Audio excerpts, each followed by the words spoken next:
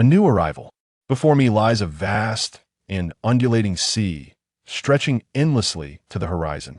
The sunlight dances upon the water's surface, creating a mesmerizing shimmer.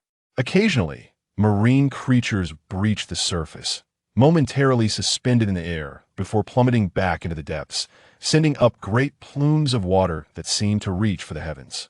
These creatures are astonishingly colossal, often exceeding 100 meters in length, and they exhibit a myriad of forms, some resembling electric eels, while others appear to be hybrids of buffalo and fish. Suddenly, the sky above this ocean is rent by a pitch-black fissure, as if the very fabric of space has been torn asunder. Initially no larger than a few inches, the crack rapidly expands, and in the blink of an eye, a dark abyss emerges. From this void, a foot emerges, followed by a leg, as Suyu gracefully steps through the black hole. By the time he fully exits, the ominous opening has vanished, as if it had never existed. Suyu appears youthful, perhaps in his 20s, with soft black hair that brushes just above his brows, gently swaying in the breeze. Dressed in a long black coat over a white shirt, he stands suspended in the air, surveying his surroundings with keen curiosity. After a brief moment, a glimmer of understanding shines in his eyes, and he murmurs to himself, "So this is the world I find myself in. Since I am here, I shall embrace the local customs."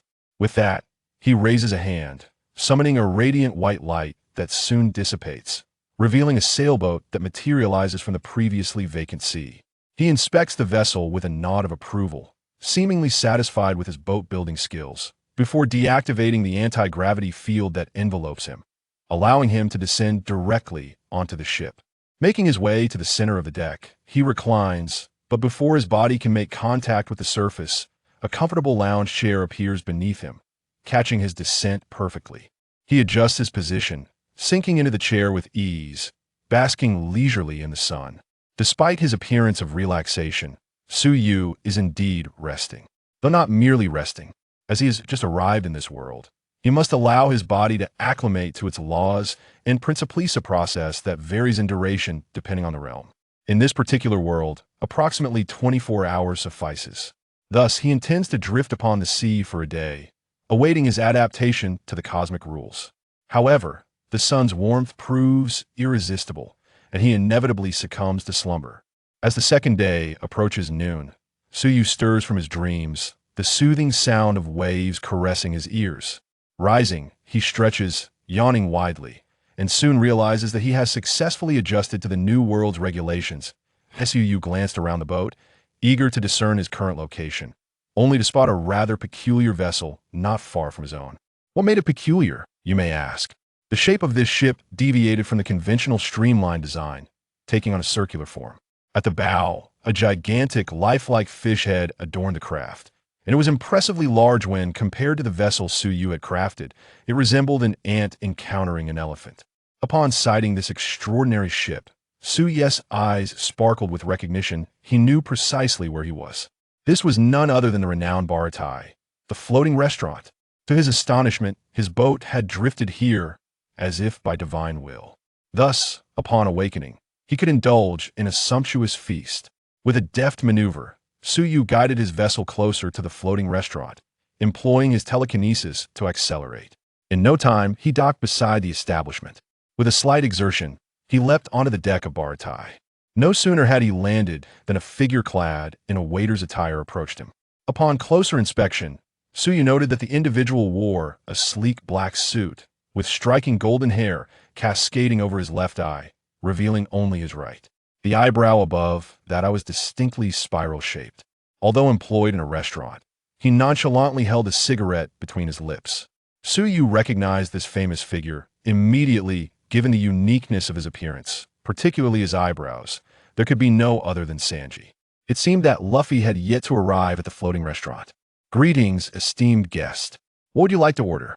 he inquired casually, though his sincerity towards the patrons was evident. "I'd like a plate of seafood fried rice, please," Suyu replied. "Certainly. Please hold for a moment." "Wait." Sanji paused, turning to Suyu. "Is there anything else you desire, esteemed guest? I wish to savor a dish prepared by your own hands." At this, Sanji raised an eyebrow, but said nothing more, simply acknowledging the request before retreating to the kitchen. With an air of casual ease, Suyu chose an unoccupied table and began to anticipate the meal. Having been captivated by Sanji's culinary skills while watching the anime, he deemed it essential to visit the Bartai in the world of One Piece. Before long, Sanji returned, presenting a generously filled plate of fried rice before Suyu. "Wishing you a delightful dining experience," he declared, then departed in search of fair maidens to charm. Eagerly, Suyu grasped a spoon and scooped a hefty portion of fried rice into his mouth. Instantly, a cascade of rich flavors danced upon his palate. Delicious. It was even more delectable than he had anticipated. Bite after bite, the plate of fried rice quickly vanished, leaving no trace behind. As he contemplated settling the bill, a sudden realization struck him: seemed to have no money. However, that was of little concern in the pirate world. One could settle debts with gold. Extending his hands, gold particles began to converge into his palms, swiftly coalescing into a perfect sphere the size of a ping-pong ball. He summoned Sanji, who was still fawning over a beautiful woman. Although Sanji was quite reluctant, he had no choice. Suyu was a guest, and, as a chef, he could not refuse a guest request. "Is there something you need, esteemed guest?" Sanji replied with an impatient tone.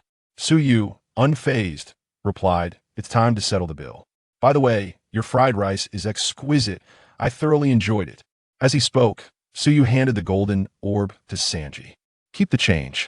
Upon hearing praise for his culinary skills, Sanji's mood visibly brightened, and the man before him appeared somewhat more agreeable. He accepted the golden orb, weighing it in his hand, and his smile grew more genuine. "Thank you for your generosity." As Suyu stood to leave, he looked at Sanji with a meaningful expression and remarked, "I believe we shall meet again." Sanji paused, momentarily taken aback, but dismissed it, returning to the kitchen with the golden orb in hand. Upon entering the kitchen, Zep greeted him. "You little rascal, what did that guest say to you?" "Nothing much, just some rambling about meeting again." "Nonsensical," Sanji shrugged, appearing indifferent. Zep pondered for a moment, unable to decipher the meaning behind it, and decided to let it go. He then looked at Sanji with a serious expression. "Listen, if you encounter this person again, be cautious. He is not someone to be underestimated." Sanji was taken aback. The individual seemed utterly harmless, almost inferior to himself. What made him so formidable? However, he refrained from arguing and nodded in acknowledgement. In truth, it was due to his current weakness and insufficient perceptive abilities that he remained oblivious. Suyu had only just begun to acclimate to the rules of this world, and his control over his own aura was still lacking. Zep, however, was acutely aware of the aura Suyu had inadvertently leaked. At that moment, he felt as if a prehistoric beast was grinning at him, causing every hair on his body to stand on end, and a cold sweat broke out across his back. He finally exhaled in relief when he saw that Suyu had merely dined and departed. Chapter 2. The sudden emergence of a bar in the enchanting archipelago of Sabaody. An unusual bar has mysteriously materialized. It was once a modest clothing store, but merely 3 days ago, the proprietor abruptly sold the establishment to a stranger. This newcomer undertook a comprehensive renovation, transforming the quaint shop into a bar. The sign above the entrance is peculiar, its inscription seemingly alien to the common script. Passers-by, upon glimpsing the sign, find the letters utterly unrecognizable, yet, astonishingly, the meaning manifests in their minds: the Wish Bar. Indeed, this establishment is aptly named the Wish Bar, a rather curious moniker. The bar itself is rather diminutive, featuring merely a liquor cabinet, a bar counter, and 4 or 5 small tables. Intriguingly, the entire establishment is managed solely by its owner. Presently, the proprietor stands behind the bar counter, idly polishing a tall glass. This owner is none other than Suyu, who departed from the floating restaurant, Bartai. After leaving Bartai, Suyu employed a spatial portal to arrive at the Sabaody archipelago, subsequently using illusionary magic to manipulate the previous shop owner into selling him the store. Of course, he compensated the former owner handsomely, ensuring that the latter would never need to toil again. Today marks the inaugural day of Suyu's venture, however. He has yet to secure a single sale. The primary reason for this is the exorbitant pricing Suyu has set, 10,000 berries for a single drink. Many curious onlookers who ventured inside to investigate immediately retreated, clutching their wallets in disbelief at the astonishing price. Suyu, watching them flee, found himself at a loss for words. After all, he was merely opening a bar, not robbing anyone. Were those fleeing patrons able to hear Suyu's thoughts?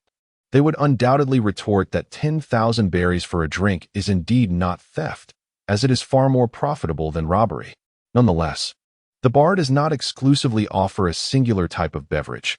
There are indeed cheaper options available. However, the mere sight of the 10,000 berry price tag was sufficient to send patrons scurrying away. Ultimately, Suyu did welcome his first customer, a familiar face. The visitor sported long, slightly curled hair, a beard of pure white, and round spectacles, with a prominent scar running vertically across his right eye. Curiously, his beard bore a unique hollow stripe pattern extending from just below his mouth to his chin, a sight Suyu had yet to encounter elsewhere. Dressed casually in a cloak, the man appeared to be an ordinary elderly gentleman, yet Suyu recognized him as one of the world's preeminent combatants, the former vice captain of the Roger Pirates. Renowned as the right hand of the Pirate King, Silver's Rayleigh. Rayleigh is also a connoisseur of fine spirits. Upon hearing of the newly opened bar and its audacious pricing of 10,000 berries per drink, he was irresistibly intrigued to discover the taste of such an extravagant offering. However, it was evident that his motives for visiting extended beyond mere curiosity. At that moment, Rayleigh stood at the entrance, seemingly observing the bar's decor with casual interest. Yet in reality, he was discreetly employing his observation hockey to scrutinize the owner, Suyu. However, upon observation, in Rayleigh's perception, Suyu appeared to be an ordinary individual, devoid of any extraordinary traits, lacking physical prowess, and devoid of the aura of a devil fruit. This peculiarity piqued Rayleigh's curiosity, though his expression betrayed none of his thoughts. Why did Rayleigh suspect that the proprietor of this establishment was not an ordinary person? The answer lay in a conspicuous notice board prominently displayed within the bar, inscribed with several lines of text. Though Rayleigh could not decipher the words, as he scrutinized them closely, he instinctively grasped their meaning, which essentially proclaimed that this bar could fulfill any wish, provided one could afford the price. Rayleigh surmised that anyone audacious enough to make such a claim was either mentally unhinged, weary of life, or truly believed in their own capabilities to deliver. He did not consider that a man capable of inscribing such mystical words could fall into the former two categories. Thus, he was certain that this individual had some form of backing. Yet, as he employed his observation hockey to scan the surroundings, he could only perceive Suyu as an ordinary person. Could it be that the true mastermind was someone else, with this individual merely serving as a front? Or perhaps this person possessed such formidable power that they could obscure their own presence, at least surpassing Rayleigh's own observation hockey. Contemplating this, Rayleigh heightened his vigilance internally, while outwardly maintaining a nonchalant demeanor as he ambled leisurely to the bar and took a seat. Suyu, sensing the moment Rayleigh unleashed his observation hockey, remained silent, continuing to polish a wine glass. It was only when Rayleigh settled at the bar that he finally set aside his task and looked up to greet the customer. What would you like to drink? Let me start with a drink worth 100,000 berries. Very well, please hold on. Suyu turned to retrieve a glass, poured the drink, and presented it to Rayleigh. Rayleigh lifted the glass, swirling it as the amber liquid danced within, a sight to behold, albeit in a rather meager quantity. Barely enough for a couple of sips. It seemed even darker than the drinks at Shacky's bar, Rayleigh mused inwardly. However, he paid little heed to the price, for his funds were derived from slave owners or the slave-catching organizations. If he found himself short on money, he could always sell himself again and regain wealth, thus spending freely without remorse. He raised the glass and downed it in one go, the liquid igniting a thrilling sensation that coursed from his mouth to his throat, and then down the esophagus to his stomach, as if he had swallowed a fervent flame. Rayleigh unconsciously parted his lips, exhaling a breath as the potency of the drink hit him. He had never encountered such a strong spirit before, and for a fleeting moment, he wondered if the proprietor had poisoned him. Observing Rayleigh's dazed expression, Suyu smiled slightly. So, how does it suit your palate? Having weathered many storms. Rayleigh snapped out of his reverie in less than a second, and upon hearing Suyu's inquiry, he offered a friendly smile. It's quite a unique drink. I find it rather agreeable. That's all that matters, as long as the customer enjoys it. Feigning casual interest, Rayleigh inquired, "My friend, is what is written on that board true? Can it really grant all wishes?" The smile on Suyu's face widened slightly. "It's true. Do the guests have any wishes? As long as you can afford the price, I can help you realize anything, even bringing Roger back to life." Upon hearing this, Rayleigh was momentarily taken aback, a powerful aura radiating from him, only to vanish in the next instant. He scrutinized Suyu's expression but gleaned nothing.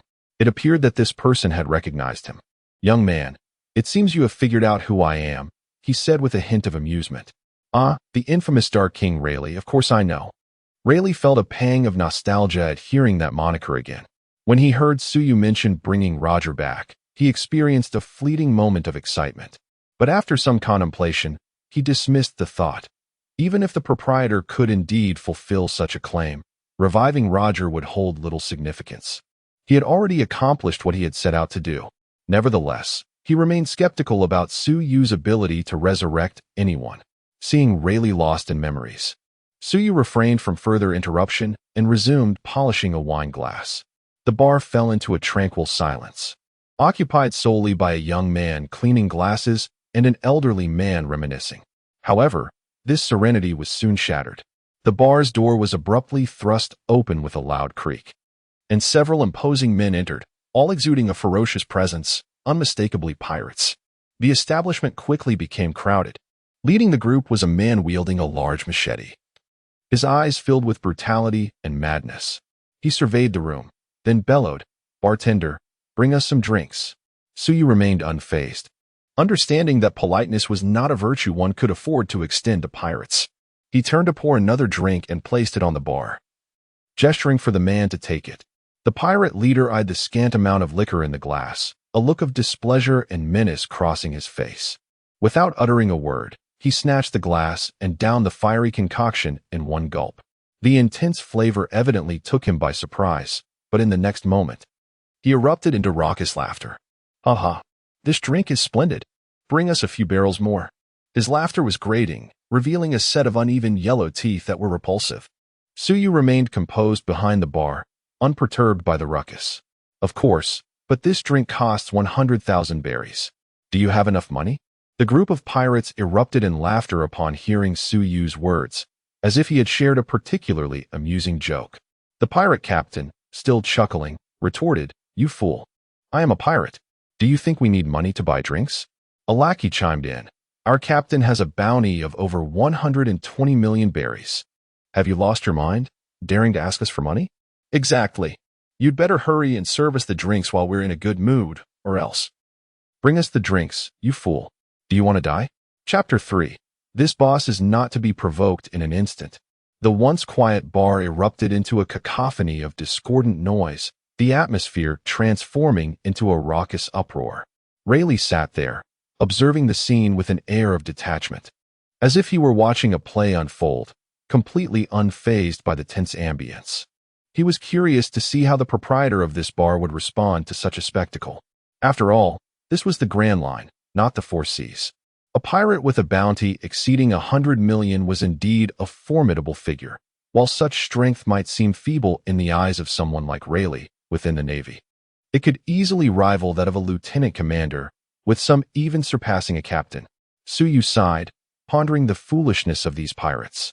Did they not consider whether their adversary was someone they could contend with before brazenly provoking him? Leaning on the bar with one elbow, he supported his chin and wearily declared, "I offer you a chance.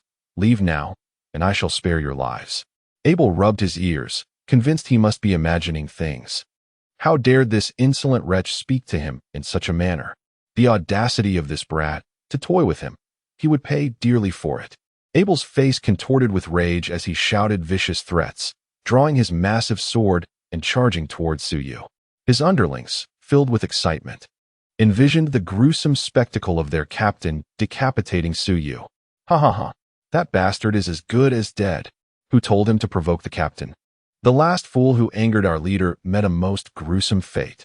One of the ruffians even shouted towards Rayleigh, "You old man over there, better step back before you get splattered with blood." At that moment, Abel reached the bar, observing Suyu's seemingly frozen form. mistaking his stillness for fear. A cruel smile crept across his face as he raised his sword, preparing to cleave Su Yu in two. The blade approached his head, drawing nearer and nearer. As the pirates envisioned the blood splattering wildly, their faces alight with bloodthirsty excitement, cheering loudly. Yet, they were destined for disappointment. Just as the blade was about to make contact, it was suddenly halted by an invisible barrier, producing a resounding clang that echoed throughout the bar with remarkable clarity. The ruffians fell silent, as if their throats had been constricted. Rayleigh's eyes narrowed. He could not discern the nature of Su Yu's ability, but he was well aware that the powers granted by devil fruits were diverse and peculiar. He silently assessed Su Yu's strength. Abel's previously triumphant expression froze momentarily, but as a pirate with a bounty over 100 million, he quickly regained composure, retracting his blade and stepping back. Surprising. It seems you possess some strength. You must be a devil fruit user, am I right? As Abel observed Su Yu's silence, he felt certain that his assumptions were correct, and he couldn't help but burst into a boisterous laugh. How dare he provoke me, relying solely on the fact that he has consumed a devil fruit? I have vanquished many wielders of abilities. May you descend into hell and regret your audacity, you wretched fool. As he spoke, he exerted force, and a layer of black substance extended from the hilt to the blade, transforming the entire sword into an inky hue. Witnessing this spectacle, the pirate underlings erupted into a cacophony of chatter. This signifies that the boss is serious. Armament hockey. Raising the sword imbued with armament hockey high above his head, Abel poured all his strength into a fierce downward slash aimed at Su Yu. Unfortunately, this attempt proved futile once more, with a resonant clang. The obsidian blade was once again thwarted by an unseen force. The underlings' eyes widened in disbelief, their expressions frozen in shock. How is this possible? The captain's strike could split a ship in half with a single blow? Trembling with fear, cold sweat dripped down their faces. How can this be? Abel gazed incredulously at the scene before him, staggering backward a few steps until he met Su Yu's gaze, which bore a calmness reminiscent of one observing mere ants. As if provoked by Su Yu's unflinching stare, Abel suddenly lost his composure, lunging forward in a frenzy, slashing again and again. This cannot be real. It must all be an illusion. Split it apart for me. Yet, reality would not bend to his will, and every one of his attacks was effortlessly deflected. Have you had enough? Su Yu's serene voice seemed to rouse Abel from his delusion, compelling him to cease his futile efforts.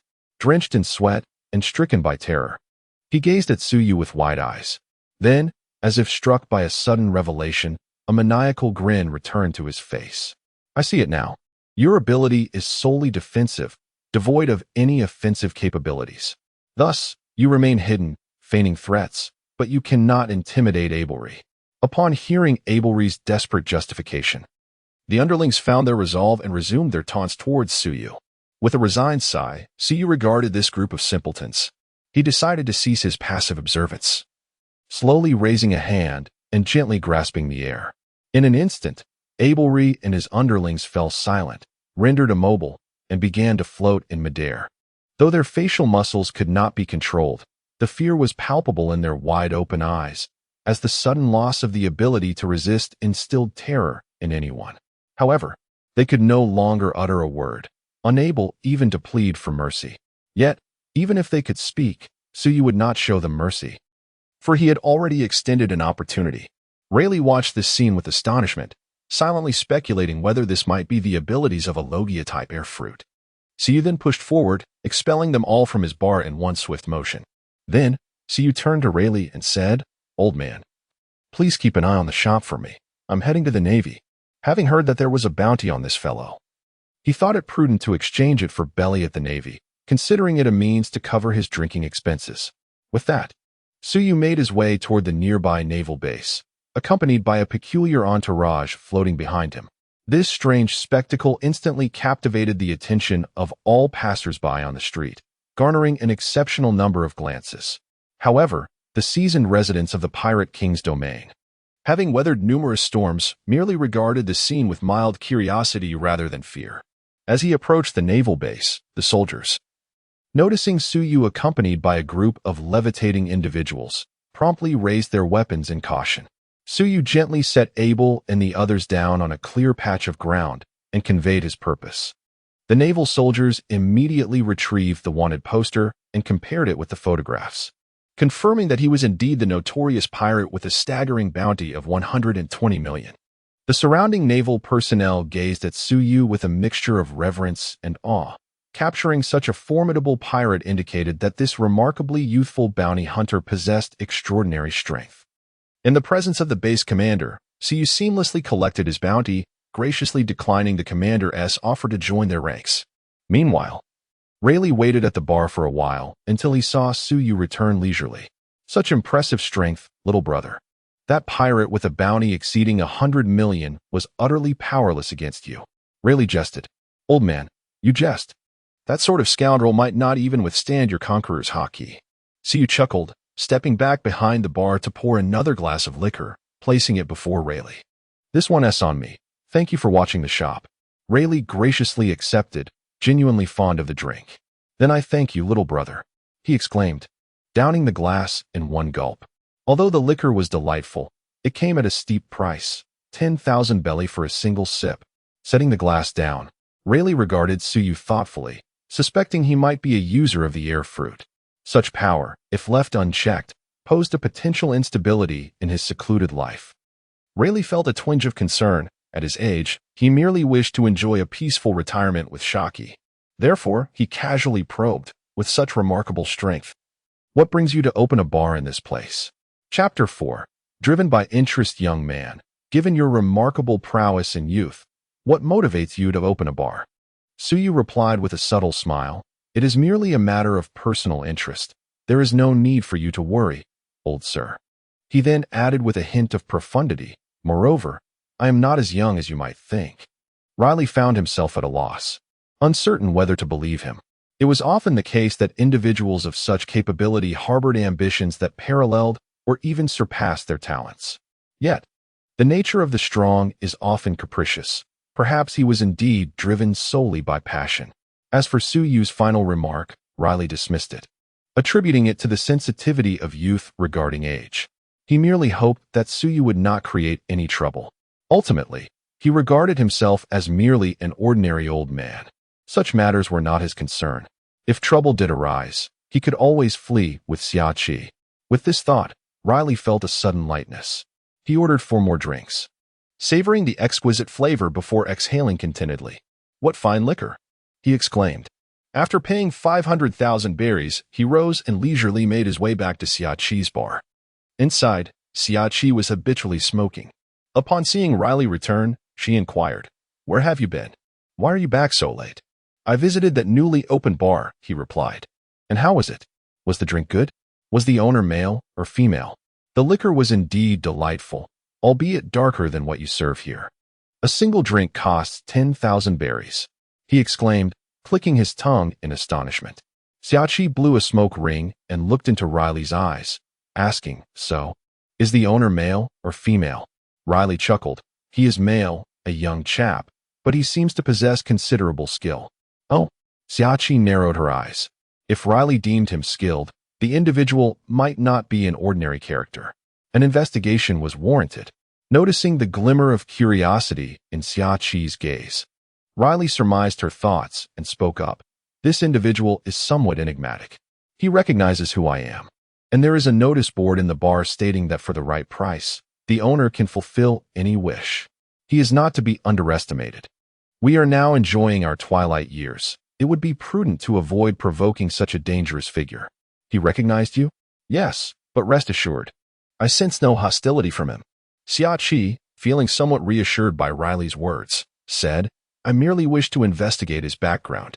Fear not, I will not disturb him. Besides, the ability to fulfill any wish. Aren't you curious?" Riley could only nod in resignation, trusting that Xiachi understood the boundaries and deciding not to interfere further. In the small tavern, after Riley's departure, Suyu found himself alone once more. His claim of not being young was no jest. He had lived for an extensive period. Perhaps his age could be measured in millennia. His response to Riley was indeed truthful. He found the concept of running a bar quite appealing. However, his intentions extended beyond mere hospitality. As stated on that notice board, should customers offer a sufficient price, he would assist them in realizing their desires. Certainly, if he successfully completes this transaction, he will not only receive a reward, but also gather the power of will. This is the primary objective of Suyu. The so-called power of will is the collective determination of sentient beings, akin to the power of faith. However, the latter arises from the worship of a deity, while the former is constituted by the resolve and desires of beings striving to achieve certain goals. In essence, it exists on a lower tier than the power of faith. Indeed, Suyu's collection of willpower is aimed at attaining divinity, whereas the power of faith can only be perceived and utilized by true deities.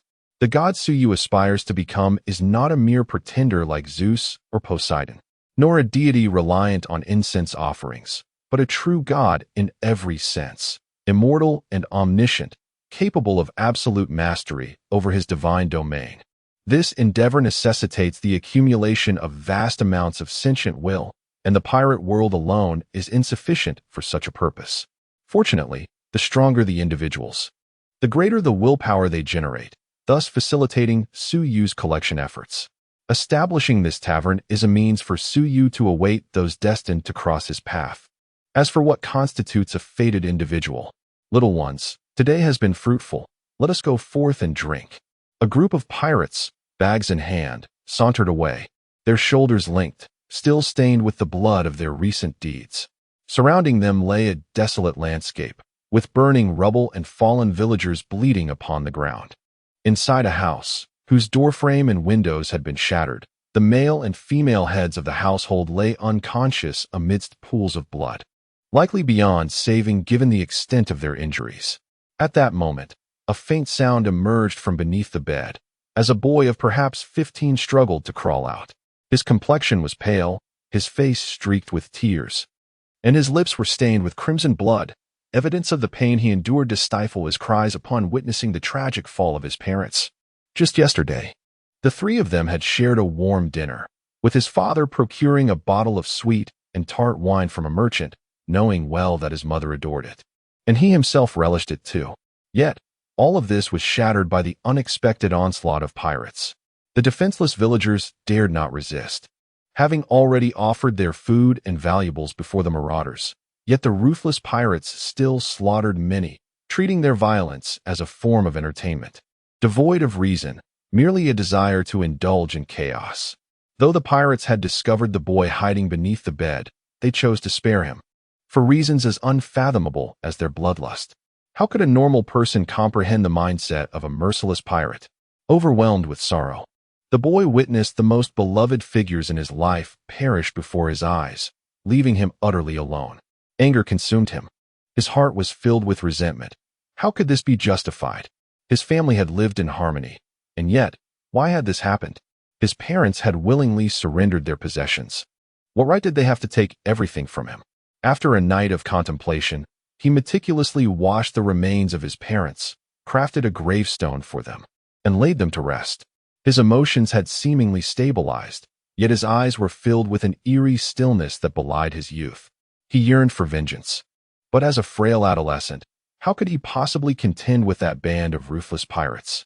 Nonetheless, he resolved to make an attempt. He would venture out to sea in search of every conceivable means to grow stronger. He was determined to gain strength. He would forever remember the names of those pirates and their fearsome Jolly Roger, the fearsome wolf pirates. He had heard whispers that they were affiliated with the infamous 7 warlords of the sea. Though he was aware of their reputation from the newspapers, the specifics eluded him. He did know that the 7 warlords were sanctioned by the Navy. It seemed that seeking the Navy was not an option. But where to go? He was uncertain, yet he felt compelled to embark on a journey across the sea. Remaining here would lead to an eternity of despair. The remaining villagers had initially hoped to persuade him to stay, reasoning that survival in any form was preferable. However, the young man had made up his mind. If he did not avenge his parents, what was the meaning of his existence? Witnessing his unwavering resolve, the villagers ceased their pleas and instead bestowed upon him a vessel, along with provisions of food, fresh water, and wine. This farewell might very well be a final parting. He did not decline. He was in dire need of these supplies. Having lost everything, as he boarded the ship, he cast a last glance at the village, the place he had known since childhood. Though much had been ravaged, the outlines of his home were still discernible. With an impassive expression, he took one final look, then turned to sever the rope that tethered the boat. The small vessel began to drift gently with the wind, gradually receding from view, until the island faded completely from sight. Chapter 5. The bewildered youth. Time flies swiftly, and a week has already elapsed. Suyu has also spent a week on the Shambodi Islands, and his bar gradually gained a reputation among the crowds. People have begun to accept this peculiar establishment. There were instances where intoxicated patrons, or simply those lacking in judgment, attempted to stir trouble within the bar. However, they soon discovered that the boss was not one to take such actions lightly. The troublemakers collapsed to the ground as if their bones had been crushed. Their eyes wide and faces contorted in agony, yet they could not utter a sound. Ultimately, they ended up like Abel, sent to the naval base to exchange for a bounty. It is worth noting that this region is not without its billionberry pirates. This effectively instilled a profound sense of fear among both the pirates and certain unlawful elements of the underworld, resulting in a much more harmonious atmosphere within the bar. In just this brief week, numerous notorious pirates had been dispatched to the naval base to claim their bounties, all at the hands of a single individual, which captured the attention of the naval base commander. He has been a frequent visitor to the bar lately, seeking to recruit Suyu, though Suyu has naturally declined, casually serving him a drink priced at 100,000 berries. Of course, Rayleigh is a daily patron of this tavern, utterly captivated by the exquisite drink priced at 100,000 berries. The drink, as the owner mentioned, was seemingly called Wodiga or something of that nature, an oddly pronounced name. Others have shown interest in the matters inscribed on the bulletin board, yet they all hesitated, waiting for someone to take the first step. None dared to inquire, fearing the possibility that the owner was merely jesting or attempting to deceive them. To these individuals, maintaining face is of paramount importance.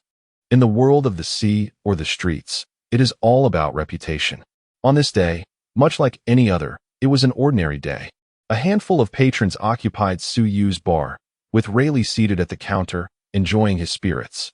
At that moment, the door swung open, and a figure clad in a naval uniform entered. Judging by his insignia, he was a rear admiral, the commander of the nearby naval base, named Abel. Upon entering, he cast a grim gaze over the few pirates seated within the bar. Though he yearned to apprehend these pirates directly, the bar forbade any disturbances, and he lacked the strength to subdue them. With a sigh of resignation, he composed himself and approached the bar, casting a wary glance at Rayleigh, who was seated there, intentionally keeping a respectful distance. After all, he was the commander here, and he was aware of the presence of the infamous Rayleigh. Rayleigh, however, remained unperturbed, continuing to savor his drink, portraying himself as merely an ordinary old man. After taking a seat, Abel ordered a drink and proceeded with his usual attempts to persuade Suyu to join him. As expected, Suyu declined, and Abel took it in stride. His primary objective for visiting had shifted from recruiting Suyu to indulging in fine spirits. As long as Suyu refrained from causing trouble, everything was quite satisfactory. He raised his glass, downing its contents in one swift motion, a satisfied sigh escaping his lips. Abel set down the empty cup, preparing to order another, when the door of the bar swung open once more, admitting a frail figure. It was a teenager, no older than 15, who surveyed the surroundings with a mix of trepidation, his gaze lingering on the menacing pirates scattered throughout the establishment. An impulse to flee surged within him, yet a sudden resolve emerged. He feared that departing now would lead to irrevocable regret. Gritting his teeth, he clenched his fists and steeled himself, striding toward the bar, deliberately ignoring Rayleigh and Abel, and directing his attention to Suyu. "Excuse me, are you the owner here?" he inquired, his voice wavering slightly. Suyu offered a faint smile and nodded affirmatively. "So, it is true that all wishes can be fulfilled here?" The boy's eyes sparkled with hope, akin to a drowning man catching sight of a lifeline. He was uncertain whether clinging to this hope would lead to salvation, yet he grasped it resolutely. Hearing the boy's words, the patrons of the bar, including Abel and Rayleigh, discreetly perked up their ears, curiosity piqued. Suyu did not disappoint the boy, nodding once more. Indeed, I can grant wishes. However, you must be prepared to pay an equivalent price. It is only fair, is it not? Upon hearing this, the boy's previously radiant expression dimmed momentarily. He was nearly destitute, having encountered a tempest that wrecked his ship. Yet fortune had favored him in the form of a kind-hearted merchant troupe that rescued him from the wreckage. Remarkably, their destination aligned with his own, the archipelago of Shambadi. Thus, he had worked as a sailor aboard their vessel, trading his labor for sustenance and fresh water until they reached the islands, leaving him utterly penniless. Now that he had arrived, he was unwilling to surrender to despair. Boss, I wonder if I might. If I could perhaps have credit? I promise to work diligently to repay. In other words, you have no money at present? Yes, yes. Suyu fell silent, his fingers rhythmically tapping the bar, as if contemplating something profound. The other patrons, sensing the boy's predicament, lost interest and returned to their drinks, while the boy stood quietly, head bowed. The echo of the tapping resembling the tolling of a judgment bell against his heart. As time passed, the light in his eyes began to fade, and hope slipped away. Just as he prepared to turn and leave, Suyu spoke. Given that you are my first customer, you may remain here to assist me, and consider it a way to offset your debt. After all, the first to take a chance deserves some leniency. Upon hearing this, the boy's head snapped up, his expression transforming into one of elation. Thank you, boss. I will do my utmost. Now, speak your wish. A glimmer of hope emerged, rekindling the interest of others. The youth, undeterred, declared, I shall grow stronger. Stronger? To what extent do you wish to enhance your strength? Momentarily bewildered, the boy merely aspired to gain strength to seek vengeance against the pirates, yet he was oblivious to their true might. Indeed, he was the very child whose village had been ravaged by pirates, whose parents had fallen victim to their brutality. He ventured forth to acquire the power necessary for retribution. On the very first day at sea, he stumbled upon a message in a bottle, containing a parchment inscribed with enigmatic symbols. Though he could not decipher the script, its meaning resonated within him, revealing the existence of a wondrous tavern on Sabadi archipelago that purportedly grants any wish. Whether truth or fiction, the mystical words ignited a yearning within him to test their authenticity. Once a drowning soul clutches at a lifeline, it is reluctant to let go. Subsequently, he encountered a tempest and was rescued by a merchant convoy, ultimately arriving at this place. In his moment of uncertainty, the boy recalled that the pirates who had tormented him were affiliated with the 7 warlords of the sea. He then boldly proclaimed, I aspire to rival the power of the 7 warlords. The pirates within earshot paused in astonishment before erupting into raucous laughter, filling the tavern with an atmosphere of merriment. Ha! Youngster, do you comprehend what the 7 warlords signify? Where does this naive child come from? Go home and get some sleep. They jeered. Those are the 7 most formidable pirates on these seas, second only to the 4 emperors. Ha, you crack me up. Ha. Chapter 6, Astonishment, the Youth Actually. The band of pirates erupted in ridicule at the boy's naivety. Even Rayleigh and Abel cast a sidelong glance at the lad, not out of disdain, but rather because they detected a profound animosity in the boy's voice. In that fleeting moment, an understanding seemed to dawn upon them, and they exchanged a silent sigh of resignation. As the jeers of those around him echoed, the boy felt akin to a fragile blade of grass swaying helplessly in a tempest. From the scattered taunts, he began to grasp the true significance of the 7 warlords, and his heart gradually sank. Nevertheless, he stubbornly fixed his gaze upon Suyu, yearning for an answer. Suyu, perceiving the hatred simmering in the boy's eyes, fell into a contemplative silence. He had surmised the boy's plight. After all, this was the world of pirates where human life held little value. Such occurrences were not foreign to Suyu in his extensive existence, and he had learned to regard them with equanimity, though he could not suppress a sigh within. He regarded the boy and inquired, What is your name? My name is Millant. The boy replied. His wish was simple. Grant me power to rival the 7 warlords, and in return, once I accomplish my goals, I shall return to assist you. The surrounding pirates, initially engrossed in the spectacle, now stood in stunned silence. What did he mean by simple? How could the might of the seven warlords seem so trivial in his words? They longed to admonish their boss for jesting. Yet remembering his formidable strength, they held their tongues, intent on witnessing how he would fulfill this audacious wish. Indeed, they harbored no belief that he could bring it to fruition, and instead prepared for a spectacle of mockery. Rayleigh and Abel fixated intently on Su Yu, unwilling to miss a single detail. Milland, too, was taken aback. He had been teetering on the brink of despair, and now found himself in a whirlwind of confusion due to this sudden twist of fate. However, Su Yu offered him no respite for contemplation. He stepped away from the bar, his eyes igniting with a cerulean glow. Raising his hands, palms facing downward, he summoned forth radiant blue light. Suddenly, a bronze beam manifested in midair, gradually coalescing into a cube approximately 1 meter on each side. With a flash, a solid bronze chest materialized, crashing onto the floor with a resounding thud. The onlookers gaped in astonishment at this miraculous spectacle. What was happening? What kind of power was this? Rayleigh was particularly astonished. The manner in which Su Yu had previously acted had led him to believe he was an air fruit user, yet this seemed to be an entirely new ability. Could it be that Su Yu had consumed 2 devil fruits? How could that even be possible? Milland stood, entranced, before the bronze chest, which radiated a gentle glow. Each face was adorned with intricate carvings, and on the side facing him was the depiction of a majestic horse's head, complete with wings, an extraordinary sight indeed. This was the Pegasus cloth. Indeed, Su Yu assisted Milland in crafting a set of Pegasus armor. Although he had never ventured into the realm of the saints, he had traversed a unique world where he had encountered the manga of One Piece, as well as Saint Seiya and numerous other comics. Given his current mastery, it was a simple task for him to manifest a set of armor on site. Frankly speaking, Su Yu found the premise of the saints somewhat absurd. The notion that the minimum requirement to be a bronze saint was the ability to unleash sonic punches, capable of cleaving the sky and shattering the earth, was preposterous. Our protagonist had become a bronze saint at the tender age of 13. What had Su Yu been doing at that age? Perhaps playing in the mud somewhere.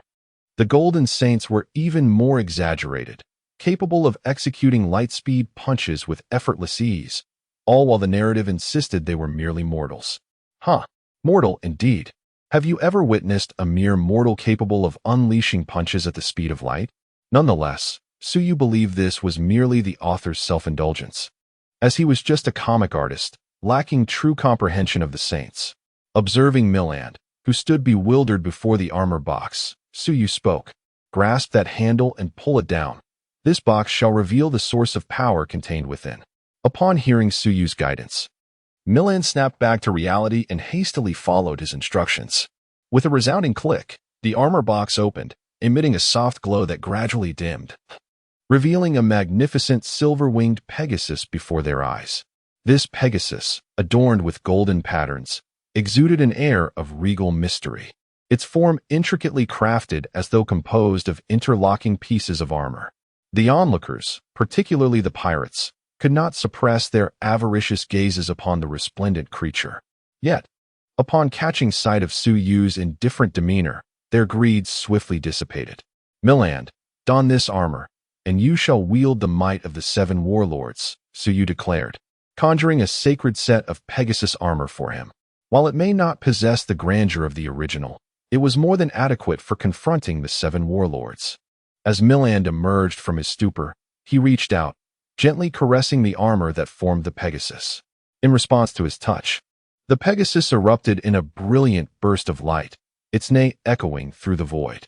It then disassembled into various pieces of armor, headgear, gauntlets, breastplate, and greaves, soaring towards Milland. Before he could fully comprehend the unfolding spectacle, the armor had assembled itself, transforming him into a Pegasus saint. In that moment, a vivid vision materialized in Milland's mind, a youthful figure clad in silver armor, striking an unusual pose, followed by a resounding cry of Pegasus Meteor Fist. He felt as though he witnessed an onslaught of fists, like a cascade of stars, obliterating all adversaries in their path. This, too, was the handiwork of Su Yu. As a Pegasus saint, how could one not master the signature technique of the Pegasus Meteor Fist? As Milland having received the legacy of memories, regained his senses.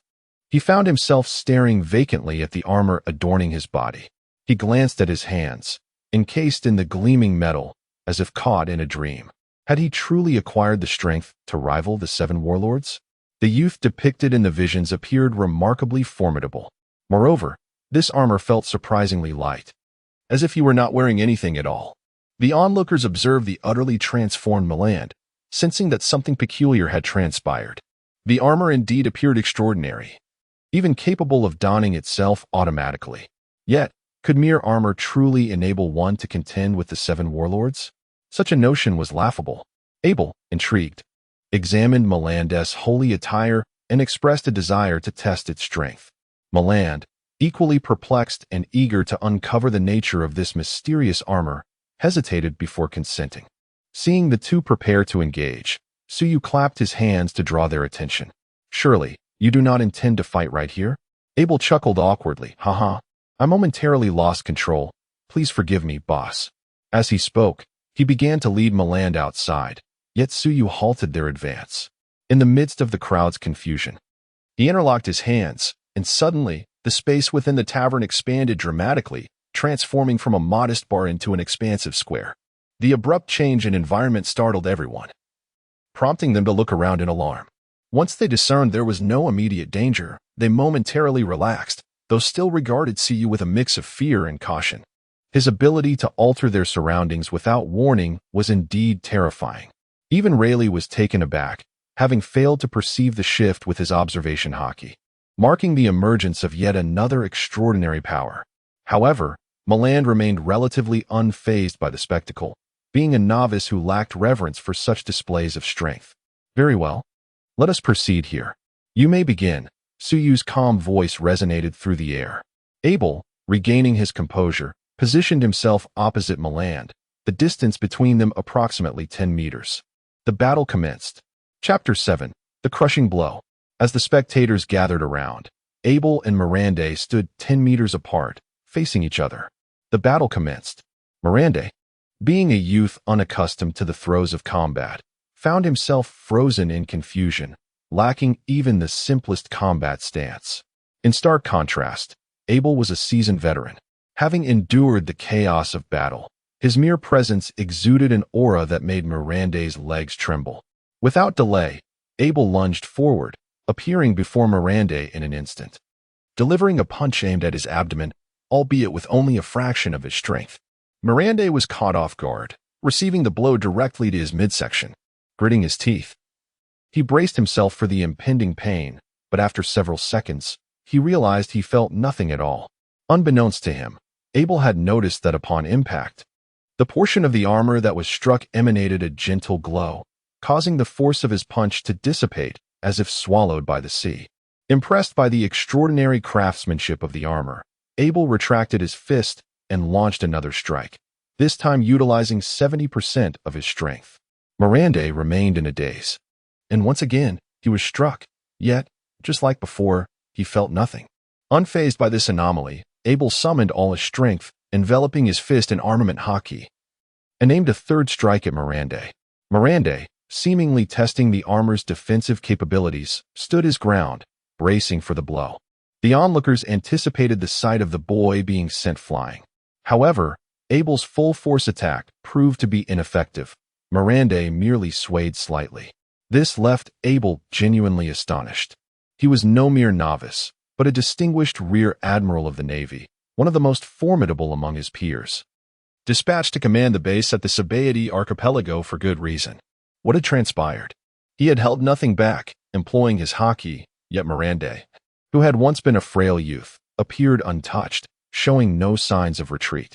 Was this armor truly that miraculous? Swiftly, he withdrew his hand and stepped back to create distance. Both Abel and the surrounding spectators were in disbelief. The armor was not only devoid of attack power, but boasted remarkable defensive capabilities. A glint of greed flickered in the eyes of the pirates. Rayleigh, too, observed Miranda's armor with intrigue, feeling a sudden urge to test it with a punch of his own. Amidst the astonishment of others, Miranda touched the spot where he had been struck, a surge of confidence flooding his heart. He locked eyes with Abel, brimming with fighting spirit. Abel gazed at Miranda, no longer harboring any contempt. At the very least, he realized that Miranda's defensive capabilities far surpassed his own, and he found himself unable to breach that formidable barrier. His eyes drifted to the youth's exposed cheek. It seemed that was the only point of attack left available to him, though one ought not to strike the face. He felt he had no other options. Subsequently, he employed the instantaneous step from the 6 styles, appearing before Miranda in an instant, hoping to land a blow on his face before Miranda could react. However, it was evident that Abel had never watched Saint Seiya. Otherwise, he would have known that all saints possess a standard passive ability. The same technique is rendered ineffective against them. As Abel suddenly vanished from his original position and reappeared right in front of him, Miranda's vision sharpened remarkably. He perceived Abel's movements as if they had slowed considerably. He watched as Abel slowly pulled back his hand into a fist, preparing to strike his face, and instinctively he sidestepped. In that moment, he even caught a glimpse of the astonishment and disbelief in Abel's eyes. Then, almost instinctively, Miranda retaliated with a punch aimed at Abel. Abel, taken by surprise, had no time to evade. He instinctively activated his iron block, believing it sufficient to withstand Miranda's blow. Unfortunately, before he could finish that thought, he was sent flying. This scene astonished the onlookers. In their eyes, Miranda had deftly evaded Abel's attack and countered with a strike that sent Abel soaring. His speed so remarkable that it left an afterimage. Abel sprang to his feet, clutching his chest, blood trickling from his mouth as he stared incredulously at Miranda. How could this be possible? Was this the same frail youth who had just struck him? Miranda, equally astonished, gazed at his own fist. Had he truly just sent a major general flying with a single punch? Moreover, he felt as though he had hardly exerted any effort at all. From having withstood a full-force strike from a major general unscathed to now effortlessly sending one flying with a casual punch, all these changes stemmed from donning the armor. His confidence surged like never before, as if he were on the brink of achieving vengeance. Yes, he believed he now possessed the strength to seek retribution. With this thought, he cast a grateful glance at Su Yu. All of this was a gift from her. Noticing that Miranda appeared eager to continue, Abel hastily waved his hand in surrender, having completely abandoned any intention to fight further. Although conceding as a major general felt somewhat humiliating, he had withstood Abel's full force attack without a scratch, while a single hit from Miranda had left him reeling. The speed and reflexes displayed were anything but normal. There was no point in continuing this fight. Yet, a new fire ignited within him. If this armor could be mass-produced, it seemed imperative to report this to the marshal upon his return. Riley was taken aback, witnessing the astounding transformation of an utterly untrained youth into a formidable adversary who effortlessly vanquished a major general. As he donned the armor, he couldn't help but cast another glance at Su Yu, whose extraordinary capabilities far surpassed his expectations. Initially, he had believed that they might be evenly matched, but now, Riley felt he had underestimated the situation. Mylander, sensing Abel's reluctance to continue the fight, felt a twinge of disappointment as he had yet to fully gauge his own strength. The surrounding pirates, meanwhile, were consumed by a burgeoning greed. This so-called sacred armor was not only capable of offense and defense, but also enhanced reaction speed. Truly a divine artifact. The thought of possessing such a treasure ignited a malicious glint in their eyes as they glanced at Mylander, who was oblivious to their intentions. It was as if they had collectively realized their shared ambition, casting wary glances at their rivals. However, they failed to consider whether their own prowess was sufficient to overpower Mylander and seize the sacred armor from him. In their minds, the world was vast. Yet they believed themselves invincible. If they were unsuccessful, it merely indicated that their opponents were weak. Moreover, they perceived a significant flaw in the armor. It did not fully envelop the body, leaving certain areas exposed. They were convinced that should they strike these uncovered regions, victory would be assured. The various pirate crews resolved to return and muster their forces, planning to ambush Mylander the moment he departed from the tavern, seizing his sacred armor. If successful, they envisioned a swift escape from the Sabati archipelago, vanishing into the vastness of the sea, confident that even the tavern's proprietor would be unable to pursue them. Chapter 8. The bullet aimed at the forehead. The group of pirates had begun to indulge in fantasies of acquiring the sacred armor, envisioning their power soaring, bounty skyrocketing, and themselves vanquishing a warlord of the sea, thereby ascending to the pinnacle of their lives. Observing the reckless grins that inadvertently surfaced on their faces, Suyu could not help but shake his head. He then noticed the lingering expression of Milan, whose demeanor suggested an insatiable thirst for battle. Consequently, he addressed the pirates, saying, "It appears that you all have a keen interest in this sacred armor. Why not step forward and give it a try? Whoever can best Milan shall earn the armor's recognition." Upon hearing Suyu's words, Milan's heart tightened, but being a youth seasoned by experience, he quickly deduced that Suyu intended for him to familiarize himself with the armor's powers.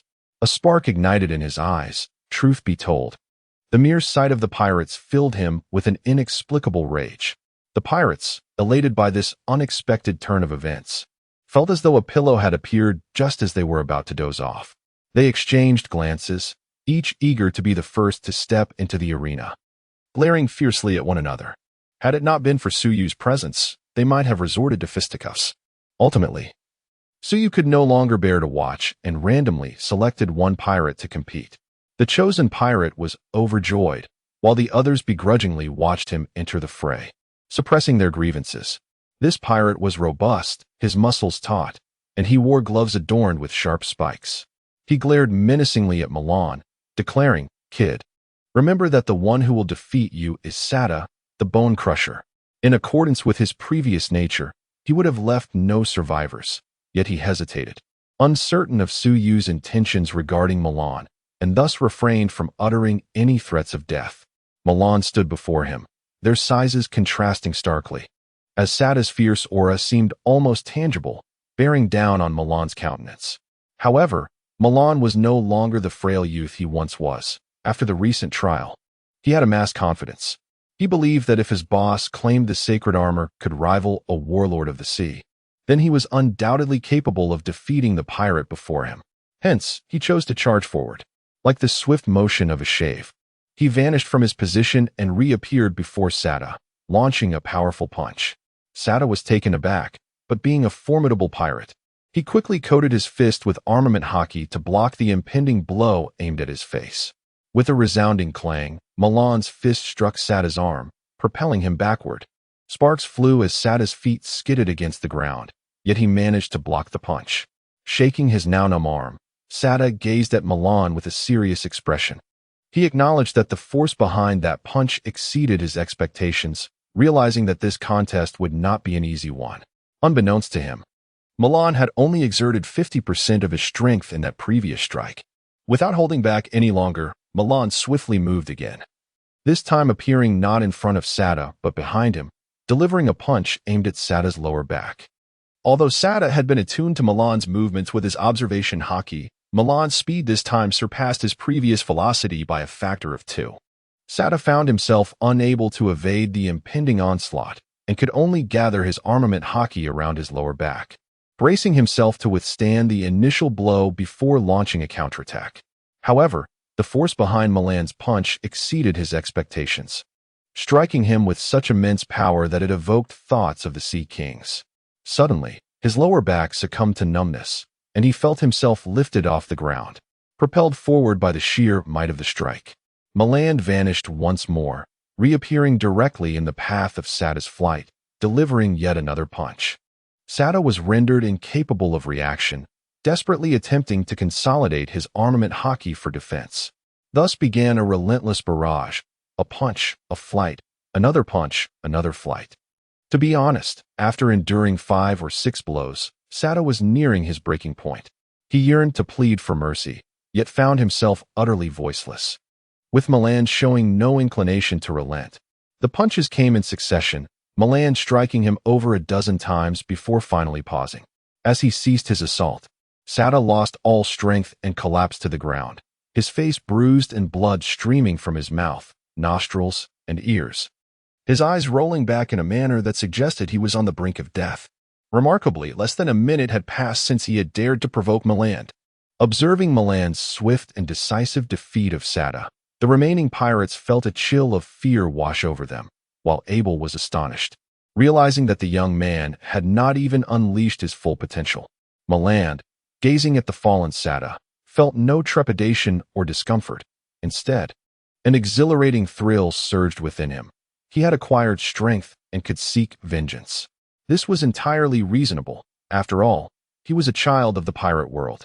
Subsequently, Meland turned his attention to the remaining pirates, awaiting the next foolhardy soul to meet their demise. The pirates exchanged glances, their confidence and courage dissipating after witnessing Meland's display. At that moment, their greatest desire was to flee the tavern. Noticing their hesitation, Suyu encouraged them. If you're afraid to face him one at a time, you can all charge together. It's perfectly fine. Upon hearing this, the pirates exchanged uncertain looks. Then, with gritted teeth, they decided to confront him together, risking it all in hopes of transforming a bicycle into a motorcycle. Abel opened his mouth, intending to voice a thought. But upon glimpsing Suyu's calm demeanor, he ultimately said nothing. Meland regarded the 6 ferocious pirates before him with an absence of fear. The group exchanged furtive glances. Then 4 of them surged toward Meland, aiming to overwhelm him, while the remaining 2 stayed back, drawing their guns to target the unarmored portions of his body. Observing the 4 pirates charging at him, Meland remained composed. Although his armor was formidable, he endeavored to evade their attacks. Yet, he was merely a youth, lacking in experience. Ultimately, his vulnerabilities were exposed, and a cunning pirate seized him from behind.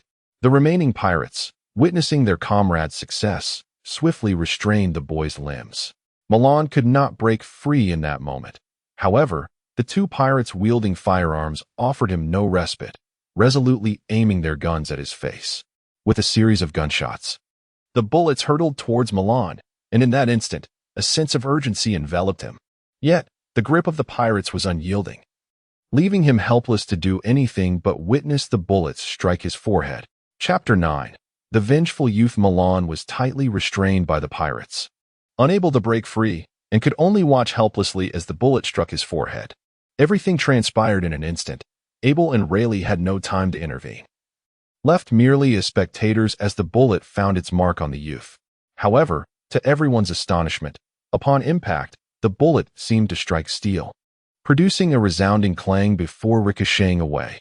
In that moment, all were left in stunned silence. This was, of course, to be expected. After all, it was the sacred armor. All its components formed a cohesive whole, and if the exposed body were to be attacked, the assault would be redirected to the armor. Simply put, until the armor was utterly shattered, the body of the saint would remain unharmed. Meland's heart raced. He truly believed he was facing death, a sensation that was indescribable. Thankfully, the armor proved its worth. Seizing the opportunity while the pirates were still in shock, Meland broke free from their grasp and distanced himself from them. The pirates, bewildered, realized that what they assumed was a weakness was, in fact, a flawless defense that left them in despair. Yet Meland cared little for their thoughts. Although the armor had blocked the bullet, the terror of imminent death ignited a fury within him that demanded release. He recalled the movements from the legacy of memories and performed a series of peculiar actions. Upon completing the final gesture, he withdrew his right hand, clenched it into a fist to gather strength, and unleashed the Pegasus Meteor Fist. In that moment, the pirates facing Meland beheld what appeared to be meteors streaking rapidly across the sky, engulfed in blue flames, tearing through the air. However, this sight was far from beautiful, for the meteors were destined to strike them. Hundreds, if not thousands, of meteors crashed down upon the pirates, their bodies flailing uncontrollably in the air, blood seeping from various wounds and splattering into the atmosphere, ultimately pooling on the ground. When everything settled, the radiance faded, and Meland stood there, poised in his striking position, while behind him lay the disfigured bodies of the pirates, quietly resting in a pool of their own blood. In a sense, they met their end with a certain honor. After all, how many could claim to have been struck by stars before departing this world? Meland retracted his fist. The Pegasus Meteor Fist had drained much of his energy, leaving him slightly breathless, his chest heaving. He turned to gaze quietly at his handiwork, his eyes shimmering with an astonishing brilliance. Rayleigh stared in shock at Meland, awed by the sheer power of the Pegasus Meteor Fist, which, in his observation, could could rival the strikes of a great swordsman. Since arriving at this tavern, Rayleigh felt as though he had been in a constant state of astonishment. As for Abel, he had grown numb to the spectacle. Even if Milan were to take flight at that moment, he would hardly be surprised. Milan gradually composed himself and approached Suyu. He wished to kneel and express his gratitude with several deep bows. However, just as he was about to do so, an invisible force restrained him, preventing his descent. Suyu regarded Milan and nodded, remarking, "You performed quite well. There is no need for thanks. This is merely a transaction. I have bestowed upon you the power for vengeance, and in return, you labor for me, an equitable exchange." Milan opened his mouth to speak, but ultimately remained silent, choosing instead to harbor his gratitude within. Seeing that the matter had concluded, Suyu snapped his fingers, causing the space to contract, and everyone returned to the bar. A few pirates and members of the underworld who had not participated in the earlier events fled the establishment at once, exhaling in relief as they stepped outside, as if they had just escaped death. Shortly thereafter, Abel summoned several soldiers to carry away the lifeless pirates, and he too departed the bar. Rayleigh, satisfied after a hearty drink and a captivating spectacle, also left, leaving only Suyu and Milan behind. Milan glanced at Suyu, hesitating to speak. Suyu met his gaze, aware of the unvoiced question. "Milan, are you curious why I have granted you this opportunity?" Indeed, Milan had regained his composure and pondered why Suyu would choose a penniless, frail youth like himself. Although the power came at a cost, it felt almost like a free handout. After seeking revenge, he would have no purpose left, nor a home to return to. Thus, what was Suyu truly after? Hearing Suyu's direct inquiry, Milan hesitated for a moment before nodding. Suyu casually replied, "The reason is quite simple. You are the very first patron of the Wish Bar in its truest sense. The first always receives certain privileges." Milan was momentarily taken aback, but did not believe that someone of Suyu's caliber would deceive him. He was not worth such deceit. He then addressed Suyu earnestly. "Mr. Suyu, I wish to seek vengeance." The boy, imbued with newfound power, was eager to act without delay.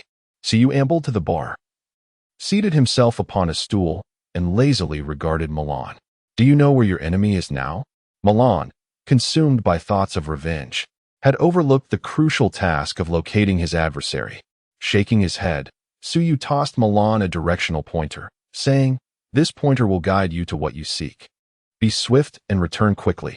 Milan fumbled to catch the pointer, carefully concealing it afterward. He then bowed deeply to Suyu and turned to leave. Just as Suyu recalled something, he called out to Milan, "By the way, I almost forgot to mention, if you silently recite recycle in your heart, the sacred attire will automatically disassemble into a pendant. The same process applies when you wish to don it. Oh, and wearing the sacred attire grants you the ability to fly. The original holy garment's ability to fly remains a mystery to Suyu. However, he surmises that since it is adorned with wings, it must serve a purpose beyond mere decoration. After all, when he crafted it, he conveniently incorporated the capability of flight through its wings." Upon hearing this, Milland immediately tested the garment's mechanism of retraction. The retrieved holy garment transformed into a pendant the size of a coin. He silently recited the incantation to don it again, and in less than a second, the garment was fully equipped. To his astonishment, he discovered that even after removing the holy garment, his physique had significantly improved, brimming with newfound strength. This could be regarded as a passive enhancement bestowed by the holy garment.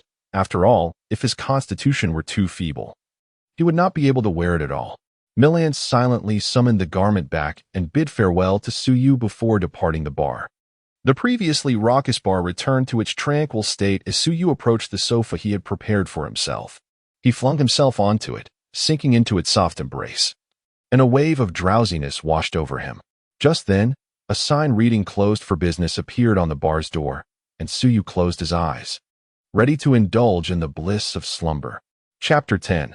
The Call of the Warring States. Milland journeyed diligently to the coastline, retrieving the pointer bestowed upon him by Suyu. Upon glancing at it, he discerned that the needle indicated a northwestern direction, slightly to his right. Following its guidance, he gazed into the distance, his eyes ablaze with loathing. "Wait for me, wolf pirate crew. I shall soon come to exact retribution." He inhaled deeply, then exhaled slowly, summoning forth the divine armor of the Pegasus. With a powerful flap of his wings, he ascended skyward, transforming into a streak of silver, swiftly vanishing into the horizon. Simultaneously, Abel returned to his naval base. Upon his arrival, he hurriedly made his way to his office and retrieved a transponder snail, dialing a number with urgency. The familiar sounds of the transponder echoed, and soon, the connection was made. The visage of a bespectacled figure appeared, distinguished by a long, braided beard. "Hello, this is Sengoku." A voice, grave and composed, resonated, instilling a sense of reassurance. This was none other than Admiral Sengoku. "Admiral, this is Abel, the commanding officer of the Sabaody Archipelago base. I have something of great importance to report to you." "Oh, what is it?" "Admiral, do you believe that a frail, untrained youth could suddenly possess the strength to rival that of a captain or even a commodore?" "What? Abel, are you jesting? This is no laughing matter." It was evident that Sengoku perceived Abel's claims as a mere folly, for they defied all logic. Such notions were difficult to fathom without witnessing them firsthand. "I am not jesting, Admiral Sengoku. This is what I have witnessed." With Abel's repeated assurances, Sengoku reluctantly began to believe him. "Abel, recount the events to me in detail." "Yes, Admiral. It unfolds thus. A week ago, a young man arrived at the Sabaody Archipelago and opened a bar. This establishment claimed that if one offered a sufficient price, any wish could be granted. However, few believed this, and no one dared to try until today, when the first customer appeared. Abel then recounted the day's occurrences to Sengoku in their entirety. After listening in silence, Sengoku remained pensive. He had previously received reports about the wishing bar and its proprietor, Suyu, but had dismissed them, considering such individuals to be arrogant and typical of the seas, merely possessing a modicum of power. However, if Abel's account were indeed accurate, and Suyu truly had the capacity to transform an untrained individual into a formidable force comparable to a top-tier commodore, the situation would become quite precarious. If this were the case, it would imply that Suyu possessed the ability to fabricate an army at will. Although the limits of Suyu's powers and any potential side effects remained unknown, the implications were already staggering. Moreover, according to Abel, his own prowess is quite remarkable, having demonstrated spatial abilities along with what appears to be the power of an air fruit. However, the notion of possessing two devil fruit powers simultaneously is unprecedented, suggesting that this may be a new devil fruit not yet cataloged. If such an individual were to join the Navy, Sengoku squinted, sensing the necessity to converse with this Suyu. Even if he could not persuade him to join the Navy, it was imperative to prevent him from being swayed by pirate factions or, in the worst-case scenario, entangled with the Revolutionary Army. "Admiral, Sengoku?" Abel's voice jolted Sengoku from his contemplation, reminding him that he was still on the line with Abel. "Ahem, Abel, please inform that bar owner, Suyu, that I wish to speak with him. Have him call me when he is available." "Yes, Admiral Sengoku." Subsequently, Abel, with a transponder snail in hand, made his way back to Suyu's bar, only to find it closed for business. Undeterred, he knocked on the door, but received no response, leading him to return to the base, resolved to try again the following day. At dawn the next day, Abel arrived once more at the bar's entrance, only to discover it still shuttered. However, he remained unfazed, for the bar's opening hours were notoriously unpredictable, embodying a capricious spirit. By 6:30, Abel stood before the bar, and it was not until shortly after 8 that Suyu, yawning, finally opened the door, only to find Abel awaiting him. "Oh, up quite early, aren't we?" Suyu remarked, disregarding Abel's exasperated gaze as he turned and re-entered the bar. Abel rolled his eyes and followed him inside. "Care for a drink?" "The usual.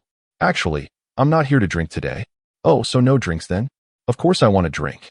Suyu presented a glass before Abel, who downed it in one gulp, exclaiming, "Ah, delightful." After indulging, Abel placed a transponder snail upon the bar. "Boss, our admiral wishes to speak with you. Might you have a moment?" A glimmer of intrigue sparked in Suyu's eyes. Admiral Sengoku? Surely one of the foremost powers in the pirate world. If he expressed a desire to converse with me, I certainly have the time. Upon hearing Suyu's acquiescence, Abel discreetly exhaled in relief, having feared that Tsuyu might refuse the call out of stubbornness. It seemed Admiral Sengoku's reputation still held sway. Abel promptly dialed Sengoku's number, and the call connected swiftly, the transponder snail adjusting its glasses and sprouting a beard akin to braids. "Hello, this is Sengoku. Admiral Sengoku. This is Abel. I'm currently at the bar, and the owner, Tsuyu, is right beside me." After signaling to Tsuyu, Abel stepped outside, standing vigil at the entrance. Within the tranquil bar, Tsuyu lifted the receiver of the transponder snail. "Admiral Sengoku, it is an honor to finally make your acquaintance. I have heard of Mr. Tsuyu's reputation for quite some time. Truly, heroes emerge in youth. The Grand Marshal of the Warring States must have a multitude of duties to attend to. So how could he possibly find the time to converse with someone as inconsequential as myself? Oh, I have heard that Mr. Tsuyu possesses the means to bestow upon an ordinary individual combat prowess rivaling that of a lieutenant general. Is that truly the case? Ah, it is indeed true. However, with the Grand Marshal's formidable strength, one would assume he would not concern himself with a mere lieutenant general. Your Excellency, Tsuyu is jesting. We in the Navy do not particularly regard the strength of a lieutenant general, but what if it were a multitude? Or perhaps those of even greater strength? Grand Marshal, what is it you wish to convey? Please, do speak plainly. Very well. I personally hope that Your Excellency Tsuyu might consider joining the Navy. With your capabilities, I could personally grant you the rank of Lieutenant General, and should your strength prove sufficient, the nomination for Admiral in the future would not be out of the question. Grand Marshal, I am but a man of modest aspirations, seeking merely to run a bar and lead a leisurely life. The Navy is not for me. As for Tsuyu's claim of modest ambitions, the Grand Marshal remained uncertain. However, he did not assume that Tsuyu would acquiesce to his proposal. For capable individuals often possess a certain pride, which he understood. Since Your Excellency Tsuyu has his own intentions, I shall not press further, nonetheless. As long as you do not oppose the Navy, its doors will always remain open to you. I appreciate your kind offer. If the Grand Marshal has no further matters to discuss, let us conclude this conversation. Tsuyu was aware that the Grand Marshal was undoubtedly intrigued by the sacred garment. Yet he refrained from mentioning it, awaiting the Grand Marshal to inquire. As expected, a voice from the other end responded, "Hold on." Chapter 11. What a bold price you demand. A voice from across the room belonged to Sengoku. "Hold on, Lord Tsuyu. I have one more matter to discuss." "Oh, what is it?" "I wish to inquire about the sacred armor. Pray tell, what price must be paid for you to divulge the method of its creation to the Navy?" Upon hearing Sengoku's inquiry, Tsuyu couldn't help but smile silently. After all, it was Sengoku who directly sought the method of crafting the sacred armor. However, even if you were to share the technique, you would still be unable to procure the materials. Moreover, there is no Athena in this world. To be frank, Tsuyu had never ventured into the realm of the saints. Thus, he was not privy to the actual method of crafting the armor. He merely conjured a set based on his immense strength and his understanding of the sacred armor through the manga. Admiral Sengoku, the cost of this crafting method may surpass your expectations, and even if I were to disclose it, you would still be incapable of creating the sacred armor. Upon hearing this, Sengoku's first reaction was to believe that Tsuyu was reluctant to part with the method. However, after a moment's reflection, he considered that perhaps Tsuyu spoke the truth. After all, this might also relate to the powers of his devil fruit. Then, he thought, if that is the case, why not purchase a set of sacred armor first, and have Dr. Vegapunk examine it? Thus, he said to Tsuyu, "Since acquiring the crafting method is out of the question, may I inquire about the price of a set of sacred armor?" So, he sought to first obtain a finished product for research, realizing he could not directly procure the crafting method. Tsuyu recalled the enigmatic Dr. Vegapunk, who was said to be 500 years ahead of the world in technology. However, despite Vegapunk's high reputation, he would likely be unable to develop something that does not belong in this world, such as the sacred armor. Yet, Tsuyu remembered that in the realm of the saints, there existed something called the steel armor, a true marvel of science. Perhaps the miraculous Vegapunk could conjure a miracle? But that was a matter for another time. Tsuyu grinned mischievously and subsequently relayed his price to Sengoku. "Oh, so Admiral Sengoku's desire is to obtain a set of sacred armor?" Sengoku found it peculiar why Tsuyu was so fixated on the concept of desire. Could it be that his devil fruit was related to wishes or desires? Regardless, Sengoku acquiesced to Suyu's obsession. Indeed, my wish is to acquire a set of sacred armor akin to that of the young boy. Well, that wish is quite simple. A set of sacred armor is rather inexpensive, requiring merely 3 natural-type devil fruits or a mythical beast-type devil fruit, or alternatively, 5 paramecia-type fruits, or 7 ordinary zoan fruits. Goodness, what audacity you possess in your pricing. Do you think devil fruits are as common as cabbages, lying about for anyone to pick up? And you demand 3 of the natural or mythical type in one go. Your Excellency Suyu, is this price somewhat outrageous? Not at all. For an ordinary person to consume a devil fruit, even the rarest of the Logia type, extensive training is required to attain combat prowess, and the duration of this training remains uncertain. In contrast, the Holy Garment instantly bestows formidable strength upon an untrained individual. Moreover, your assertion regarding the Vice Admiral's combat capability is inaccurate. Abel may not have conveyed that the Holy Garment not only provides impeccable defense but also comes with a skill comparable to that of a great swordsman. Although this strike consumes a significant amount of stamina, how many great swordsmen are there in the Navy? I believe Admiral Sengoku is more aware of this than I am. Upon hearing this, Sengoku gasped in astonishment. The Holy Garment is indeed terrifying. A great swordsman's strike. With the Holy Garment, one can unleash attacks akin to that of a great swordsman. It seems I have underestimated the power of this Holy Garment. And Sengoku couldn't help but elevate Suyu's status in his mind. After some contemplation, Sengoku found Suyu's reasoning quite sound. Indeed, how much time is required to cultivate a Vice Admiral's combat strength? He is all too aware that it necessitates several years of arduous training with no guarantee of success. And the path to becoming a great swordsman is purely a matter of talent. Mere diligence will not suffice. Thus, he momentarily deemed this price remarkably reasonable. Your Excellency Suyu, I accept your price. I will send someone specifically to retrieve the Holy Garment, and the devil fruit will be handed over to you in due course. The two exchanged pleasantries before ending the call, after which Suyu summoned Abel back in. Observing Suyu's calm demeanor, Abel felt that the conversation had proceeded smoothly, and he let out a sigh of relief before departing with the Den Mushi.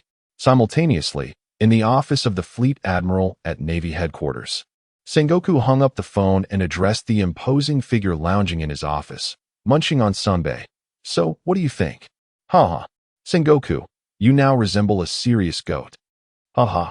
Garp laughed heartily, saliva and crumbs flying about. Sengoku glared at his irreverent old friend, veins popping on his forehead, but ultimately restrained his anger, stating, "This bar owner is no ordinary man. He can instantaneously produce Vice Admiral-level combat strength and unleash strikes akin to those of a great swordsman. The most crucial point is that, provided the price is sufficient, he seems capable of generating combat strength without limit. He is a troublesome individual." After finishing his laughter, Garp continued to munch on Senbei, mumbling, "My instincts tell me this fellow is exceedingly dangerous, yet I believe he harbors no hostility towards us. At least not against the Navy." Upon hearing Garp's words, Sengoku fell silent, his expression dark and uncertain, lost in thought. Suyu is undoubtedly a dangerous individual, possessing not only formidable strength, but also the strategic ability to generate combat power instantaneously. If this capability falls into the hands of the Revolutionary Army, the Navy would face significant challenges. However, such individuals are either confident in their ability to maintain direct control, or if they lack the assurance of a decisive strike, they can only strive to uphold amicable relations. Alas, one can only hope that he does not provoke the Navy. Contemplating this, Sengoku realized that he could not foresee any outcome at present. It would be best to secure the sacred robe first. Thus, he began to speak. "Kapu, this time you will take a team to Sabaody." Before Sengoku could finish his sentence, he noticed a large mucus bubble forming at Kapu's nose, while the old fellow was munching on half a rice cracker. This old man, Sengoku nearly suffered a myocardial infarction from exasperation. He took several deep breaths and calmed himself. After so many years of knowing Kapu, his capacity for psychological endurance had been honed, or else he would have succumbed to a heart attack long ago. Subsequently, Sengoku decided to ignore the old rascal who could fall asleep even while eating a rice cracker, and he called for Kizaru. Kizaru, take a warship to the Sabaody archipelago and retrieve a certain item from a bar. Oh dear, what could possibly require a vice admiral's personal escort? How terrifying. Listening to Kizaru's frivolous tone, Sengoku felt a pang of frustration. Sigh, the only reliable individuals by his side were Crane and Akiji. He had originally intended for Akiji to go, but regrettably, Akiji was currently absent from the headquarters. This is a confidential matter. Just retrieve the item first. Oh. And make sure to collect 7 Zoan-type devil fruits from the warehouse to hand over to that proprietor. Kizaru, upon hearing this, cast a surprised glance at Sengoku but remained silent. He then acknowledged and proceeded to prepare. Kizaru may be somewhat nonchalant and averse to trouble, yet he possessed a keen mind. He discerned the gravity in Sengoku's words and recognized the significance of the task at hand, prompting him to temper his casual demeanor slightly. Sengoku let out a deep sigh, hoping that Kizaru would rein in his temperament and avoid any conflict with Sueyu. Meanwhile, on a small island located northwest of the Sabaody archipelago, a bloody massacre was unfolding. Chapter 12. Do you still remember that village? With a resounding crash, a brawny man burst through the tavern wall, propelled from within, his body marked with blood and a fierce expression that suggested this was not a voluntary action. Shortly thereafter, a considerably smaller figure emerged from the gaping hole, clad in resplendent and commanding metallic armor, complete with a pair of gleaming metal wings that shimmered under the sunlight. This was none other than Miranda, seeking vengeance. The muscular man lay on the ground, struggling to rise, his gaze filled with fear as he looked up at Miranda, who approached him slowly. Half an hour earlier, guided by the compass, after a night of flight, Miranda arrived on a small island where the compass indicated that the person he sought was located. He retracted his wings, landing on the soft, earthy ground. Strangely, despite his sleepless night, he exuded vitality and energy. He stowed his sacred garment, stretched his limbs, and then retrieved the compass, striding purposefully in the indicated direction. Eventually, he arrived at a tavern. Upon entering, he was immediately assaulted by the nauseating blend of sweat and alcohol, which starkly contrasted the slightly fragrant air of the owner's quaint bar. Suddenly, a frail youth stepped into the tavern, drawing the attention of the raucous pirates who were drinking heartily. Their lecherous and malicious gazes fell upon the boy. However, Miranda paid them no heed. He merely glanced around and soon spotted the faces he could never forget, those of the Wolfpack pirates, the very ones who had slain his parents. Miranda's eyes turned crimson as he approached the infamous crew. He glared at those loathsome faces and asked, "Do you remember the village called Aquin? Do you remember me?" The crew members of the Wolfpack pirates, their drunken eyes wide, scoffed at the sight of the boy. "Who are you, brat? Come to ask for candy from me?" One of them laughed, eliciting uproarious laughter from the others. Clearly, they regarded Miranda with utter disdain. In truth, as pirates, they had long lost count of the villages they had ravaged and the lives they had extinguished. How could they possibly remember who Miranda was? Yet, their indifference snapped the last thread of restraint within him. In an instant, he donned the Pegasus armor, unleashing a formidable aura that silenced the laughter of the pirates. Experienced in battle, they sensed the threat emanating from him, realizing he was no ordinary adversary. However, while they reacted, Miranda's speed was unparalleled.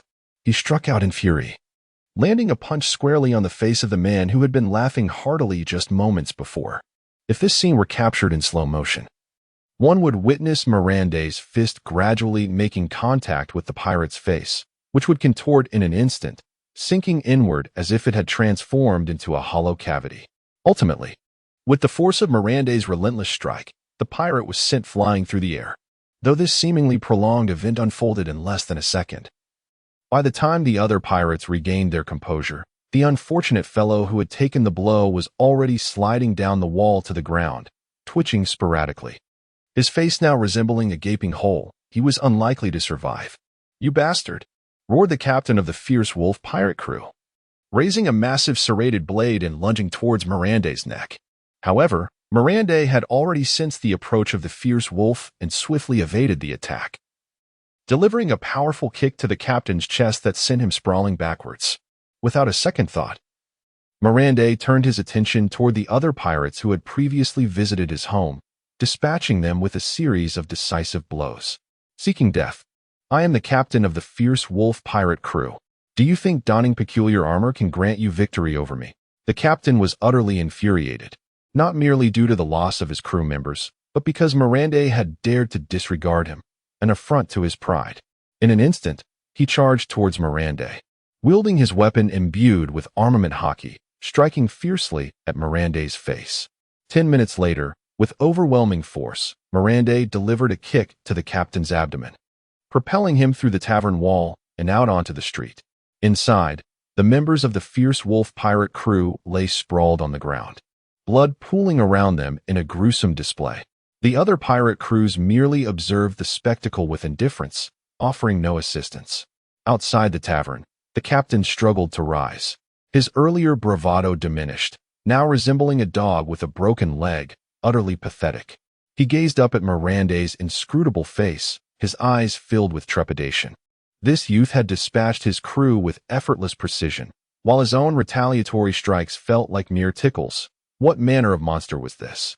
Spare my life. What offense have I committed against you? I have treasures aboard my ship. Everything is yours. Just grant me mercy. Faced with imminent death, the captain cast aside his pride and pleaded desperately for clemency. Miranda fixed his steely gaze upon the captain. Do you remember the village called Aquin? I once had a happy family, until you and the fierce wolf pirate crew invaded our village. As he spoke the final words, Miranda clenched his teeth tightly, his fists tightening, an overwhelming aura of vengeance radiating from his piercing eyes. Upon hearing this, the fierce wolf silently lamented, his heart gradually sinking into despair. This was indeed a dire predicament, an enmity that felt as if it were steeped in blood. However, he was no ordinary pirate crew. He belonged to the affiliated pirate group of the Don Quixote family. Kid, you cannot kill me. I am a member of the Don Quixote family. My captain is none other than Don Quixote da Flamingo, one of the 7 warlords of the sea. If you take my life, you shall be opposing a warlord. Da Flamingo? The fierce wolf believed that the mere mention of the 7 warlords would intimidate Miran. He immediately grew bolder, a smug grin spreading across his face. Indeed, Da Flamingo, you understand the significance of the 7 warlords, do you not? They are formidable figures, standing at the pinnacle of this vast ocean. You are impressive. Yet when compared to the 7 warlords, you still. Before he could finish his boastful declaration, he would never have the chance again. For Miran swiftly raised his foot and crushed the wolf's head beneath it, leaving a twisted smile of survival upon the wolf's lips. This horrifying scene sent shockwaves through the onlookers, who screamed in terror and fled into the distance. Miran stood still, momentarily lost in thought. He had finally avenged himself. Yet after the initial thrill had faded, he found himself engulfed in a profound emptiness. Then it struck him. He was not devoid of purpose. He still had to return and fulfill his duties for his boss. With this realization, Miran seemed to discover a newfound meaning in life, his eyes gradually brightening. He left ample compensation for the tavern owner. Although he was short on funds, the deceased pirates had plenty. With a powerful flap of his wings, he soared into the sky, heading towards the Sabaody archipelago, leaving behind a scene of chaos in the tavern. Chapter 13. Have you ever been kicked by the speed of light? On this day, the weather was splendid, at least in the Chambord Islands. Rayleigh, as usual, was seated at the bar, sipping on his drink, which had almost become his designated spot. Every day, he spent hundreds of thousands of berries on alcohol, a sum that surely exceeded the earnings of an ordinary coating artisan. Thus, he had resorted to selling himself thrice during this period. The slave auction houses and those who buy slaves must have suffered substantial losses. Truly a source of great satisfaction. Abel also arrived at the tavern as per his routine, but this time, he was not alone. Accompanying Abel was a tall figure with short, slightly curly black hair. Clad in a striking striped suit of bright yellow and deep yellow, complemented by a purple tie and a dark green shirt beneath. He sported sunglasses and had a stubbled face, standing nearly 3 meters tall, his white leather shoes adding to his flamboyant appearance. This individual exuded an air of lazy nonchalance, resembling a harmless middle-aged man. However, one should not be deceived by his appearance, for he was known as Borsalino, though few were aware of his real name. His nickname, however, was infamous, Admiral Kazaru. The seemingly innocuous name belied the terror it instilled in countless pirates, as he was one of the three most formidable powers of the Navy headquarters. The moment Kizaru stepped through the tavern's door, the drunken pirates within were jolted awake, or rather, frightened into sobriety. A wave of cold sweat broke out among them. Their minds flooded with questions. Why would an admiral from the Navy headquarters be here? While they might have considered challenging the seven warlords, facing an admiral extinguished any thought of resistance. The Navy's top-tier power was not to be trifled with, and they understood the weight of strength and thus revered it. Yet, Kizaru appeared oblivious to the tense atmosphere in the bar as he leisurely approached the counter and placed a large box upon it.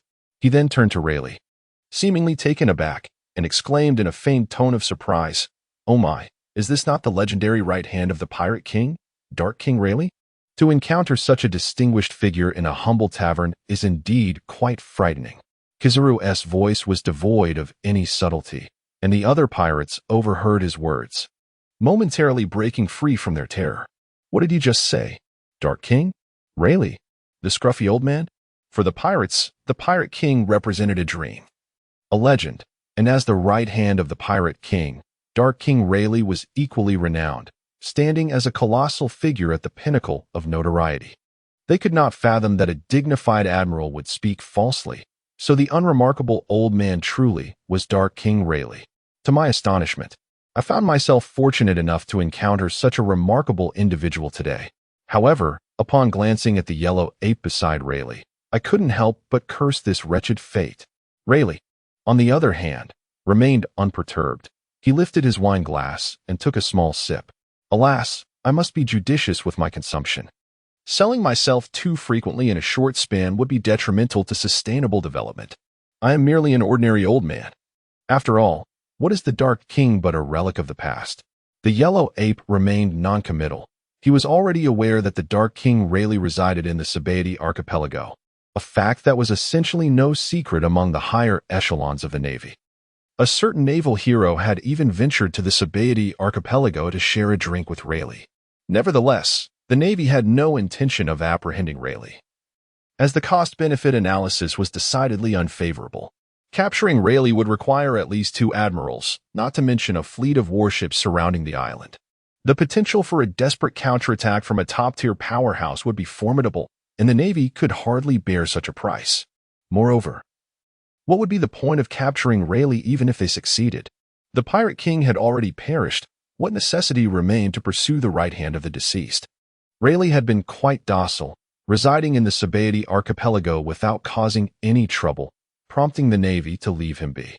The yellow ape turned his attention away from the drinking Rayleigh and focused instead on Suyu, who was seated at the bar. "You must be the proprietor of this establishment," he began. "Admiral Sengoku has sent me to retrieve a certain item, and I have brought this along as well." With that, he pushed a large box towards Suyu. Suyu steadied the box and opened it, revealing 7 oddly shaped fruits. Indeed, they were devil fruits. Having completed a transaction, Suyu appeared in good spirits, smiling as he stepped out from behind the bar. He then performed a similar action, dropping a bronze box onto the floor and gesturing toward the yellow ape. "This is the item Admiral Sengoku requested. Here you are, Admiral."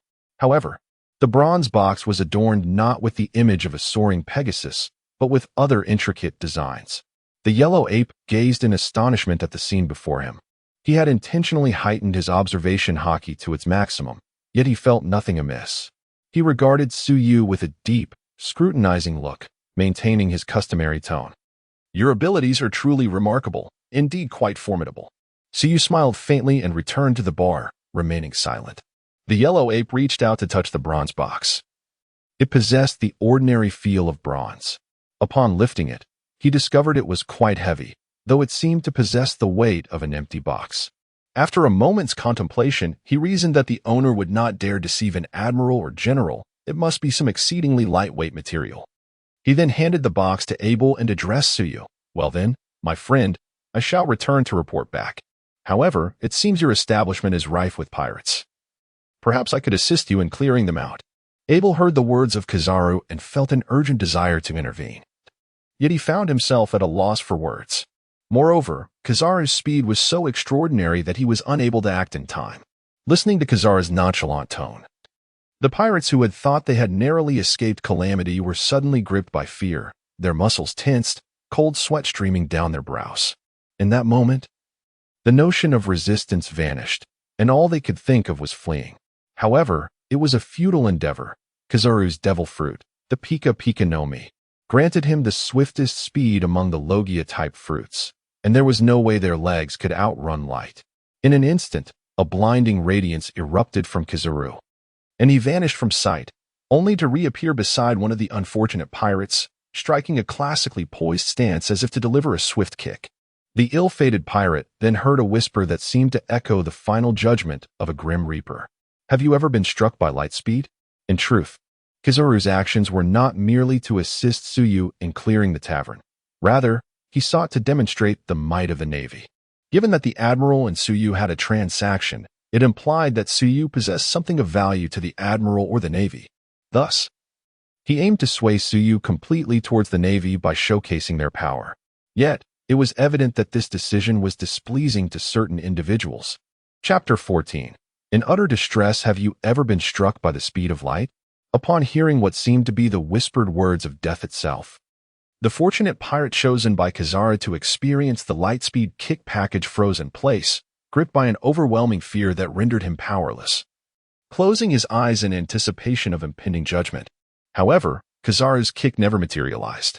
In an instant, an immense and unyielding pressure emanated from Tsuyu, filling the entire bar with an oppressive force.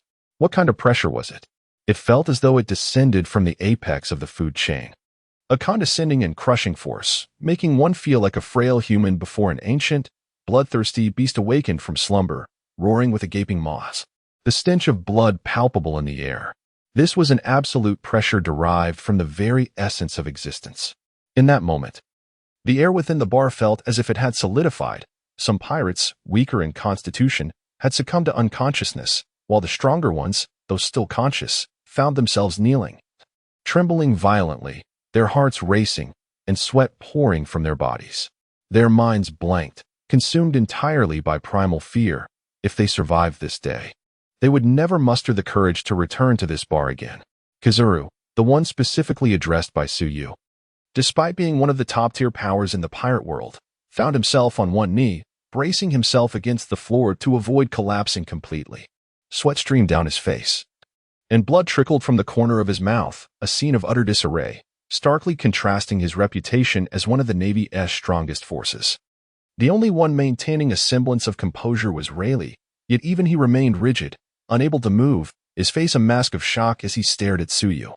Deep within his gaze lay a flicker of fear, not of death itself, but of the instinctual dread that arises in the presence of a being of higher stature. An innate response to supremacy. In truth, Tsuyu had merely released that overwhelming pressure for a fleeting moment. Had it lasted longer, Kizaru and the others would have fared far worse. Yet even in the absence of such pressure, they remained frozen in their positions, paralyzed by fear. Seeing that he had sufficiently intimidated Kizaru, Tsuyu calmly spoke. Mr. Kizaru, I appreciate your goodwill, but I must insist that no violence occurs within my bar. It would be wise for you to return and report back, lest Admiral Sengoku grows impatient. Tsuyu's tranquil voice shattered the stillness that had enveloped the space, allowing the tense crowd to exhale in relief. The bar, once steeped in an ominous atmosphere, suddenly felt as if it had blossomed into spring. The pirates, previously sprawled on the floor, scrambled to their feet, stumbling and rolling as they fled, as if pursued by a terrifying specter. Yet, they still managed to remember their fallen comrades, displaying a glimmer of camaraderie amidst their panic.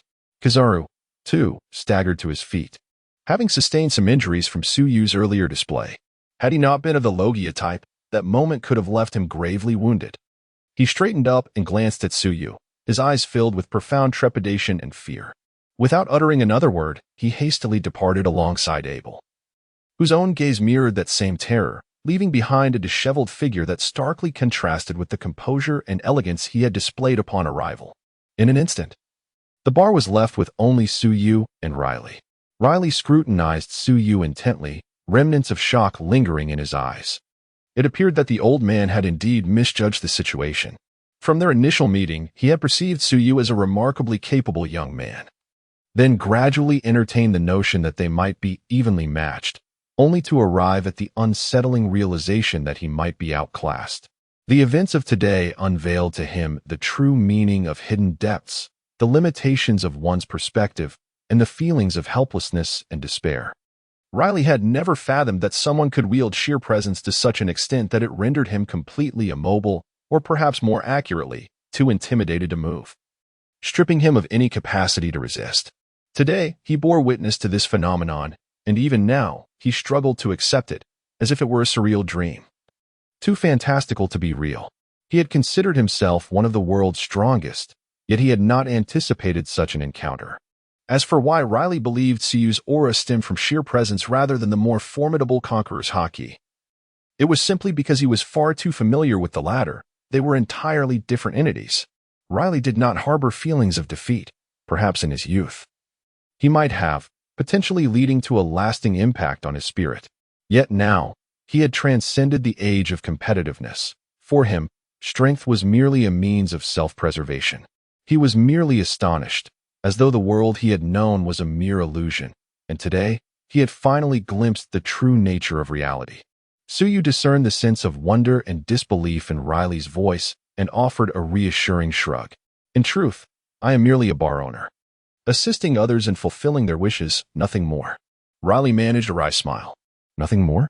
The aura you exuded today was utterly terrifying. Truly. There are always greater talents beyond our own. He continued, and to think you are so young, what a formidable youth. Suyu chuckled softly. Old man. Do you recall what I said to you during our first meeting as I was leaving? Riley paused, contemplating, but found himself unable to remember, the passage of time having dulled his recollection of events from merely a week ago. Noticing Riley's forgetfulness, Suyu repeated himself. I mentioned that I am no longer young. Riley blinked, then seemed to grasp the implication. Are you suggesting that you are quite advanced in age? Suyu nodded, affirming Riley's conjecture. Riley responded, I see. So, this is also a facet of your fruitability? It makes sense now. How could anyone possess such extraordinary strength at such a tender age? If you were considerably older, it would all fall into place. But alas, it remains a violation of logic. Such power has entirely surpassed the boundaries of my worldview. Rayleigh couldn't help but chuckle bitterly once more. Even if you are not a youth, your prowess is rather exaggerated. I fear that even the man known as the strongest in the world, Whitebeard, would pale in comparison before you. The old man, however, seemed to have misunderstood my words. Ah, my age may well exceed your imagination, Suyu replied with a mysterious smile. Rayleigh was taken aback again. What do you mean by that, if I may inquire? How old are you, my esteemed boss? Suyu sighed wistfully. Ah, I am nearly 10,000 years old this year. Rayleigh instinctively nodded. Oh, so you are almost 10,000 years old. Wait, 10,000 years?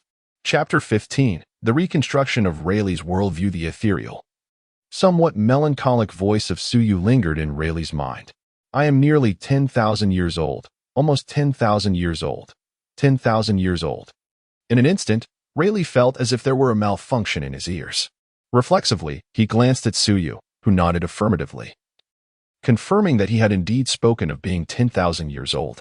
Rayleigh opened his mouth, grappling with the explosive revelation. It felt as though his mind had momentarily crashed. 10,000 years. It was neither a century nor a millennium, but a staggering 10 millennia. How brief is the span of world history? In truth, Rayleigh was uncertain whether humanity had existed for 10,000 years. Surely, this must be a jest. Is it truly possible for a human to live such an extended life? Are there devil fruits that can grant such longevity? Or is Suyu even human? If Suyu had truly lived for nearly 10,000 years, what level of power could he possibly possess? Was the aura he had just unleashed truly his full strength? Moments ago, Suyu's voice had carried a note of melancholy. What a peculiar notion of melancholy. In that instant, Rayleigh's mind was inundated with a torrent of thoughts, his emotions wholly consumed by astonishment. He did not suspect Suyu was deceiving him, for there was no reason to do so, and such a deception would offer Suyu no advantage. Thus, it seemed that Suyu's claim was indeed true. Suyu, displaying remarkable consideration, refrained from interrupting Rayleigh's reverie, allowing him time to process the shock and regain his composure. Frankly speaking, witnessing someone rendered speechless by the revelations of one's extraordinary nature was rather gratifying. Could this be what is referred to as showing off? Nonetheless, being a seasoned warrior, Rayleigh soon regained his composure after the initial astonishment. Yet, the gaze he directed at Suyu still bore traces of disbelief and amazement. In Rayleigh's understanding, an ancient being like Suyu, who had lived for nearly 10 millennia, transcended the boundaries of humanity. It was truly hard to fathom that his employer was of such advanced age. He had unwittingly taken advantage of Suyu for so long, which brought forth a chuckle.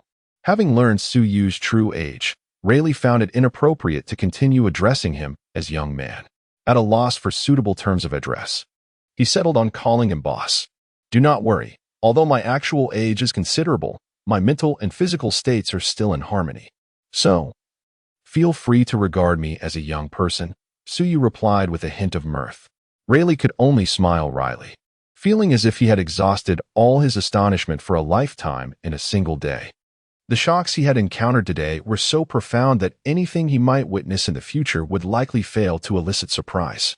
Now that I am aware of your age and strength, how could I possibly maintain my composure? Rayleigh remarked. Boss, though I realize this question may come off as impolite, I must inquire, are you certain you are still human? After contemplating, Suyu remarked, in truth, it is permissible to perceive me as a deity. In this world, I could indeed be regarded as such. The primary reason lies in the relatively low hierarchy of the pirate world, allowing me to wield unparalleled power with my current abilities. Upon hearing the term deity, Rayleigh's first thought was of the god of Skypiea, a title reserved for the ruler of that realm. His subsequent reflection turned to the celestial dragons, those foolish beings who claimed descent from the gods. However, it was evident that Suyu bore no resemblance to either, leading Rayleigh to ponder whether the god he referred to could truly be a divine entity. Having lived for nearly 10 millennia, perhaps even longer than the history of humanity itself, could he be the god of mankind? Did he create humanity? Were the devil fruits his creation as well? In an instant, Rayleigh's mind was awash with a myriad of thoughts.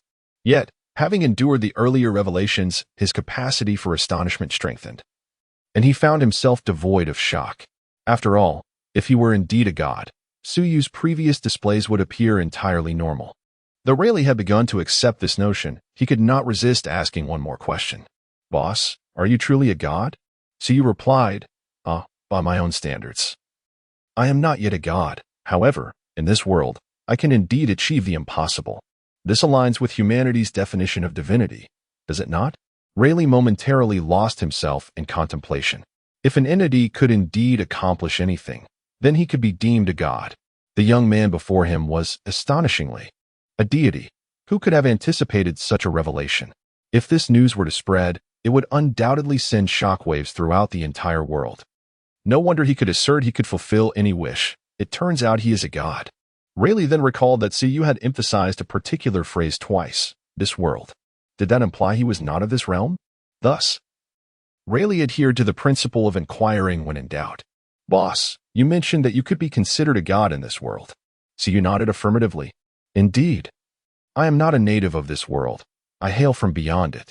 He proceeded to enlighten Rayleigh on the concept of worlds, revealing the existence of countless realms beyond their own. On that day, Rayleigh's worldview shattered completely. Suddenly, he perceived the vastness of existence, so immense that it instilled fear within him, rendering his own power seemingly insignificant. Yet, he soon reminded himself that he was merely a native, even in his own world. He could not claim absolute invincibility, nor could he transcend the barriers of his realm to venture into others, like an ant whose entire world consists of its nest, perhaps extending to the small garden it inhabits or the backyard of a human dwelling. This limited expanse embodies all that the ant perceives and is the sole domain of its existence. Even if this modest garden or backyard is but a mere pixel on the vast canvas of the earth, and beyond it lies a kaleidoscope of vibrant realms, it holds no significance for the ant. At this moment, Rayleigh mirrors that ant. He offers a wry smile as he suddenly assimilates an overwhelming influx of information, his mindset and rationality profoundly affected. The knowledge he acquires feels akin to merely hearing a tale. It belongs to another's life, the life of his employer, not his own. With this realization, he finds solace, reverting to the persona of the jovial, liquor-loving old craftsman, Laley. Siyu observes how swiftly Laley regains his composure and silently nods in approval, recognizing him as a person of unwavering resolve, untouched by external disturbances. Chapter 16. The quiet office regaining his composure, Rayleigh cast a complex gaze upon Siyu. A deity, indeed, a term so profoundly disempowering. Initially, when Rayleigh first encountered the notion of a god, he found himself engulfed in trepidation, largely influenced by the celestial dragons. This association instinctively tainted his perception of the divine, leading him to fear that this suddenly appearing god might be akin to the celestial dragons, elevated beings who act with impunity. Most daunting of all was the overwhelming power that could render any resistance futile. Should he choose to act, none could thwart him. Yet, this fleeting thought dissipated almost as quickly as it arose, for Rayleigh recognized the futility of such worries. Reality would not bend to his anxieties, nor would his fears bestow him with the strength to rival Siyu. If Siyu truly embodied such divinity, then perhaps it would be wiser to resign himself to fate. Furthermore, based on his interactions with Siyu over the past days, observing his demeanor and tone, Rayleigh discerned that this god bore no distinction from humanity. He appeared rational, devoid of the mindless chaos associated with madness. With a renewed mindset, Rayleigh felt the sunlight outside brighten perceptibly, as if the wine had become more exquisite. He couldn't resist ordering another glass, though he lamented exceeding his budget for the day. Fortunately, Siyu, having perceived Rayleigh's predicament, graciously waived the cost of his drinks, sparing him from the embarrassment of being unable to settle his tab. Though truth be told, this old rogue had long since compromised his integrity. What person of virtue would resort to selling themselves for money? Subsequently, Rayleigh bid farewell to Siyu and departed the bar, overwhelmed by the day's revelations. He sought solitude to reflect. He had no intention of sharing this news with others. Even if he did, they would surely dismiss it. People tend to believe only what they can see with their own eyes, clinging to the narratives they wish to accept. At the bar, Shaki was, as usual, smoking a cigarette when she noticed Rayleigh's return, quickly sensing that something was amiss. "Rayleigh, is something wrong?" "Oh, nothing. Just realized today that I'm merely a frog in a well," he replied.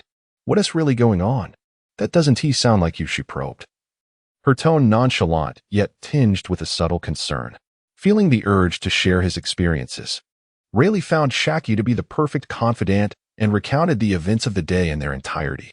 After listening, Shaki remained in stunned silence, grappling with the astonishing revelation that a god resided right outside her door. The sheer magic of it was overwhelming. However, upon learning of Suyu's divine nature, her first thought was to consider whether she might visit him and wish for eternal youth. As evening fell, Milan returned to the bar, having finally avenged himself.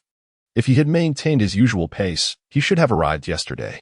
However, after avenging himself, Milan suddenly felt an overwhelming wave of fatigue, as if it emanated from his very soul, engulfing him completely. This was soon followed by an irresistible drowsiness. In his fervor to seek revenge, he had subconsciously exhausted both his physical and mental reserves. Now that his vendetta was fulfilled, a profound relaxation washed over him, but it came at a cost. Thus, Milan struggled to find a secluded spot, and the moment he reclined, he succumbed to slumber, which lasted a full day. As Milan pushed open the door to the bar, he found it devoid of patrons, save for Siyu, who was comfortably nestled on the sofa, engrossed in a book. The soft, warm light illuminated the space around her, casting her shadow upon the pages. Upon noticing Milan's return, Siyu casually remarked, "You're back." This simple phrase resonated deeply within Milan, akin to a pebble cast into a tranquil lake, sending ripples of warmth through his heart, nearly bringing him to tears. For reasons unknown, this small bar, with its warm lighting and the languid figure of the owner reclining with a book, imbued him with a sense of home. His voice trembled as he replied, "Ah, I'm back, boss. It appears everything went smoothly. I've prepared a room for you. The one at the far end of the second floor will be yours. Your duties commence tomorrow. Serving drinks, cleaning, and attending to the patrons will all be your responsibility." "All right." Milan fought back the tears that threatened to spill, then ascended the stairs. It felt wonderful. It seemed he had found a home once more. In the office of the Fleet Admiral at Navy headquarters, Sengoku was reviewing documents while Garp munched on rice crackers, providing an amusing accompaniment to Sengoku's work. At that moment, the office door swung open, and a tall, slender figure entered, carrying a bronze box. It was Kizaru, returning from the Sabaody archipelago. Upon seeing Kizaru, Sengoku set aside his papers, his attention drawn to the peculiar bronze box. Kizaru placed the box on the floor and stood there, appearing somewhat subdued. His usual laid-back demeanor seemed to have diminished. Garp noticed Kizaru's unusual demeanor and inquired, "What is wrong, Kizaru? You look as wilted as a salted fish left too long in brine." Kizaru opened his mouth to respond, but no words came forth. The situation was rather embarrassing. He had attempted to show off, only to be met with humiliation. He had lost face. This experience had genuinely rattled him. He had always believed himself to be quite formidable, possessing the Logia-type Pika Pika no Mi with unparalleled speed. Though he conceded that he might not be able to defeat Whitebeard, he was confident that if Whitebeard wished to let him go, it would not be an easy endeavor. In a certain sense, he felt invincible. However, everything that transpired today shattered the long-held confidence and pride of Kizaru. It was utterly astonishing that there existed individuals capable of exerting such overwhelming pressure merely through sheer presence, rendering him incapable of resistance, paralyzed to the point of immobility, and even sustaining injuries, though not severe, yet still derived from a Logia-type fruit. Prior to this day, had one suggested such a scenario to him, he would have dismissed it as utterly implausible. It was simply too fantastical. At this moment, Sengoku also perceived Kizaru's unusual demeanor and directed a questioning gaze towards him. Under the weight of scrutiny from these two formidable figures, Kizaru could no longer withstand the pressure. After a brief hesitation, he recounted the events to Garp and Sengoku in their entirety. The two listened in silence, struggling to regain their composure. Even Sengoku, known for his steadfastness, appeared somewhat disoriented, while Garp's expression bore an unusual seriousness. This revelation was indeed staggering. Kizaru was recognized as one of the highest powers within the Navy. Even Sengoku and Garp could not claim absolute certainty in defeating him, particularly given Kizaru's speed, which was as elusive as a fish. Yet, what had he just claimed? That the owner of the bar had rendered him incapable of resistance merely through an imposing presence? And he had sustained injuries. Was this some sort of jest? Had these two old-timers fallen behind the times? Nevertheless, they understood that while Kizaru often appeared nonchalant, he would not jest regarding matters of significance. Moreover, he genuinely seemed to be a victim of a substantial blow. Thus, the truth of the matter was irrefutable, albeit excessively exaggerated. For a fleeting moment, the office fell into a profound silence, with only the sound of their breaths lingering in the air. Chapter 17. What do you think of Carp? The atmosphere in the office was somewhat tense. Sengoku's expression fluctuated, revealing his troubled thoughts, while Kizaru looked equally unsettled. Wishing he could dig a hole to hide in, such awkwardness was unbearable. He could only stand there, eyes downcast, lost in his own thoughts, striving to diminish his presence. Only Carp, after the initial shock, reverted to his usual carefree demeanor, even resuming his consumption of senbei. The crisp sound of senbei crackling echoed through the office. Sengoku, visibly exasperated, thought to himself, what kind of participant is this? Here I am, grappling with the emergence of a formidable opponent and contemplating the Navy's future, while he simply indulges in snacks. Carp, noticing Sengoku's gaze upon him, assumed his friend was also interested in the senbei, and generously offered him a piece from the stash that was rightfully Sengoku's. Sengoku, eyeing his unreliable old friend, felt a surge of frustration but ultimately sighed in resignation. His hands were tied. He accepted the piece of senbei and began to eat it. After all, it was his to begin with, and if he didn't act quickly, this old rascal would consume it all. What do you think of this matter, Carp? Sengoku inquired. I don't think at all. Carp replied nonchalantly. Sengoku looked at Carp, perplexed, urging him to elaborate. While chewing on the senbei, Carp remarked, according to Kizaru, that bar owner can incapacitate him merely with his presence. The same applies to us. Even employing a strategy of sheer numbers would be futile. In other words, we are utterly powerless against this owner. Ha ha. Sengoku observed the flying spittle and crumbs, his annoyance mounting. Nevertheless, he grasped the essence of Carp's words. Indeed, such an individual was beyond the Navy's reach. His strength was unparalleled, and no one within their ranks could counterbalance him. They remained oblivious to his weaknesses, leaving Sengoku to ponder fruitlessly. What could he possibly do? This was not a matter for him to deliberate. The bar owner's intentions were beyond his control, and resistance was futile. Acceptance was the only option, so it was best to cease overthinking it. As for harnessing the power of ancient weapons, perhaps they could succeed in eliminating him. But what if they failed? The potency of those ancient weapons was immense, yet they were unaware of this individual as true combat capabilities. Should they succeed, it would be fortunate, but should they fail, the Navy might face utter ruin. Fortunately, at present, this individual had not displayed any hostility towards the Navy, nor had he shown favoritism to any particular faction. This was indeed the most reassuring news. Maintaining a cordial relationship with him appeared to be the wisest course of action. Sengoku lamented, realizing that he had overcomplicated matters.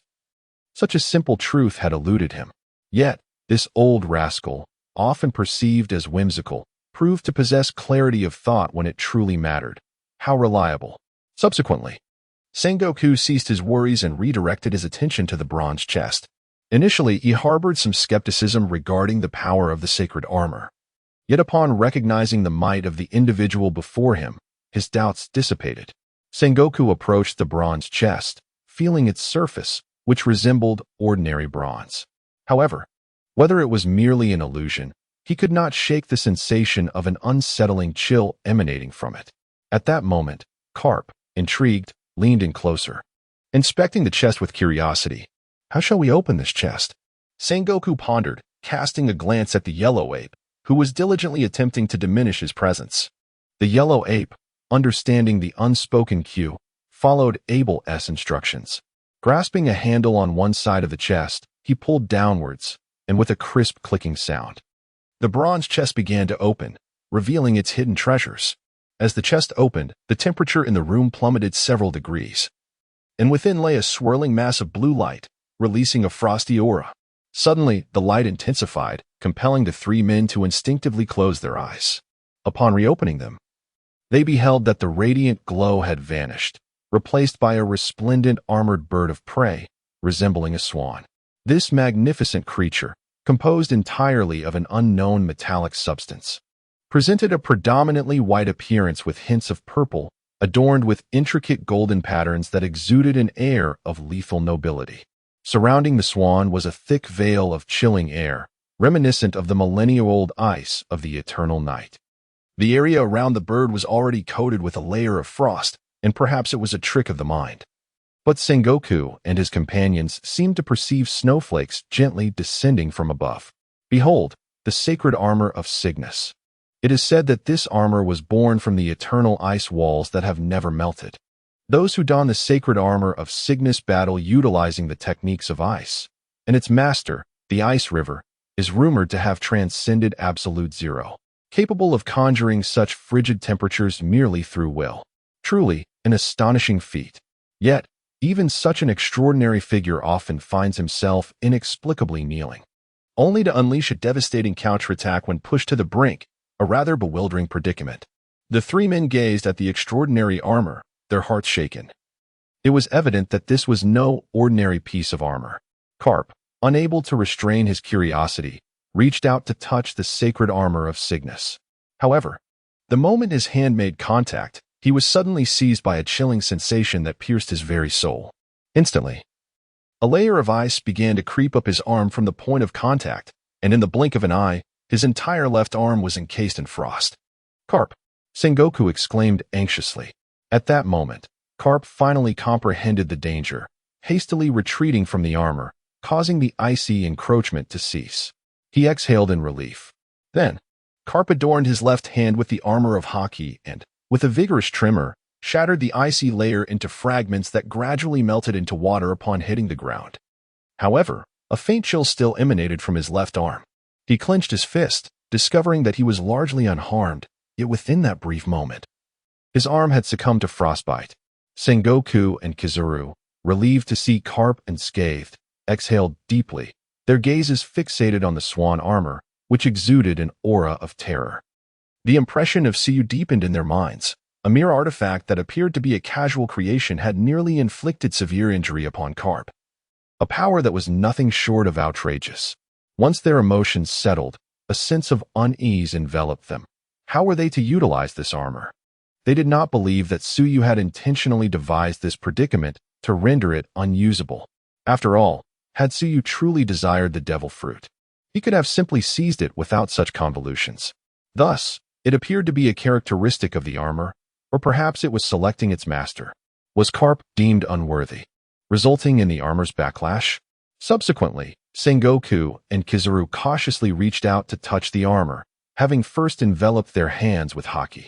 Regrettably, it seemed that the armor rejected them as well. Their hands tingled slightly, and they felt a peculiar numbness coursing through their bodies. Holding a divine artifact yet unable to wield, it was indeed disheartening. Just as the three stood in silence, gazing at the armor, the office door swung open once more, and a tall man entered. The trio turned in unison, their eyes suddenly alight with intrigue. Chapter 18. The Warring States of Figure approached. Characterized by a notably darker complexion and a tall, slender build, standing approximately 3 meters tall. He was clad in a white waistcoat over a deep blue shirt, his curly hair framing his face, and a green eye mask resting upon his brow. This individual exuded an aura of languor, as if he might doze off while standing. He was none other than Admiral Kazan, one of the highest combatants within the Navy headquarters. Upon his entrance, the three individuals who had previously been at a loss regarding the sacred armor suddenly brightened with excitement, their eyes gleaming as they focused intently on Kazan. To convey the essence of their expressions, one might imagine Luffy's eyes sparkling at the sight of meat. Before Kazan could greet them, he was taken aback by their peculiar gazes, which rendered him momentarily speechless. Why were the three in such high spirits, as if they had stumbled upon a new world? The answer lay in Kazan's possession of the ice fruit, granting him the power of ice, which appeared to align remarkably well with the attributes of the sacred armor. It seemed that only this ice-wielding individual could truly make use of the sacred garment. Admiral, Senior, Borsalino, why are you all looking at me with such strange expressions? Kazan finally broke the silence, unable to endure the odd atmosphere any longer. The trio, upon hearing his query, realized their expressions had been somewhat unorthodox. They cleared their throats awkwardly, and Sengoku gestured for Kazan to come closer and witness a great treasure. As Kazan approached, he noticed an unusual object in the office, an odd bird fashioned from metal, emitting a white vapor. What is this? He wondered aloud. Observing Kazan's puzzled demeanor, Sengoku interjected, Ahem. Kazan, hold your thoughts for now. We will explain later. First, you must touch this sacred armor. Sacred armor? Is this peculiar, hissing bird what you mean? Kazan mused, bemused by the notion that this object could be deemed armor. It certainly bore an aesthetic charm, exuding an air of elegance and refinement. However, since the Admiral had requested him to make contact, he complied. Kazan extended his hand, slowly reaching toward the sacred armor, while the trio's eyes followed his movements, anticipation building as his fingers neared the object. At last, the tips of Kazan's fingers made contact with the constellation armor, and in that instant, a brilliant light erupted forth, momentarily blinding Sengoku and the others, who had been fixated on Kazan's hand. As the radiance dissipated, a melodic sound reminiscent of a swan's song filled the air. Subsequently, the sacred armor exploded into fragments, each piece transforming into light that surged toward Kazan's core, his arms, legs, head, and feet. Startled by this sudden turn of events, Kazan instinctively recoiled, but it was futile. The armor swiftly enveloped him, resonating with a harmonious clang as it completed its assembly. Thus, the second saint of the pirate world was born. He was the Swan Saint, Kazan. The three individuals, momentarily blinded, blinked rapidly as tears filled their eyes. Unwilling to miss the spectacle before them, there stood Kazan, clad in an extraordinary and striking armor that enveloped him flawlessly, complemented by a pair of wings that diminished his languid demeanor, transforming him into a warrior reminiscent of mythological eras, truly a sight of unparalleled handsomeness. gazing upon the dashing Kazan. The onlookers felt a twinge of envy. How unfortunate that the divine armor had not chosen them. Kazan, equally transfixed by his own transformation, activated his observation haki to assess his condition, discovering that he felt remarkably well, as if his long stagnant powers had seen a resurgence. He then turned his gaze toward Sengoku, his eyes brimming with curiosity. "Admiral Sengoku, could you elucidate what is happening?" Sengoku, slightly perturbed by Kazan's questioning gaze, felt a surge of frustration. He too desired such an exquisite armor. However, being the admiral, he quickly composed himself and proceeded to explain the circumstances to Kazan. As Sengoku relayed the astonishing details, Kazan's typically stoic expression faltered, overwhelmed by the revelations, a bar that could grant wishes, a formidable proprietor capable of overwhelming an admiral with mere presence, and the wondrous divine armor. Everything seemed to belong to a realm of enchantment. Nevertheless, Kazan, seasoned by past tribulations, soon acclimated to this deluge of newfound information. At that moment, an uncontrollable vision surged into Kazan's mind, prompting him to close his eyes. Within this vision, a golden-haired youth donned armor strikingly similar to his own. The youth engaged in a series of peculiar movements, akin to a surreal dance, before clasping his hands in prayer and forcefully thrusting them forward. In that instant, it was as if delicate snowflakes, as beautiful as the stars, cascaded, enveloping everything in a blinding white. The ice crystals sparkled like diamonds, breathtaking yet concealing a lethal intent. Suddenly, 5 words materialized in Kazan's mind. Diamond Star Fist. "Kazan! Kazan!" The gruff voice of Garp roused Kazan from his reverie, signaling the end of the inherited memory. Regaining his composure, he observed the concerned expressions of his companions and recounted the vision he had just witnessed. Sengoku inquired, "Are you suggesting that you beheld a youth in your mind, seemingly demonstrating a technique?" Kazan nodded in affirmation. At that moment, Sengoku recalled that this divine armor was said to possess a technique rivaling the legendary swordsmanship, and it appeared that this was it. Subsequently, Sengoku expressed a desire to test the armor's power, and the quartet proceeded to an empty training ground.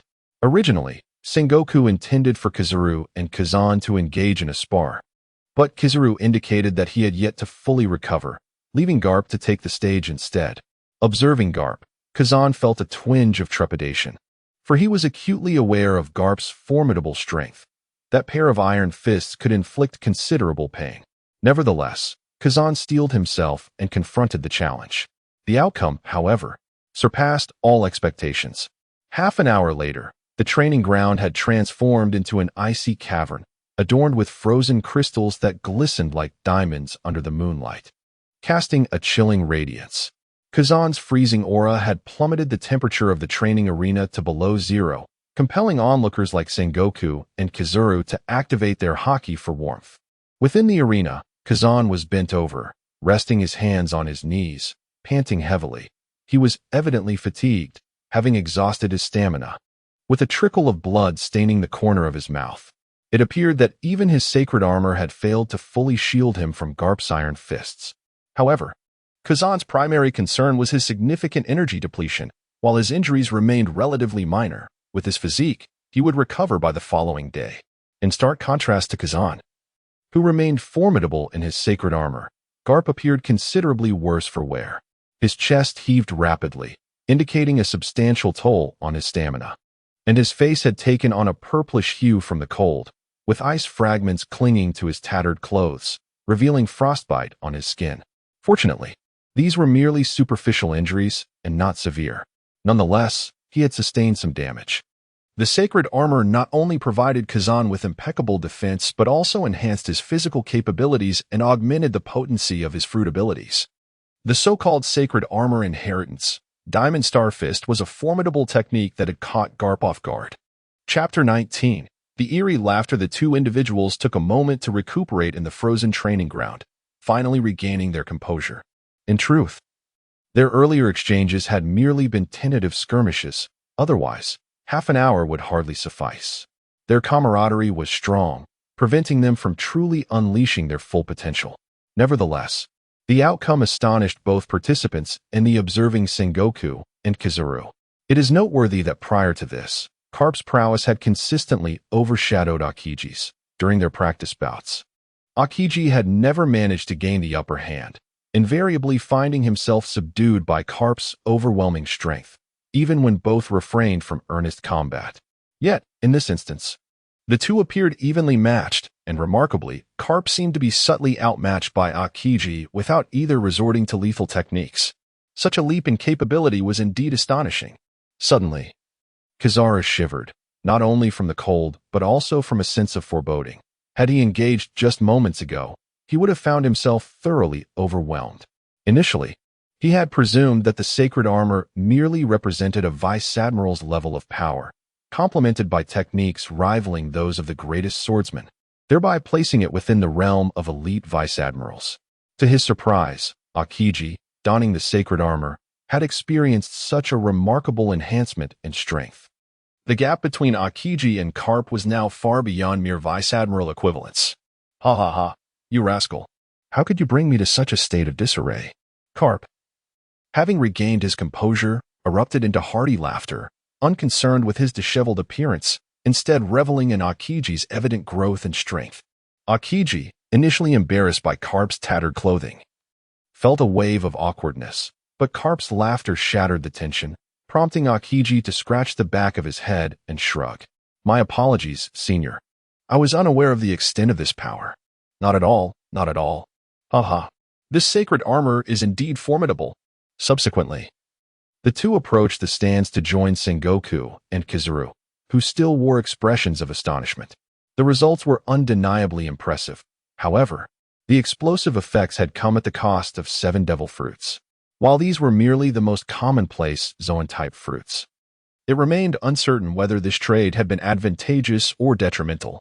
At present, it appeared that the sacred armor was exclusively suited for Akiji, as if it had been tailor-made for him. This was, in fact, a deliberate design by Tsuyu. He had contemplated the 3 admirals of the Navy, one representing light, another ice, and the last fire. Ice and fire each possessed corresponding 5 mighty sacred armors. The ice armor was the Cygnus, while the fire armor was the Phoenix. However, Tsuyu harbored a certain aversion towards Akainu. While Akainu exhibited a degree of realism and embodied the iron-willed soldier's relentless tenacity, he lacked humanity. Resembling a mere automaton whose singular purpose was the eradication of pirates, regardless of the innocent lives sacrificed in the process.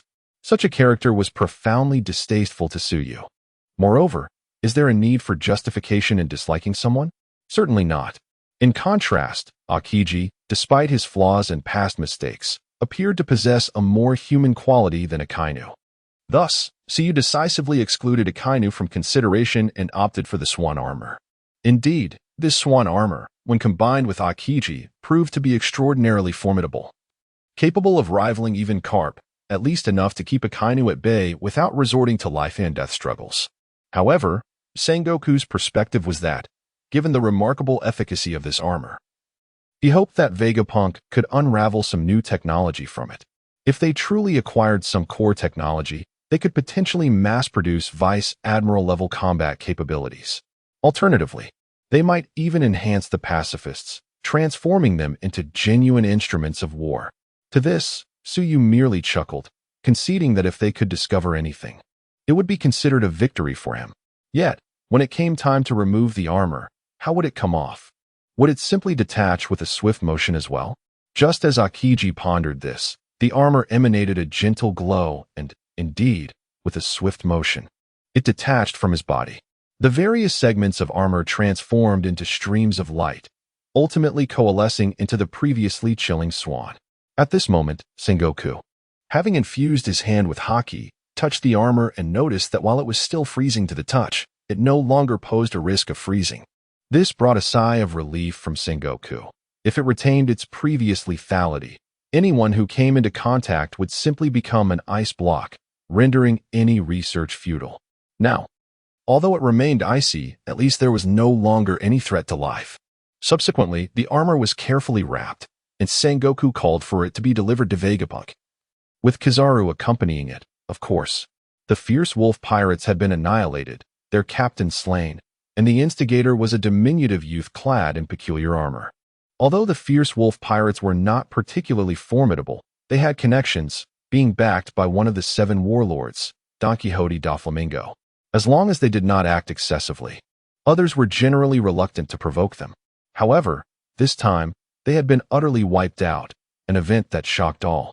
Soon enough, the news reached the ears of the Don Quixote family, and subsequently, it was conveyed to Doflamingo himself.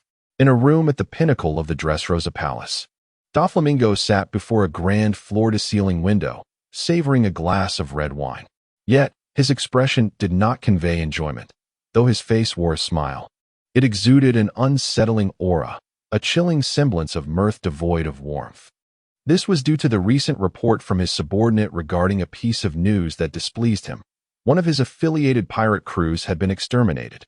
He was indifferent to the demise of the so-called wolf pirates. What mattered most was that, according to his subordinate, the captain of the wolf pirates had revealed his name to the attacker just before his death, only for the assailant to disregard it entirely, crushing the wolf's skull instead. This was tantamount to trampling Doflamingo's reputation into the ground. This is no longer a matter of desire, but rather an imperative action that must be taken. Otherwise, one's reputation may be irrevocably tarnished. Doflamingo, allow me to teach that audacious young man a lesson.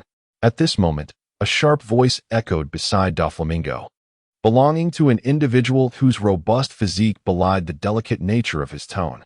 Clad in an armor that appeared rather ostentatious, with long, wavy hair and a helmet adorned with a cross visor, this person was none other than Pica, one of the 4 chief officers of the Don Quixote family. He had consumed the stone fruit, a formidable power that, despite being classified as a paramecia type, bore similarities to a logia type. Although Doflamingo was incensed, he maintained his composure. It has been quite some time since anyone has exhibited such arrogance. Pica, first, have someone investigate that brat. His chilling laughter sent shivers down one's spine. Yet Pica appeared undeterred, responding affirmatively before departing. At that moment, the room was left in solitude, with Doflamingo gazing out at the scenery beyond the glass, lost in contemplation. Chapter 20. The approaching night, demon Don Quixote Doflamingo, ostensibly a vassal of the world government and one of the 7 warlords of the sea, harbors another identity, that of Joker in the underworld, a figure whose influence spans the globe. The so-called underworld is, in essence, a realm of darkness, rife with illicit activities that the world government deems unacceptable, such as arms dealing and the creation of artificial devil fruits. Both the underbelly of society and the legitimate world rely on the shadowy domain, underscoring the vastness of the so-called underworld, where Joker reigns supreme. For the Don Quixote family, gathering intelligence on an individual is a remarkably straightforward endeavor. In no time, the dossier on the peculiar youth clad in bizarre armor from the Fenrir pirates, known as Mirande, found its way onto Doflamingo's desk. He perused the document, which chronicled Mirande's journey from the moment he departed with a merchant fleet amidst a tempest, to his arrival at an enigmatic tavern where the proprietor bestowed upon him a wondrous suit of armor. The account detailed the subsequent events that transpired within the tavern, corroborated by other witnesses present that day, before recounting Mirande's departure to the tavern frequented by the Fenrir pirates, culminating in their obliteration. His last known whereabouts were at a bar in the Sabaody archipelago, where it appeared he had taken residence. As Doflamingo contemplated this information, he remained silent, his orange-tinted sunglasses concealing his thoughts from view. The tavern owner's profile was also scrutinized, revealing that he promised to grant wishes at a price, with the young boy being his inaugural client. Doflamingo, however, dismissed such fanciful notions as mere folly. Did the proprietor believe himself a deity? Absurd. The mere mention of divinity soured Doflamingo's mood further. Yet, considering that the proprietor had equipped the boy with armor, which enabled him to easily dismantle the Fenrir pirates, indicated that the tavern owner was likely a formidable adversary. Doflamingo pondered whether Pica alone could suffice against such foes. Despite Doflamingo's ostentatious demeanor, he was not a fool blinded by arrogance. Such hubris would never have led him to his current stature. He surmised that the tavern owner was likely more formidable than Pica, though the extent of that superiority remained unclear with the information at hand. Thus, The present predicament suggested that merely deploying Pika would not suffice against the two individuals. However, Pika was already the strongest ally available, second only to himself and Virgo, who was still embedded within the Navy, necessitating caution. Did this mean he must take matters into his own hands?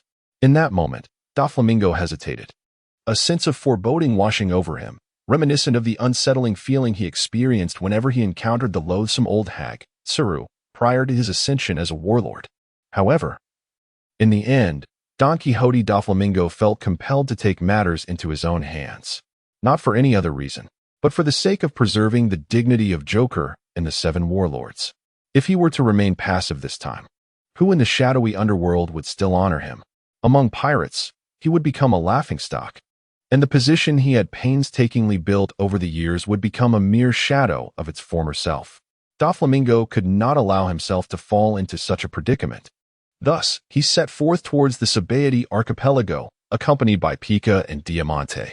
At the Sabaody archipelago's Wishful Tavern, the tale of the miraculous establishment had begun to circulate among a select few following the incident with Mylander.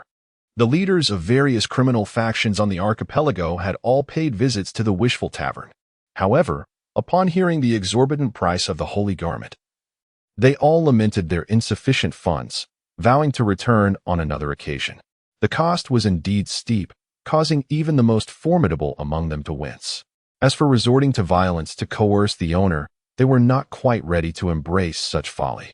The Wishful Tavern was well known for its formidable reputation. They were aware, at least in part, of the owner's fierce disposition. They had heard how effortlessly he had dealt with pirates boasting bounties exceeding 100 million. As for the incident involving the overwhelming pressure he exerted over Kizaru, only the individuals directly involved knew the full extent of it.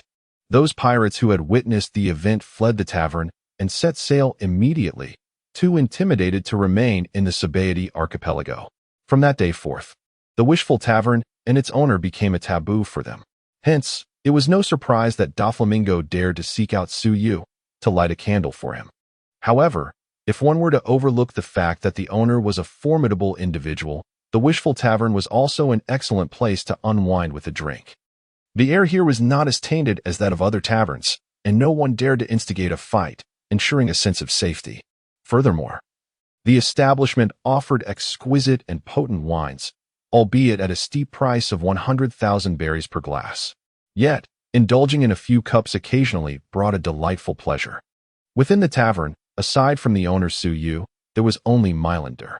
However, being a small establishment, the presence of a single server sufficed. Mylander had gained a degree of notoriety, having made quite an impression when he defeated the ferocious wolf pirate crew in front of numerous spectators. He was now referred to as the Armored Boy Mylander. So you found this moniker somewhat amusing, feeling that such a title was better left unbestowed. With the addition of an employee, Su Yu's inclination towards laziness was fully unleashed. He delegated all responsibilities to Mylander, comfortably ensconcing himself on the sofa, perusing an obscure book and occasionally sipping on fine liquor. What a delightful indulgence it was. Mylander, however, bore no complaints, recognizing that this was the price he paid for acquiring the strength needed for revenge. Moreover, his current life was fulfilling. Though he exchanged few words with his boss each day, there was a warmth akin to that of family, which brought him great comfort. On this particular day, Su Yu was once again lounging on the sofa, though instead of reading, he was counting the wish power he had accumulated over the past few days. The manifestation of willpower appears as clusters radiating a gentle glow, varying in size, which correlates with the strength or life level of the individual who generates it. The willpower produced by an ordinary person is roughly the size of a ping-pong ball. Currently, the largest orb collected by Su Yu, contributed by the Warring States period, is comparable to the size of an adult man's fist. However, ordinary individuals cannot perceive willpower. Only those whose life levels have reached a certain threshold can sense its presence. Su Yu counts the 12 orbs she has gathered so far, yet this is still far from sufficient. Each world has a limit to the amount of willpower that can be collected, as gathering willpower is akin to siphoning the essence of that world, albeit through a more benevolent and gentle approach. When Su Yu reaches this limit, it will signify her departure from the pirate world. At the same time, Several unexpected visitors have arrived on the Sabaody archipelago. Chapter 21. Would this not attract more attention? Inside the bamboo bar, both Rayleigh and Shucky were present today. The reason Rayleigh chose not to visit Suyu's bar for a drink was quite simple. He found himself devoid of funds. Indeed, he could no longer afford it. The previous financial losses had been too severe, and it was necessary to allow time for recovery. At that moment, the bar door swung open, and three individuals clad in deep green cloaks of varying heights entered, their entire beings concealed within the fabric, exuding an air of mystery. The trio approached the bar with an air of sophistication, while Shucky and Rayleigh observed their ostentatious demeanor with unruffled hearts. Shucky even exhaled a puff of smoke in indifference. Subsequently, the three mysterious figures gracefully lifted their hoods, revealing their true identities. The central figure bore golden, wavy hair, a scar adorning his left eye, and a faint smile gracing his face. To his left stood an individual with charming short orange hair, topped with a large hat equipped with goggles, beaming sweetly. The final figure differed significantly in stature from the others. If the first two were of size XL, he was of size XXXL. With long aquamarine curls and fish fins protruding from his head, indeed, he was a merman. The newcomers were none other than members of the Revolutionary Army, Sabo, Carrara, and the merman Haku. Clearly acquainted with Rayleigh and Shucky, the four exchanged greetings and shared a few words before Rayleigh led them out. Their destination was unmistakably the Wish Bar. Indeed, with the reputation of the Wish Bar having spread far and wide, it was only logical that the globally dispersed members of the Revolutionary Army would be aware of its existence. Given the Revolutionary Army's insatiable quest for talent, they were undoubtedly eager to ascertain whether they could persuade this individual to join their ranks. As for the Revolutionary Army's cautious approach, an organization known for its wariness and vigilance, sending representatives without fear of potential traps stemmed from an earlier communication. Their leader, Dragon, had reached out to Rayleigh, who resided in the Sabaody archipelago, to confirm the information. Rayleigh assured him that the bar's owner was certainly not a pawn of any faction, simply stating that the owner was exceptionally strong. Dragon was momentarily taken aback by Rayleigh's assertion of Suyu's strength, but quickly dismissed it, assuming Suyu was merely at the level of a warlord of the sea, adequate in the vast ocean, but not particularly noteworthy in his eyes. Little did he realize that the strength Rayleigh referred to had transcended the ordinary. Nevertheless, Dragon placed great trust in Rayleigh's judgment, leading him to dispatch the second-in-command of the Revolutionary Army, Chief of Staff Sabo, underscoring the importance he attributed to this negotiation. The quartet arrived at the Wish Bar, which remained as refreshing as ever. Milan stood behind the bar, ready to attend to patrons, while Suyu, the owner, lounged on a sofa, engrossed in an obscure book, teetering on the edge of slumber. Upon recognizing the arrival of familiar guests, Milan nodded at Rayleigh before pouring a drink, indicating it was for him. Riley absently touched his nose. Initially, he had no intention of indulging in another drink, yet the sight of the wine already poured, within arm's reach, proved irresistible. His keen sense of smell seemed to detect the wine's alluring fragrance, causing his already wavering resolve to crumble instantly. At that moment, the drowsy Suyu approached, and upon seeing him, Riley opened his mouth to explain himself. However, Suyu nodded knowingly, indicating for him to cease his words and suggesting they move upstairs to converse. Riley, momentarily taken aback, soon found solace in the fact that, being a deity, it was hardly surprising for Suyu to possess such peculiar abilities and to discern his intentions. The three cloaked figures trailing behind exchanged glances, believing Riley had informed the proprietor of their arrival, and thus followed him upstairs without further thought. Their unusual presence piqued the curiosity of patrons on the first floor, evoking a sense of secretive dealings. Yet, despite their intrigue, even if emboldened, they dared not pry into the proprietor's mysteries. Ascending to the second floor, Suyu led the four individuals into a small room furnished with a few modest sofas and a small table, accommodating them just barely, especially with Haku's sizable frame, making it somewhat cumbersome to settle in. Once seated, Sabo and the others removed their hoods, revealing their true identities. "Greetings, Mr. Suyu," Sabo began. "Allow me to introduce myself. I am Sabo, and these two are Keela and Haku. Keela and Haku, upon being introduced, eagerly greeted Suyu, with Keela flashing a charming, sunny smile, exuding an endearing quality. Suyu returned their smiles with a nod. This is Master Haku and the legendary second sister, Sabo continued. Perhaps you are already aware, but indeed, we are the Revolutionary Army. Our previous concealment of our identities was a necessity, and we hope for your understanding. As Sabo uttered the words Revolutionary Army, the trio intensely scrutinized Suyu's expression, eager to gauge his reaction. Unfortunately for them, Suyu's mastery of expression management was impeccable, leaving them without any discernible clues. In truth, Suyu experienced a tumult of emotions beneath his calm facade.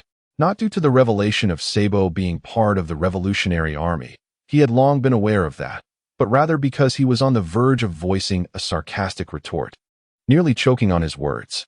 However, in an effort to maintain his dignified air, he stifled the impulse. You say you concealed your identities for understandable reasons. Yet do you not consider that three shadowy figures clad in cloaks, fully obscured, would attract attention? Is it not blatantly signaling to the observant, look here, we are suspicious characters. Come investigate us. You might as well be declaring yourselves as dubious individuals. Suyu lamented internally, his frustration palpable, noticing Suyu's unchanging demeanor. Sabo and his companions felt a sense of uncertainty. Nevertheless, Sabo pressed on with determination. Mr. Suyu, we have come at the behest of our leader. We wish to procure a suit of armor akin to that worn by the boy, and we have also brought the devil fruit.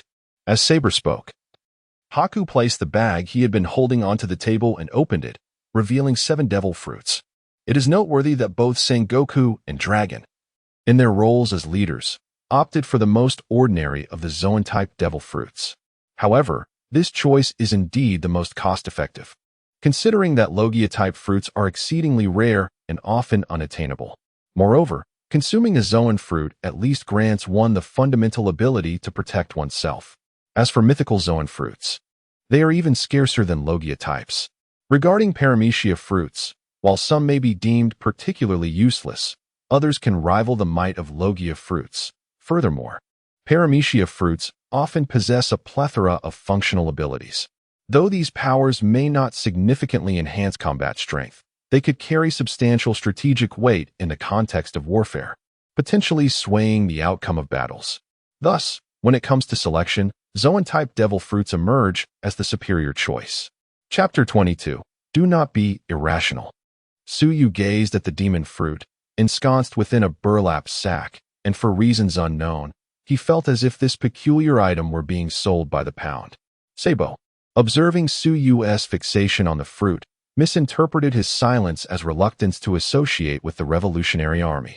Anxiously, he interjected, Mr. Suyu, although the world government strives to tarnish our image, branding us as criminals, the plethora of nefarious accusations against us are but fabrications. They are unjustly imposing baseless crimes upon us, and some of these acts are indeed the machinations of their lackeys, the CP0. Mr. Suyu. Suyu raised his hand in a gesture to pause Sabo, indicating that he need not elaborate. You need not elaborate on that. I am merely a tavern owner and have no jurisdiction over such matters. I only wish to confirm Drago's desire is indeed to acquire a set of holy garments, correct? In truth, while perusing the manga, Suyu had developed a profound distaste for the celestial dragons and the world government, viewing the former as a grotesque amalgamation of all that is vile in this world. It was truly astonishing. Their capacity for misdeeds seemed boundless. As he read, the antics of these swine left him utterly repulsed. However, this was ultimately a matter intrinsic to the world of pirates, and he could not interfere too heavily. Otherwise, on his very first day, he might have flown to Mary Geos and bestowed upon the celestial dragons a few hefty mushrooms. No. Such a trivial punishment would be too lenient. They would hardly experience suffering. Instead, they ought to be subjected to the most excruciating torments imaginable, allowing them to truly relish their penance. As for gifting garments that do not belong to this world to its inhabitants, would that not constitute a direct alteration of its course? Certainly not. Should Suyu distribute them outright, it would indeed alter the world as trajectory. Yet, by the means of wishes and fulfilling desires, He establishes a causal relationship with this world. Thus, when the denizens of the pirate realm pay a price, Suyu is entitled to offer them commensurate assistance, as acknowledged by the laws of this universe. Sabo, upon hearing Suyu's words, felt a twinge of reluctance. His purpose for this visit extended beyond merely acquiring a holy garment. He sought to entice Suyu into joining the Revolutionary Army. After all, someone with Suyu's abilities would hold strategic significance for their cause. The cost of 7 demon fruits for a single suit of armor was exorbitant, and they could not afford to purchase them in bulk. However, if Suyu were to align himself with the Revolutionary Army, they could access his talents without charge. Yet, Suyu's previous statements seemed to indicate a stance of detachment, as if to say that he was merely an outsider, and that no matter how fiercely the Revolutionary Army battled against the world government, he wished to remain unbothered. Alas, sometimes circumstances unfold with such inevitability. It felt as though the conclusion had arrived before the story had even commenced. Nevertheless, Sabo, being the second in command of the Revolutionary Army, quickly recalibrated his mindset. He silenced Keela, who was poised to speak again, and addressed Suyu with renewed resolve. Indeed, our leader's desire is to obtain a set of holy garments. Although the reason behind Suyu's insistence on the concept of wishes remains elusive, it is evident that since they are the ones in need, they are more than willing to indulge Suyu's little fixation. Suyu nonchalantly declared, "This wish is quite simple." In truth, this phrase was borrowed from another comic, uttered by a colleague of sorts. When he watched Dragon Ball, he found the dragon summoned by gathering the 7 Dragon Balls to be rather pretentious. As it would always proclaim, this wish is simple, a true master of ostentation. However, now that Suyu was embodying the role of the dragon, he felt an unexpected thrill in uttering such words, as if it elevated his stature. After his moment of grandiosity, he proceeded with the familiar ritual, raising his hand as light materialized in midair to sketch the form of a cube. Ultimately, a bronze chest descended with a resounding thud upon the ground. For Sabo and the others, it was their first encounter with such a magical spectacle, and they gazed curiously at the chest, which appeared to be an ordinary bronze box adorned with intricate patterns, one side featuring the carved visage of a mythical dragon, its whiskers seemingly dancing in the air. Riley, who had remained silent and inconspicuous, now observed with an unusual glimmer in his eyes. Previously, unaware of Suyu's true identity, he considered this scene to be merely the effect of a remarkable devil fruit ability. However, now that he recognized Suyu as a deity, this moment appeared to him as an act of spontaneous creation. Curious, Sabo and his companions reached out to touch the chest. Having achieved their objective, they bid farewell to Suyu and took their leave. To avoid drawing attention, they retrieved a burlap sack to conceal the sacred chest and carried it away. Riley followed suit, fearing that remaining any longer would lead him to indulge once more. As they walked away, Kira could not suppress her curiosity and asked Sabo, "Why did you prevent me from speaking earlier? If I had tried a bit harder, perhaps the boss would have acquiesced." Sabo chuckled helplessly. "Mr. Suyu has already made his intentions clear. Any further persuasion would be futile and might even be bothersome." Kira, though aware of Sabo's rationale, felt a twinge of dissatisfaction. And with that spark of irritation, she felt compelled to vent her frustration. "Are you implying that I am bothersome? Where is that coming from? Please don't be unreasonable." "Oh, so you're impatient now, are you?" "I am not. How dare you scold me?" "I am not scolding you." "No, don't pinch. Don't bite." Haku, standing nearby, pretended not to notice the playful bickering between the two. Youth is indeed a splendid thing. However, once Sabo and the others departed, the Wish Tavern welcomed new patrons, though this time, they were rather unwelcome guests. 3 individuals approached, the leader sporting golden hair, orange sunglasses, and clad in a flamboyant pink feather coat and cropped pants, strutting forward with an air reminiscent of a flamboyant flamingo. Following closely behind were 2 figures. One stood approximately 5 meters tall, adorned with a fringed hat, his visage marked by 2 distinctive facial lines, draped in a crimson cloak reminiscent of indigenous tribes. The other, slightly shorter, wore a helmet with a cross visor, his countenance menacing, clad in shameful samurai armor. These 3 individuals were none other than the notorious warlords of the sea, the celestial demon Don Quixote da Flamingo, accompanied by his subordinates, Pika and Diamante. Their formidable presence commanded the atmosphere as they entered the Wishful Tavern, pushing the door open with an air of authority. The once boisterous bar fell into an immediate silence upon their arrival.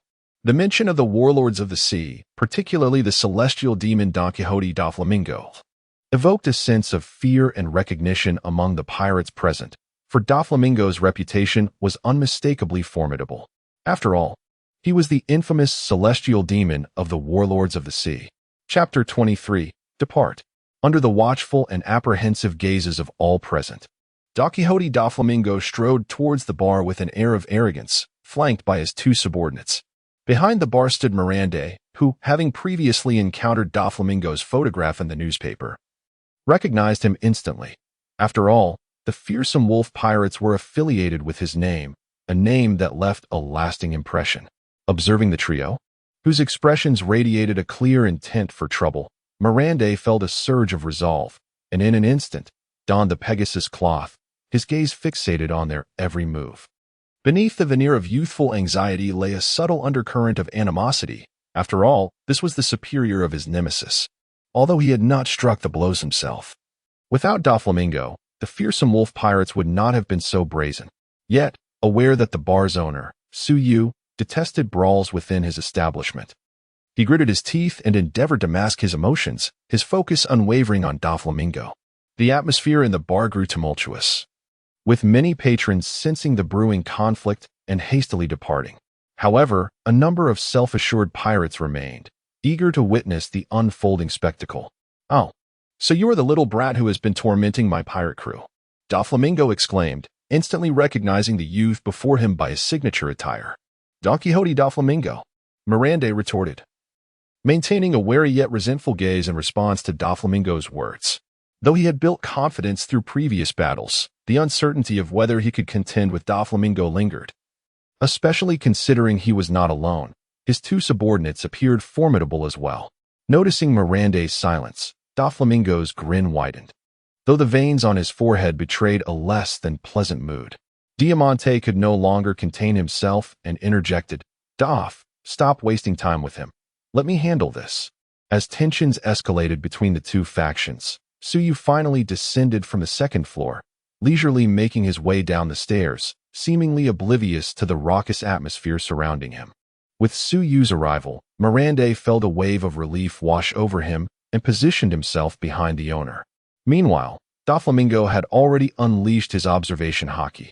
Yet, to his dismay, he sensed nothing. Indeed, within the realm of his haki, Su Yu appeared as if he did not exist at all, even as his eyes confirmed Su Yu's presence. This peculiar phenomenon stirred a foreboding feeling within Doflamingo.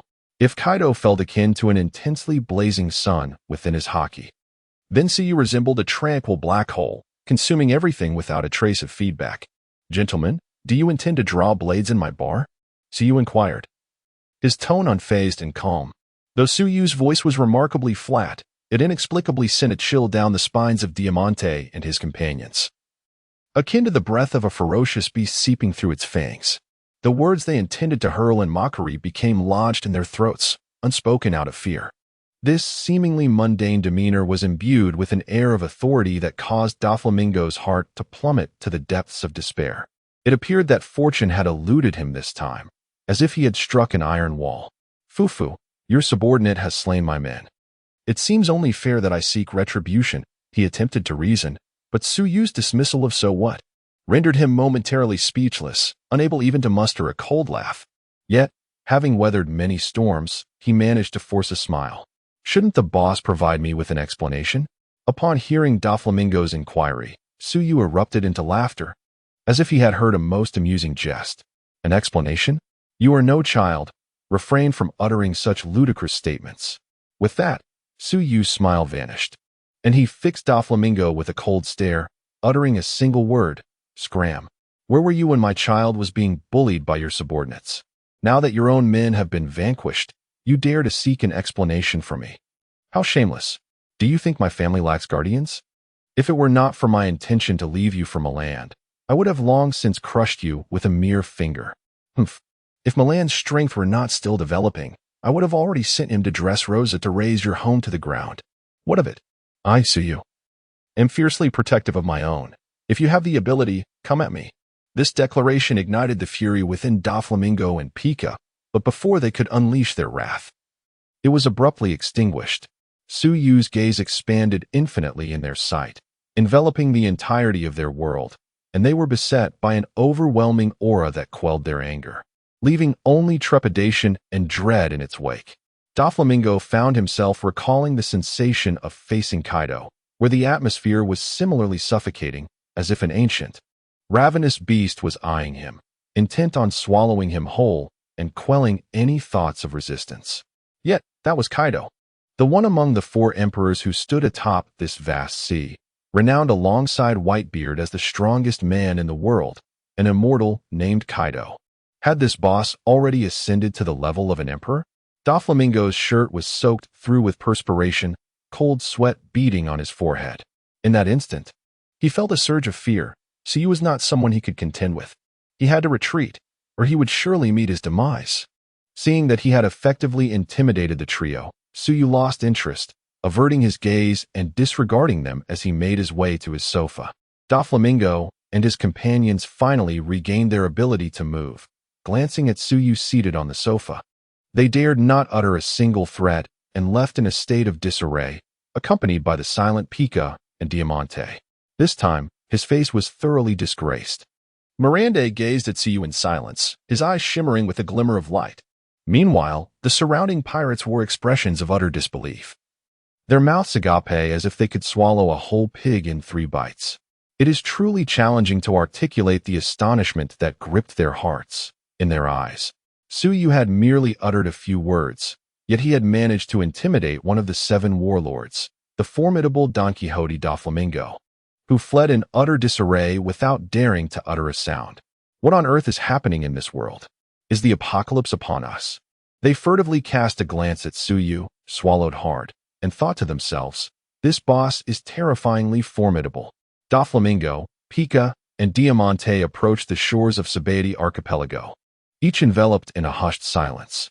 They had come seeking a confrontation, yet how had the circumstances devolved into this? Pika and Diamante exchanged glances at the reticent Doflamingo, opened their mouths to speak, but found themselves at a loss for words. Comfort? Was it not akin to pouring salt into a wound at such a moment? Thus, they too fell into silence alongside Doflamingo. Is it really to end like this? Chapter 24.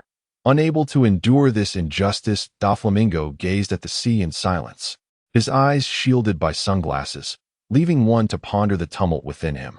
Yet, the tension in his clenched jaw and the throbbing veins on his forehead spoke volumes.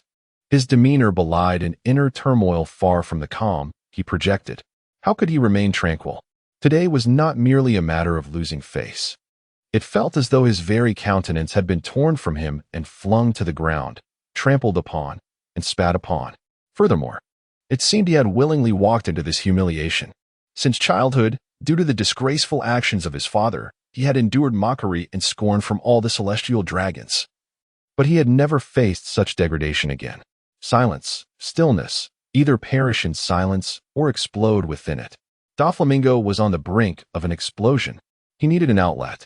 His heart was swelling with boundless malice, fury, and hatred. He required release.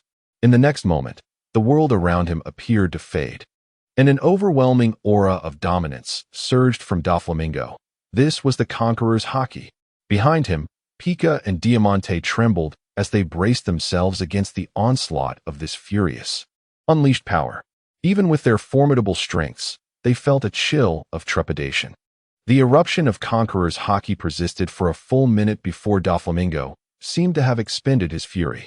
The once calm surface of the sea suddenly roiled, and several colossal sea beasts emerged, their eyes now resembling swirling incense coils, having been rendered dazed by the sheer force. Pika, Diamante, we are leaving. Let us return to Dressrosa. After this catharsis, Doflamingo managed to mask his emotions, maintaining a facade of tranquility, even if anger simmered within. He would not unleash his wrath upon Pika and the others, whom he regarded as family. Seeing Doflamingo regain his composure, Pika and Diamante sighed in relief. They had feared that the blow to his pride would leave him despondent and defeated, but thankfully, their young master had persevered. Doflamingo then cast 2 threads to bind Pica and Diamante, while with his other hand, he sent forth another thread skyward. Soon, they appeared to be suspended in midair, gently swaying toward the horizon. This was a technique Doflamingo had developed. Having consumed the string fruit, he could create an array of nearly invisible threads, as fine as a hair, which were both incredibly resilient and extraordinarily sharp. The method that allowed him to ascend was known as the air walk, which operated by tethering these almost imperceptible threads to the clouds above, thereby utilizing the resultant pull to swing through the air, akin to flying. This mode of transit was remarkably swift, far swifter than any vessel, yet it bore a fatal flaw. Should there be no clouds ahead, he could find himself suspended in midair, left to contemplate life or retrace his path in search of another route with clouds. As for the question of why clouds can be tethered by threads, enabling the pulling of several robust men several meters away, the scientific validity of this notion delves into the distinct rules governing various worlds. The world of pirates is evidently rife with contradictions. It encompasses scientific figures like Dr. Vegapunk alongside the extraordinary existence of devil fruits, peculiar weather phenomena, and islands that can rest upon clouds, buoyed by surging ocean currents. Such elements are truly wondrous. Thus, Doflamingo's ability to bind clouds with his strings and utilize them for flight aligns harmoniously with the worldview of the pirate realm, resembling a flamingo soaring beneath the clouds. Following the humiliation Doflamingo faced at the hands of Suyu, it is certain he will not let this transgression pass unpunished. After all, he possesses the conqueror's haki. While he may choose to retreat or compromise in certain situations, a wielder of conqueror's haki is not devoid of intellect, save for a certain straw-hatted individual. His restraint serves to preserve his strength, waiting for the opportune moment to ensnare his adversary entirely. Doflamingo recognizes that he cannot match Suyu's formidable power. The chilling aura he exudes evokes a sense of helplessness, a sensation he has encountered only twice before. First, when he killed his father and sought to reclaim his celestial dragon status at Mariawa, only to be met with rejection and humiliation, and second, when faced with the Emperor Kaido. Thus, if vengeance is to be sought, he must enlist external assistance. To confront a monster, one must summon another monster. With this thought, Doflamingo clenched his teeth in frustration, acknowledging that his own strength remains insufficient. On a certain island, upon a rocky beach, a giant figure looms, seated with a jug larger than that of an average human, pouring its contents into his mouth with fervor. This figure, nearly 5 meters tall, possesses an extraordinarily muscular physique, adorned with long, horn-like protrusions and an impressive beard reminiscent of dragon whiskers. His left arm bears a dragon scale tattoo, while his upper body remains bare, revealing an X-shaped scar on his right abdomen. The overall impression is that of a demon emerging from the abyss, exuding an aura as deep and foreboding as a prison. Merely by sitting there, he embodies an indomitable fortress, instilling a sense of despair in any adversary who dares approach, a despair known as the invulnerability of ultimate moves. Indeed, this is Kaido, the governor of the beast pirates, renowned as the strongest creature across land, sea, and air, in the world of pirates, where they abound like locusts. For formidable figures reign supreme, akin to emperors ruling over the latter half of the Grand Line, known as the New World. Thus, they are referred to as the Four Emperors, and their pirate crews are collectively known as the Four Emperor Pirate Crews. The formidable powers of these four emperors of the sea can be deemed unparalleled in the pirate world. Not only do they possess exceptional individual strength, but their respective factions are equally vast, boasting subordinates who rival or even surpass the 7 warlords of the sea.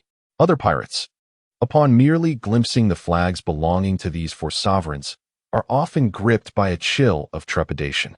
These four are none other than Edward Newgate, the strongest man in the world, also known as Whitebeard, Charlotte Lin, the Iron Balloon, widely recognized as Big Mom, the indomitable Shanks, known for his commanding presence, and the immortal Kaido of the 100 Beasts. Kaido is seated here, heartily consuming alcohol, his visage flushed with a ruddy hue, indicative of considerable imbibing. At this moment, The sound of a transponder snail resonates from his person. Puru, puru, puru. Chapter 25. Kaido of the 100 Beasts. Kaido was in the midst of savoring his drink when his transponder snail abruptly rang. The sound echoed through the air, prompting him to release the wine jug, which crashed to the ground, creating a sizable dent, in stark contrast to his hand, which was larger than a fan. The transponder snail appeared diminutive, akin to an ant, with his fingers dwarfing it entirely. He answered the call, his breath reeking of alcohol, and bellowed, "Hello. Who is seeking me?" The transponder snail transformed, adopting a cheeky demeanor and donning a pair of sunglasses. "Fufufu, Kaido, it's me." "Oh, it's you, little brat. What do you want? Is the new batch of devil fruits ready yet?" "The devil fruits are still being cultivated. It will take some time." "Then why are you calling?" "Don't disturb me while I'm drinking."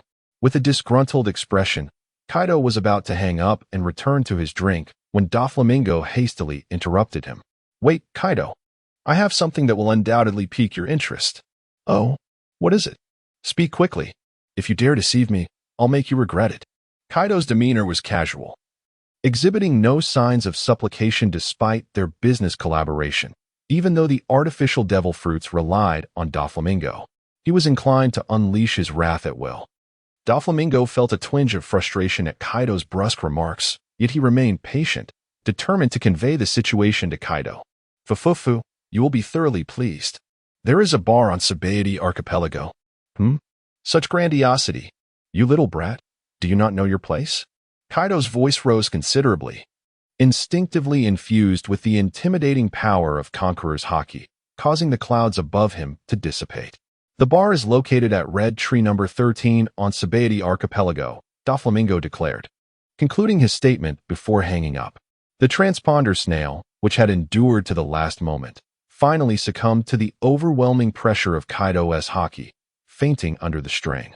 In a sense, this transponder snail was quite impressive, as even notorious pirates with bounties exceeding 100 million, or the so-called supernovas, could not withstand the might of Kaido's Conqueror's haki for long. Kaido set down the unfortunate transponder snail and grasped his colossal wine jug once more, downing the remaining contents in one gulp. "A bar that can fulfill all wishes, huh? Quite the boast," he muttered to himself. In truth, Kaido had always harbored a dream, or perhaps it was more accurate to call it a hobby, of self-destruction. He sought death in the most literal sense, engaging in reckless endeavors as a pirate, such as brazenly storming the Marine headquarters, only to be captured, yet the Marines were unable to kill him, resulting in an awkward stalemate. Or he would leap directly from the Sky Island. Indeed, Kaido wished to end his own life, but his physical prowess was so formidable that he could not be vanquished, which was undeniably infuriating. As a result, Kaido learned from Don Quixote Doflamingo about a bar that claims to fulfill any wish, instantly piquing his interest. Although Kaido may present an image of sheer brute force, it does not imply that he is devoid of intelligence. Rather, he possesses the strength to act without much thought. In truth, Kaido is quite cunning and astute, as evidenced by his manipulation of the Wano country, where he conspired with the shogun, Korizumi Orochi, to eliminate the Kazuki clan. He seized the resource-rich land, renowned for its impenetrable defenses and advanced sea prism stone processing techniques, as his stronghold, while simultaneously suppressing public discourse and news to prevent the populace from becoming intrigued by the outside world, thus reinforcing his dominion. Therefore, although Doflamingo did not explicitly state it, Kaido inferred that Doflamingo had suffered a setback at this location, prompting him to reach out and share this information, clearly harboring ulterior motives. While Doflamingo's strength pales in comparison to Kaido's, it is undeniable that he possesses some degree of power. The fact that even Doflamingo faced challenges here, resorting to seeking Kaido's assistance, suggests that this unexpectedly emerged bar might indeed possess some merit, potentially offering Kaido a thrilling experience. Indeed, aside from his penchant for self-destruction, Kaido has a fervent passion for battle and war. He embodies the very essence of a combat enthusiast and a fervent rebel against the world. Realizing that formidable individuals might be found within this bar, Kaido felt a surge of excitement and promptly resolved to visit this establishment to indulge himself and unleash his wild side. As for Doflamingo's schemes against him, that could be addressed later, after he had reveled to his heart's content. He had heard that Dressrosa was a splendid place, and he anticipated that demolishing it would be exhilarating. However, little did Kaido anticipate that this journey might lead to his ultimate demise. Subsequently, he hurled the now empty wine jug to the ground, creating a substantial crater as it shattered into countless fragments. Rising slowly, he resembled a small hill suddenly springing to life. As he stretched his somewhat stiff muscles, and his form began to transform. Scales gradually sprouted densely across Kaido's body, his horns expanded, and his physique underwent a remarkable metamorphosis, while his aura shifted from an overtly domineering presence to one imbued with an air of mystique and nobility. Then, with a powerful exertion, Kaido lifted himself off the ground, soaring into the air. Above the small island, ominous clouds had gathered, casting a heavy pall over the scene. As Kaido plunged into the darkened clouds, thunder rolled and lightning flashed, revealing the silhouette of something colossal within the depths of the cloud cover. A resounding roar, rich with a lethal nobility and unparalleled authority, reverberated through the atmosphere, as if the very heavens were fracturing under its might. The ominous clouds above churned with an intensity as if some creature stirred within them. Eventually, the enigmatic being concealed within the clouds revealed a singular, scaled claw. Suddenly, a formidable talon, adorned with scales, emerged from the depths of the cloud, exposing a portion of this mysterious entity's form. A resounding, majestic roar echoed forth, and then a colossal head broke through the cloud cover. This head was intricately covered in fine scales, adorned with 2 pairs of majestic horns, its flowing mane billowing elegantly and sharp teeth gleaming menacingly. Indeed, what lay hidden in the clouds was none other than the legendary creature, the divine dragon. It is said that the wind follows the tiger while the clouds follow the dragon. Thus the appearance of this dragon, accompanied by a hint of ominous cloud effects, is a most reasonable occurrence. Chapter 26. What is the sudden sense of schadenfreude? The clouds churned as the divine dragon glided through the mist, occasionally revealing a segment of its magnificent body, exuding an aura of mystery and unmatched dominance. This was none other than Kaido of the 100 Beasts. Indeed, Kaido was a wielder of a devil fruit, and not only was his innate strength formidable, but his physical prowess was also unparalleled. Furthermore, the devil fruit he consumed was of the highest caliber, the fish fruit, mythical Zoan type, in its azure dragon form. Kaido's fruit was a rare mythical Zoan, and among them, it was the most prestigious form of the azure dragon. Just contemplating this gives one a glimpse of the terrifying might that Kaido possesses. After swimming through the clouds for a while, as if shaking off a drunken stupor, he discerned the direction of the Sabaody archipelago and swiftly soared towards it. For someone as dangerously formidable as Kaido, whose every action could have far-reaching consequences, the Navy could not afford to let him slip from their sight. Several kilometers away on the ocean's surface, Navy intelligence officers were stationed, their task being to monitor Kaido's movements. Do not underestimate the simplicity of surveilling a single individual. Monitoring a monstrous entity like Kaido was akin to dancing on the edge of a blade, where a moment's inattention could lead to dire consequences. For the strong, the observation haki is a standard asset, let alone for a top-tier powerhouse like Kaido. Therefore, the Navy's surveillance personnel kept a safe distance of several kilometers from him. Yet even so, they were filled with trepidation, fearing discovery by Kaido. Initially, Kaido was merely drinking on the island, allowing the watchers to feel somewhat at ease. However, now, Kaido seemed to be in a frenzy, exhibiting unusual behavior. Had he perhaps drunk too much? Although they had witnessed Kaido's dragon form upon his arrival at the island, seeing it again now was mesmerizing. This creature was nothing short of perfection. Its streamlined body, robust and majestic limbs, an awe-inspiring visage, and an air of mysterious nobility. Truly, it lived up to its reputation as the mightiest being across land, sea, and air. The watchers quickly steeled themselves, attempting to keep pace with Kaido. But his speed was so extraordinary that despair engulfed them, forcing them to abandon their pursuit. Observing the direction in which Kaido flew, they hastily retrieved their recording devices for verification. That trajectory appeared to lead towards the Sabaody archipelago. The Sabaody archipelago? Damn it, why would Kaido head to such a place? Quick, notify the admiral. Meanwhile, at the Navy headquarters, in the office of Admiral Sengoku, he was in a meditative state. The Swan constellation's holy armor had been delivered to Dr. Vegapunk a few days prior. He recalled the report relayed by Kizaru upon his return, recounting Vegapunk's appraisal, stating that the armor was as magnificent as a divine creation. A divine creation, Sengoku pondered, his thoughts swirling with complexity. He was well aware that the god Vegapunk referred to did not pertain to the vile individuals he despised, yet he could not help but be engulfed in myriad reflections. He had heard from Kizaru that the boss effortlessly subdued him, a general, without even lifting a finger. Such power could indeed be aptly described as divine. Therefore, it was no surprise that there had yet to be any significant breakthroughs regarding that sacred garment, after such a lengthy period with no news. He felt the prospects had become exceedingly bleak. At that moment, the sound of a phone bug resonated from the drawer. Sengoku hastily ceased his idle musings, opened the drawer, and retrieved the phone bug to connect the call. Hello, this is Sengoku.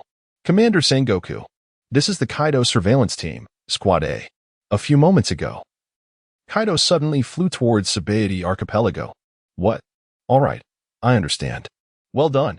After hanging up, Sengoku's expression remained composed, yet it bore an odd nuance. Carp, who was stealthily indulging in some sweets, noticed the unusual demeanor on Sengoku's face and inquired, "What's wrong? Is there a problem?" Kaido has gone to Sabaody Archipelago. Upon hearing this, Carp was taken aback. Even he did not possess absolute confidence in confronting Kaido head-on. If Kaido were to wreak havoc at Sabaody, the extent of the damage would depend on how long he chose to unleash his fury. However, Carp suddenly recollected something and regained his composure.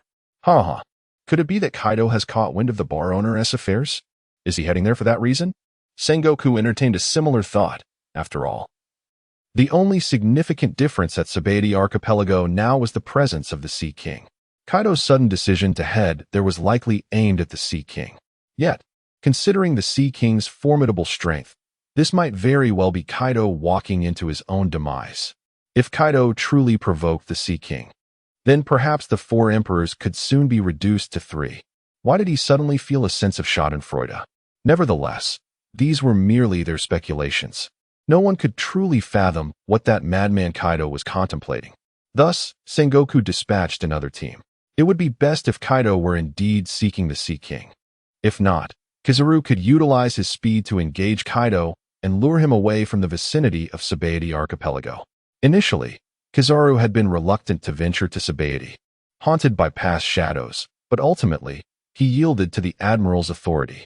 After all, he still needed to receive his salary, and this mission was aimed at Kaido, not the Sea King Esbar, which provided him with a measure of relief. The island where Kaido previously resided was quite distant from the Sabaody Archipelago. And unlike the speedster Kizaru, Kaido would require some time to arrive. Kizaru, however, was in no hurry to set off. He needed to prepare himself mentally first. The Sabaody Archipelago, with its picturesque scenery, possesses both beauty and malevolence, exemplified by the slave-catching squads and auction houses. The celestial dragons find such establishments highly intriguing. They frequently visit to indulge in leisure or partake in auctions, acquiring slaves that pique their interest. To them, slaves are mere consumables, which is why this place is often referred to as the Celestial Dragon's Garden of Delights. For the residents of the Sabaody Archipelago, each visit from the Celestial Dragons becomes a harrowing ordeal, with their fates hinging solely on luck and the whims of the Celestial Dragons. Each excursion is accompanied by elite bodyguards or skilled members of the CP department to ensure their safety from any harm. Before the Celestial Dragons, all must bow and prostrate themselves, and if they take a liking to a particularly striking commoner, they will seize them as a slave, with the family unable to resist, lest they face execution on the spot. To the Celestial Dragons, commoners are not of the same species. They act with impunity, being the descendants of deities, unwilling to share the same air as ordinary people, hence their perpetual use of bubble helmets. Commoners endure immense suffering, yet they have no recourse, as both the world government and the Navy are effectively extensions of the Celestial Dragon's will, leaving the common folk without a venue for complaints. Upon learning that Kaido was bound for the Sabaody Archipelago, Admiral Sengoku promptly alerted the world government, urging them to prevent the celestial dragons from visiting the archipelago in the near future. Though the celestial dragons are arrogant and often foolish, there are those among them who possess a modicum of wisdom. They recognize Kaido as a madman, indifferent to whether one is a commoner or a celestial dragon. Consequently, the heads of various families immediately decreed that no one was permitted to travel to the Sabaody archipelago for a month. Chapter 27. The slightly ethereal Dracula. In an obscure maritime expanse of the Grand Line lies a peculiar island, characterized by its white sandy soil interspersed with yellow dust and jagged stones, presenting a desolate appearance. This is the island of white soil, Baldiago, the headquarters of the Revolutionary Army. The Revolutionary Army's members are dispersed throughout the globe, yet this place serves as the primary gathering point for its senior officials, including the supreme leader and the most notorious criminal in the world, Monkey D. Dragon. After successfully acquiring the sacred garments, Sabo and his companions hastily made their way back, finally returning to Baldiago. Upon hearing of their return, Dragon awaited them in his office. Shortly thereafter, Sabo and the others entered Dragon's office, carrying a bronze chest. "Chief, we have returned," Sabo announced. "Welcome back. How is the situation?" Dragon inquired. "The transaction was highly successful, but Mr. Suyu has explicitly stated his disinterest in joining the Revolutionary Army." "Is that so?" Although Dragon felt a twinge of disappointment at Suyu's lack of interest in joining, he took solace in the fact that Suyu's attitude towards the Revolutionary Army was not negative. Perhaps this was a silver lining. Sabo then placed the bronze chest upon the floor and said, "This is the fabled sacred garment." Curious, Dragon approached and touched the chest, but it felt like an ordinary box.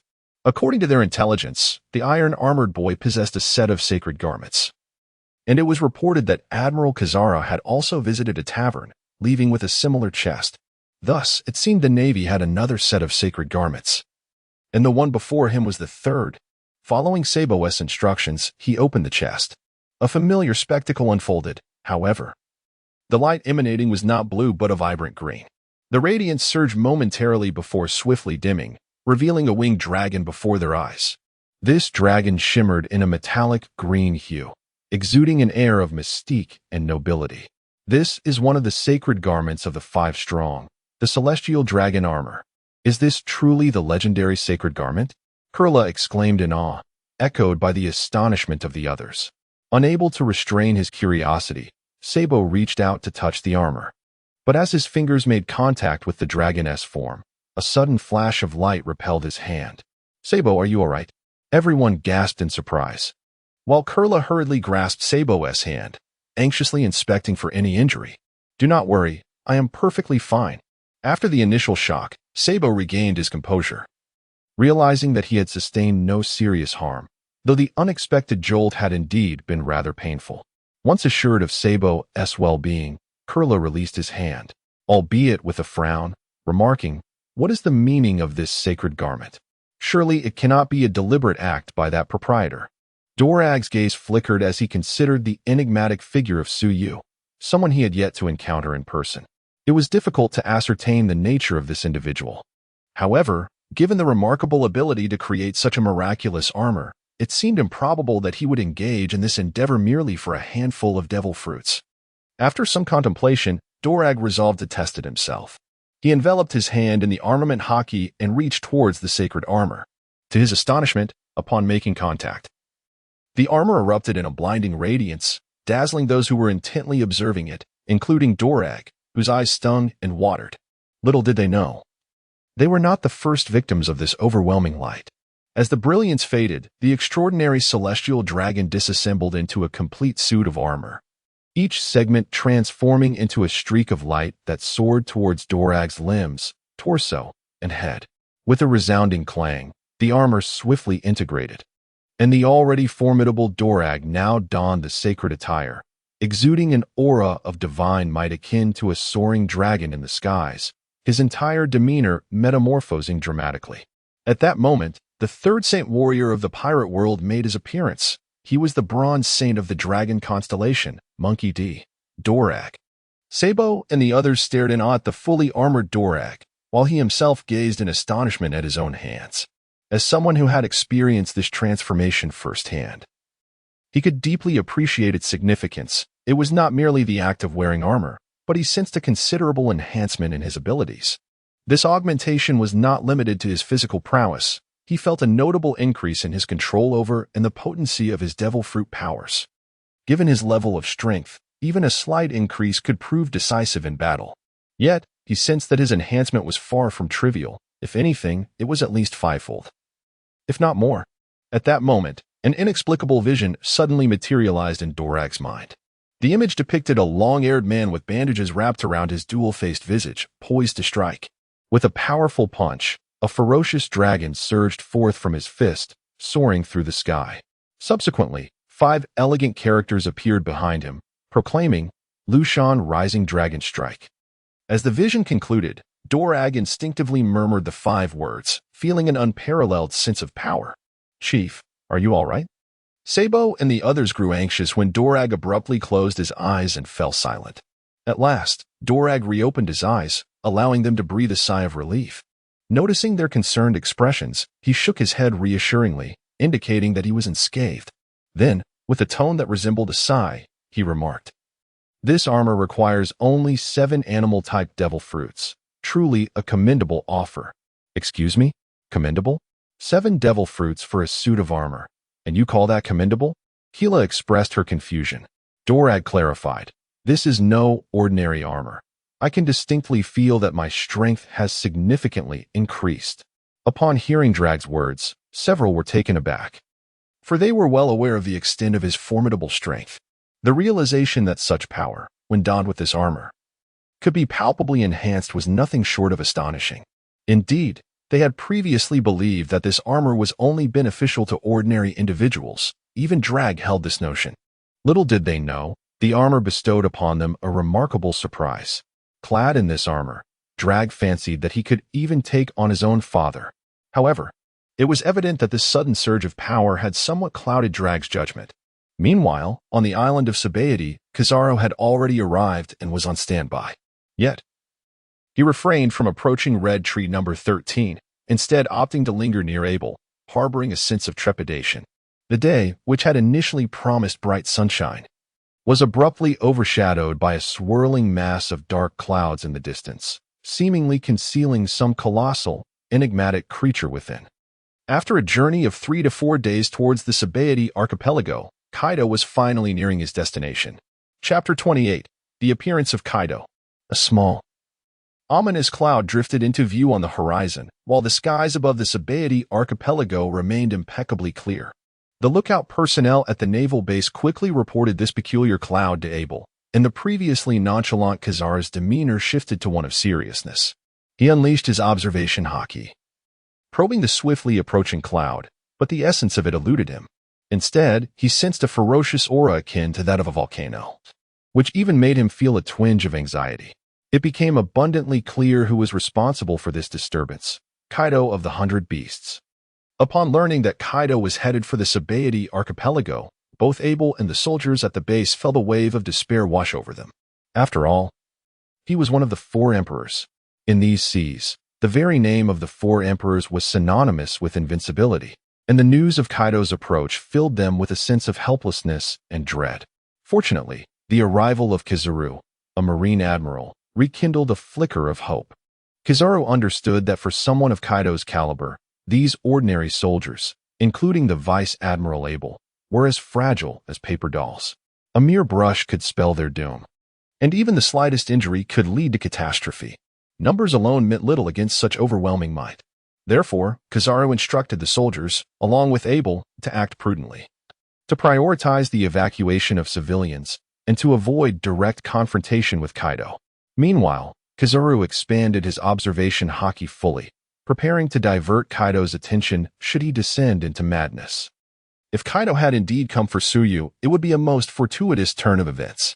In truth, Kizaru had yet to witness Suyu in action, and he felt somewhat ashamed that he had not even given the opportunity for a display of prowess. However, he believed that such a brutish figure as Kaido could not be intimidated solely by presence. Perhaps he could compel Suyu to take action, allowing Kizaru to observe firsthand. Kaido had now appeared at the juncture of sea and sky. Though it seemed distant, the gap had narrowed significantly. The ominous cloud swelled larger and larger, ultimately obscuring the sun, casting a shadow over the entire red tree number 13.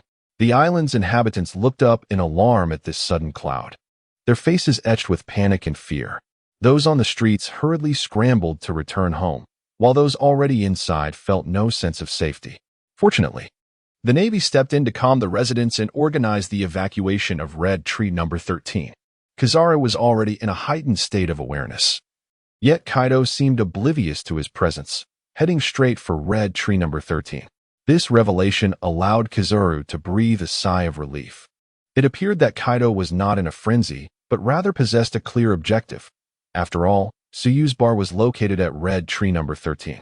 Additionally, hidden within the confines of red tree number 13 was another formidable figure, the Dark King Rayleigh. Naturally, he resided there as well, given that Shaki's bar was located within the same establishment. Even for Rayleigh, encountering a formidable opponent like Kaido is quite a headache. After all, who would willingly engage in combat with a berserker renowned for his thick skin, high defense, and formidable attack power? A mere strike from him might barely graze the surface, while a single punch could very well spell doom for oneself. How could one possibly contend with such odds? Yet, at this moment, Rayleigh exhibits no concern, even finding the leisure to sip a drink in Shaki's bar. He is fully aware of the terrifying figures that lurk behind the Fade of the Red Tree No. 13. It is truly perplexing why Kaido would choose to unleash his fury upon the Sabaody archipelago, particularly targeting the notorious Red Tree. One might say he has orchestrated a splendid demise for himself. Inside the Wish Bar, a few scattered pirates occupy the space. Having already noticed the commotion outside and the ominous clouds that obscure the sun, despite their brutal nature, they remain unfazed by the chaos, unlike the panicking civilians. However, their desire for drink has dissipated, replaced by a silent vigilance. Milan glanced anxiously at Tsuyu, who responded with a reassuring gaze, silently conveying that there was nothing to fear and that he could handle any trouble that might arise. Whether Milan could decipher such a complex expression was uncertain to Tsuyu, although Milan struggled to comprehend Tsuyu's intricate emotions. The tranquility reflected in Tsuyu's unwavering eyes swiftly alleviated his own anxiety. If even Rayleigh sensed Kaido's arrival, it was certain that Tsuyu had long recognized his presence. Kaido, known for his ostentatious demeanor and undeniable strength, emanated an aura that was unmistakable, akin to a spotlight piercing through the night. Nevertheless, if Kaido was indeed coming, Tsuyu could surmise the reason behind it. After all, a troublesome guest had recently graced the establishment, Don Quixote Doflamingo, who had long-standing business dealings with Kaido. It was plausible that after being intimidated, Doflamingo could not swallow his pride and incited Kaido to seek him out, aligning perfectly with his character. So you could also speculate on Doflamingo's motivations for instigating Kaido. After all, Kaido was a notorious figure with a penchant for self-destruction, or rather, a wolf in human form. With Tsuyu's establishment claiming to fulfill any wish, it aligned perfectly with Kaido's desires. At this moment, at Red Tree number 13 in the Sabaody archipelago, it felt as though time had accelerated into the night. The clouds obscured the sunlight, leaving the island shrouded in a dim glow. The clouds roiled ominously, and suddenly, a rift appeared, not revealing sunlight, but rather the fearsome visage of a colossal dragon's head, its eyes glowing with a bloodthirsty light, reminiscent of searchlights. Witnessing this terrifying sight, everyone was left in shock, their hearts filled with dread. What is that? Oh heavens! Is this the end of the world? Some pirates, recognizing the almost iconic figure before them, were met with an even deeper sense of despair. It is Kaido. That is the Four Emperors, Kaido. The dragon-type devil fruit can only belong to him. Damn it! How could this monster have come here? I do not wish to meet my demise just yet. Upon hearing their words, those around them realized who was soaring through the skies, and their fear intensified, spreading like a contagion. At that moment, the Azure Dragon, still concealed within the clouds, unleashed a resounding roar that echoed throughout the entirety of the Sabaody archipelago, scattering the clouds in its wake. That little brat, Tsuyu. Come out here at once. Chapter 29, Dragon Breath. That little brat named Tsuyu. Kaido bellowed, demanding the boy to reveal himself. Without a moment's hesitation, He opened his massive jaws, tilting his head back as if gathering energy. A radiant glow coalesced within his mouth. And then he unleashed a torrent of dragon breath aimed directly at the colossal red tree number 13. A searing and terrifying beam of energy erupted from Kaido's maw, hurtling towards the red tree with alarming speed. The very fabric of space seemed to quiver under the weight of this overwhelming force, trembling violently. This is bad. Kizaru's heart raced at the sight of Kaido's assault, but the attack was too swift. He could not reach it in time and could only watch helplessly as the beam struck the giant tree. In truth, even had he arrived sooner, he doubted his ability to intercept such a horrifying onslaught. To him, the beam appeared to be beyond the realm of human capability. The onlookers, both civilians and pirates alike, were transfixed by the scene that resembled the apocalypse, their eyes wide with despair, many reduced to tears from sheer terror. When the beam collided with the immense red tree, an eerie silence enveloped the world for a brief moment. Then, an indescribably colossal sound erupted, shaking the entire island in its wake. In that instant, the struck area seemed to distort, collapsing inward towards its center as if to condense into a singular point. The contraction abruptly halted, and then, from the core, an explosive expansion commenced, radiating an astonishing brilliance. A tidal wave of energy surged outward, causing the entirety of the red tree number 13 to sway like a fragile boat tossed in a storm, pitiful and helpless. At that moment, a magnificent sphere of energy blossomed at the impact site, the pressure akin to that of a typhoon wreaking havoc in the surrounding space. The devastation persisted for what felt like an eternity before gradually subsiding. As the smoke cleared, the place where the red tree once stood was left as nothing but a vast chasm. Fortunately, it was situated a considerable distance from the residential area, sparing the inhabitants from casualties. The narrowly escaped residents and pirates gazed at the immense pit, trembling in fear, rendered speechless. The beast in the sky possessed the power to obliterate the world. Kizaru, too, felt a shiver of trepidation, muttering, "This is truly terrifying." Rayleigh shook his head in quiet resignation, acknowledging the monstrosity. Such a display of power was indeed beyond excessive. At that moment, someone recalled that the creature in the sky had uttered something before the attack, as if it were searching for someone. Meanwhile, the pirates still within Suyu's bar were just beginning to regain their composure from the panic, and their gazes turned toward the calm figure of Suyu, who appeared unfazed by the chaos. Their expressions were a tumultuous blend of fear, schadenfreude, and confusion. Evidently, they had also heard the words Kaido had shouted earlier, and now their curiosity was piqued. They wondered how this previously arrogant boss would behave in the presence of the Emperor, Kaido. Would he grovel in humility, or would he meet the same fate as the red tree, incinerated to nothingness by Kaido's dragon breath? The boss Milland approached Suyu, visibly flustered and uncertain of what to do. He had witnessed the devastating power of that breath attack and understood that even with his Pegasus Saint cloth, surviving such a formidable assault would be a remarkable feat. He was aware that the boss had to be stronger than himself. Yet he was uncertain whether he could withstand the onslaught from the creature in the sky. "Rest assured, remain here and wait for me. I shall venture out to assess the situation," Suyu reassured his offspring. With someone like Kaido, even if he stood there allowing him to act at will, he would hardly be able to breach his defenses. Upon hearing Suyu's words, the surrounding pirates displayed varied expressions of intrigue. They were uncertain if Suyu was merely putting on a brave front or if he genuinely possessed confidence. However, Milland held absolute faith in Suyu. With those words, he felt a wave of relief wash over him. Then, Suyu placed his book aside, rose from the sofa, and calmly made his way outside. The sky remained shrouded in dark clouds, though the recent explosion had cleared away much of it, revealing Kaido's form, a colossal azure dragon, over 100 meters in length, twisting and coiling in the air. Everyone was awestruck by Kaido's immense figure, staring blankly at the contorting dragon in the sky, their mouths agape, oblivious to the drool escaping their lips. "Little brat, come out here," Kaido bellowed, exhaling a plume of dragon breath that seemed to temper his fury slightly, though still shouting. His tone lacked the initial ferocity. As Suyu exited the bar, he wasted no time and soared into the air, positioning himself several hundred meters in front of Kaido's dragon head. "Why are you summoning me, old man?" Suyu's voice resonated with an amplified quality, echoing through the air, matching Kaido's booming voice and volume. Seeing Tsuyu finally emerge, Kizaru sighed in relief. As for Tsuyu's choice to fly rather than utilize the moonwalk, he had grown too accustomed to his strength to be surprised. After all, flying was entirely reasonable given Tsuyu's formidable prowess. At that moment, Kaido took notice of the diminutive figure before him. Upon hearing Tsuyu's impudent remarks, his anger flared anew. A man of few words but fierce intent, he opened his mouth and unleashed another blast of dragon breath aimed directly at Tsuyu.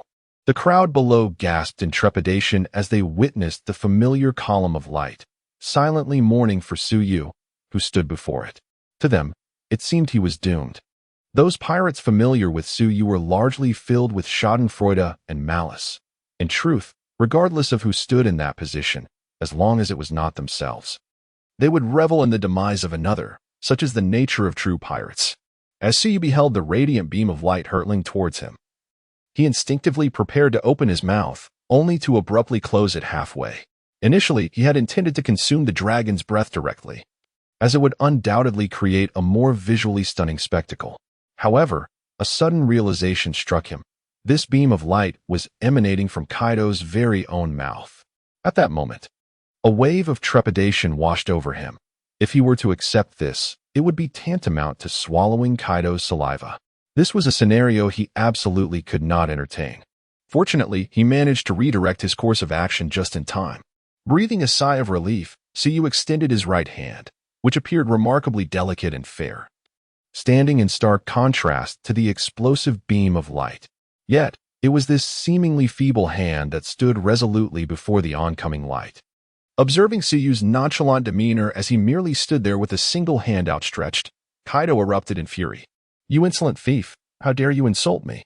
he bellowed, subsequently intensifying his output, causing the already formidable dragon's breath to swell even further. Chapter 30. The insult. Kaido perceived that the individual before him was unmistakably intent on humiliating him. This provocation ignited an overwhelming fury within the already irascible pirate, prompting him to amplify the output of his dragon breath. The beam of light, already formidable, became even more terrifying. On one side loomed the dreadful dragon's breath, while on the other, a frail human extended a feeble palm. The disparity between the two was vast, and the outcome seemed all but predetermined. The pirates watched in rapt excitement, their eyes glinting with a cruel, bloodthirsty light, while the onlookers were engulfed in terror, as if they beheld their own grim fate. Even Kizaru and Rayleigh, who had a general understanding of Tsuyu's capabilities, involuntarily felt their hearts leap to their throats, anxiously observing the unfolding scene. Though the events transpired in mere instants, just moments before, Kaido had unleashed his dragon breath, and in the blink of an eye, the beam now loomed before Tsuyu. Upon the collision of the beam and the outstretched palm, the outcome diverged sharply from Kaido and the pirates' expectations. They did not witness Tsuyu being overwhelmed and annihilated by the light. Rather, it was the beam that was thwarted by a mere, delicate hand. He had halted it. He had indeed halted it. The dragon breath collided forcefully against Tsuyu's palm, yet he did not waver in the slightest, his body remaining steadfast and unyielding. With a single hand, he repelled the assault from the Emperor, Kaido, which had recently obliterated a colossal red tree with ease. Kaido, taken aback by Tsuyu's effortless defense, instinctively increased his output. The dragon breath relentlessly battered against Tsuyu's palm. Yet that seemingly ordinary hand remained as immovable as a reef in the ocean, undisturbed by the most tumultuous of waves. The fierce winds tousled Tsuyu's hair and garments, and where his palm met the dragon breath, a dazzling radiance erupted.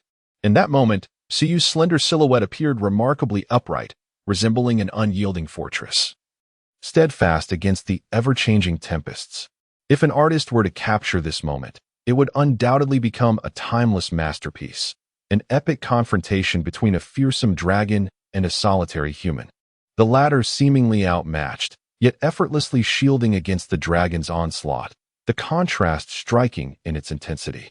All present stood transfixed, unable to comprehend the shocking spectacle before them. This dragon was Kaido, the legendary Emperor. Just moments prior, he had effortlessly destroyed a massive red tree. Who could possibly elucidate the bizarre scene unfolding before their eyes? Were they mad, or was the world itself descending into madness? Only Rayleigh and Kizuru remained unfazed, having already witnessed Suyu's formidable prowess. Their expressions reflected a sense of inevitability, yet their eyes were still filled with astonishment, for while knowledge is one thing, witnessing such a scene was another entirely, a spectacle of overwhelming magnitude. Kaido's dragon breath seemed utterly incapable of affecting Suyu, prompting him to cease his efforts. The terrifying beam of light gradually dissipated, with the final flicker of brilliance vanishing within Suyu's palm. Observing Kaido's surrender, Suyu retracted his hand and produced a cloth to wipe it clean. Despite knowing that Kaido's dragon breath was intensely hot and devoid of any salivary residue, Suyu could not suppress a sense of discomfort, feeling compelled to cleanse his palm for a semblance of comfort. Kaido's enormous dragon eyes fixed intently on Suyu. If the pirates below were to meet that fearsome gaze, they would likely be paralyzed with terror. He parted his lips, and a deep, resonant voice emerged, reminiscent of a thunderous roar. "You are the owner of that bar, Suyu?" "Indeed, Kaido. Why do you abandon your lair to come wreak havoc here? Are you seeking your own demise?" Upon hearing Suyu's brazen retort, the pirates below were immediately gripped by fear. Yet, unlike before, Kaido did not explode in rage. For Suyu had effortlessly withstood one of his dragon breath attacks, earning Kaido's acknowledgement of his strength. Kaido was a warrior of sorts. He could overlook minor grievances towards those he deemed formidable. Moreover, in a certain sense, Suyu's words held truth. Kaido, in his own way, sought death by coming to confront Suyu. What an audacious little brat. "I have heard that you can grant any wish here, so I came. Today, either you will kill me, or I shall slay you." "Huh, merely a crawling insect. If I exert a fraction of my strength, I fear you may not withstand it." The watching pirates were struck with disbelief. They were facing Kaido, the immensely terrifying Emperor of the Sea. Could you not be a tad less arrogant? "Curse you, insolent whelp." Kaido, indeed provoked by Suyu, opened his vast maw once more, unleashing an attack rivaling a cataclysm, though this time it was not dragon breath. "Huh." Kaido expelled a torrent of razor-sharp wind blades, akin to scythes, each one as formidable as a master swordsman's cut. While a single blade might be manageable, the sheer multitude transformed into a genuine catastrophe. Facing the onslaught of wind blades, Suyu remained unperturbed. He raised his hand and pressed it forward in the air, causing the space before him to shatter like glass. With a decisive motion, he gently pushed forward, and the fractured mirror began to meet the oncoming wind blades. Those seemingly indomitable wind blades collided with the almost shattered mirror, vanishing without a trace, as if swallowed by the sea, obliterated completely without a sound or ripple. Exhibiting no signs of diminished speed, the shattered mirror appeared to approach slowly, yet it swiftly reached Kaido's presence. He immediately intensified his output, unleashing a greater barrage of wind blades, but to no avail. Moreover, his observation haki was frantically alerting him to the terrifying potency of the attack before him. However, at this moment, the mirror had already drawn perilously close to Kaido. His immense physique rendered any transformation into a more human form impossible in such a brief span of time. Thus, he could only desperately channel his armament haki, fortifying his head and vital organs with all his strength, bracing himself to withstand the impending assault with sheer determination. Chapter 31. Has this really ended? As the shattered mirror approached, Kaido's dragon scales bristled, akin to human hair standing on end. Yet, within his heart, there resided not a trace of fear or tension. Instead, he was engulfed in exhilaration, truly a battle maniac. He fervently channeled his haki, relinquishing full-body defense to concentrate on vital areas such as his heart and head, bracing himself to withstand Suyu's onslaught. In the next moment, that seemingly fragile, yet terrifyingly potent fractured mirror loomed before Kaido, inexorably crashing into his form. The collision did not produce a thunderous roar nor stir any ripples, as if the event unfolded with natural ease. Upon impact, the immense mirror shattered silently against Kaido's seemingly indomitable physique, leaving him seemingly unscathed, not a single hair out of place. The onlookers were bewildered. The special effects of the previous attack were indeed spectacular, yet Kaido's counter seemed utterly ineffective. Was this truly the result? not a hint of impact. At that moment, every breath was held, and the combatants above ceased their movements, as if the world had momentarily quieted, a stark contrast to the previous clamor. Kizaru and Rayleigh exchanged puzzled glances. This move appeared to possess colossal power, and Tsuyu would not strike without purpose. Suddenly, they made a peculiar observation. Why had Kaido, upon receiving the attack, remained utterly still? No, it was not merely stillness. With their keen eyesight, they discerned that even Kaido's flowing mane seemed suspended in midair. He was not motionless. Rather, he was rendered incapable of movement.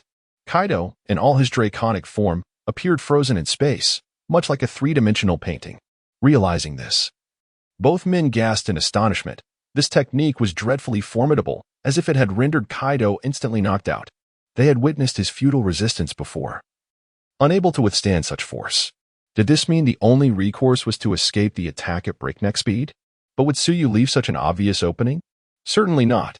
In truth, Tsuyu had not unleashed the full potential of this technique.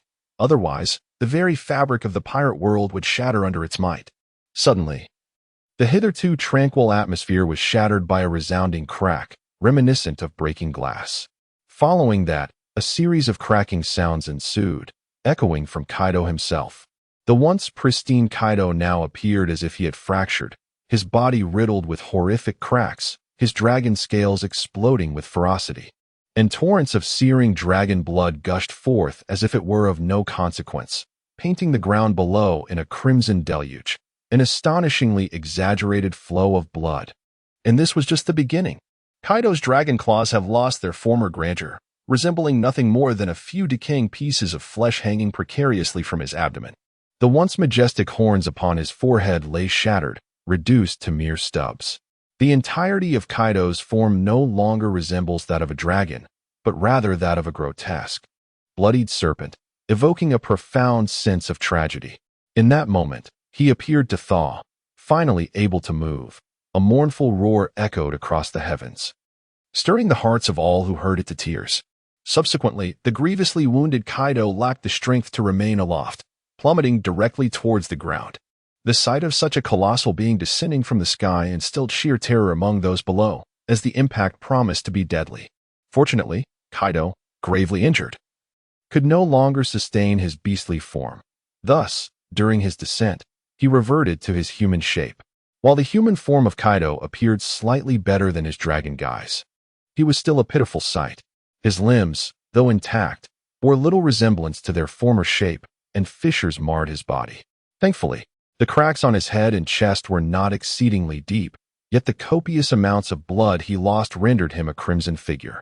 Thus, a towering giant of over 7 meters fell freely from a height of hundreds of meters, creating a vast crater upon impact. As the dust settled, a half-dead Kaido lay within. Kizaru gazed into the pit, his heart shaken, muttering in disbelief, "Kaido has fallen." Meanwhile, the surrounding pirates were on the brink of shock, bewildered by the unfolding events. How could the beast Kaido, one of the 4 emperors, succumb so easily? Just one blow, and he was downed. At that moment, the seemingly lifeless Kaido stirred slightly, then began to struggle back to his feet. As he slowly rose, the wounds on his body began to mend, and his limbs gradually regained their strength. It is worth noting that Kaido's injuries had previously defied description. For anyone else, they would have signified certain death multiple times over. Not to mention, he had just fallen from a height of hundreds of meters. Perhaps his frequent leaps from heights had granted him some form of immunity, but regardless, his survival was nothing short of remarkable. Now, not only was Kaido alive, but his wounds were also nearly healed. Except for the blood that stained his body, there was little indication of his prior injuries. The moniker of the Undying Kaido was indeed fitting, for his resilience was legendary. However, despite his recovery and the closure of his wounds, fatigue and weakness were still etched upon Kaido's visage, indicating that the restoration of his astonishing injuries came at a price. This formidable regenerative ability stemmed partly from his inherently extraordinary physique, and partly from the awakening of his so-called devil fruit powers. The transformations of fruits from different systems upon awakening vary significantly. The awakening of the Paramecia type allows the user's abilities to influence their surrounding environment. Conversely, The awakening of the Logia type enhances control over elemental forces and significantly amplifies their offensive capabilities. For Zoan-type users, awakening grants them a terrifying regenerative ability, leading to a remarkable increase in combat prowess, a fact particularly evident in the case of Kaido. However, awakening carries the risk of failure. For instance, if a Zoan user fails, they may forever be unable to revert to their human form. The peculiar guards and impel down, resembling bizarre koalas and zebras, are unfortunate victims of failed awakenings. At this moment, Tsuyu gradually descended back to the ground, positioning himself before Kaido. While the local residents and pirates had long since fled to a safe distance, now gazing at Tsuyu as if he were a deity. To them, Kaido appeared as a world-destroying demon, an adversary against whom they felt utterly powerless. The sight of Tsuyu effortlessly defeating such a demon was beyond their comprehension. Chapter 32. The Undying Kaido. Kaido paused momentarily. Though he appeared battered, he felt considerably improved. He clambered out of the massive pit he had created, casting his gaze upon the expressionless Tsuyu, whose demeanor was grave and eyes stern. Never before had he encountered a warrior as formidable as Tsuyu. Kaido had previously faced the Pirate King, Gold, Roger, and had clashed with Whitebeard. Yet, the ferocity of Tsuyu's earlier strike surpassed even that of the Tremor fruit. And what astonished him most was that Tsuyu seemed to exert minimal effort, casually raising a hand that left him grievously injured. Kaido considered himself among the pinnacle of power in this world, and yet, faced with this, he was left astounded. However, rather than succumbing to fear in the presence of Tsuyu's extraordinary strength, he felt an exhilarating thrill. To put it frankly, Kaido was a man oblivious to the concept of fear, a true lunatic, one who reveled in battle. For a long time, he had struggled to find a worthy adversary. The only competitors had been Whitebeard, Big Mom, and red-haired Shanks, but none had satisfied his craving for combat. After his bout with Whitebeard, he had been left dazed. As for that grotesque fruit of Charlotte, it was simply unbearable, and Shanks, that young scoundrel, favored a different style of combat, more of a swordsman than a brawler. Perhaps one would suggest that there was also Carp, who was akin to him in brute strength. Alas, Carp belonged to the Navy, and they would not engage in a one-on-one duel. If Kaido sought out Carp for a fight, it would undoubtedly end with the combined might of Sengoku, Carp, and the three admirals, an overwhelming Navy ensemble that Kaido would prefer to avoid, for it would be utterly humiliating. Yet today, Tsuyu's presence invigorated him entirely. Although he had not even managed to withstand a single blow from the man, there was an undeniable thrill in the encounter. It was clear to him that his strength was inferior, and he had no qualms about admitting it. Haha, what a rush. Bring it on. Kaido laughed heartily, his ferocious conqueror's haki instinctively radiating outward. The residents of the entire Red Tree Island number 13 fell unconscious, while those pirates lacking sufficient strength lost their senses entirely.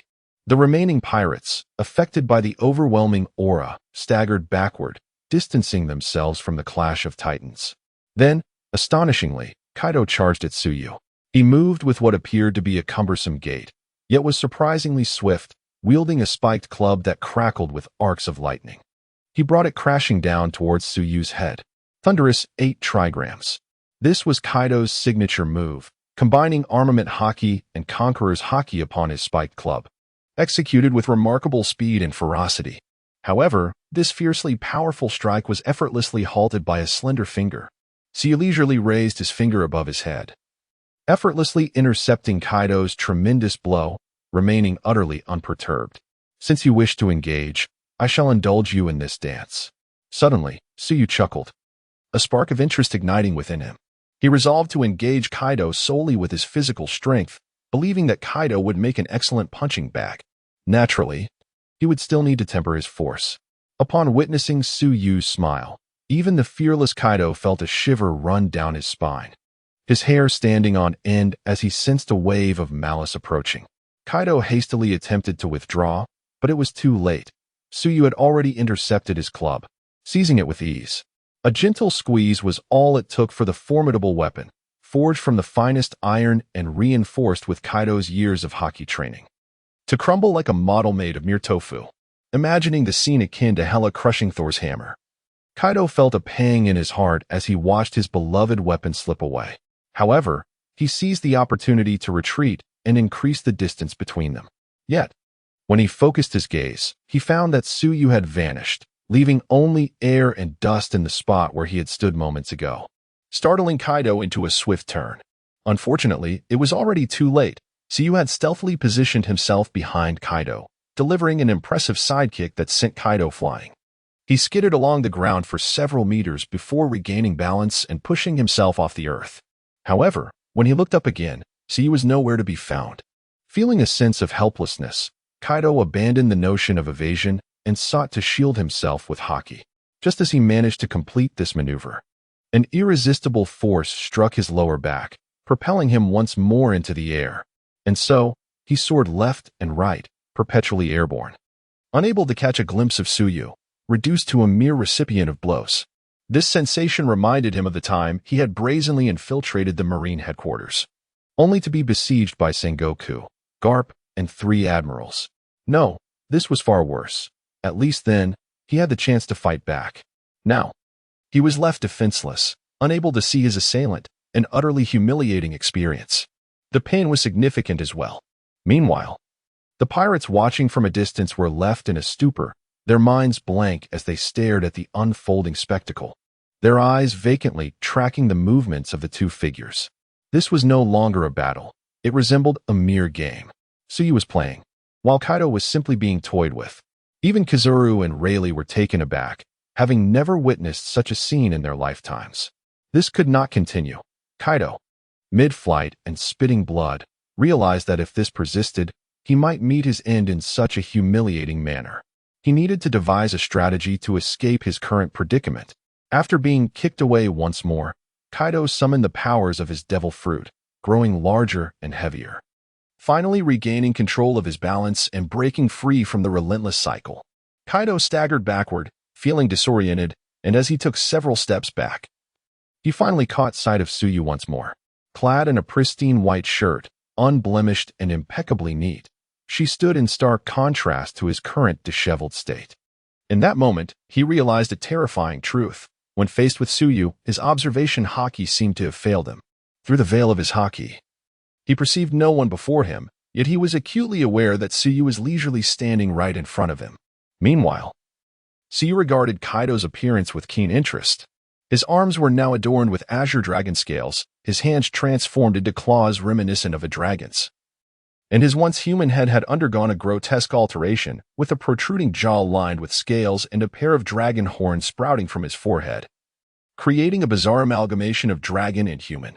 This was Kaido's 3rd form in his Zoan transformation, the dragon-human form. Chapter 33. The Risks of Spectating. This state resembles a fusion of human and dragon, embodying Kaido's dragon-human form. Zoan-type devil fruit users possess 3 distinct forms. The first is the human form, which, upon consuming a Zoan-type devil fruit, enhances one's strength and physical capabilities, such as recovery, stamina, and speed, constituting a fundamental and comprehensive enhancement. The second form is complete beast transformation, where the power reaches its zenith, accompanied by special abilities corresponding to the animal. The third form is the hybrid beast form, where physical attributes and strength are significantly amplified while largely retaining a human appearance, making it the most suitable form for one-on-one combat. In Kaido's dragon-human form, his defensive capabilities, recovery, and strength witness remarkable enhancement. Moreover, his speed becomes extraordinarily formidable. Although Kaido was already fast, he paled in comparison to some top-tier fighters. Against an opponent like Kizaru, he could even feel the frustration of being outmaneuvered. However, in his dragon form, Kaido's speed escalates to a terrifying level. While he may not match Kizaru's unparalleled speed, he is not far behind Shanks, especially considering Kaido's overwhelming physical strength and seemingly invincible recovery abilities. As for his physical power, Kaido undoubtedly ranks among the elite. However, this does not imply that Shanks is weaker than Kaido. As one of the 4 emperors, Shanks wields Conqueror's haki at an unparalleled level and is renowned for his formidable offensive prowess as a swordsman. In terms of sheer attacking power, he undoubtedly surpasses Kaido by a considerable margin. Truth be told, Suyu finds the dragon form somewhat unappealing, even adorably grotesque. Yet, this sentiment may be unique to him.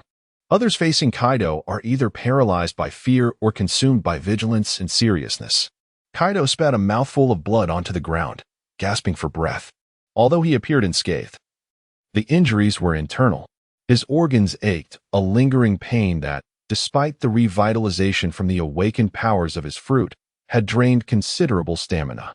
Even for someone as physically formidable as Kaido, capable of enduring battles for days on end, exhaustion began to set in. Nevertheless, Kaido was reluctant to concede. He felt a deep-seated frustration.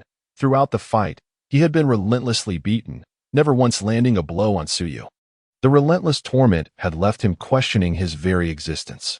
Thus, he resolved to at least strike Suyu once. At that moment, Kaido noticed Suyu seemed somewhat distracted. An opportune moment. Kaido silently urged himself, then unleashed his maximum speed, darting towards Suyu, only to swiftly glide past him and position himself behind. Kaido infused his right hand with a surge of Conqueror's Haki and Armament Haki, dark crimson lightning crackling to life, before delivering a thunderous strike, devoid of any restraint. Aimed squarely at Suyu's head. As that colossal fist drew ever closer to Suyu's head, an impending sense of triumph began to manifest on Kaido's face. Just as he anticipated the inevitable impact, Suyu, moving with an imperceptible swiftness, lifted his hand to intercept the seemingly unstoppable blow. The formidable fist collided with Suyu's palm, which appeared almost childlike in comparison, yet it was as if the fist had struck a bottomless abyss, creating neither sound nor disturbance, rendering the scene profoundly awkward. Kaido gritted his teeth and exerted all his strength to push forward, but Suyu's hand remained steadfast, an unyielding barrier akin to divine retribution, compelling Kaido to retract and withdraw. However, he was not prepared to concede defeat. He began to maneuver around Suyu with astonishing speed, vanishing from the sight of the onlooking pirates. Only Rayleigh and Kizaru, with their keen observation skills, could discern Kaido's current movements. As he navigated, Kaido relentlessly swung his fists at Suyu from a distance, attempting to land a blow. Kaido possessed another formidable technique known as the Vajra arrow, which involved enveloping a spiked club with haki and unleashing it with great force, creating an energy akin to a sword's aura. The term arrow refers to both the projectile and its tip, signifying a powerful long-range attack. Regrettably, at the onset of their skirmish, Suyu had crushed Kaido's cherished spiked club. Thus he was left to execute a rudimentary version of the Vajra arrow using only his fists. Although this simplified attack lacked the devastating power of the club, it was undeniably more convenient. Every punch Kaido launched towards Suyu was effortlessly intercepted, each one dismissed with a casual grace that emphasized Suyu's nonchalance. Nevertheless, this was part of Kaido's strategy. He aimed to disorient Suyu's sight and senses, seeking an opportunity to strike. As the engagement progressed, he lost precision, swinging wildly in Suyu's general direction, with one punch narrowly missing him. Yet, that missed strike did not go to waste. Though it failed to connect with Suyu, it found its mark on an exceedingly fortunate pirate, who was sent hurtling several hundred meters away, blood erupting from his body like water along his flight path. Before he even touched the ground, he blissfully succumbed to unconsciousness, and given the extent of his injuries, his survival seemed uncertain. The remaining pirates were left in a state of terror, realizing that even at such a distance, they were not immune to danger. Having witnessed Suyu effortlessly absorb Kaido's attacks without a hint of struggle, they had momentarily forgotten the formidable might of a Yonko. Now, they grasped the grave reality that even stray projectiles could cost them dearly. Indeed, a Yonko remained a Yonko, despite being overpowered by a celestial being. To them, a Yonko was akin to a deity. With a sense of reverence, they observed the clash of these titans from a safe distance, retreating further until they required telescopes to glimpse Suyu. Indifferently, Suyu continued to deflect Kaido's assaults, boredom evident as he even yawned.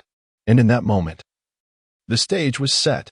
Upon witnessing Suyu stifle a yawn, Kaido recognized a rare opportunity. He swiftly approached Suyu, but this time, rather than launching an attack, he enveloped Suyu in his embrace.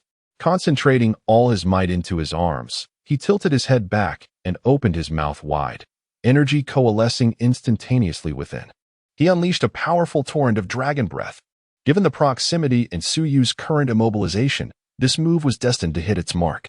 Indeed, Suyu was utterly unprepared for such a repulsive tactic from Kaido. Should he be struck, it would undoubtedly lead to disastrous consequences. Chapter 34. It's all Doflamingo's fault. As Kaido's saliva sprayed toward him, Suyu erupted in frustration. He swiftly broke free from Kaido's iron-like embrace and darted away with such speed that black spatial rifts appeared in his wake. The force of Suyu's escape was so intense that it snapped Kaido's arm, which was cloaked in dark, obsidian-like haki, leaving it marred with cracks akin to genuine stone. Kaido, witnessing Suyu's effortless escape from his grasp, felt a twinge of helplessness. He had previously believed that such a hold would at least restrain Suyu for a moment, yet he had been released instantaneously. However, with his attack already primed, there was no turning back. Kaido unleashed his breath of the dragon towards Suyu. Yet again, Suyu merely raised a single hand to block the onslaught. He then took a step forward, unwaveringly advancing against the dragon's breath, slow yet undeniably resolute. As Suyu approached, Kaido's small eyes glimmered with an unexpected hint of panic, a sentiment ill-suited to his character. In a frantic instinct, he increased the output of his attack. But it was futile.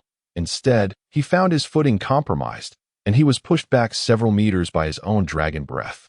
Now feeling a degree of embarrassment, Kaido was acutely aware that the dragon breath was ineffectual against Suyu, yet he found himself unable to cease the assault, resulting in a tense stalemate. However, would Suyu allow the standoff to persist? Certainly not. In Kaido's eyes, which reflected a growing trepidation, a shadow emerged from Suyu's form, a doppelganger, identical in appearance to him, for it was indeed Suyu's clone. Clone Suyu advanced towards Kaido, who was still focused on blocking the original Suyu with his breath, now helplessly observing as the second Suyu appeared beside him as if by teleportation.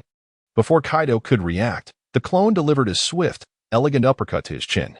The impact was catastrophic. Kaido had no time to halt his dragon breath.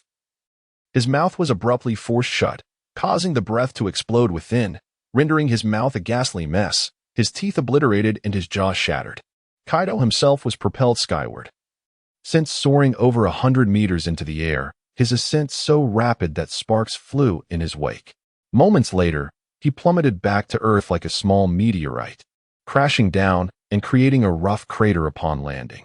Lying in the pit, Kaido gazed blankly at the sky, overwhelmed by a sense of powerlessness he had never experienced in his life. In terms of strength, speed, and skill, he had been utterly crushed by his opponent. As for his recovery abilities, he could not ascertain, for he had not managed to harm Suyu even a hair's breadth. At this juncture, Kaido had entirely relinquished any thoughts of continuing the battle with Suyu. If he could, he would wish to flee this desolate ground of sorrow. However, he was the one who initiated the provocation, and whether Suyu would grant him mercy remained uncertain. As Kaido returned to the ground, Suyu too walked back onto the main body of Suyu. Subsequently, Suyu approached the edge of the massive pit where Kaido lay, observing the center where Kaido had completely relinquished any resistance. What? Aren't you going to continue? I'm not yet satisfied. Upon hearing Suyu's words, Kaido instinctively felt his muscles tense involuntarily. You're not satisfied? I've already been thoroughly beaten, all right. It's not that I had no capacity to retaliate. Rather, I've been enduring a relentless barrage. I could even detect a hint of disappointment in Suyu's tone. Disappointment, indeed. How could I be so easily defeated? I concede. Do as you wish. There was no denying that Suyu had triumphed with sheer power. No, it would be more accurate to say he had utterly crushed him. This was an absolute disparity in strength, devoid of any other considerations. Kaido was someone who could accept defeat, thus he readily surrendered. Perhaps he was also somewhat intimidated by Suyu, the experience of being passively beaten, unable to even see the one striking him, was something he hoped to endure only once in his lifetime. Suyu stroked his chin, pondering how to deal with Kaido. Although Kaido was a significant figure in the pirate world, he had instigated this confrontation himself. This meant that a causal relationship had formed between them. Thus, it would not be unreasonable for Suyu to slay him without remorse. However, The thought of eliminating such a formidable dragon seemed rather regrettable. Suyu would undoubtedly be leaving the pirate world soon, leaving Mylander alone in the bar. Perhaps he should find Kaido a companion. Kaido, do you wish to die? If you want to kill me, then hurry up and make your move. Stop hesitating. Kaido himself was uncertain whether he truly wished for death. His previous reckless actions, akin to a game, had been thrilling, but whether he genuinely desired to end his existence was a matter of debate. After all, he considered himself quite sane, despite the majority deeming him a madman. As a rational being, the instinct for survival was ingrained within him. Thus, he likely did not wish to die, yet contemplating such matters was futile now, as his fate no longer lay in his own hands. Although he was known as the indomitable Kaido, he was acutely aware that Suyu possessed the means to kill him, and for Suyu, it might be no more challenging than squashing an ant. While Kaido did not wish for death, he was certainly unafraid of it, which left him feeling remarkably calm. Suyu, stroking his chin, remarked, "In truth, I find it somewhat regrettable to kill you outright." At this statement, Kaido suddenly lost his composure.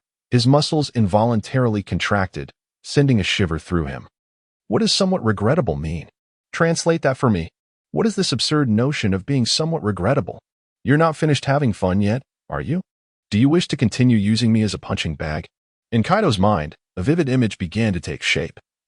He envisioned himself transforming into a mere punching bag for Suyu. Whether for trivial matters or significant ones, Suyu would relentlessly hammer away at him for hours on end, inflicting excruciating pain and causing him to cough up blood. Yet, due to his remarkable regenerative abilities, he would swiftly recover, only for Suyu to embark on a second round of torment. The strength of his vitality was such that even the thought of ending his own life seemed futile. Merely contemplating this scenario, Kaido felt an overwhelming sense of despair, as though the very colors of his existence had faded away. In that moment, he found himself harboring a deep-seated hatred for the version of himself that had made the ill-fated decision to seek out Suyu, the formidable demon. How could he have been so reckless as to invite trouble from such a fearsome entity? As for Doflamingo, who had been the harbinger of this ill advice, Kaido wished nothing more than to see him suffer a fate most dire. Chapter 35. Let us sign a contract. Upon witnessing Kaido, whose form had suddenly transformed into a pallid gray, his once vibrant eyes now devoid of luster, Suyu found himself somewhat bewildered. Did Kaido truly wish for death? Was he so disheartened by the mere notion that Suyu had no intention of killing him? Nevertheless, Suyu was unconcerned with Kaido's desires. The truth was that Kaido had lost his freedom. Kaido, your life is no longer in your own hands, so relinquish any unrealistic fantasies you may harbor. Suyu proceeded to elucidate Kaido's current predicament before continuing, as for you, I shall spare your life. Simply sign this contract, and you shall be free to depart. With a gentle motion of his hand, an ancient parchment materialized in the air, adorned with an array of enigmatic symbols that served both as embellishments and representations of the binding power of the oath. Suyu lightly urged the parchment, and it gracefully floated before Kaido. Gazing at the contents of the parchment, which bore only a few lines of text, Kaido realized he had never encountered such script before. Yet he understood its implications. Essentially, it stated that from this moment forth, Kaido would nominally belong to the Wish Bar, and he was prohibited from undertaking any actions that could harm its interests. Furthermore, should the Wish Bar face adversity, Kaido was obligated to provide assistance from all directions. This left Kaido perplexed. With him defending the Wish Bar, who would dare to challenge it? If he deemed those who approached as formidable adversaries, what difference would it make whether he participated or not? He could not fathom the significance of this contract. As for whether this agreement possessed the power to bind him, Kaido held no doubts. He could sense the immense energy concealed within the parchment, its nature both strange and mysterious. It was undoubtedly not an ordinary piece of parchment, and he instinctively knew that he could not contend with this force. Unbeknownst to Kaido, even if he racked his brain, he would never guess that Suyu was not a native of the pirate world and would eventually depart from it, leaving only Milan behind at the Wish Bar. What would happen if I signed this contract and failed to fulfill its terms? He pondered. The answer loomed ominously: death. Upon hearing the word death, Kaido's eyes sparkled with intrigue.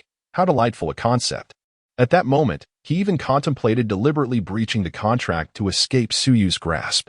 However, just as Kaido reveled in his thoughts, he was suddenly met with Suyu's devilish whisper. Death. That is, of course, out of the question. How could I commit such a cruel act? Fear not, you shall not die. Rather, you will endure excruciating pain until you naturally wither away. Additionally, this contract comes with the ability to heal hidden ailments and restore your physical state, allowing you to live longer. How delightful, is it not? Are you not pleased? Do you think I would be pleased? What manner of devil is this? Kaido thought, pleading inwardly for a touch of mercy, yearning for a swift end instead. Kaido initially contemplated refusing, yet soon realized that abstaining from signing the contract could lead to even more dire consequences. Reluctantly, he affixed his signature, feeling an acute sense of resentment. His mood darkened further. Observing Kaido's astonishment rendered him speechless, so he nodded and snapped his fingers, compelling Kaido's hand to move involuntarily. Straining with all his might, Kaido tugged at his own right hand with his left, his face flushing with effort, yet to no avail. In the depths of despair, his right index finger inexplicably sliced open, blood gushing forth and staining the entire digit, marking the contract. Instantaneously, the parchment disintegrated into a cascade of enigmatic and intricate runes, which swirled toward Kaido, leaving behind a small tattoo on his body. At this moment, Kaido sat upright, gazing at the newly formed tattoo on his chest with a look of complex emotions. Not only had he lost the battle, but he had also been irrevocably bound. A staggering loss.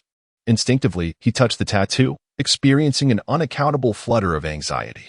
Now, do not wear such a sorrowful expression as though I have wronged you. The contract does not confine you to the Wish Tavern. You remain free to pursue your desires, with the sole limitations of not harming Mylander or damaging the tavern as property. Furthermore, should any unruly individuals disturb the tavern and Mylander find himself overwhelmed, you must come to his aid. Kaido was tempted to retort that this was indeed a form of bullying, yet he refrained, feeling such a response would contradict his fierce persona. Nonetheless, Suyu's words somewhat lifted his spirits. After all, it was not so different from before. He was still the captain of the Beast Pirates. Then, a realization struck Kaido. One person? What about you? I shall depart when the time is ripe, Suyu replied. Kaido yearned to inquire where he would go afterward, but he merely opened his mouth and ultimately remained silent. With nothing more to discuss, Kaido decided to take his leave. Feeling utterly humiliated, he stood to transform into his dragon form, but Suyu called out to him once more, causing him to halt instinctively, prompting a silent curse within him. Kaido, you were sent here by Don Quixote Doflamingo, correct? If you seek to exact your vengeance, do remember to temper your blows. Do not slay him. He is a prey specifically left for Mylander, and you must not indulge in your wrath by ending his life. Kaido was perplexed. Had there not been some discord between Suyu and Doflamingo? Why would he deliberately spare Doflamingo's life? Unable to fathom the reasoning, he chose to dismiss it. For he had never intended to kill Doflamingo, especially since he still relied on the man's artificial devil fruit technology. With a sullen acknowledgement, he transformed into his dragon form and soared into the sky, heading toward the horizon. The surrounding pirates stood in stunned silence, watching Kaido take flight as if they were trapped in a surreal dream. The events that had transpired were so fantastical that even witnessing them firsthand, they struggled to believe the reality of it all. The day was destined to change. As for Kizaru and Rayleigh, they initially experienced surprise, but soon calmed down, for they had already witnessed a mere glimpse of Suyu's formidable power. Rayleigh, in particular, was aware of Suyu's true identity. Suyu surveyed his surroundings and noted that the area had become pockmarked and uneven, resembling the surface of the moon due to the battle between the two. Although he was a victim of Kaido's onslaught, he felt a sense of responsibility for the state of the environment and deemed it necessary to restore it. With a swift clap of his hands, a gentle luminescence enveloped his entire being, and the radiant light gradually detached from him, soaring towards the damaged structures and the severely ravaged ground, including the initially innocent red tree. As the areas touched by the light were illuminated, it was as if time itself had reversed. In the astonished gaze of the onlooking pirates, as well as Kizaru and Rayleigh, the surroundings returned to their original state. Chapter 36. Shock. Everything, the structures, the ground, and the towering red trees, restored to their original state. Had they not retained the memory of the recent upheaval, one might have believed that Kaido had never graced this place. Satisfied with the return of the environment, Suyu nodded approvingly before retreating to his bar, leaving behind a crowd of stunned onlookers. The spectators were genuinely astonished. While they could rationalize the display of power, this miraculous scene defied explanation. Was there truly such a wondrous devil fruit? A divine fruit, perhaps? Only Rayleigh, who knew the truth, could not help but utter in admiration, truly. The might of a deity. The magnitude of divine power was indeed beyond the comprehension of mere mortals. Inside the bar, several pirates lay sprawled on the floor, having succumbed to Kaido's conqueror's haki due to their lack of strength. Those still conscious gazed at Suyu with expressions of awe. They felt a profound sense of guilt. For not long ago, they had wished for Suyu to be reduced to ashes by Kaido.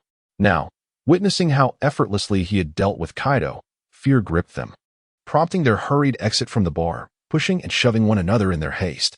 Mirande was among the awakened, his innate weakness counterbalanced by the resilience bestowed upon him by his sacred armor, rendering him immune to the effects of Conqueror's haki.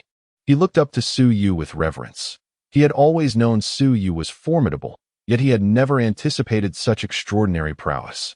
He had a general understanding of the four emperors, figures who stood at the pinnacle of the seas. And now he realized that his boss had vanquished one of them with such ease, leaving the opponent utterly defenseless. A surge of pride welled within him. Mirande, dispose of the unconscious ones, commanded Suyu. At once, boss. However, it was not only the Navy that kept a watchful eye on dangerous individuals. The news agencies were also vigilant, not so much monitoring, but rather observing. These formidable figures were often at the center of significant news events. The news agencies employed specially trained birds for surveillance, ensuring efficient monitoring. As for Kaido, one of the four emperors, his presence in the Sabaody archipelago raised questions about his intentions. Yet, merely the headline of Kaido appears in Sabaody was enough to attract attention. However, the members of the news agency could hardly fathom the explosive nature of the news that was about to unfold. It was more sensational than the most volatile of fruits. Kaido was no ordinary figure. He was one of the world-renowned four emperors. The title carried weight, forged from fist and blood. Now, the formidable Kaido had been bested by an individual who had previously remained in obscurity, and with such ease. How could this not leave them astounded? Though there are distinctions in strength among the four emperors, they generally reside within the same tier of power. Even Whitebeard, recognized as the world's strongest man, would find it impossible to defeat Kaido so effortlessly, even at the peak of his strength. Thus, does this imply that the title of the strongest man in the world is about to change hands? The president of the World Economic News Agency, Morgan, was taken aback upon receiving this news from the front lines. However, being a seasoned journalist, he swiftly ordered the dismissal of the already typeset draft intended for printing, opting instead to feature the article on Kaido as the headline, ensuring it was printed with utmost urgency. Consequently, this newspaper, which contained information potent enough to shake the world, was disseminated across the globe by countless news hawks. At the Marine headquarters in Marineford, shortly after Kaido's departure, Admiral Kizaru left the Sabaody archipelago and has now returned to report to Fleet Admiral Sengoku. Is it true that Kaido was easily defeated? Sengoku mused, reflecting on the formidable pirate who was the first to dare breach the Marine headquarters alone, likely the last to do so as well. Sengoku had partaken in the collective effort to subdue Kaido. The sensation of striking him was exhilarating. Though the damage inflicted on Kaido was minimal, certainly not enough to be considered significant. By the end of their skirmish, Sengoku, Garp, and the others were thoroughly exhausted, while Kaido seemed to have recovered from his injuries completely. This spectacle left the assailants gritting their teeth in frustration. Ultimately, they were forced to concede, while Kaido appeared quite pleased, settling down to fall into a deep slumber amidst the encircling Marines. Indeed, this audacious individual dared to sleep soundly, even in the thick of Marine presence. Now, Kaido has been vanquished, and by a single individual, no less, suffering a thorough defeat without the slightest chance to retaliate, leaving a substantial amount of blood spilled upon the soil of Sabaody. According to Kizaru, had Sway not shown mercy in the end, Kaido would likely have perished, indicating that Sway had the power to end Kaido's infamous immortality if he so desired. This realization left Sengoku momentarily reflective. He had anticipated such a turn of events, having gleaned some insight into Sui's capabilities through the Kizaru incident. The evidence was apparent even from that sacred attire, allowing Sengoku to conclude that he was not surprised by Kaido's downfall. Amidst his reflections, Sengoku felt a tinge of relief. He was thankful that it was Sui who defeated Kaido, a character whose identity was that of a mere bar owner. He was neither a pirate nor a revolutionary, and certainly not a marine. He resembled an ordinary citizen, yet acted as a deity, gazing down upon the struggles of various factions. Such a figure defeating the Yonko Kaido was perhaps the best scenario imaginable, aside from the Marines taking direct action. It is essential to note that while Kaido is labeled as one of the four emperors, at his core, he remains a pirate. Had another pirate bested Kaido, it could have incited chaos throughout the seas. Conversely, it is possible that the pirates may now exhibit a degree of restraint. Meanwhile, within a chamber in Mariewa, 5 elders sat in deliberation. One individual clad in a black suit, with hair resembling white sticks in its curly form, sports a voluminous white beard and a flat cap, marked by a scar on his left cheek. Another dons a deep blue suit, his long straight hair cascading down, accompanied by an impressive beard. A third figure is adorned in a deep red suit, eschewing a bow tie, with golden locks and a beard of the same hue, distinguished by a scar upon his chest. The fourth is dressed in a deep green suit, bald on top, with 2 distinctive mustaches and a birthmark gracing his forehead. Lastly, the fifth, clad in a white robe, is bald, bespectacled, and cradles an elongated katana in his arms. These 5 constitute the visible apex of the world government's authority, known as the 5 elders. At this moment, they are seated upon a sofa, while an individual in a white suit and mask stands before them, presenting a report. Chapter 37. The Astonished 5 Elders. What? Are you certain you are not jesting? The golden-haired elder exclaimed upon hearing the report from the masked man, while the remaining 4, though silent, wore expressions of shock as they regarded him. Indeed, this was witnessed firsthand by number 3 in the Sabaody archipelago. Kaido was undeniably defeated by the proprietor of the Wish Bar, Tsuyu, and throughout the encounter, Kaido had been utterly powerless to retaliate. Furthermore, after Kaido's departure, the proprietor seemingly employed some unknown ability to completely restore the devastation wrought by their battle. The 5 elders fell into a contemplative silence. The room enveloped in a stifling quietude. After a few moments, the curly-haired elder finally spoke. Very well, we understand. You may leave now. Yes. The masked man responded and promptly exited. At this juncture, only the 5 elders remained in the chamber, exchanging glances, their eyes still reflecting remnants of disbelief.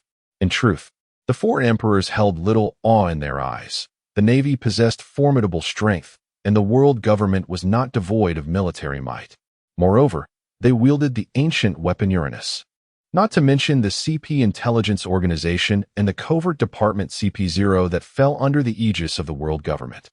These 5 themselves could rival the prowess of Sengoku and Garp. Thus, the elimination of a single 4 emperor could be effortlessly orchestrated, should they so desire.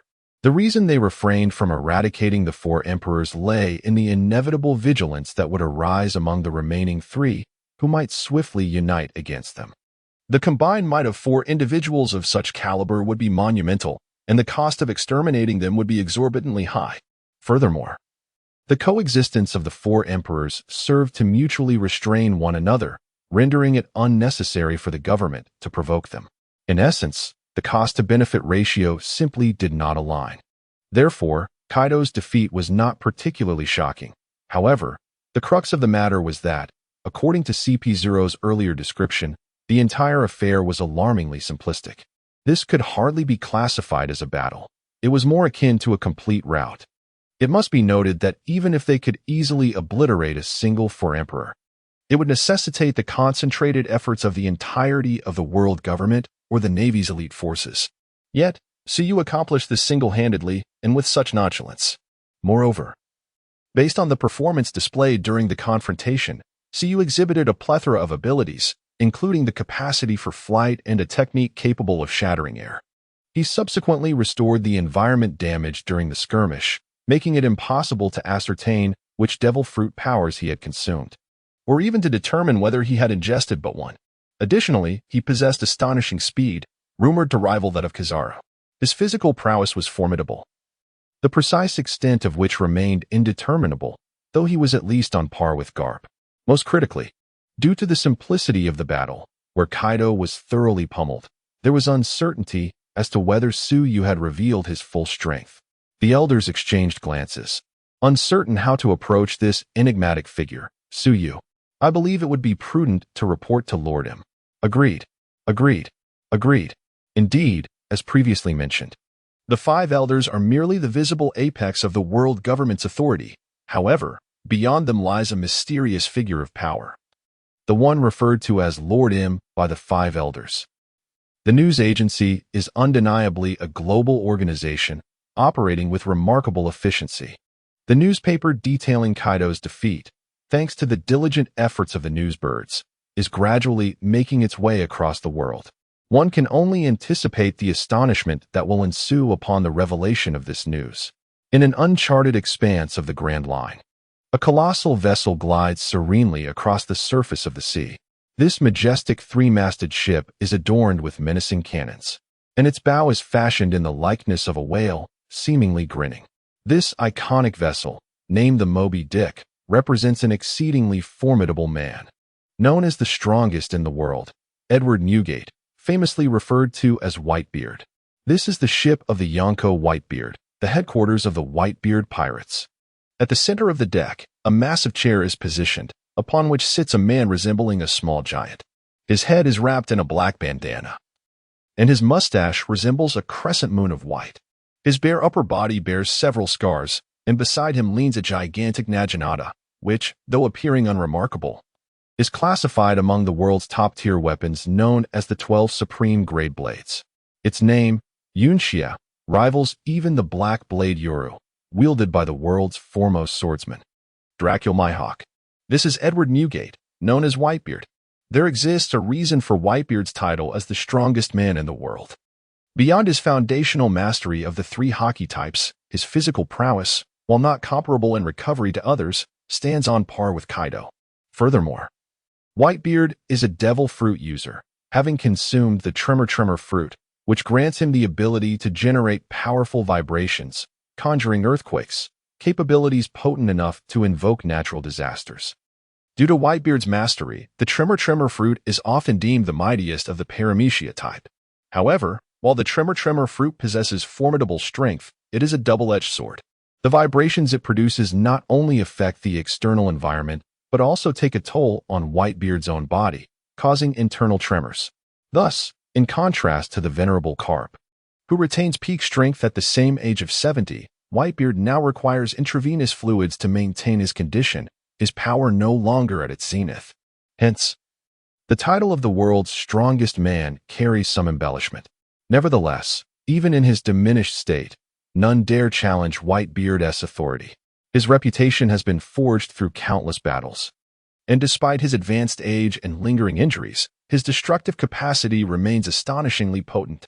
Not to mention, the captains of his various divisions are formidable in their own right. Marco, the first division captain, who has consumed the mythical Zoan-type Phoenix fruit. Ace, the second division captain, who wields the Logia-type Flame fruit. And Joju, who has consumed the Paramecia-type Diamond fruit, among others. These are indeed formidable characters, with Marco capable of contending against admirals. At that moment, Whitebeard sat in a chair. An intravenous drip attached to him. Though he still exuded an overwhelming aura of dominance, a hidden weariness could be discerned deep within his gaze. After all, he had reached the venerable age of 70.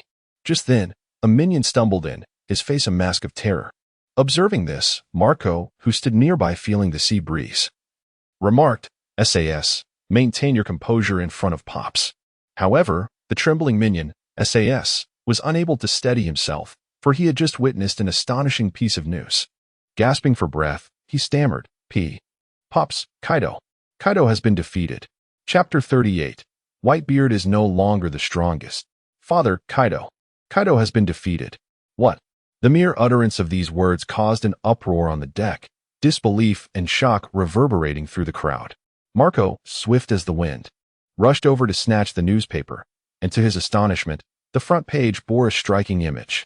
The photograph depicted a bloodied figure lying in a large pit, his face a ghastly sight, while a young, handsome man in a pristine white shirt stood at the edge of the pit, gazing down at Kaido with an indifferent expression. Accompanying this haunting image was a bold headline: "Crushed. The Emperor Kaido defeated." This singular photograph, coupled with the headline, was laden with immense significance. After a moment of stunned silence, Marco stood frozen, while others crowded around him, craning their necks for a glimpse. Those who laid eyes upon the image, like Marco, were similarly entranced, their eyes wide with disbelief, as if their rationality had been shattered by this explosive news. In an instant, the once boisterous deck fell silent, save for the sound of their heavy breaths. What had they just witnessed? That was Kaido. Do they understand what it means to be one of the four emperors? These are the four mightiest figures that stand atop this vast sea. And now, they are being told that Kaido has been defeated? Moreover, he was utterly crushed. They struggled to accept this reality, for Kaido existed on the same echelon as their father. Yet, the source of this news was none other than the most authoritative news agency, leaving them no choice but to believe it. What a commotion! Bring me the newspaper. Even Whitebeard, upon hearing the shocking news, was taken aback. However, seasoned by experience, he quickly regained his composure. His commanding voice gradually calmed the restless hearts of Marco and the others. As Marco snapped back to reality, he promptly handed the newspaper to his father. The once sizable newspaper appeared diminutive in Whitebeard's formidable hands. He meticulously scanned the pages, absorbing every detail of the report regarding Kaido. After a long silence, he furrowed his brow, rendered speechless, while Marco and the others, sensing their father's gravity, dared not utter a sound. The atmosphere became solemn. Whitebeard was well acquainted with Kaido. In fact, many were unaware that they had once sailed on the same ship.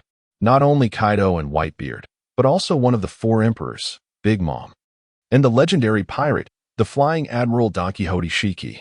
It is indeed hard to fathom that a single ship once harbored three future emperors and a pirate of equal notoriety. Moreover, there were others of formidable reputation, albeit less renowned than these four. The leader of this astonishing pirate crew is known as Rox D. Zebek. Decades ago, he was undeniably the sovereign of the seas. However, this name has faded from the collective memory of most, as Rox openly opposed the world government and possessed the power to overthrow it. Yet, unlike the Revolutionary Army, his ambition was singular, to become the king of the world. Nearly 40 years ago, Rox, commanding the Rox pirates, sought to attack the Celestial Dragons, only to be thwarted by Monkey D., Garp, and the future pirate king, Joel D. Roger. It was during this confrontation that the Rox pirates were annihilated, and due to his heinous crimes, Rox was effectively erased from both history and the world by the world government.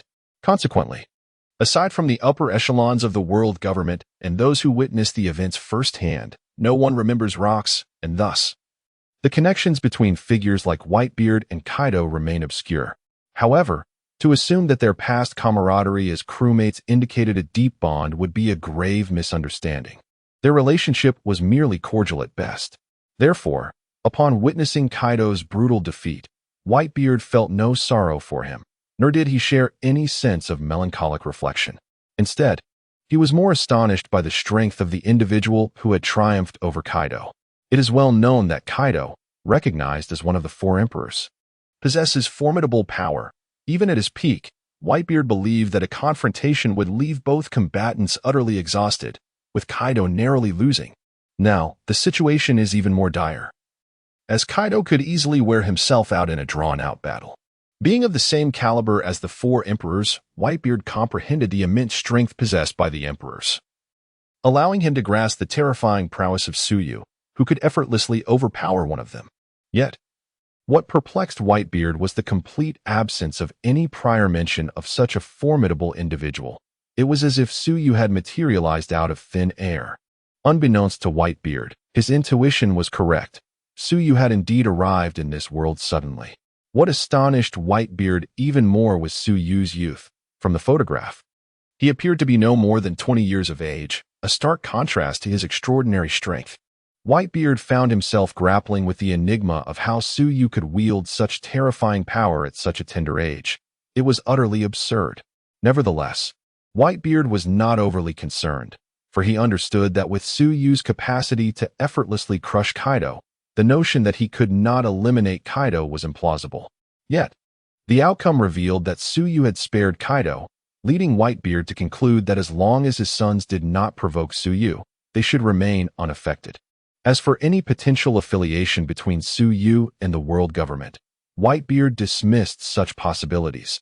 It seemed more far-fetched than the idea of celestial dragons turning benevolent. Thus, after the initial shock, Whitebeard's brow relaxed as he tossed aside the newspaper, erupting into a hearty laugh.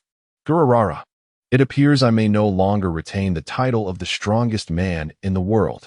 Regarding this title, Whitebeard did not place much importance on it, for it was merely a designation.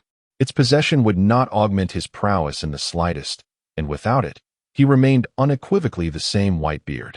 With a smile, he dispelled the previously tense atmosphere on the deck, allowing everyone to exhale in relief. However, upon hearing Whitebeard's words, they felt a twinge of dissatisfaction. While he was indifferent to the title, they held it in high regard.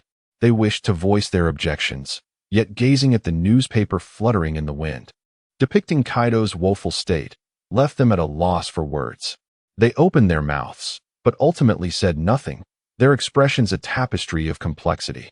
Chapter 39. The frenzied Moonlight Moria in the realm of nations. There resides a formidable figure, the Emperor Big Mom, Charlotte Linlin. Mama, look at this. As Big Mom indulged in her sweet treats, one of her 4 commanders, Katakuri, rushed to her with a newspaper in hand. Though somewhat displeased by the interruption, Big Mom held a fondness for Katakuri, so she refrained from unleashing her wrath and accepted the newspaper to read. Upon glancing at its contents, Big Mom was immediately struck with astonishment, her eyes widening as her conqueror's haki surged uncontrollably. Katakuri, standing before her, was compelled to muster his strength to withstand the overwhelming aura. This moment revealed that, at the very least, Big Mom's composure paled in comparison to that of Whitebeard. After a few moments, Big Mom finally regained her composure, coming to terms with the startling revelation. It appeared that yet another extraordinary individual had emerged upon the seas. In the Devil's Triangle, perpetually shrouded in thick fog, lies a hidden isle. Yet, this isle is not truly an island but rather a vessel. A ship of considerable size known as the terrifying 3-masted ship, if we disregard Noah's Ark, which lies sunken near Fishman Island. This ship stands as the largest in the world. The environment surrounding this ship is enveloped in eternal darkness, maintaining a state of perpetual night, truly rendering it an island of everlasting twilight. Furthermore, graves and dilapidated structures litter the landscape, creating an atmosphere steeped in a macabre ambience. Yet, in this forsaken realm where even the birds dare not defecate, resides a solitary inhabitant, one of the 7 warlords of the sea, Moonlight Moria. He has consumed the shadow fruit, a paramecia-type devil fruit, which grants him the ability to steal other shadows. Those who lose their shadows to him, if exposed to sunlight, are reduced to mere ashes. Each year, numerous vessels mysteriously vanish in the Devil's Triangle, all victims of Moria's shadow-stealing abilities, forced to remain aboard the dark, terrifying 3-masted ship, away from the sun's rays.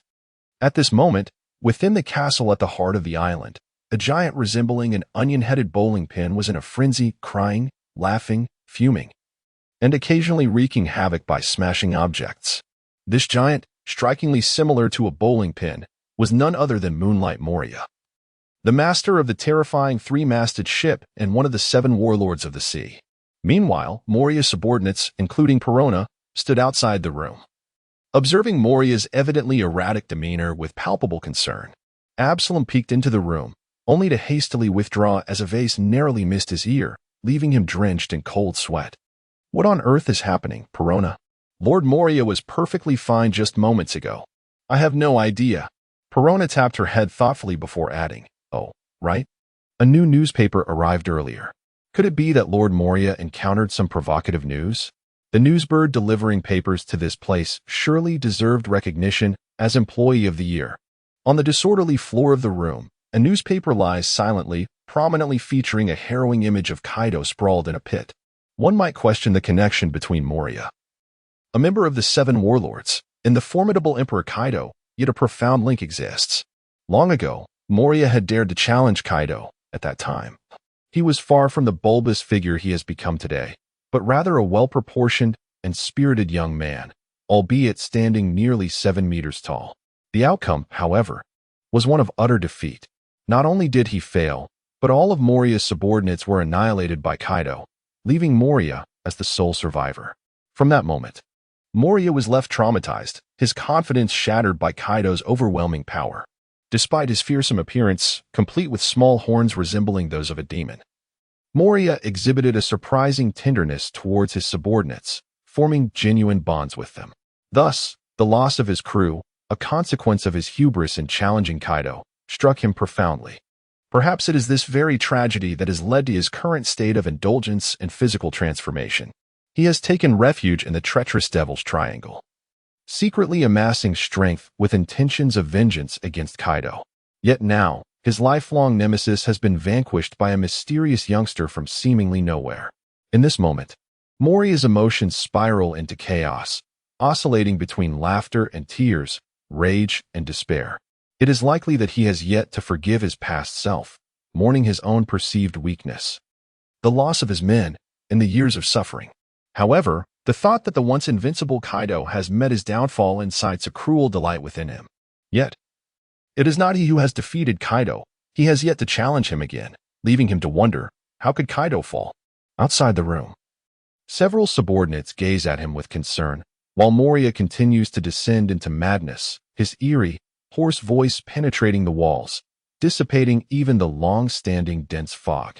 In Alabasta, another member of the 7 warlords, Crocodile, resides. Within a room, he peruses a newspaper, a cigar clenched between his lips, lost in contemplation. Behind him stands a woman with dark skin and a cowboy hat, her face awash with intense shock. At the Baratai, the ocean restaurant where SU first arrived, the establishment retains its original charm, though it lacks a certain chain-smoking, eyebrow-raising individual. The owner, Zeph, currently studies a newspaper, well aware of the implications of the 4 emperors. His gaze fixed in disbelief upon the figure in a white shirt captured in the photograph. Little did I expect such a figure would emerge. In an uncharted expanse of ocean, a small sailing vessel glided across the surface, its bow adorned with an adorably whimsical sheep's head. Yet, the pirate flag fluttering above clearly indicated that this ship belonged to a band of pirates. At that moment, a newsbird alighted on the window, tapping its beak against the glass. More news has arrived. A fellow with curly eyebrows opened the window, offering the bird a few coins in exchange for a newspaper, which he then casually perused.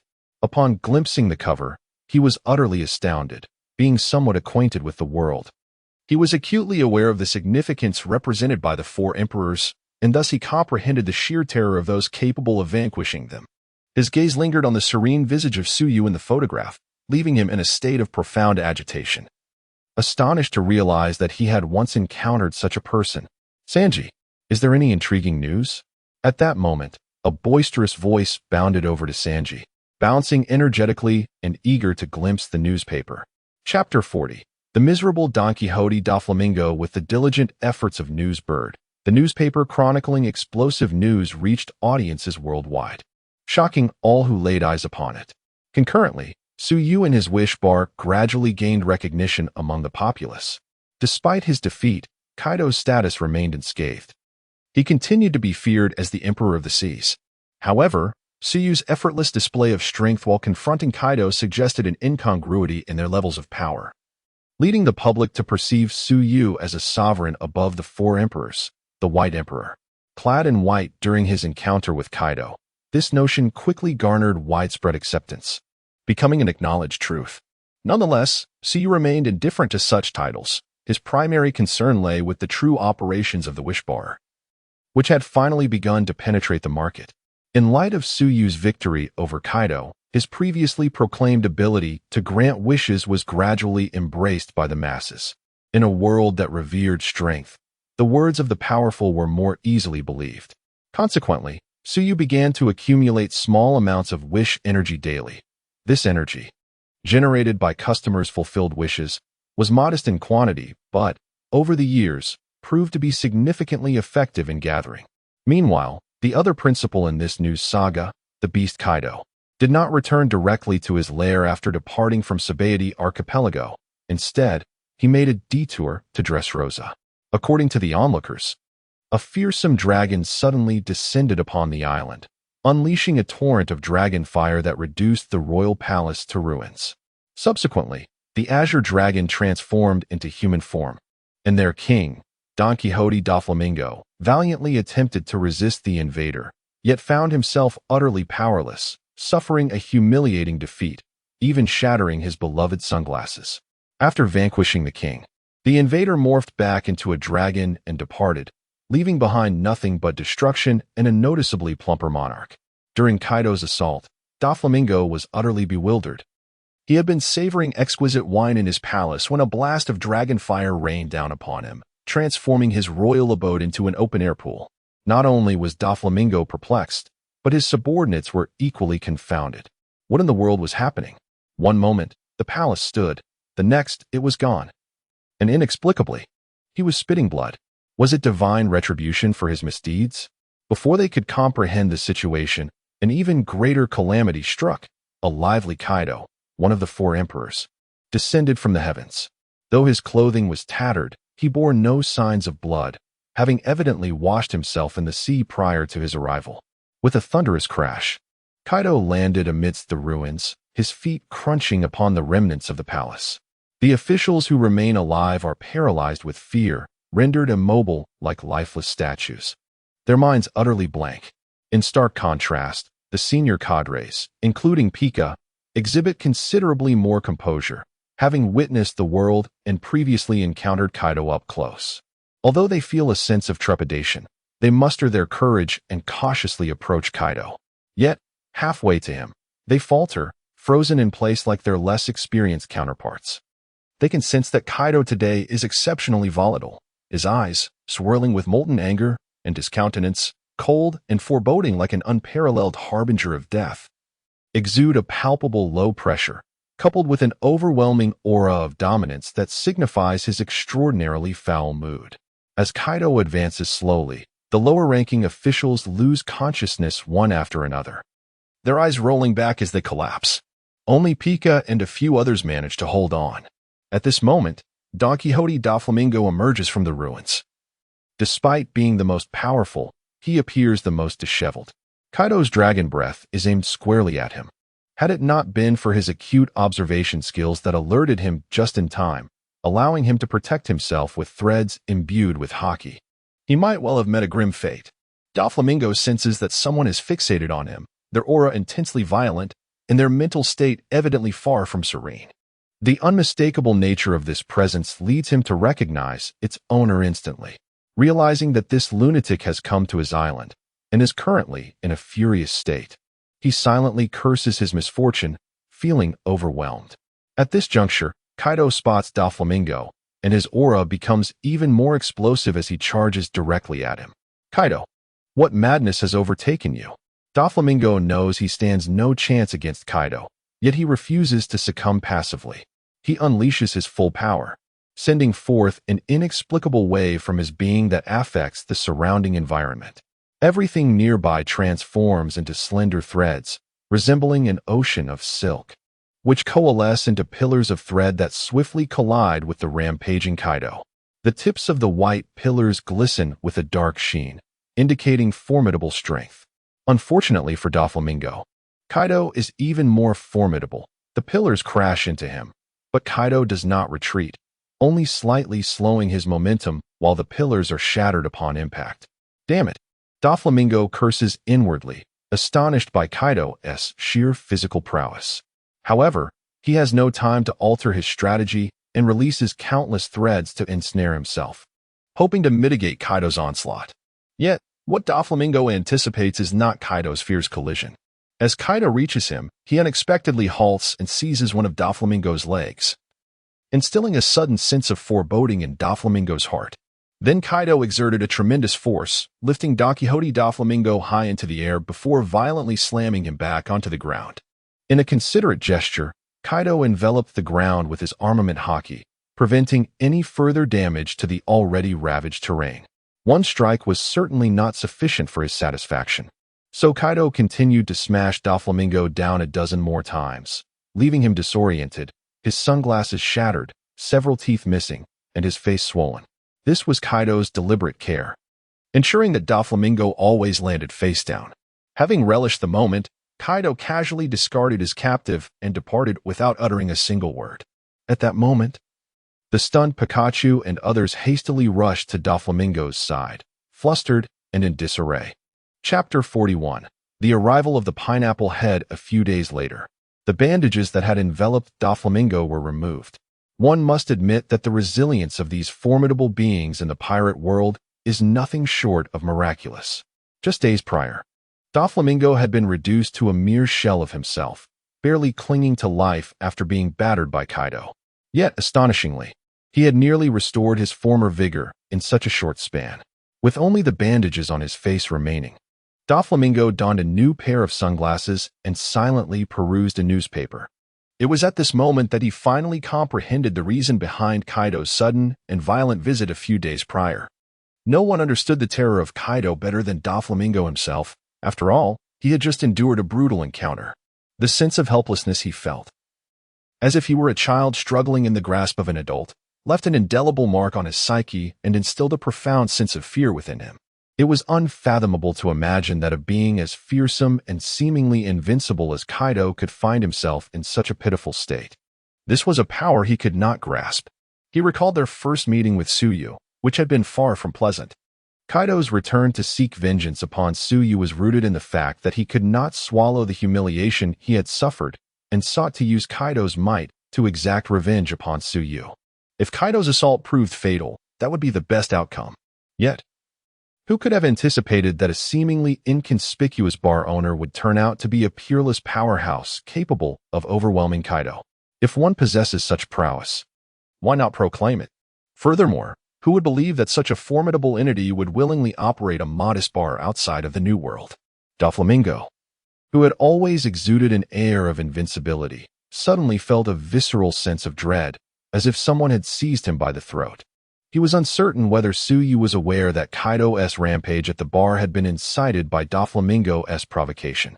If Tsuyu were to discover this, his demise would be inevitable.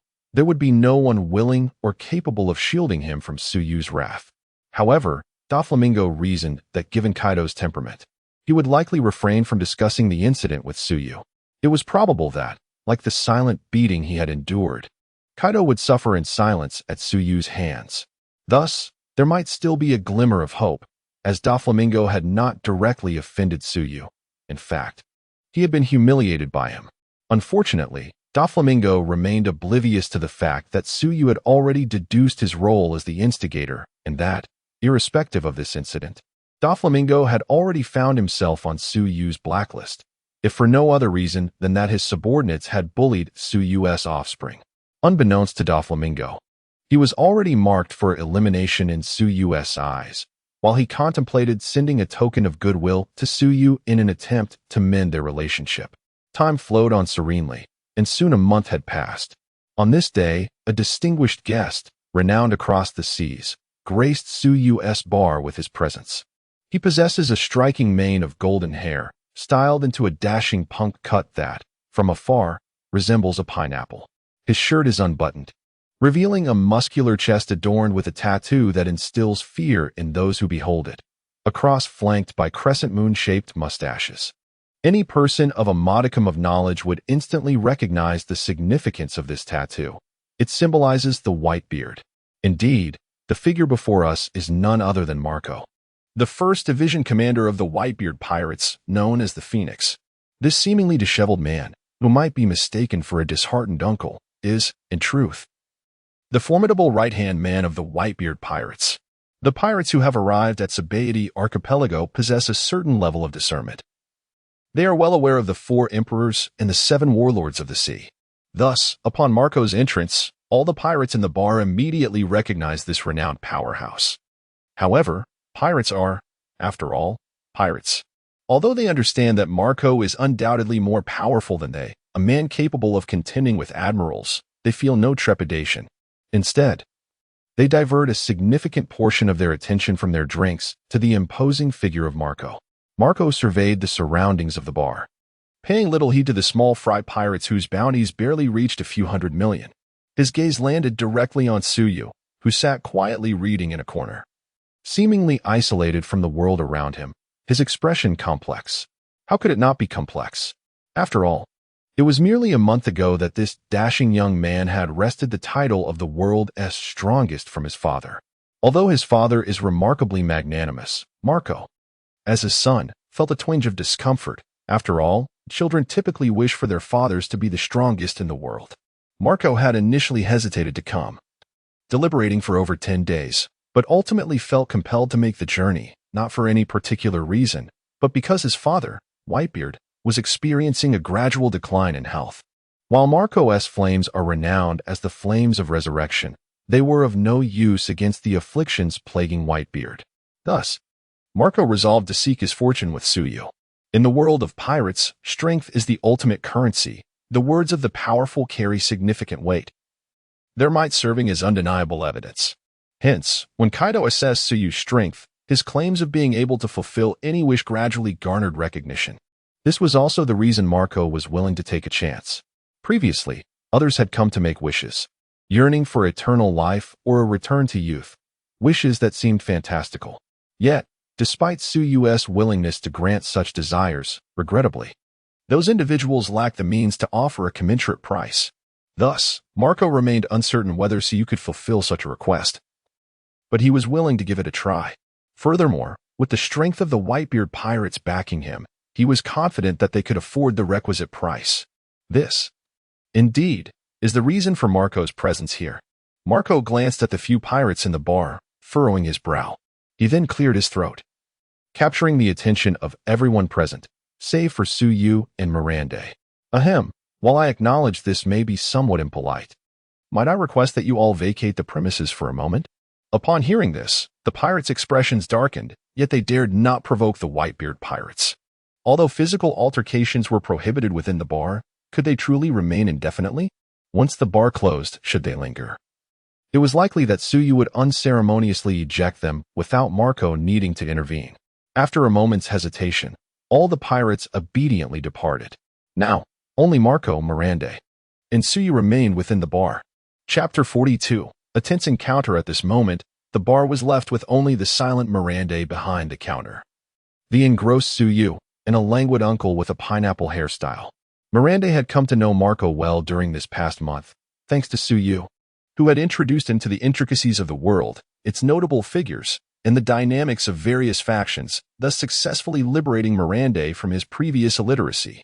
Miranda understood that, although his boss appeared absorbed in a book, he was keenly aware of every subtle movement within the bar.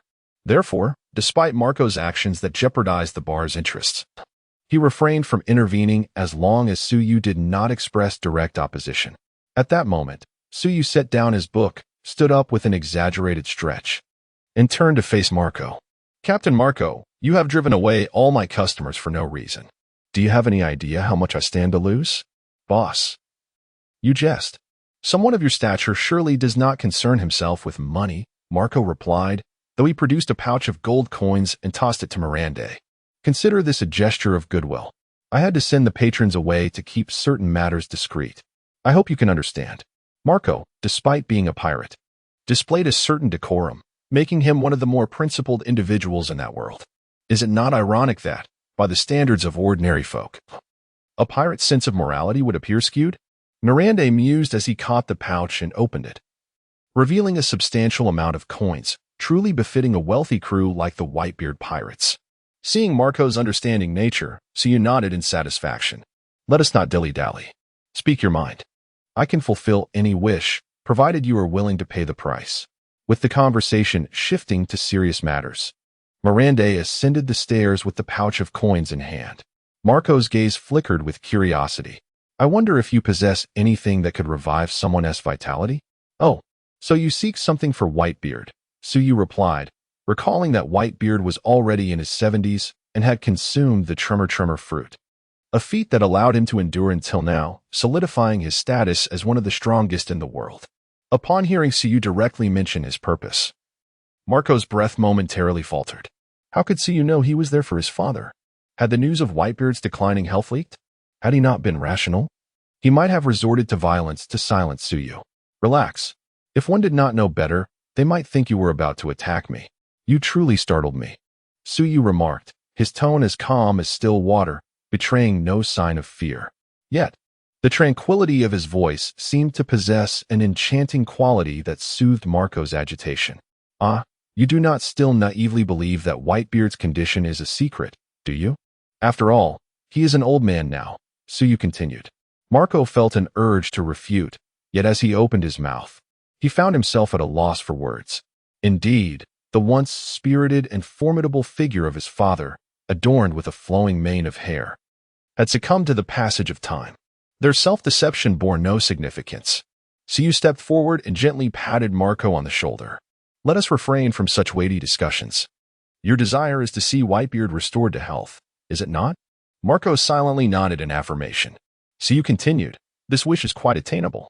I possess two solutions. The first involves treating Whitebeard's hidden injuries and restoring his physical condition, liberating him from the torment of ailments at the cost of 5 devil fruits, irrespective of their types. The second option allows me to elevate Whitebeard to his peak state, for which the price is 10 devil fruits, including a minimum of 2 from the Logia category. Now, Captain Marco, which would you prefer? Upon hearing the phrase restoration to peak condition, Marco's eyes widened in disbelief. He instinctively struggled to accept it. After all, no one understood Whitebeard's condition better than he. It was evident that Whitebeard's health had deteriorated significantly. He often found it difficult to sleep at night due to pain and had reached a point where medical equipment was essential for sustaining his life. Prior to this moment, Marco had not harbored much hope, believing that merely alleviating Whitebeard's suffering would suffice. The notion of complete recovery, let alone restoration to his former glory, had not even crossed his mind. But what had he just heard? 5 devil fruits could restore his father's health, and there were no restrictions on the types? 10 devil fruits could achieve the unimaginable feat of reviving his father to peak status?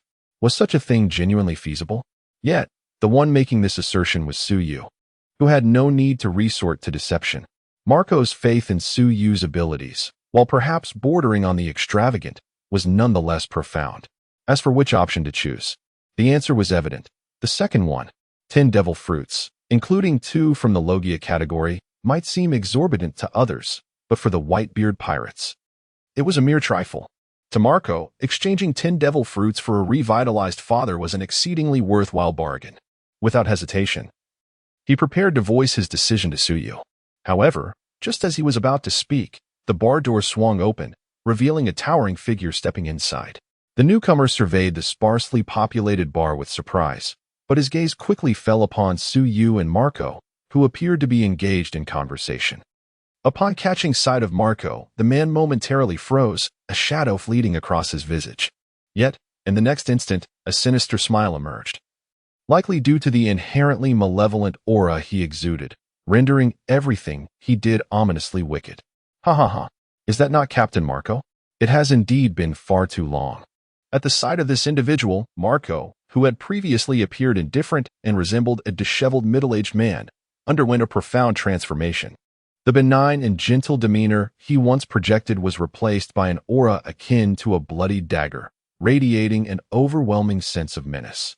His fists clenched tightly, muscles tensed instinctively, and through gritted teeth, he managed to force out a few words. Black beard. Chapter 43. Marco fixed his gaze fiercely upon the man, gritting his teeth as he spat out 3 words. Blackbeard. Indeed, the figure before him was none other than the infamous Marshal D. Teach, known as Blackbeard. His rugged exterior was complemented by a thick mane of hair, a robust physique, and skin of a deep brown hue. His black hair was voluminous, lending him a somewhat unkempt appearance, adorned with a bandana. Around his neck hung 2 necklaces, while his wrists were adorned with bracelets, and each of his 10 fingers sported various styles of ornate rings. At his left hip, he carried 3 flintlock pistols, and tucked into his right hip was a bottle of potent rum. At that moment, he wore a white shirt, unbuttoned to reveal his hirsute and formidable chest. Blackbeard's physique seemed somewhat disproportionate. He was undeniably robust, yet his limbs appeared somewhat slender in comparison, particularly his legs, which raised concerns about their ability to bear his weight. His height was characteristic of the pirate world. Even in the relatively tall tavern owned by Suyu, he could easily reach the ceiling with a mere stretch. Despite the palpable murderous intent radiating from Marco, Blackbeard appeared oblivious, his face adorned with a wicked grin. "Oh, do temper your temper, Captain Marco. By the way, how's dear old Dad? I have been quite concerned about him. Ha ha ha." The mention of Dad from Blackbeard's lips pierced Marco like a needle. "Silence, Blackbeard. You have no right to call him Dad." Blackbeard had a history with Whitebeard, having once been a member of the Whitebeard Pirates, specifically in the 2nd Division.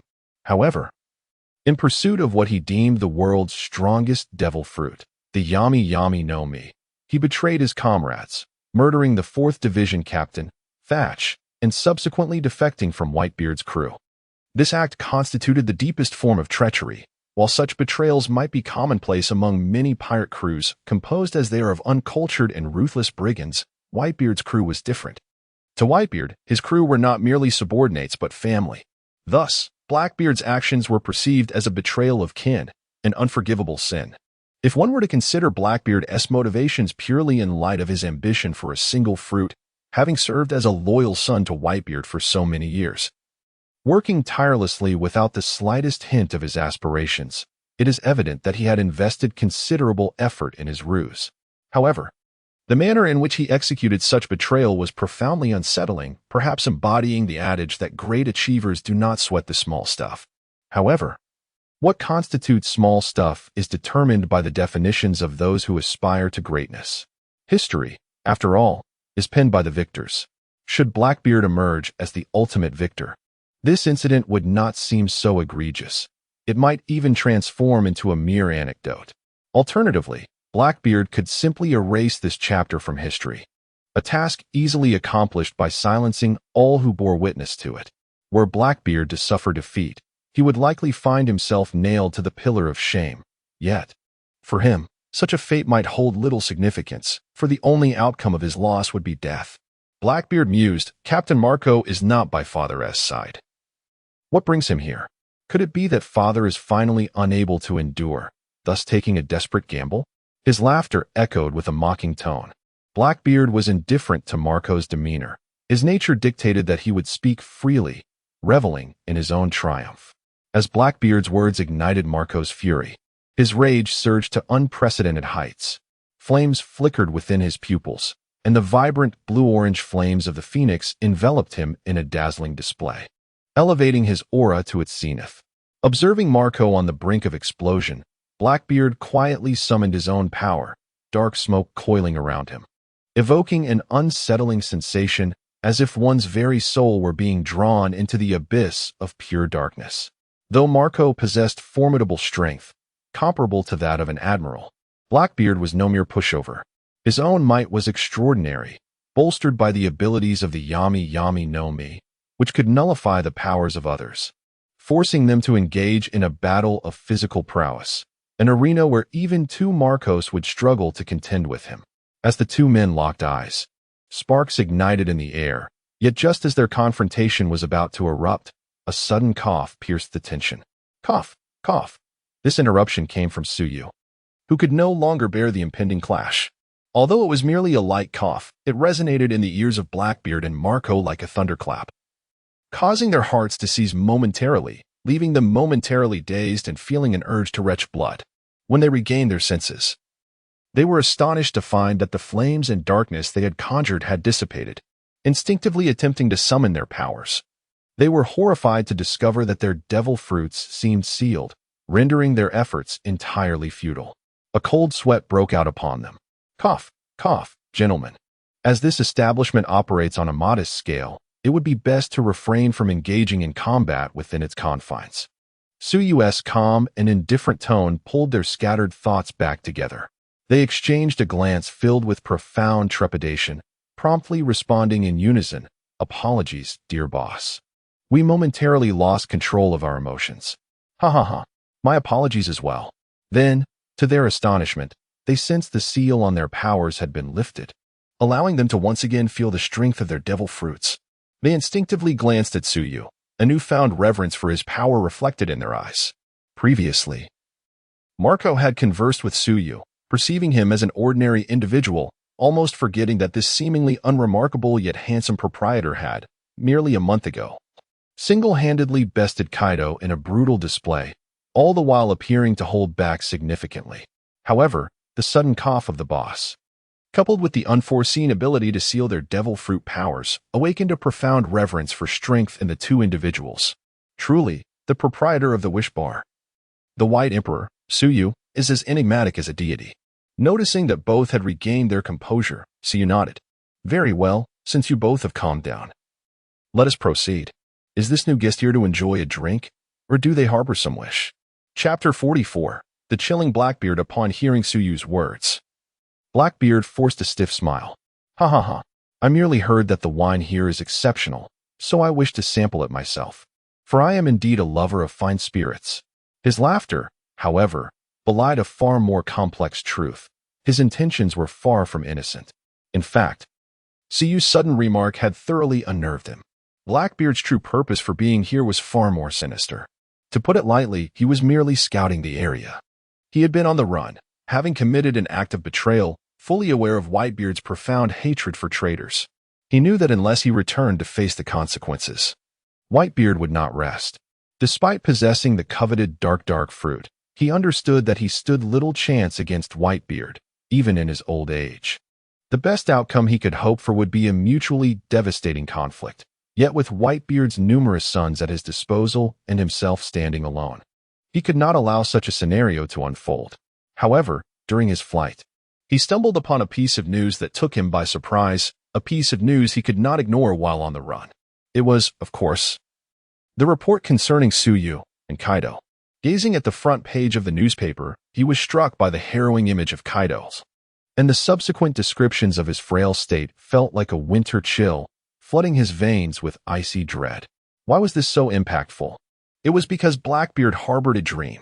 He was reminiscent of Rox, aspiring to dominate the world, yet he differed fundamentally. Unlike Rox, who openly challenged the government, Blackbeard had remained in the shadows, biding his time as an ostensibly loyal and amiable crewmate under Whitebeard for over 2 decades. Little did anyone suspect that he possessed the potential to inflict harm upon the 4 emperors. Now, having acquired the pivotal piece of his world domination plan, the dark fruit, his next steps were clear: to recruit followers, amass strength, harness the fruit's power, and gradually undermine existing powers. While the 4 emperors were certainly within his sights, they would be dealt with last. He had believed that the Navy's 3 admirals, Garp, and the fleet admiral, alongside the 4 emperors, represented the pinnacle of maritime strength, his ultimate goal. If he could eliminate them all, the remnants of the old order would surely crumble, and the world would fall into his grasp. Yet now, a formidable new contender had emerged from the depths of the sea. One whose strength was clearly on a different level, able to toy with a 4 emperor as mighty as Kaido, who remained in the prime of his life. In the eyes of Blackbeard, Kaido is a far more formidable adversary than Whitebeard. Although Whitebeard possesses unparalleled offensive power, his advanced age renders him vulnerable. Thus, extinguishing his flame is not an insurmountable task. Whitebeard's strength, though immense, is partially derived from his devil fruit abilities, which he himself can counteract. In stark contrast, Kaido presents a perplexing challenge, akin to an impregnable fortress that possesses the ability to self-repair, leaving Blackbeard utterly helpless. However, that fortress has now been breached, though not by his own hand, which consequently introduces a new and daunting foe. The strength of Kaido and Whitebeard, while formidable, is at least discernible in its depths, whereas the potency of Suyu remains elusive, akin to an unfathomable abyss that Blackbeard cannot even begin to comprehend. The prospect of confrontation seems hopeless. Blackbeard reflects that even if he were to awaken the powers of the dark fruit and successfully seize Whitebeard's abilities as planned, he would still find it nearly impossible to effortlessly overpower Kaido. The notion of employing a tactic of overwhelming numbers has not crossed his mind in battles of such magnitude. Unless one possesses comparable strength, even the residual shockwaves are capable of inflicting severe injuries. However, finding allies of equal caliber is no simple task, and even if he did, they may be reluctant to heed his call. Yet, the thought of surrendering is utterly unacceptable to Blackbeard. After enduring for over 2 decades for this moment, how could he simply relinquish his aspirations? His heart still harbors a glimmer of hope. He believes that human strength alone cannot account for such extraordinary power, suggesting the existence of an exceptionally potent devil fruit not documented in any records. After all, in a world as vast as theirs, the emergence of an unknown fruit is hardly a rarity. Blackbeard is convinced that if Suyu's power originates from a devil fruit, then he still has a chance. As long as he can come into contact with Suyu, his dark fruit can nullify the abilities of any devil fruit user, rendering him the ultimate nemesis of all who wield such powers. With this revelation, an opportunity arises. Thus, Blackbeard resolves to approach Suyu closely, intent on gauging his true strength. Despite not being inherently reckless, the urgency of his situation has driven him to act hastily. After all, he has been patient for 20 long years. Now, with success seemingly within reach, Suyu's emergence threatens to undo all his efforts. Were it not for his exceptional mentality, he might have already succumbed to despair. Having suppressed his desires for 2 decades, the prospect of liberation is irresistible, and retreating into obscurity is no longer an option for him. His mindset resembles the adage, "It is easy to fall into extravagance from simplicity, but difficult to revert to simplicity from extravagance." Hence, he resolves to take a calculated risk. However, upon their first encounter, he is momentarily taken aback. Although he greets Marco upon entering, seemingly neglecting Suyu, he is internally astounded. In his perception, only Marco exists before him. Suyu appears as an ethereal projection, imperceptible to his senses. This realization has already chilled his heart significantly. Subsequently, he fervently provoked Marco, ostensibly to incite him into action, thereby testing the depths of Suyu's abilities. The outcome unfolded seamlessly. Marco was successfully enraged and poised to strike, while Suyu, too, was compelled to respond. Everything transpired precisely as he had orchestrated. Unfortunately, however, Suyu's prowess seemed to transcend his expectations. The mere sound of Suyu's cough sent a chill through his very soul. Chapter 45. An apple. Previously, I had encountered descriptions of Suyu in the newspapers, yet such accounts were mere theoretical musings devoid of personal experience. However, just moments ago, Blackbeard had a first-hand encounter with true despair. Suyu merely coughed lightly, exhibiting no particularly remarkable actions. Even the observation hotkey I had consciously activated failed to register anything, as if it were non-existent. My powers, derived from the dark fruit, appeared nullified, akin to being directly sealed, as if I had never consumed the fruit at all. Is this truly within the realm of possibility for a devil fruit?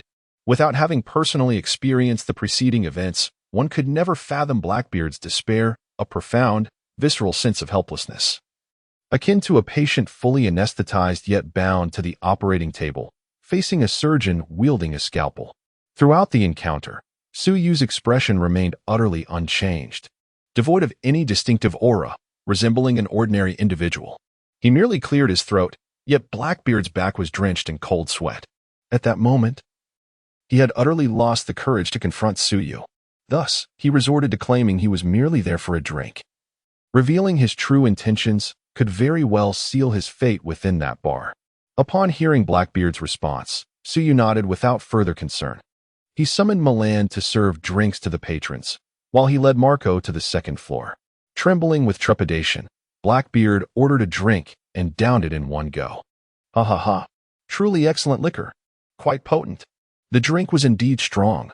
Ordinarily, Blackbeard would savor it, relishing the experience, yet today, he was utterly devoid of the desire to indulge. All he wished for was to escape the bar, to leave the island, but having professed his purpose for drinking, it would be unreasonable to merely consume 1 cup and depart. Thus, he ordered several more, enduring to finish them, before settling the bill and turning to leave. Once he feigned a leisurely exit from the bar, Blackbeard hurriedly made his way to the shore where his ship was docked, as though pursued by some dreadful entity. He realized he had utterly underestimated Suyu's strength. This level of power epitomized true invincibility. For a fleeting moment, Blackbeard even contemplated surrender, yet in the next instant, his heart was ensnared by his own ambition and desires. He understood that relying solely on brute force would render him incapable of contending with Suyu. If human might was insufficient, he would seek other forms of power. He was aware of certain whispers, tales of 3 terrifying ancient weapons that had existed in history: Uranus, the king of heaven; Poseidon, the king of the sea; and Pluto, the king of the underworld. As for Uranus, he had not unearthed any relevant information, only knowing of its existence. What Uranus was, its appearance, and whereabouts remained a complete mystery. Poseidon, as legend has it, is a mermaid princess, the sovereign of all sea kings, capable of communicating with and commanding them. One should not underestimate the sea kings, believing that a mere vice admiral could easily dispatch them. Those swiftly defeated are often the lesser beings among their ranks. It is essential to recognize that the size of a sea king can reach or even exceed 5,000 meters, akin to islands themselves. A mere movement could unleash a calamity upon the world. Moreover, even larger entities exist within their realm. The sheer size of a sea king inherently dictates its power. The greater the size, the mightier the strength and the higher the defense. Additionally, one must not forget that Poseidon can control all sea kings. Dispatching one may seem feasible, but what of 100 or even 1,000 island-level sea kings? In such a scenario, the Red Earth continent could be ravaged. As for Pluto, it is said to be the most formidable warship in the annals of shipbuilding, possessing the capability to obliterate an island with a single shot. The location of this ship has been chronicled in historical texts. The Dark Lord Pluto has now become the new objective of Blackbeard. Driven into a corner by Suyu, he has no choice but to seek external assistance. Yet, to fulfill his ambitions, Blackbeard resolves to take another gamble. Of course, he has not abandoned his original goal. Achieving it would indeed be splendid. As it has become a deep-seated obsession within him, one cannot simply relinquish such desires. In the bar, Suyu and Marco ascended to the 2nd floor. At this moment, although Marco had regained his composure from the fright, the gaze he cast upon Suyu still bore a hint of trepidation, and he remained somewhat reserved in his presence. So, Captain Marco, what is your choice? Do you wish to alleviate Whitebeard's suffering from his ailments? Or do you aspire to restore him to his prime?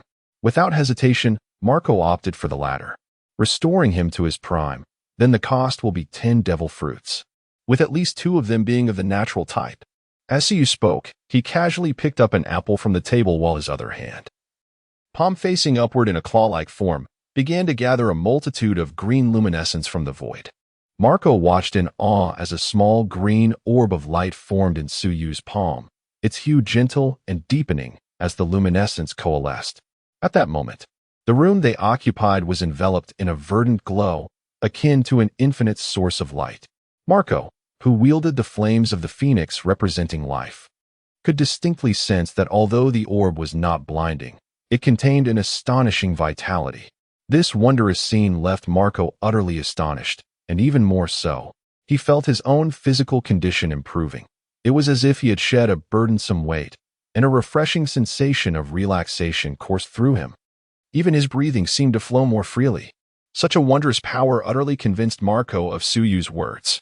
The thought that his father could regain his health and return to his former glory banished the shadows of his recent encounter with Blackbeard, filling his heart with exuberance.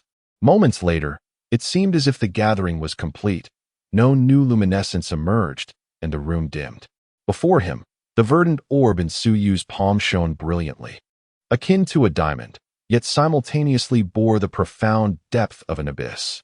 These 2 utterly contradictory sensations coexisted within the luminous sphere. Suyu gently tilted the orb, then clasped his hands together, embedding the green light within the apple. In an instant, the apple radiated with brilliance, illuminating the entire room before it returned to its ordinary, muted state. The apple served merely as a vessel.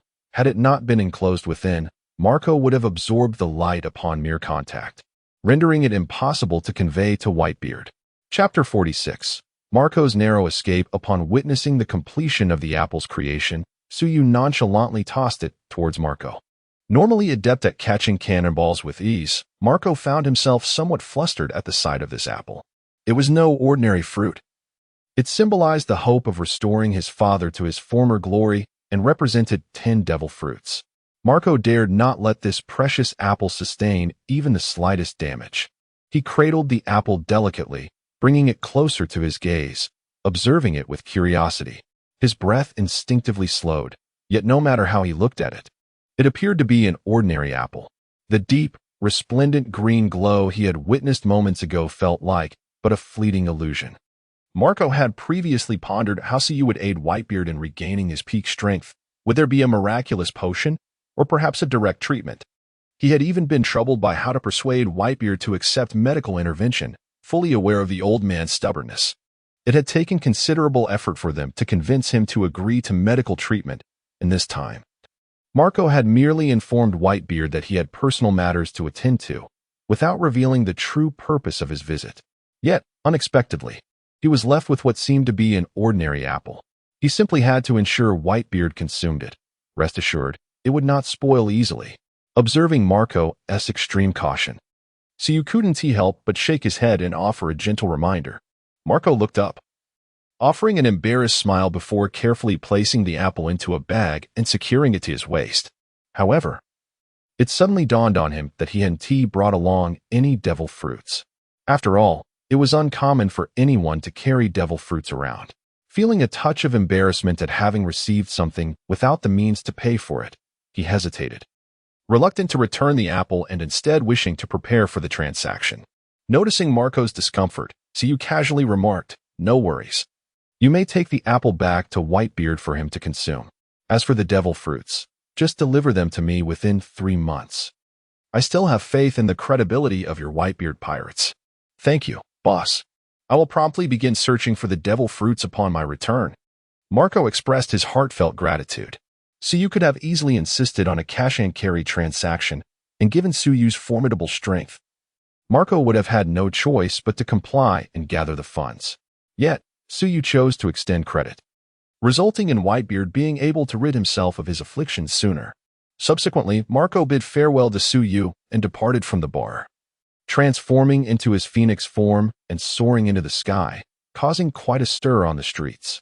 In the heavens, Marco glanced around but found no sign of Blackbeard.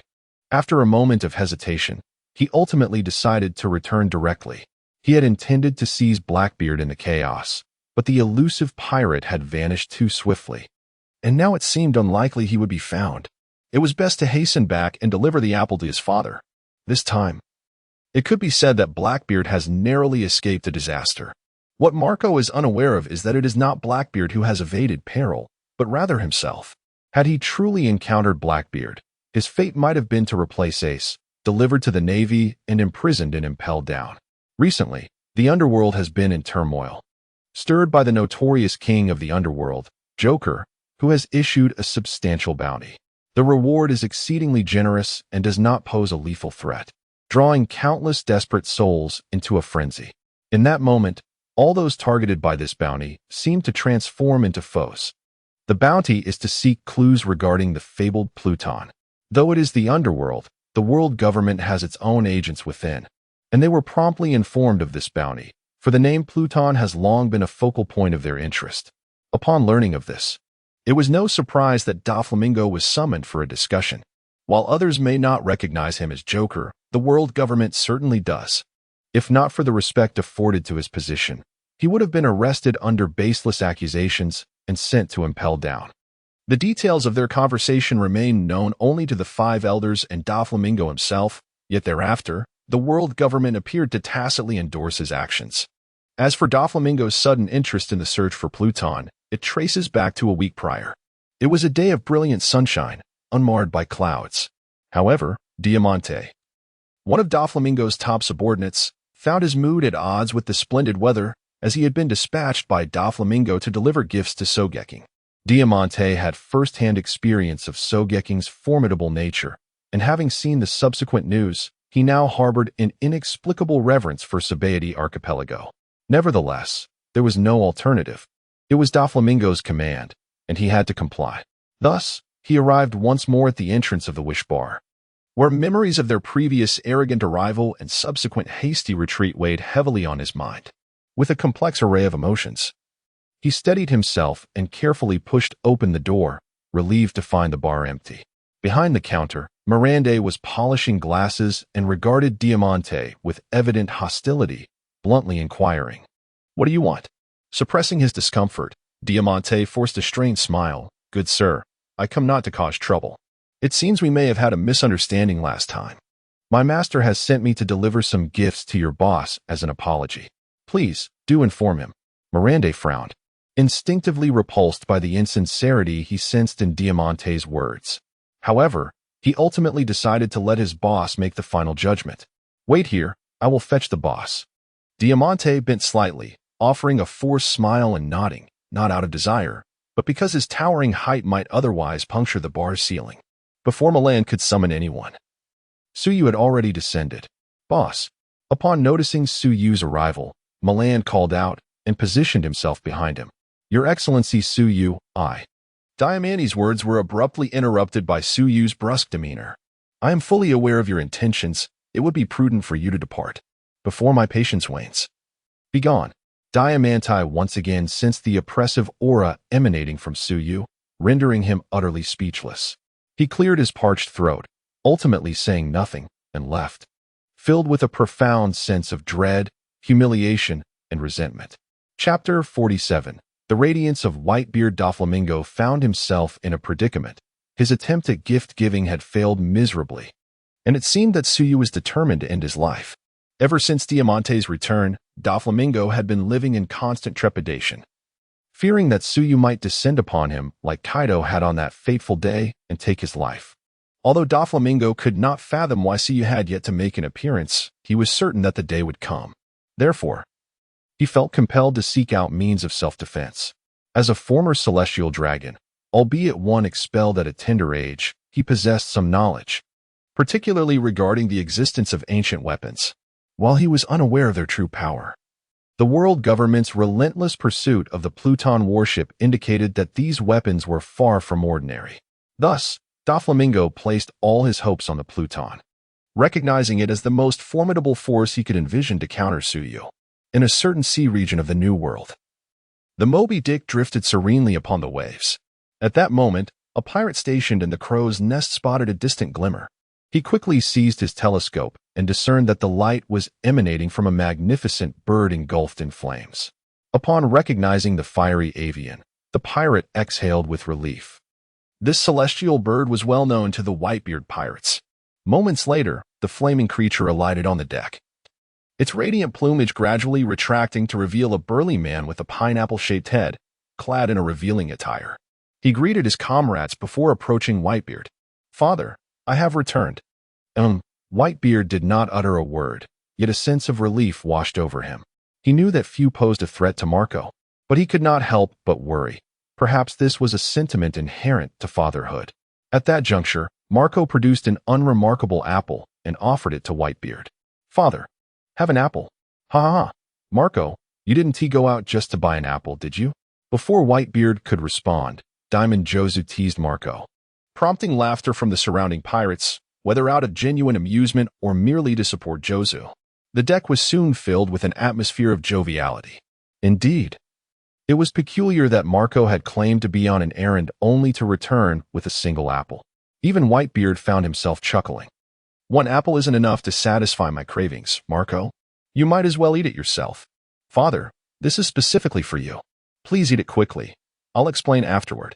Hearing this, Jozu interjected, Marco, what strange thing have you found now? Father, don't eat it just yet. Let me have a taste first. As he reached for the apple, Marco deftly evaded Jozu's grasp. Pray, do not jest. With one bite from your formidable jaws, that apple would be reduced to mere remnants. Whitebeard remarked, glancing at Marco. Ignoring Jozu's warnings, he seized the apple, a gift from his own son, believing wholeheartedly that Marco would not lead him astray. In his hands, the apple resembled an oversized cherry. Without hesitation, he opened his mouth wide and devoured it whole, crunching down even on the pit. As Whitebeard consumed the apple, Jozu and the others watched with bated breath, apprehensive. Marco also observed his father, eager to witness any transformations. However, Whitebeard displayed no immediate reaction, not even a belch. This prompted a sigh of relief from Jozu, who chastised himself for overreacting. After all, it appeared to be an ordinary apple. Marco, too, felt a twinge of confusion. He had distinctly sensed the pure vitality within it, yet Whitebeard exhibited no response. Suddenly, Whitebeard emitted a sound of surprise, and in that instant, he radiated a brilliant glow. It was as if countless scintillating lights danced across his body, rendering him somewhat translucent, revealing the intricate patterns of his muscles and veins, along with the blood coursing through them. Subsequently, everything about him transformed into a golden-green hue. His eyes, skin, internal organs, muscles, blood. Oh, but he had no hair. At that moment, he resembled a statue sculpted from green glass. Dad, this extraordinary spectacle sent Jozu and the others into a frenzy of concern. Impulsive Jozu was poised to rush forward, but was swiftly restrained by the quick-witted Marco. Marco, you scoundrel. What on earth did you let Dad consume? Jozu, calm yourself. Even Marco, who understood the nature of the apple, was taken aback. Yet, he maintained his composure, reasoning that if Suyo intended to harm Whitebeard, it would not require such elaborate means. Moreover, he was certain of the vitality's purity. Thus, Whitebeard's condition was likely a normal progression. Indeed, a moment later, Whitebeard spoke. Stay calm. I am unscathed. Hearing their father's voice brought a slight sense of relief to the group, yet they remained anxiously fixated on the still glowing Whitebeard. In truth, a tempest of emotions surged within Whitebeard, overwhelming him with astonishment.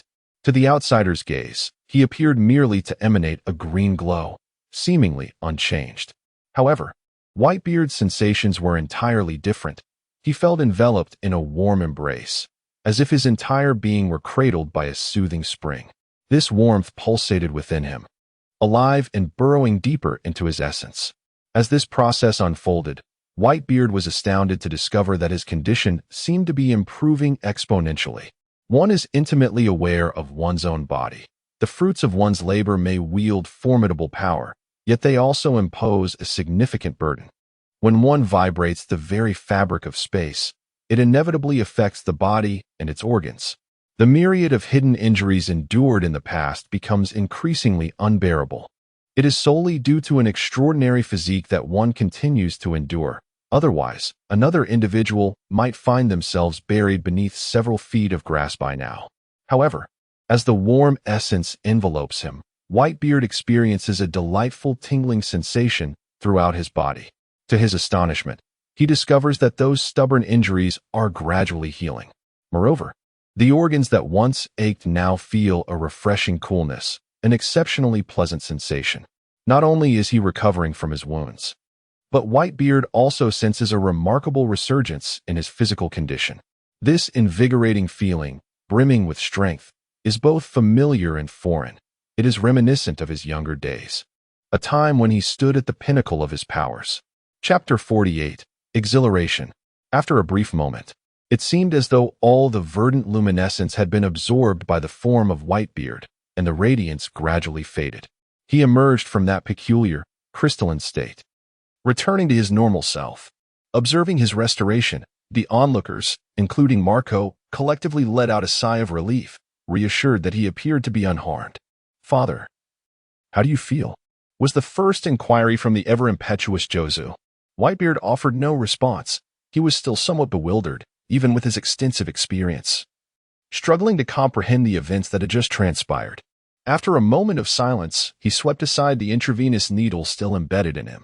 The towering figure, over 7 meters tall, stood up, stretched, and slowly made his way to the ship's railing. Father, Jozu and the others exchanged puzzled glances, utterly baffled by Whitebeard's series of unusual actions, yet they dared not intervene, merely observing his movements. Upon reaching the ship's edge, Whitebeard inhaled the moist, refreshing air. Previously, each breath had been a torment, his lungs aflame with discomfort. It was not unbearable, but the consistency of such suffering was the crux of his distress. Now, however, he felt as if he had been endowed with entirely new lungs. Never before had he realized how pleasurable breathing could be. Not only were his lungs revitalized, but his once ailing heart also surged with vigor, pumping fresh blood throughout his body. The stiffness that had plagued his muscles dissipated, and he felt liberated, akin to a man who had long been encumbered by a heavy suit of iron, only to awaken one day and find it vanished, leaving him feeling as if he could soar, overwhelmed by a euphoric sensation. In truth, Whitebeard had experienced such a feeling in his youth, but after enduring years of frailty, to return to such a splendid state felt dreamlike and intoxicating. He gazed towards the horizon where the sky met the sea, inhaled deeply, raised his right hand into a fist, twisting his waist in preparation, and assumed a stance of impending power. A transparent, white energy field enveloped his fist, and with a decisive motion, he struck the air before him. A thunderous sound echoed as if the air itself had shattered. From the epicenter of his fist, countless fissures of varying sizes radiated outward. The very fabric of space trembled violently at the point of impact, with the terrifying wave of vibration cascading into the distance. Then, Whitebeard lowered his hand, and for a fleeting moment, the sea lay calm.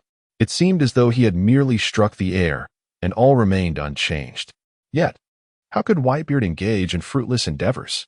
This tranquil facade was merely the prelude to the tempest that was to come. After a brief moment, the once tranquil surface of the sea erupted with astonishing energy, as if it had suddenly boiled over, churning forth countless waves.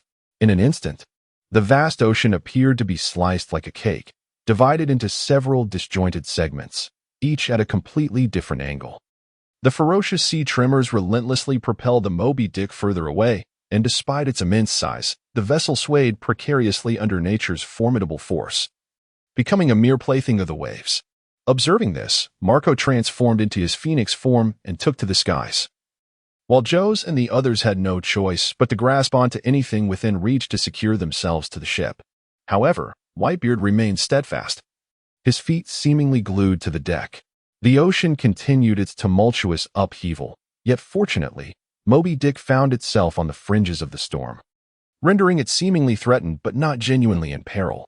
Others, however, were not so fortunate. Far from Whitebeard and his crew, a naval surveillance team had been leisurely carrying out their monitoring duties. Unlike the vicious Kaido, Whitebeard, though fearsome, maintained a semblance of stability, so the personnel felt little psychological strain. Little did they know, the seemingly calm Whitebeard, who had been sitting and receiving in four, suddenly unleashed a powerful punch in their direction, a blow so profound that it seemed to shake the very ocean, sending it into a frenzy. The tumultuous waves wreaked havoc on their small vessel, which disintegrated under the pressure. The crew could only struggle desperately in the violent waters, attempting to keep their heads above the surface. If fortune smiled upon them, perhaps the sea would relent, leaving behind bits of debris to cling to. In truth, Whitebeard had not targeted them specifically. Aware that he was under naval surveillance, he was uncertain of their exact position due to the distance. His punch was merely a random choice of direction, leaving the unfortunate observers to bear the brunt of his unwitting wrath. Moments later, the tumultuous sea, having exhausted itself, chose to lie still, restoring calm to the surface. Moby Dick steadied itself, allowing Marco to descend onto the deck, where everyone else was thoroughly drenched and in disarray. Yet, the naval surveillance team was far less fortunate. Their ship had been torn apart by the earlier ferocity of the waves, leaving only scattered remnants of wood upon the surface. Exhausted from their struggle against the relentless waters, the personnel clung to the debris, which barely provided enough buoyancy for them to rest. Fortunately, all of them remained alive. And even more fortuitously, one among them possessed a den mushy. As Whitebeard inhaled deeply the humid air, he exhaled with a sense of satisfaction. Gulalalala, refreshing. Indeed, it is exhilarating, truly exhilarating.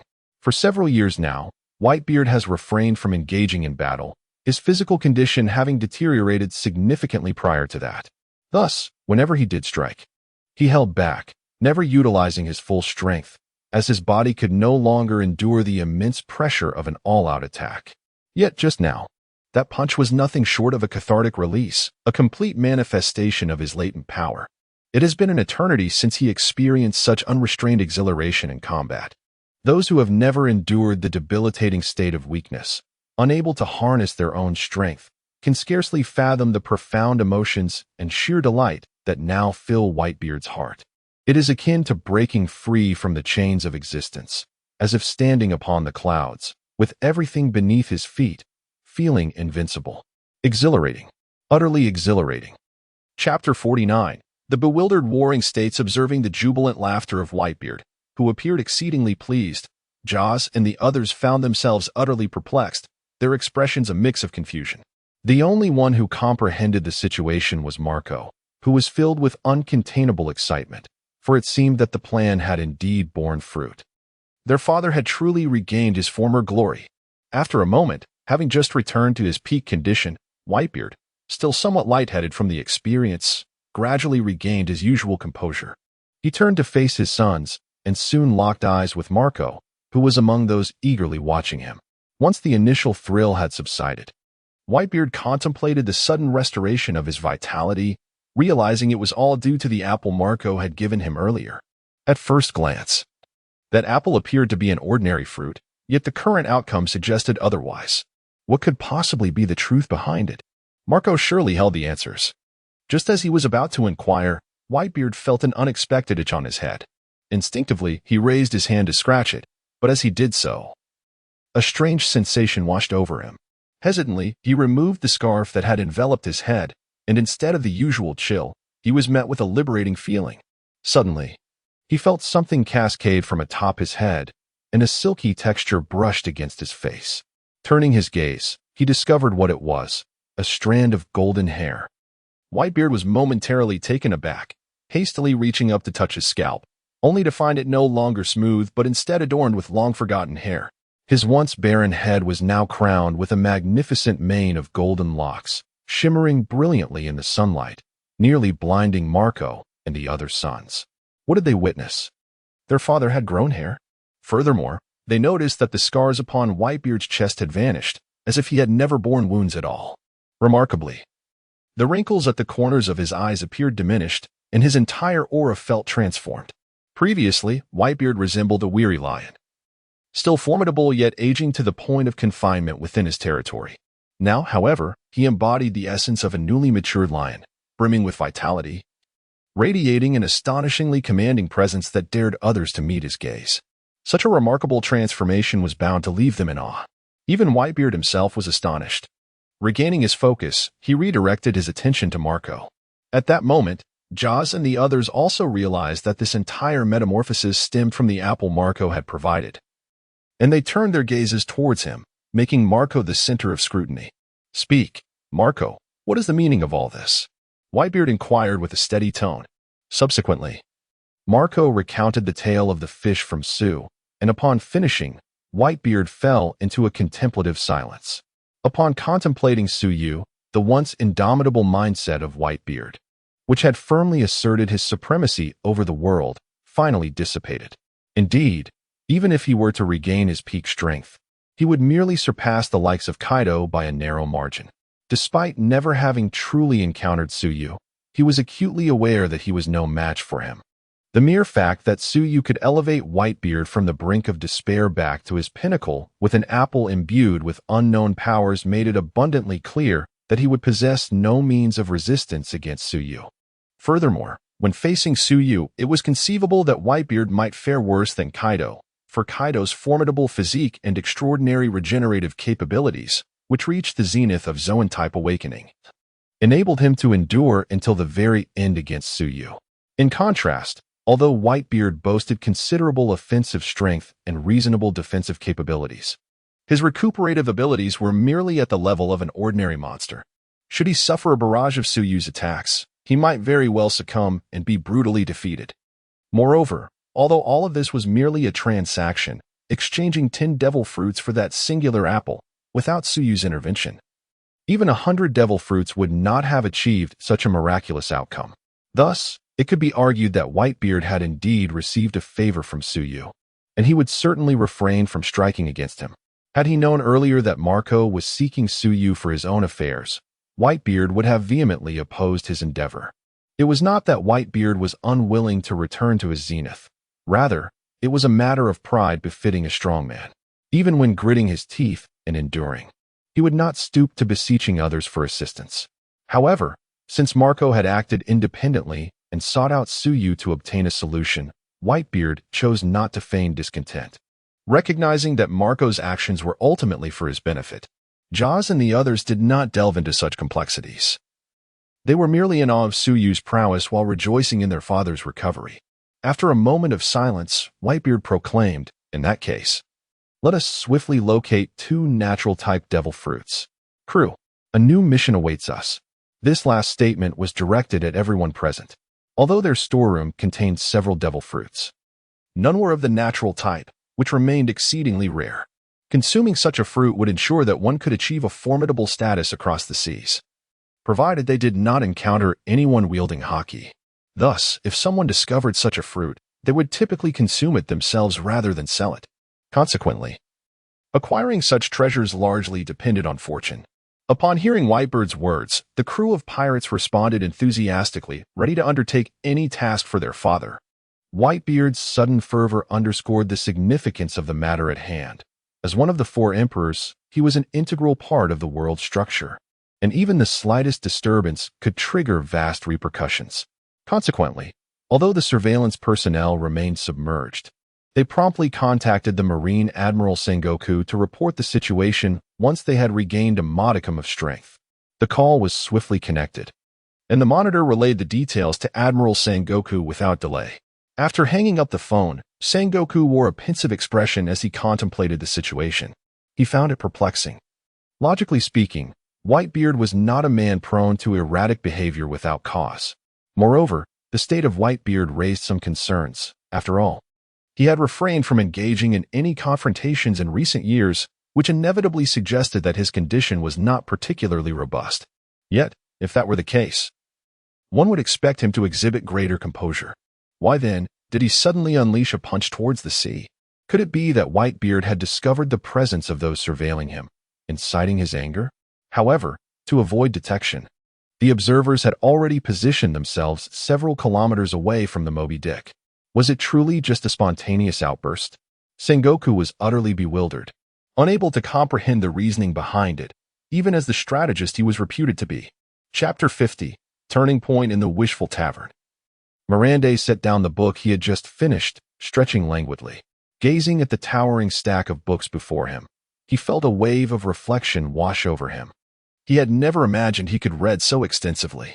From the initial obscurity of the first book to the exhilaration that accompanied each subsequent read, his intellect seemed to sharpen, a transformation he had previously deemed impossible. The collection of tomes before him had been meticulously organized by Tsuyu, encompassing a vast array of knowledge, various fields of medicine, navigation, astronomy, cartography, meteorology, history, and more. The breadth of information was astounding, and it was evident that Miranda's understanding now ranked him among the scholars of the world. For an ordinary individual, it would be utterly impossible to consume such a wealth of knowledge within a month. Even a cursory glance would yield mere superficiality without genuine comprehension. Yet, Miranda was far from ordinary. He was a proud Saint Seiya of Pegasus. While the combat prowess of the saints was indeed remarkable, they also cultivated the power of the mind, referred to as the small universe. This ethereal force was incredibly versatile, enhancing not only combat abilities but also mental acuity and cognitive functions. In moments of necessity, one could tap into this metaphysical energy to unleash power that far surpassed their own capabilities. In simple terms, it was akin to an ordinary person shouting, "Unleash my small universe," and, in the next instant, delivering a crushing blow to the formidable Kaido. Thus, Miranda's mental faculties were amplified by the divine armor, catapulting his IQ from 2 digits to 3. Consequently, he successfully absorbed the daunting stack of books within a month. With his cultural foundation firmly established, the next step was to enhance his physical prowess. Improving one's strength was straightforward through practical combat. So you would create a phantom whose attributes in strength, speed, and reflexes would surpass Miranda's just enough to present a challenge.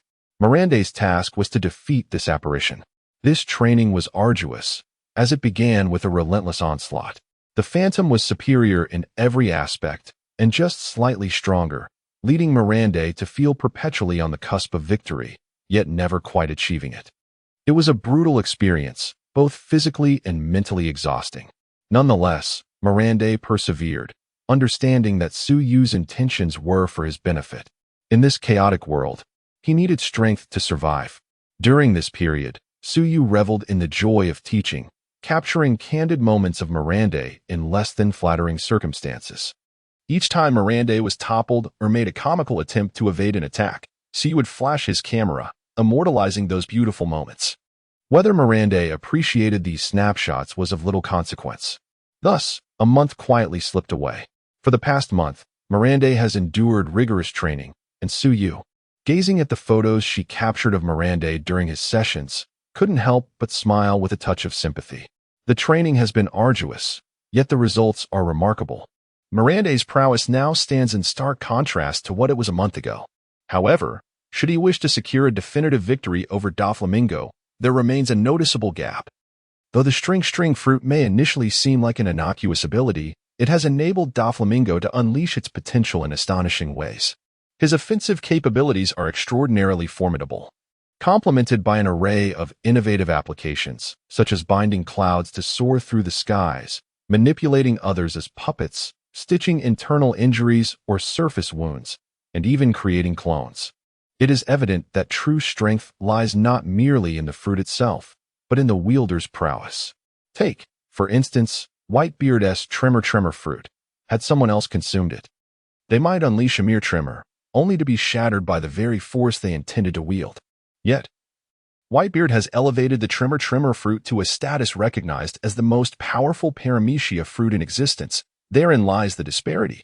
In truth, Doflamingo's puppet strings pose a significant threat to Miranda, and Suyu cannot shake the feeling that Doflamingo's technique bears a striking resemblance to a renowned character from Saint Seiya, Minus, one of the three judges of the underworld. Minus's signature move, the stellar puppet strings, operates on the principle of manipulating his opponent with invisible threads, rendering their movements involuntary, even controlling the slightest twitch of a finger. The puppeteer wields absolute dominion over their marionette, who becomes an unwitting plaything, subjected to Minus's whims. Contemplating this, Suyu felt an exhilarating thrill. It was as though the pirate Pegasus were destined to clash with the pirate Minus, a confrontation steeped in fate, igniting a fervor within her spirit. Over the course of a month, the members of the Whitebeard Pirates have scoured the world in search of a Logia-type devil fruit. Fortune has favored the diligent. Although such fruits are exceedingly rare, they have stumbled upon one. Indeed, only one, and its discovery was purely serendipitous. Initially, a search team, weary from days of relentless exploration, paused on a small island to rest. Thus, they divided into two groups. One remained aboard to guard the ship, while the other ventured into the island's forest in search of edible fruits and vegetables, perhaps even some delightful creatures, if luck permitted. However, fate, in its whimsical nature, led them to unexpectedly uncover a Logia-type devil fruit during their quest for sustenance. In that place, a fearsome serpent stood guard, and the band of pirates initially intended to use this colossal creature, thicker than a man, as material for their evening barbecue. After an arduous struggle, they managed to subdue the great snake. Just as they were prepared to carry its lifeless body back, they turned their heads and discovered an astonishing fruit adorning the stone wall, resembling a mutated pineapple. This revelation filled the pirates with exuberance, prompting them to hastily pluck the peculiar fruit and race back, forgetting all about the grilled serpent meat.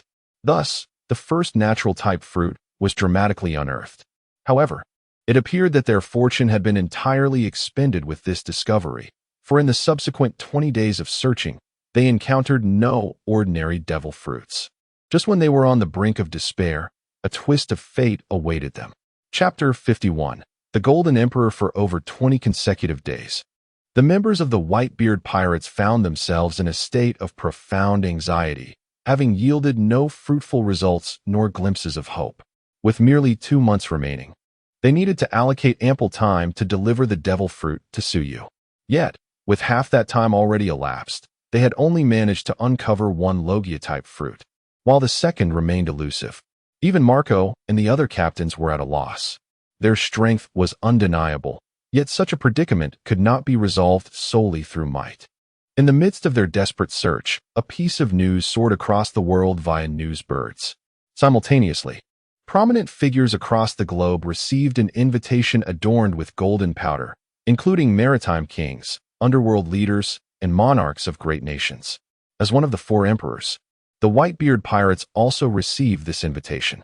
Upon viewing it, the captains, who had been frantically pulling at their hair in frustration, felt a wave of relief wash over them, and smiles replaced their previously troubled expressions. The oppressive atmosphere aboard the Moby Dick was finally lifted. What was the nature of this invitation? It heralded an upcoming auction in the grand entertainment city of Girin, which was set to welcome illustrious figures from around the world. The pseudo assistance of this auction was none other than a Logia-type devil fruit, specifically the Daitsa fruit, also known as the Earth fruit. Consuming this fruit would grant the ability to merge with the Earth and even induce earthquakes. If developed properly, it could indeed become a calamity on the move. This news spread far and wide, accompanied by reports. The invitation did not restrict attendance solely to those who received it. Anyone willing to part with a substantial sum of money could secure entry. However, this substantial sum was likely to be astonishingly high. Were it any other individual hosting such an auction, skepticism might have arisen, with some daring souls considering theft. Yet, this auction was set in the fabled Golden City, organized by the legendary figure known as the Golden Emperor, Gil D'Azaro. The Golden City of Girin is an enormous golden ship stretching 10 kilometers long, housing what is touted as the world's largest entertainment town. Furthermore, it is recognized as an independent nation by the world government, which is said to refrain from exerting its authority within its confines, possessing power comparable to that of the celestial dragons. This fact alone deters anyone from engaging in reckless behavior. The proprietor of this entertainment city is none other than the Golden Emperor Tesoro, a man reputed to control 20% of the world's wealth, living a life of unimaginable extravagance. Not only is he wealthy, but he also possesses formidable personal strength. Being a user of the gold fruit, interestingly, this fruit was originally seized from Don Quixote da Flamingo. The fruit of Tesoro has remarkably reached the stage of awakening, showcasing formidable power. The Golden City, brimming with gold, undeniably serves as Tesoro's domain, where his strength can increase by at least 10%. Above the Golden City, golden dust perpetually floats, adhering to the guests who enter, infiltrating their bodies with each breath. It is crucial to remember that Tesoro is the possessor of the gold fruit, enabling him to manipulate this golden dust. Thus, anyone who enters this Golden City essentially becomes a fish at his mercy, with both wealth and power, along with substantial strength. Tesoro dares to host such an auction and even extend invitations to the four emperors. Regardless of others' opinions, Marco and his companions are resolute in acquiring this Logia-type fruit. Missing this opportunity could mean a long wait for another of its kind. Consequently, they have been fervently accumulating wealth, tirelessly amassing funds. Yet these resources are destined to be spent, which pains Whitebeard, whose penchant for saving is well known. His usual frugality is challenged by the prospect of such an extravagant expenditure, causing him considerable distress. Time passed silently, and soon it was the day before the auction. At this moment, the colossal ship named Girin was surrounded by variously sized vessels, some adorned with pirate flags, others bearing the emblems of merchant fleets, and even a few displaying the flag of the world government. Indeed, this is the largest entertainment city in the world, a paradise for the pleasure-seeking celestial dragons, who are frequent visitors. Ironically, the city's master, the Golden Emperor Tesoro, harbors an irreconcilable hatred for the celestial dragons, as they had purchased his beloved woman, Stella, subjecting her to torment until her demise. Upon learning of Stella's death, Tesoro's heart twisted in anguish, leading to an obsession with wealth. Convinced that his lack of money had prevented him from rescuing her from the celestial dragons. Subsequently, he became the richest man in the world, the Golden Emperor. However, unbeknownst to him, he had transformed into the very type of person he once despised, mingling with the powerful and the elite, even engaging amicably with the celestial dragons, completely forgetting the deep-seated resentment he once harbored towards them and his fervent desire to eliminate all nobility. Perhaps this illustrates the notion that one can wear a mask for so long that it becomes their true visage. After many years, he would come to realize that there was no mask. It had become his very own face, a poignant tragedy in itself. As the host of this auction, the Golden Emperor awaited the arrival of distinguished guests at the entrance, while specially trained maidens attended to the general patrons. He reserved his personal attention for those of significant stature, such as the celestial dragons and the four emperors. At the entrance stood Tesoro, his hair a striking shade of gray-green, elegantly styled in a slicked-back manner. He donned a light crimson suit, adorned with an array of gold jewelry, golden earrings, rings, and necklaces that shimmered captivatingly under the lights. A smile graced his face, the authenticity of which was difficult to discern, whether it stemmed from genuine delight or was merely a facade. Beside him stood his capable assistant, Bacala, a statuesque beauty with flowing red hair. Her prowess as an assistant stemmed from her ability as a luck fruit user, which allowed her to absorb the fortune of others, rendering them unfortunate, an invaluable skill in the vibrant realm of Yule City, where the casino industry thrived as a cornerstone of the economy. Chapter 52. Uninvited guests. To encapsulate the scene at the entrance in a single word, it would be a cacophony of chaos. A diverse assembly of individuals gathered here, ranging from brutish and savage pirates to elegantly dressed aristocrats. All manner of people were present. At this moment, a sailing ship approached from the distance, adorned at its bow with the image of a grinning whale. Above it, a pirate flag fluttered, featuring two crossed bones beneath a skull with crescent-shaped whiskers. Upon the sight of this emblematic pirate vessel, a stir rippled through the crowd that had already gathered at the entrance.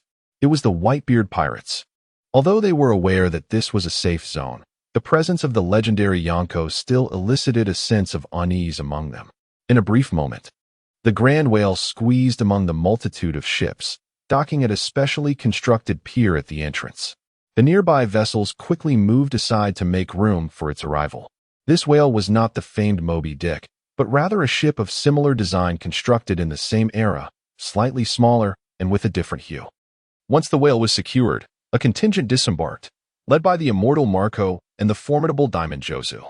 Despite Marco's appearance of a weary middle-aged man among his crew, he exuded a commanding presence in public. As for Jozu, his imposing figure, coupled with an expression of anger, was enough to instill fear in anyone who beheld him. This group advanced with unwavering focus towards the entrance, exuding an air of superiority. Observing this, Tozzolo promptly approached to greet them. While Marco was indeed a powerful pirate, his reputation alone would not have warranted Tozzolo's personal attention. After all, a confrontation between them could yield unpredictable results. However, Marco's presence represented Whitebeard, which demanded a level of respect. Upon meeting Marco and his entourage, Tozzolo, maintaining a balance of humility and confidence, remarked, "Welcome, Captain Marco and Captain Jozu, to my city. I hope you all have a splendid experience." Marco replied noncommittally, "Let us hope so." With little more to be said, the two exchanged a few polite remarks, after which Tozzolo assigned several maidens to cater to Marco and his crew during their stay. At this juncture, a group of individuals clad in peculiar attire, their heads encased in transparent bubble-like helmets, sauntered over. These were, in fact, the true guests of honor that Tozzolo sought to welcome, the celestial dragons. Upon sighting them, the other attendees hastily retreated, fearful of drawing the attention of these individuals. "Tozzolo, do you have any new slaves?" Before Tozzolo could respond, a grotesquely adorned celestial dragon interjected. Tozzolo, donning a forced smile, replied, "Do not be hasty. Please relax today, and tomorrow's auction will have everything you desire." The celestial dragons, having been placated by Tozzolo, were led away by attendants for their entertainment. Watching their retreating figures, Tozzolo wore an inscrutable smile, his eyes flickering with an emotion that was either numbness or something altogether different. Upon entering the splendid Golden City, Marco and his companions resolved to indulge in a meal. Having heard tales of the exquisite delicacies it offers, since they were already there, it was imperative to savor the local cuisine. They stepped into an opulent barbecue establishment, a haven for pirates who relish hearty feasts and copious amounts of alcohol. The meat served was primarily derived from sea kings, renowned for its delectable flavor and rich nutritional value. Moreover, one could find an array of world-famous wines, making it a veritable paradise for gourmands and connoisseurs alike. As they crossed the threshold, Marco instinctively surveyed the surroundings, only to lock eyes with a pair of brooding orbs. The owner of these eyes was a towering figure, his presence commanding even while seated, matching Marco's height. Adorned in heavy metal biker attire, with deep purplish-brown hair, the lower half of his face was obscured by a thick scarf. This individual was none other than Charlotte Katakuri, the foremost among the sweet commanders of the Big Mom Pirates. Accompanying him at the table were two notable figures, a woman whose visage resembled that of an old crone, marked by a prominent scar, and another with flowing white hair that concealed one eye. her neck wrapped in a broad scarf and gloved hands. Notably, her legs were disproportionately long, indicating her lineage as a member of the long-leg tribe. The crone-like woman was Charlotte Brle, a formidable mirror fruit user, capable of transforming any mirror into a portal to another dimension. The other, Charlotte Smoothie, was also one of the Sweet Commanders, signifying the top 3 strongest members under Big Mom's command, a testament to her formidable prowess in the ruthless realm of the Yonko. While Katakuri was engaged in his meal, he happened to glance upwards, inadvertently meeting the gaze of Marco, which caused him to pause mid-bite. The two then found themselves in an intense staring contest, akin to a game of eye contact. Noticing Katakuri's unusual demeanor, Smoothie and Brle inquired, "What is it? Brother? Is something amiss?" A muffled voice emerged from beneath the scarf. "Ah, it seems I've encountered an acquaintance." Following Katakuri's line of sight, Smoothie and Brle soon spotted Marco and his companions, their bodies instinctively tensing before relaxing. Although the relationship between the two factions was delicate, it had not escalated to outright enmity. Their caution stemmed purely from the formidable strength of Marco and his crew, which posed a potential threat. Engaging in combat was out of the question. Perhaps in another setting, Katakuri might relish a friendly spar with Marco, a mere exchange of skills, but here in Golden City, the territory belonged to another, and it was wise to show restraint. They had no particular agenda, merely seeking to partake in the revelry. Katakuri nodded slightly at Marco as a form of greeting, to which Marco reciprocated with a nod, and their gazes finally drifted apart. Subsequently, Marco and his companions took their seats and indulged in a lavish feast. It was at that moment that unexpected guests arrived in the Golden City. A fishman accompanied by a golden-haired man and a woman with orange hair stealthily emerged from the depths of the sea. The fruit in question was of the natural type, exceptionally suited for warfare, thereby possessing strategic significance. Consequently, the Revolutionary Army had set its sights on it. Dr. Vegapunk dispatched Sabo to seize this fruit, as this was the modus operandi of the Revolutionary Army, directly taking what they desired. After all, the Revolutionary Army is akin to a rat in the street, and even if they wished to purchase something, it would require someone willing to sell. Chapter 53, The Reliable Sabo. Sabo, do you have any plans? Rest assured, Keela, you still doubt me? It is precisely because of you that I am concerned. Keela silently retorted in her mind. So, what is your plan? We have already arrived in Golden City. It's time for you to share it. Well, my plan is to stealthily infiltrate the treasury and directly steal that fruit. What do you think? Isn't it a splendid plan? Do you even know where the treasury is? About that. So, how do you propose we sneak in? Have you thought this through? Well, we just sneak in. It's as simple as that. This is your plan. Oh, we can figure it out later. If all else fails, we can force our way in. Keela, you must trust in my strength. With that, Sabo flexed his muscles flamboyantly, indicating his formidable prowess. Keela squeezed her eyes shut, clenching her fists tightly. Her patience had worn thin. Without a moment's hesitation, she lunged forward and delivered a resounding smack to Sabo's golden head. Thud. Ugh, despite being a high-ranking revolutionary commander, impervious to severe injuries in battle, Sabo grimaced in pain from a mere slap from a little girl. He gasped sharply, crouching down and cradling his head. Observing Sabo's woeful state brought Keela a sense of relief. She had finally vented her frustration. Humph, from now on, you will follow my lead. Crouching on the ground and rubbing his head vigorously, Sabo finally regained his composure, pondering how Keela had become so bold, showing no concern for damaging his skull. Keela, keep it down. We are supposed to be sneaking in. At this remark, Keela nearly lost her temper, feeling as if she were about to ascend to enlightenment. Was this even a reasonable statement? How could he dare utter such words? Did he not understand why they were hiding here? Look at them. They were in a storage room filled with raw, grotesque meat, the stench of blood permeating the air. Mingled with the foul odor of seafood, it was nothing short of a sensory feast, and Keela felt faint with delight. As for why they were in this dreadful place, one could certainly inquire of Sabo, who was still rubbing his head beside her. Initially, everything had gone smoothly upon their arrival, with Master Haku remaining in the sea to provide support. Sabo and Keela were tasked with obtaining the fruit. However, shortly thereafter, As they stealthily made their way onto the street, Keela turned around only to find Sabo had vanished. A mere 10 minutes later, when she finally spotted him again, he was stuffing his mouth with food, a massive chunk of meat in one hand and several skewers in the other. To make matters worse, he was not alone. He had brought along a group of friends he had just met.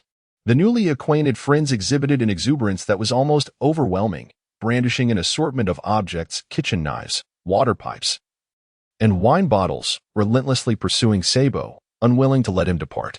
However, the bond between Sabo and Kella was evidently far more profound. Thus, without a moment's hesitation, Sabo dashed towards Kella, disregarding the heartfelt pleas of his newfound companions. "Stop right there.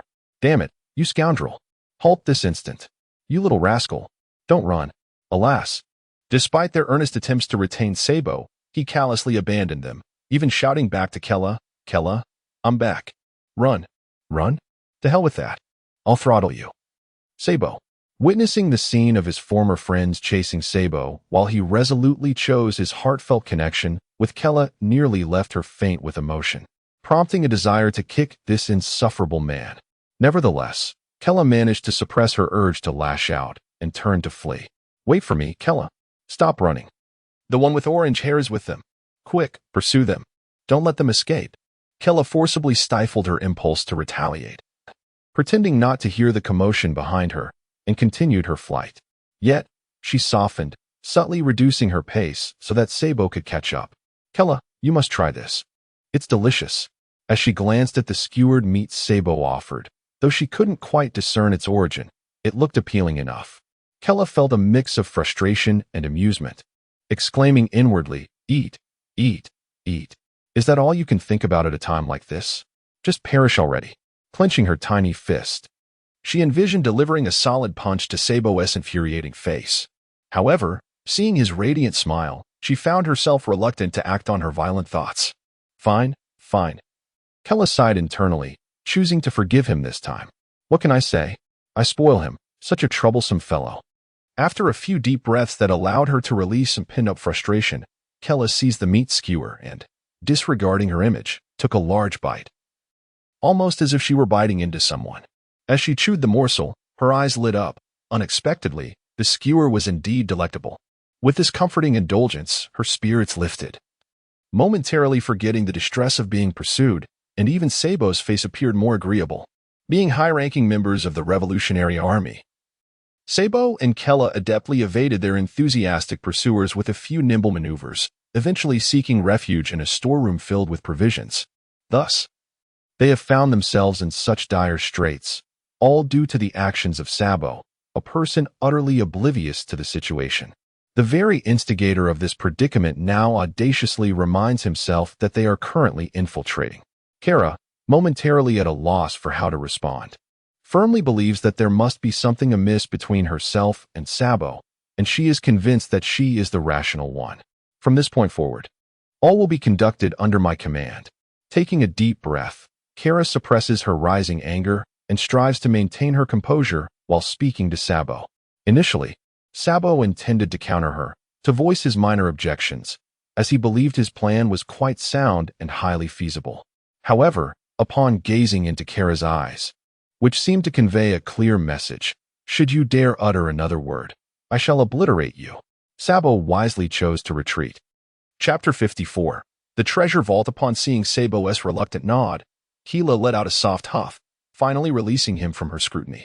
She then settled into a cross-legged position, resting her elbows on her thighs to support her head, lost in contemplation as she meticulously devised her subsequent course of action. Keela first dismissed one erroneous option, that of directly relying on brute strength to force their way in, as suggested by Sabo earlier. Such an approach was utterly impractical. The might of the Golden Emperor was formidable, and at this moment, both she and Sabo found themselves on enemy territory, akin to fish caught in a barrel. Furthermore, Tezzalo's subordinates included several troublesome individuals, such as the user of the Luck fruit, Baccarat, who was nothing short of infuriating. Engaging her in battle would make one feel as though the very world conspired against them. It was as if one had been forsaken by reality itself. With each attack perpetually evading its target, and one might even find themselves slipping or stepping on a banana peel at the most inopportune moment. Sometimes. The collapse of an adult's composure can occur in an instant. Moreover, aside from the local forces of Golden City, the very rule forbidding violence here could not simply be disregarded. The attendees of this auction had already negated any possibility of seizing anything by force. Just look at the array of formidable figures present. Among the four emperors, two had already arrived, Marco the Phoenix and Katakuri, both extraordinarily powerful. Alongside them were the leaders of various other factions, an assemblage of notorious pirates. Not to mention the presence of the Navy and the world government. This was a veritable nightmare scenario. Should she and Sabo dare to incite any upheaval, they would undoubtedly become the targets of collective ire. Although the pirates might not assist the Golden Emperor in thwarting their efforts, they would certainly seize the chaos to claim their own benefits, with that natural type fruit being the primary object of desire.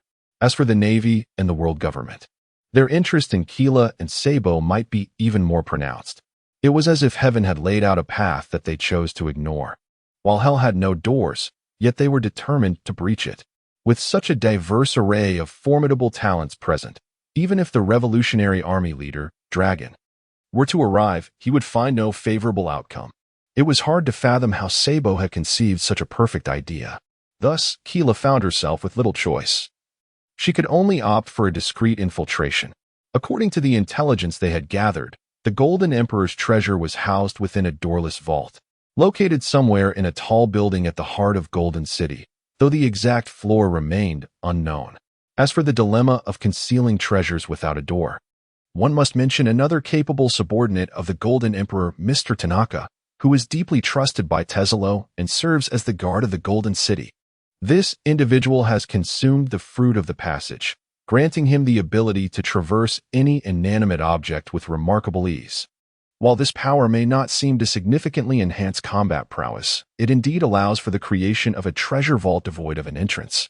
Although this may appear to be of little utility, such a configuration proves to be quite advantageous for safeguarding treasures. While severing steel or punching through iron plates may be effortless for certain formidable individuals, one must first ascertain the location of this vault.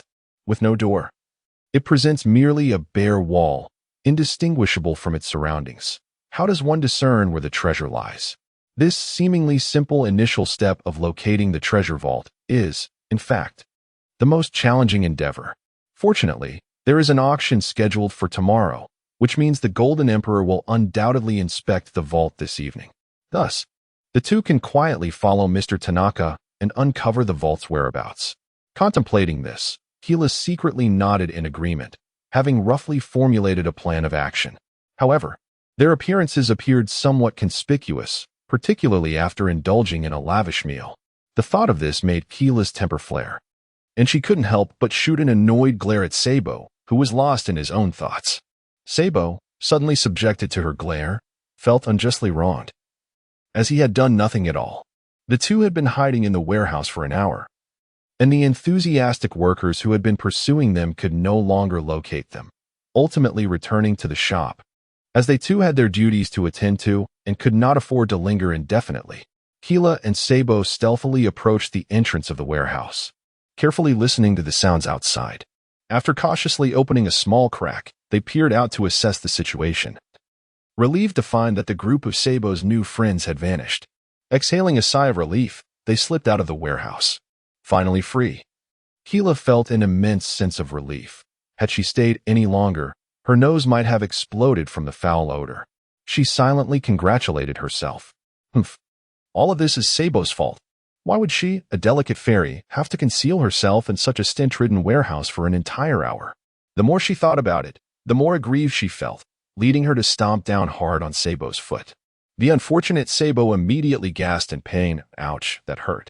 Keela glared fiercely at Sabo, observing him as he struggled to stifle his cries, his face reddening from the effort. The sensation reminded Keela of biting into a refreshing slice of chilled watermelon on a sweltering summer day. It was sheer delight. After a prolonged period of hopping on one foot while clutching his toes, Sabo finally regained his composure. The sheer agony of having his toes stepped on was excruciating, particularly since Keela had unleashed her wrath with unrestrained vigor, and to exacerbate matters, She was adorned in high-heeled shoes. The pain penetrated deep into Sabo's heart. Yet he dared not voice his indignation. Though he remained oblivious to the source of his aunt's vexation, he wisely chose silence. Sabo insisted that this was not an act of cowardice. Rather, he simply found it unworthy to engage in conflict with Keela.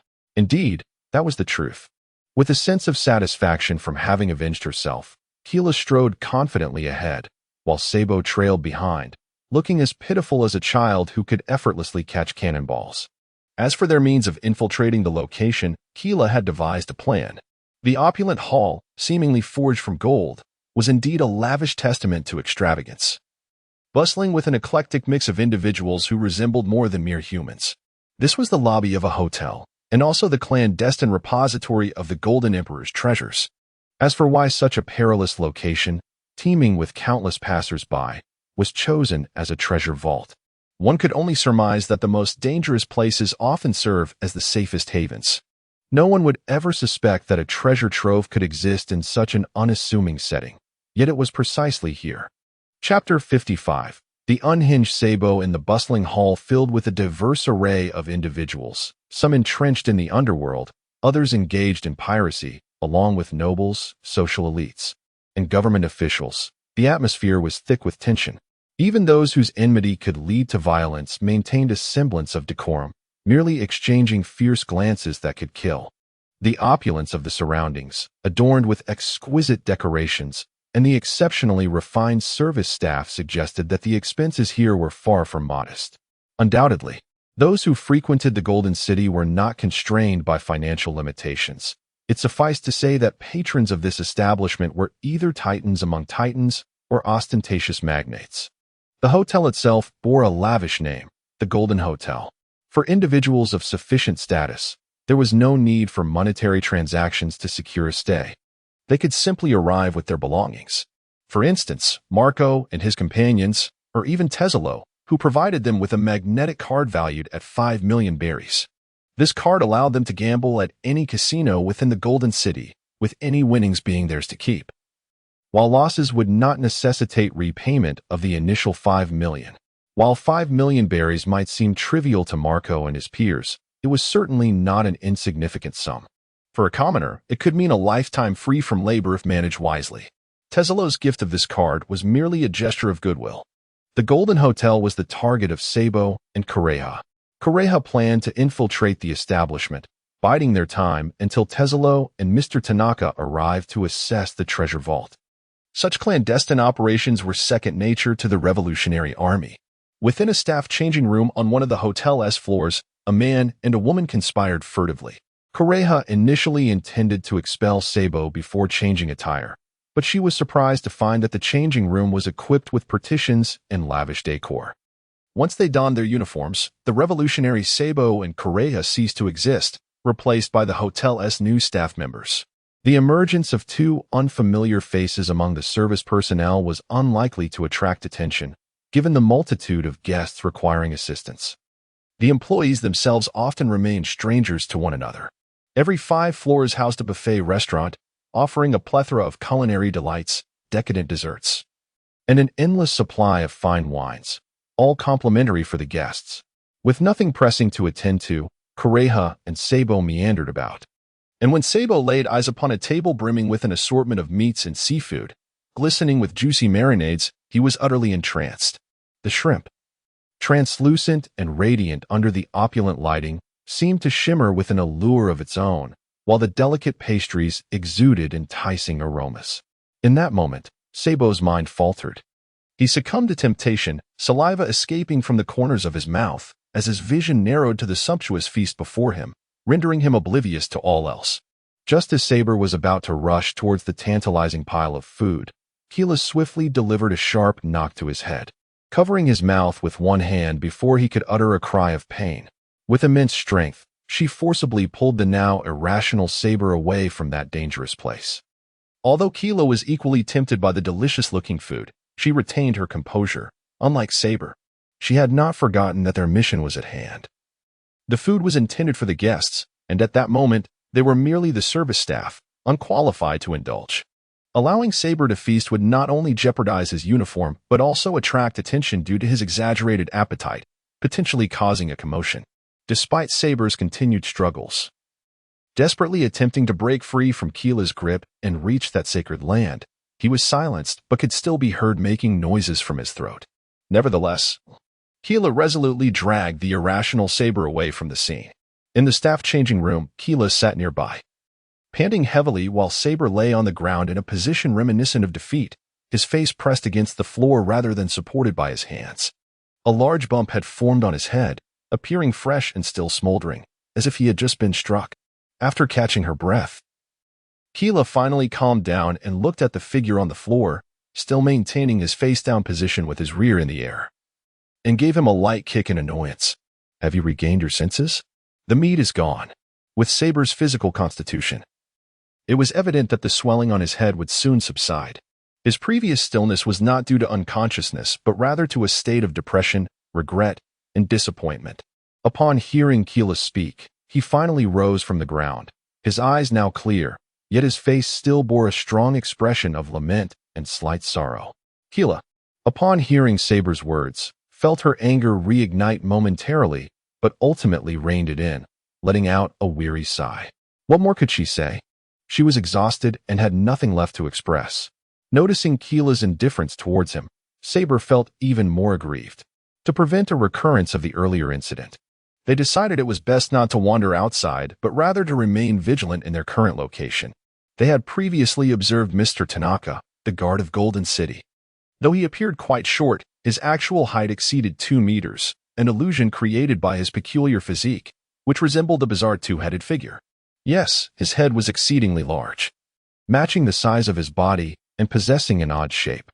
With their knowledge of Mr. Tanaka's appearance and aura, even while remaining in the changing room, Saber and Keela could recognize him through their mastery of observation hockey. On the other side, after finishing their meal, Marco and his companions prepared to return to the hotel for some much-needed rest, having traveled a considerable distance to arrive at their destination and feeling somewhat fatigued. The hotel they were staying at was the Golden Grand Hotel.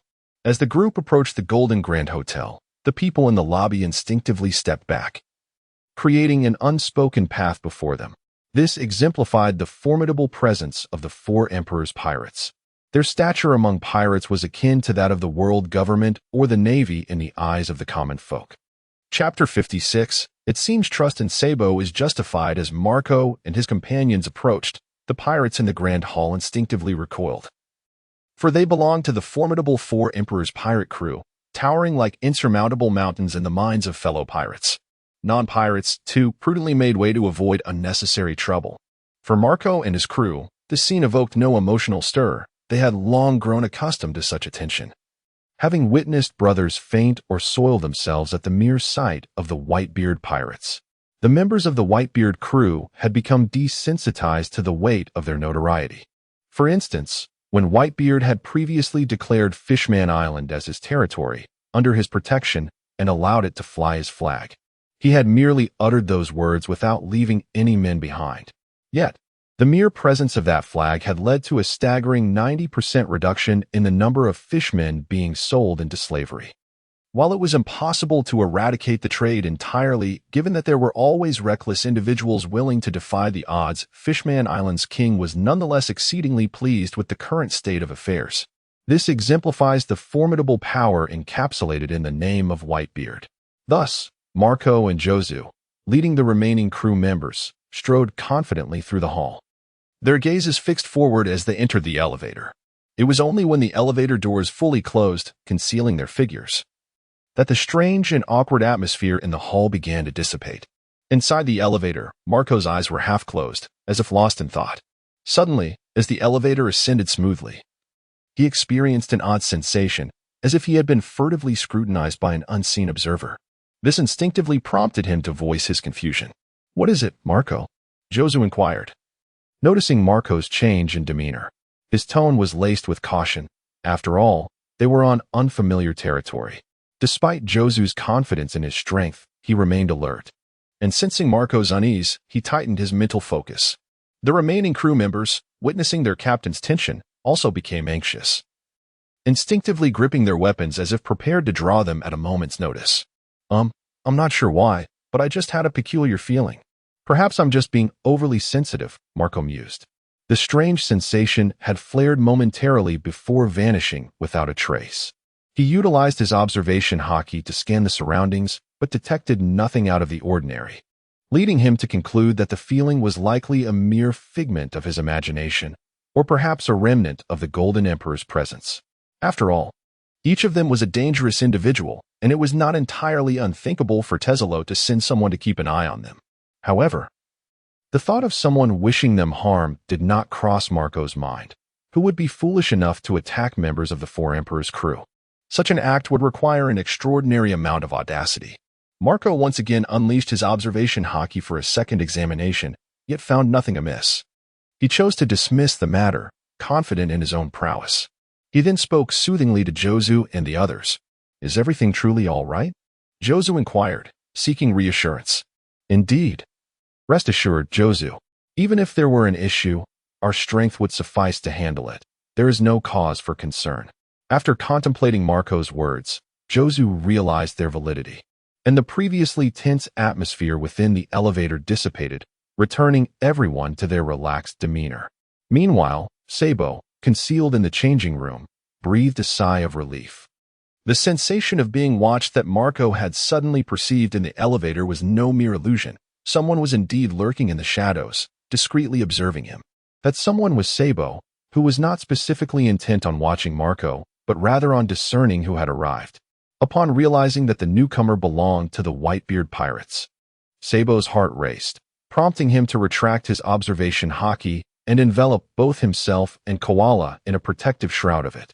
This application of observation hockey serves not only as a means of perception but also to obscure one's presence from foes, proving crucial in combat or stealth scenarios. Sabo's caution was ultimately vindicated. Marco, being an exceptional master, sensed the scrutiny even without active use of his hockey. Fortunately, Sabo's quick thinking prevented his exposure. After a considerable amount of time, estimating that Marco had departed, Sabo finally withdrew his observation hockey, exhaling deeply as his taut muscles relaxed. Koala, who had observed Sabo's sudden shift to a defensive stance, felt her own anxiety spike, her senses heightened as she focused intently on the door, fearing that a monstrous threat might burst through at any moment. Given that they were, after all, in the enemy's stronghold, her apprehension was entirely justified. Now, witnessing Sabo's return to a state of ease, Koala too began to relax, her tense muscles unwinding. Her gaze fell upon Sabo, who wore a relieved expression, and she inquired, "What transpired just now?" "Ah, a high-ranking member of Whitebeard's crew passed by. Had I not acted swiftly, we might have been discovered," Sabo replied, relief evident in his voice. "Is it truly safe now, Sabo?" Koala asked, her heart racing at the near encounter with danger. "Rest assured, he has already left. Fortunately, my quick reaction and the use of observation hockey shielded us. Otherwise, we could have faced a perilous situation today." With that, Sabo flashed a proud grin at Koala. She shot him a look of exasperation, neither confirming nor denying his bravado, while secretly musing that this fool had proven to be quite reliable in dire circumstances. Following this incident, Saber's image in Kella's mind underwent a complete metamorphosis. In truth, it has not changed at all. After all, their acquaintance spans an extensive duration, and Kella is intimately familiar with Saber's true nature. Despite possessing various minor flaws, there are moments when he radiates an astonishing brilliance that captivates those around him. After this minor mishap, Saber became wary of carelessly unleashing his observation hockey, for should he encounter a formidable opponent well-versed in this skill, such as Katakuri, who has honed his observation hockey to the point of momentarily foreseeing the future, it would spell disaster for both of them. Chapter 57, Preparing for the Slaughter. As time progressed, the clouds on the horizon appeared as if intoxicated, transforming into a resplendent evening glow. Gradually, the sun descended completely, and the night enveloped the land. Although the sky had succumbed to darkness, the Golden City remained ablaze with light, gleaming like gold. Yet, even in the brightest of places, shadows lingered in the corners. Mr. Tianzhong completed his patrol and, as was customary, proceeded to inspect the hidden treasury within the opulent Golden Hotel. Despite his formidable fruit-based abilities, his own strength was rather mediocre. Perhaps even an understatement, rendering him oblivious to the several clandestine figures stealthily trailing behind him.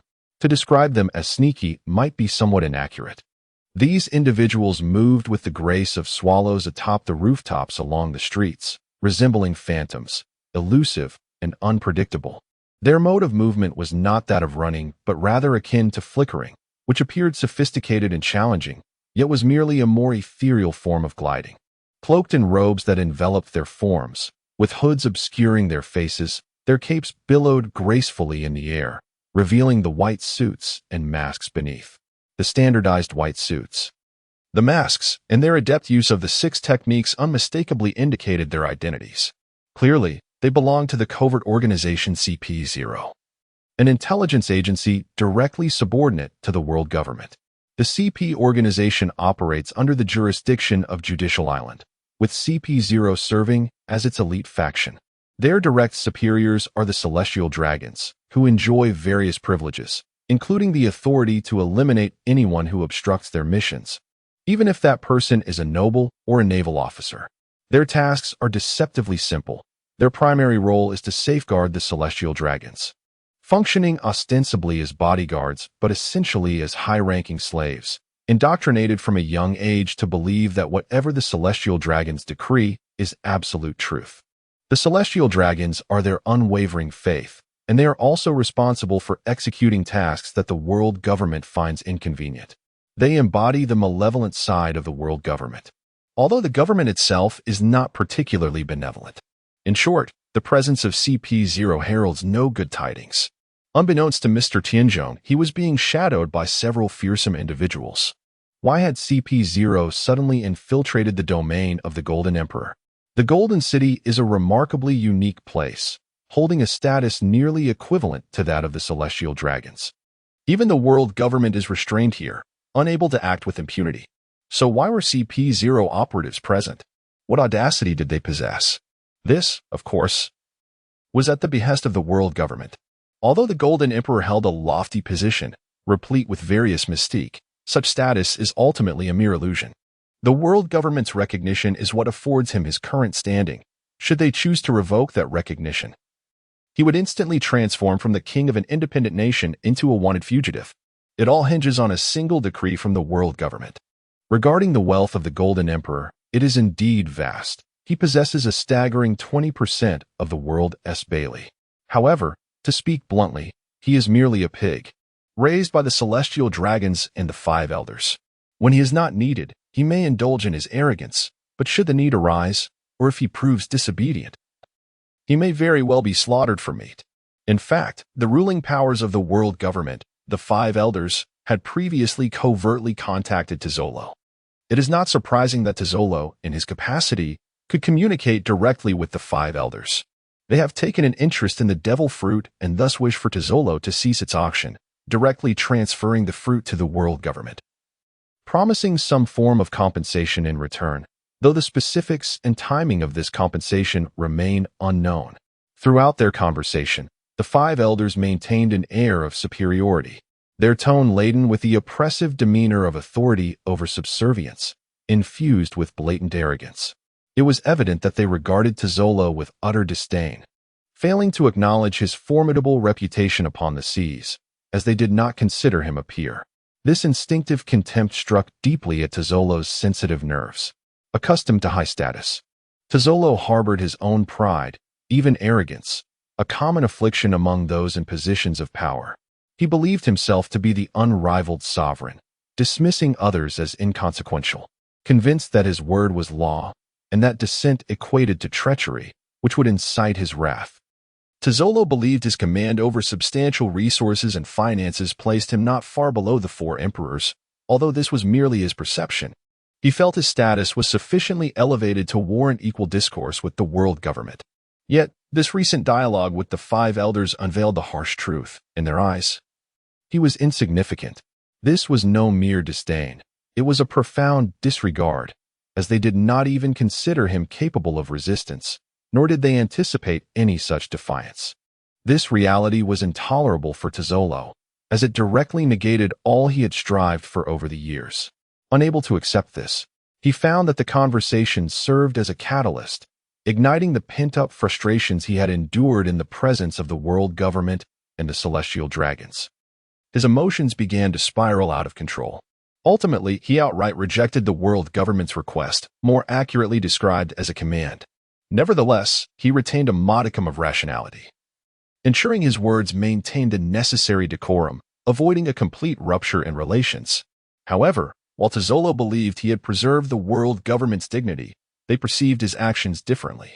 The five elders deemed Tazzolo, this pig, to be rather disobedient, shocked that he possessed his own thoughts. They reminded him of his place. He was merely a pig, not entitled to independent thought. This is an intolerable matter for them. They believe that Tazzolo, the pig, has been sufficiently fattened and now even possesses its own thoughts. It is high time for it to be slaughtered for meat.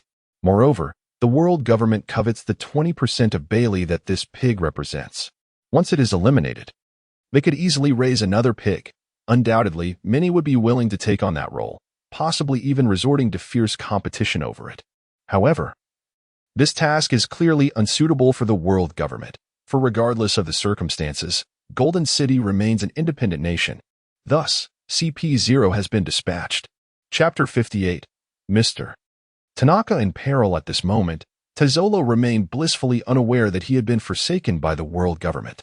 He was oblivious to the fact that within his Golden City, various deities had gathered, all drawn by the allure of his treasury. Instead, he languished in his chambers, savoring fine wine as if relishing the final moments that belonged solely to him. Mr. Tanaka strode confidently down the street, and upon sighting him, the passers-by instinctively veered aside, creating an invisible corridor for his passage. After all, Mr. Tanaka was a guard and a favored subordinate of the Golden King, a figure of considerable influence not to be trifled with. With an air of nonchalance, Mr. Tanaka traversed the path that had been cleared for him, scarcely casting a glance at those nearby. He walked with a certain swagger, his gaze unwavering, utterly disinterested in the rustling of the surroundings or the presence of any suspicious characters. To him, this was merely a routine patrol, a matter of course. It is not entirely blameworthy for Mr. Tanaka to think this way. After all, where was he? In a territory recognized by the world government as an independent state, a place where even the world government dared not act recklessly. Moreover, he had the Golden Emperor backing him, a veritable sovereign of the seas. This was his domain.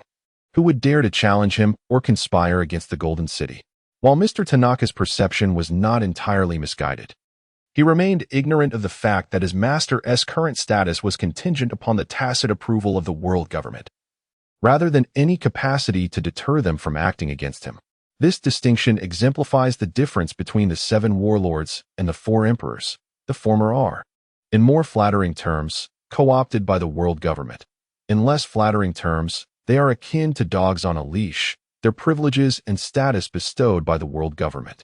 Should the world government decide to revoke their recognition, they would find themselves stripped of their power, returning to a state of insignificance.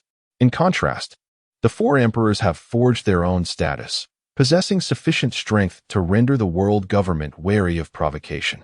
Though the world government has the means to eradicate the crews of the 4 emperors, the cost of such an endeavor is prohibitively high, a burden they are reluctant to bear. Regrettably, the Golden Emperor falls into the former category. He lacks the strength to uphold his own renown and status, relying wholly on the world government's acknowledgement. Thus, his position is tenuous, akin to bubbles that, despite their appearance of abundance, are merely filled with air, fragile and liable to burst at the slightest disturbance. Should the world government choose to withdraw its support, Tazzolo's entire existence would be rendered meaningless. His former advantages, wealth, have only solidified the world government's resolve to act against him. Perhaps the Golden Emperor is not so foolish as to be blind to this reality. Yet, as one ensnared in the web of power and fame, he has long been blinded by ambition. It is conceivable that he simply refuses to accept this harsh truth, ultimately deceiving even himself. Even if the Golden Empress were to regret her decision now and wish to surrender that singular devil fruit, it would be too late. For the world government's appetite has long surpassed mere interest in a single fruit. What they desire now is the entirety of Tesalo. Mr. Tanaka continues to stride proudly, moving with his distinctive gait, as if commemorating the last remnants of his own vanity and opulence. On either side of the street, cloaked figures of CP0 flicker like phantoms, silent and unnoticed by anyone.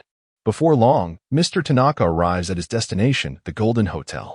Despite his seemingly short legs, reminiscent of a two-headed figure, he walks with surprising speed.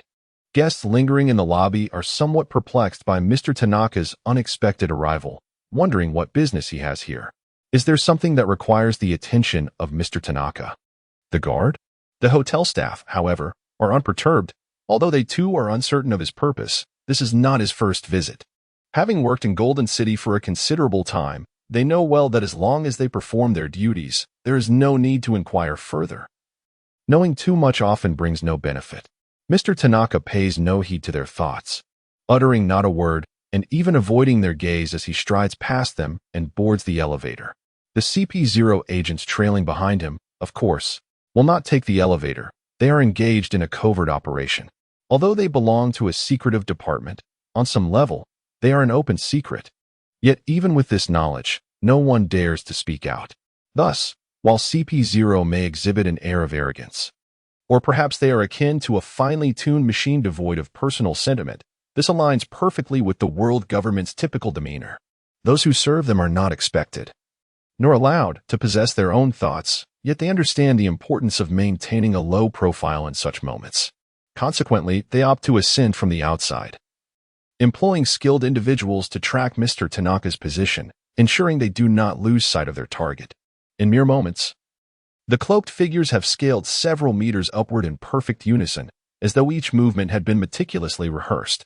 Their hands, extended like blades, pierce the wall with remarkable ease, akin to a hot knife slicing through butter, encountering no resistance and making not a sound. Though the lighting here is dazzling, the figures are diminutive in comparison to the grand structure, and the color of their cloaks closely resembles that of the walls. If not for a discerning eye, one might not even notice the figures suspended in midair. Meanwhile, Sabo and Carla remain hidden in the employee changing room. A few genuine staff members enter to retrieve items. Yet the duel remains undetected, though the wait is growing tedious, igniting their irritation.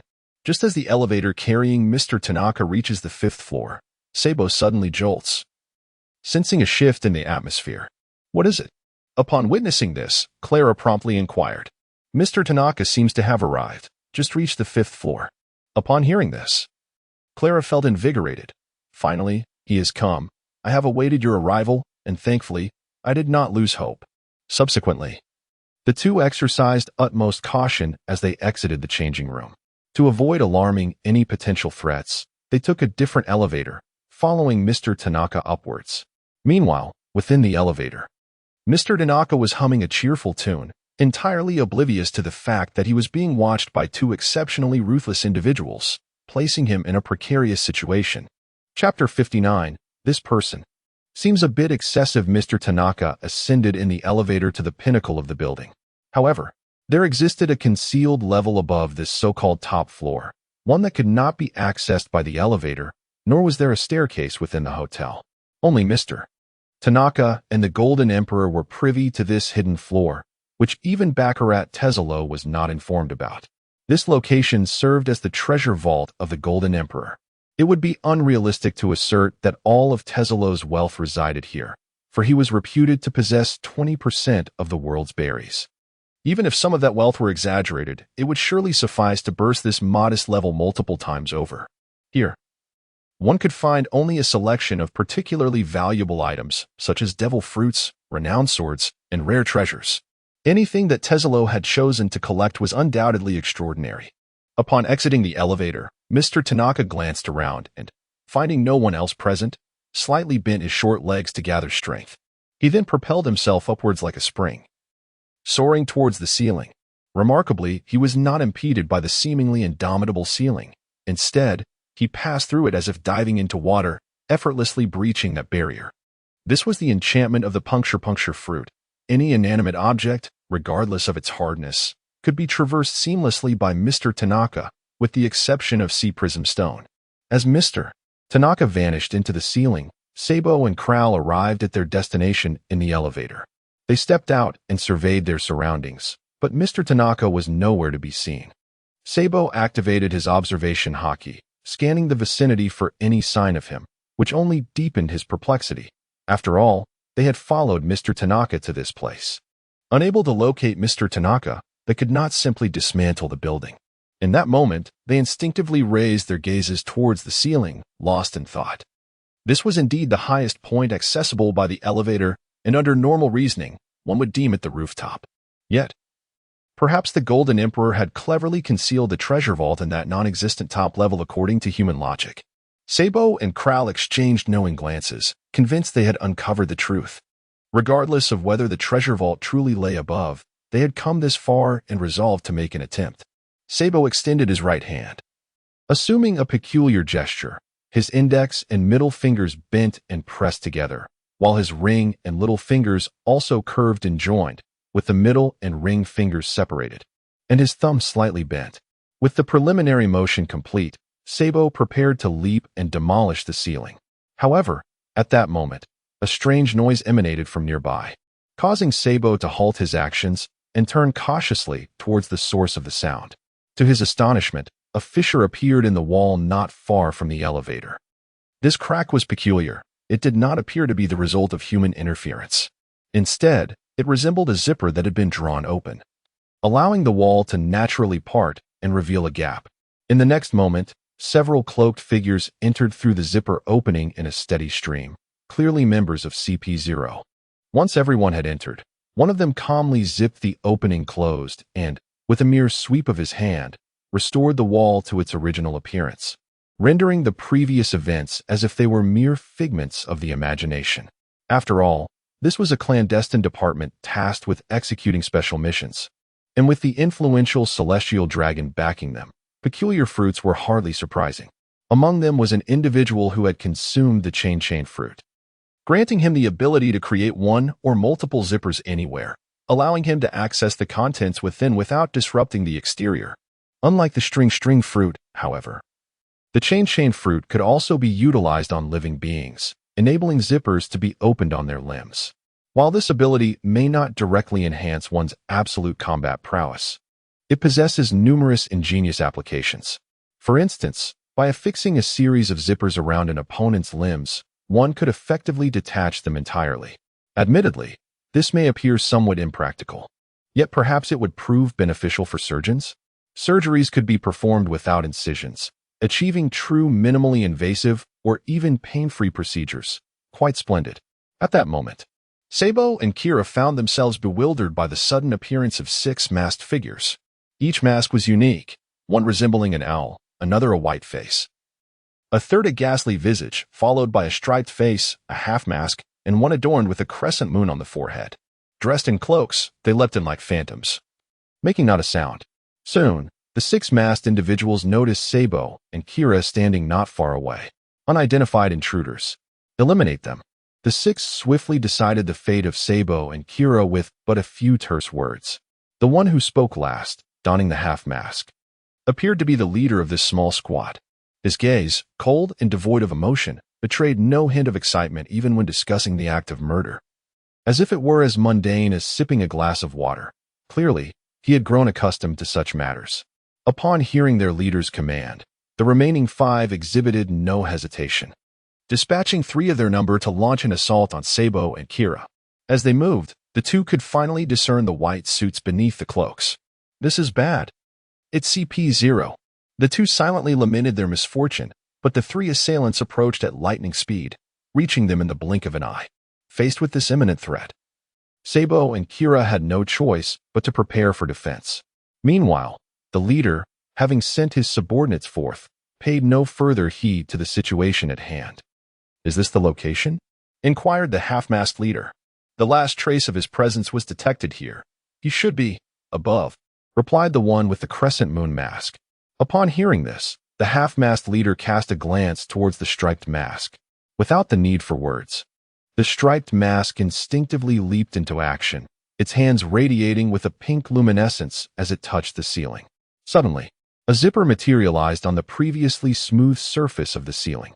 The individual pulled the zipper open, preparing to dive through, only to be fortuitously interrupted by a colossal, two-headed figure that fell from above, crashing down upon him with a resounding thud. This zipper fortuitously opened directly beneath Mr. Tanaka, who was examining the treasure vault. Consequently, he found himself unexpectedly plummeting into the abyss below. The striped mask, struggling to rise, vented its frustration by delivering a forceful kick to Mr. Tanaka, sending him crashing against the adjacent wall. Disoriented from the sudden fall and the kick, Mr. Tanaka slowly regained his composure, momentarily perplexed by the unfolding chaos. As he surveyed his surroundings, he realized there seemed to be an overwhelming number of individuals present. Chapter 60, The Death of Mr. Tanaka. Mr. Tanaka, who had unexpectedly stumbled and fallen, was already in a state of bewilderment. Before he could regain his composure, he was met with a swift kick, plunging him further into confusion. As he finally managed to rise and surveyed the group surrounding him, his bewilderment intensified. He paused for a moment, attempting to recall that someone had indeed kicked him, but his mind was in disarray, and he could not immediately discern the identities of these individuals. Instinctively, he thought they must be residents of the area. He felt a surge of indignation. How could he, Mr. Tanaka, be so easily disregarded? Who among these insignificant beings dared to kick him? Which scoundrel had the audacity to attack him? In his state of confusion, Mr. Tanaka maintained an inflated sense of superiority, considering himself to be a significant figure in the grand scheme of things. He boldly addressed the three masked individuals nearest to him with audacious words, completely oblivious to the formidable nature of those he confronted. The masked figures, taken aback by Mr. Tanaka's brazen demeanor, found themselves momentarily frozen, failing to retaliate. However, in Mr. Tanaka's mind, their inaction was translated into fear of his imposing presence, filling him with a sense of pride. Indeed, there was a certain thrill in wielding such influence. Yet, while Mr. Tanaka reveled in self-admiration, the masked individuals soon regained their composure. They regarded the bizarre, diminutive figure before them as likely lacking in intellect. They silently concluded that it was indeed audacious of Taizolo to assign such a peculiar character to guard the treasure vault, and they resolved that such an individual should be dealt with swiftly. With a mere glance from the half-masked figure, the crescent-moon masked individual stepped forward. In an instant, he appeared before Mr. Tanaka, his right index finger extended while the other fingers remained clenched. With remarkable speed, he unleashed a flurry of strikes, each too swift for the naked eye to perceive.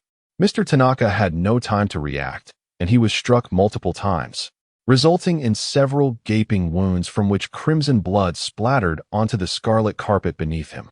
This sudden assault rendered Mr. Tanaka incapable of resistance. His eyes rolled back slightly, his mouth agape, and his face contorted in a pain that arrived too late. Weakness overcame him, and he fell backward. However, he had not yet lost consciousness. He struggled on the ground, straining his neck to gaze upon the crescent moon masked figure. Who are you? I am in service of Lord Taizolo. How dare you? Dare to lay hands on me? The masked figure remained unresponsive, seemingly indifferent to Mr. Tanaka's plight, embodying an attitude that suggested he did not regard Mr. Tanaka as a person of significance. As Mr. Tanaka's gaze fell downward, he finally caught sight of the white suit revealed beneath the cloak. In that moment, a flicker of intelligence sparked within him, and he began to comprehend the true nature of those standing before him. You are. After a prolonged silence, Mr. Tanaka failed to articulate the subsequent words, as if they were shrouded in a taboo that rendered him speechless. Mr. Tanaka could not comprehend why these individuals, who had always been partners of his superior, Taizolo, and had maintained a harmonious relationship, suddenly appeared here and resorted to violence against him. Just that very day, his boss had personally welcomed those esteemed guests. Why had their demeanor shifted so drastically? Mr. Tanaka was perplexed, yet he realized that even if they were to take his life, it would not incite a rift between his master and them. These individuals truly possessed the audacity to kill him. Their emotionless eyes, hidden behind the masks, exuded an unmistakable intent to murder. At this realization, fear engulfed Mr. Tanaka, compelling him to flee. He was not ready to meet his demise. He could no longer ponder the intentions of his assailants. His singular thought was to escape. If he could reach his boss, he would be spared. The notion of confronting them never crossed his mind, for they were trained killing machines. And he stood no chance against them. Struggling to rise, he bolted in the opposite direction. Faster, he urged himself, desperation fueling his determination to succeed. With a sudden leap, he executed a diving motion, aiming for the ground beneath him. His head descended closer and closer to the floor, his eyes brimming with urgency. Almost there. Just a little further. If he could slip through, he would be free. However, would the crescent moon masked figure allow Mr. Tanaka to escape unscathed? Clearly not. Just as Mr. Tanaka's head was about to make contact with the floor, and the glimmer of triumph flickered in his eyes, he felt his body ensnared by something akin to ropes. He struggled fiercely, yet the ropes proved remarkably resilient. His efforts were utterly futile. How could this be? He was a user of the prowess fruit. These bonds should not be able to restrain him. How was this possible? Despair washed over Mr. Tanaka as his heart sank. What was this strange entity? Why could he not penetrate it? He cried out, his voice tinged with hopelessness. Yet, the crescent moon masked figure remained silent, showing no inclination to explain. The bindings firmly secured Mr. Tanaka's limbs, rendering him completely immobilized, before he was pulled back. At that moment, he finally discerned that the black ropes binding him were connected to the hair of the crescent moon masked man. This was one of the extraordinary techniques. Aside from the 6 forms, life reversion, its effect permitted the wielder to bestow their consciousness upon parts of their own body, such as hair or internal organs, allowing for free manipulation. The crescent moon masked figure had infused his consciousness into his hair, granting it the ability to stretch and retract at will. As it was hair, it was evidently a living entity, which Mr. Tanaka's powers could not penetrate. Having completely lost his ability to act, Mr. Tanaka had descended into utter despair. The thought of begging for mercy from these individuals, imploring them to spare his life, had never crossed his mind. These beings were nothing more than emotionless killing machines, heedless of any voice but that of the celestial dragons. It would be as futile to appeal to their sense of compassion as it would be to pray for the collective demise of the men in white suits. Thus, Mr. Tanaka trembled as he closed his eyes, quietly awaiting the arrival of death.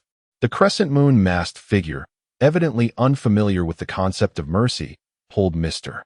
Tanaka before him and raised his right hand, striking with a palm like a knife directly into Mr. Tanaka's throat. Mr. Tanaka convulsed briefly, meeting his end without any chance for resistance, swift and decisive. Chapter 61. The Breath of the Dragon. From the moment Mr. Tianzhong fell from above to the instant he was pierced through the throat, merely a few fleeting seconds had elapsed. The crescent mask had executed only 2 moves. Yet the once illustrious guard of the Golden City and a trusted aide of the Golden Emperor, Mr. Tianzhong, had met his demise. One could only lament the capriciousness of fate and acknowledge the remarkably high efficiency of these individuals in their lethal endeavors. Perhaps one might even conclude that Mr. Tianzhong was merely a weakling. Having dealt with Mr. Tianzhong, the half-masked figure turned its gaze towards Sabo and his companions, only to discover that its subordinates were still entangled in combat with them. Several seconds had passed, and they had yet to gain the upper hand, appearing somewhat disheveled in their efforts. This outcome evidently displeased the masked figure, which exchanged a knowing glance with the crescent mask before swiftly advancing towards the fray involving the 5 combatants. Sabo, having witnessed Mr. Tianzhong's fall, had initially hoped that the latter would buy them some time. However, he was utterly taken aback by how swiftly Mr. Tianzhong had succumbed. Could it be that he was so ineffectual? Sabo's prowess was commendable. He could contend with 2 opponents simultaneously and still maintain the upper hand. Given a little more time, he could undoubtedly overwhelm both. Yet, to be candid, the masked figures were not to be underestimated. They were individuals trained specifically for combat, each a master of the 6 styles. Currently, Sabo could only suppress 2 of them, and should more join the fray, he would find himself in peril. The masked figures demonstrated a remarkable level of synergy, yielding a synergistic effect greater than the sum of their parts. Moreover, a particularly imposing half-masked figure had yet to reveal its capabilities. This individual was evidently the leader of the squad, and while their strength remained unclear, they were undoubtedly the most formidable among them. Sabo was already struggling against 4. The addition of a more ruthless adversary would inevitably lead to his downfall. Recognizing the tension of the moment, Sabo steeled himself as two masked men lunged toward him. With a sudden surge of resolve, he unleashed a sidekick, catching the white-faced mask off guard. The latter could only raise his hands defensively before being forcefully propelled away, landing right in the trajectory of the crescent mask and the striped mask, momentarily disrupting their advance. Following this maneuver, Sabo pivoted and seized a pipe, swinging it fiercely towards the face of the grinning mask. The pipe, gleaming with a black luster, was evidently enveloped in a layer of pure hockey, rendering it indestructible and immensely powerful. The grinning mask, left with no choice, raised a hand to shield his face, yet was still swept aside, having successfully repelled several foes. Sabo jumped back a few paces to create distance, calling out loudly, "Kella." Understanding his cue, Kella executed a fishman karate technique, the shark fang fist, to drive back the L-mask. As a senior officer within the Revolutionary Army and a deputy master of fishman karate, Kella, though not as formidable as Sabo, was nonetheless a strong contender. Thus, forcing back a CP0 member was well within his capabilities. After repelling the adversary, Kella took the opportunity to retreat, deftly leaping to Sabo's side. Upon witnessing this, Sabo enveloped his right hand with the formidable hockey, executing that peculiar gesture once more. His index and middle fingers, along with the ring and little fingers, were bent and brought together, while the middle and ring fingers remained separate and the thumb was curled. It resembled a pitch-black dragon claw with merely 3 fingers. As he completed the skill's preparatory movement, Sabo crouched down and pressed the dragon claw of his right hand against the ground. An overwhelming surge of energy erupted forth, and an ominous presence swept across the floor, pervading everything in its path. Several masked men, witnessing Sabo's movement, intended to rush forward to thwart him. However, the preliminary action of this skill was merely a simple maneuver, leaving them helpless to intervene. From the epicenter of Sabo's dragon claw, a series of fissures manifested on the ground, rapidly extending outward. In the blink of an eye, the surface was riddled with cracks, which swiftly shattered, sending a cloud of dust spiraling into the air. Dragon Claw Fist, Breath of the Dragon. After executing this technique, Sabo rose and leaped in tandem with Killa. At that very moment, the fractured floor could no longer withstand the strain and collapsed, plunging into the layer below. The masked individuals, caught off guard, tumbled down alongside the debris, save for the half-mast squad leader, who managed to employ the moonwalk technique to stabilize himself midair, avoiding a more undignified fall. The reach of this dragon's breath technique was extensive. It not only affected the immediate combat zone, but it appeared that the entire floor of the hotel had succumbed to the chaos, collapsing significantly. The scene erupted into utter disarray, with swirling dust permeating the atmosphere, while innocent patrons caught in the turmoil screamed in confusion, bewildered by the unfolding calamity. The half-mast figure, witnessing the pandemonium, displayed a flicker of anger on his otherwise impassive visage, his expression dark and foreboding, rendering him particularly sinister alongside his mask. Damnable commoners. In his perception, or rather in the view of all CP0 operatives, everyone outside of the celestial dragons was deemed a commoner, including kings and nobles. The Navy, of course, was even less worthy of respect, as the relationship between CP0 and the Navy was notoriously strained, a fact that was no secret within their ranks. To him, Sabo and Kilo were utterly insensible. They ought to have remained passive, awaiting their demise at the hands of himself and his comrades. Yet, not only did they refuse to cease their activities, they had the audacity to retaliate, a notion he found utterly outrageous. Their rebellion was one thing, but unleashing such a large-scale technique, placing themselves in front of so many witnesses, incited a deep frustration within the half-mast leader. It seemed that this mission had grown considerably more complicated. Should he eradicate all these witnesses? He hesitated momentarily. However, before addressing that, it would be prudent to eliminate the 2 individuals who had instigated this chaos. Given their apparent prowess, they were likely not mere ordinary foes, particularly the male. He could not confidently assert his chances of overcoming him. It appeared he had stumbled upon a formidable catch. As the dust in the air gradually settled, the half-mast figure ceased his moonwalk, allowing himself to descend freely to the ground below. The remaining 5 masked figures had also emerged from the rubble of the building, positioning themselves behind the half-faced mask. However, in stark contrast to their initial pristine white suits, they now appeared disheveled and covered in dust, exuding an air of utter disarray. Meanwhile, Sabo and Kella had vacated the scene, taking advantage of the chaos to reach the periphery, preparing to breach the wall and make their escape. It was an unavoidable circumstance. Given the peculiar situation, hope for the success of this mission seemed bleak. Chapter 62: The Arrival of Shadows. As the dust settled, those unfortunate souls caught in the chaos stood trembling, their hearts still racing. They gazed at the 6 enigmatic figures cloaked in masks, who loomed over them like cranes among chickens. Initially, they intended to confront these mysterious individuals, demanding to know what had transpired and whether they were responsible for the current turmoil. However, the palpable aura of menace radiating from these figures, akin to a whispering bloodthirsty demon, compelled them to silence. Sabo had deliberately unleashed his dragon's breath to incite confusion, fully aware that within this hotel lurked formidable adversaries. If he could draw them out, it would be ideal. He understood that with only himself and Keela, they could not contend with the masked sextet.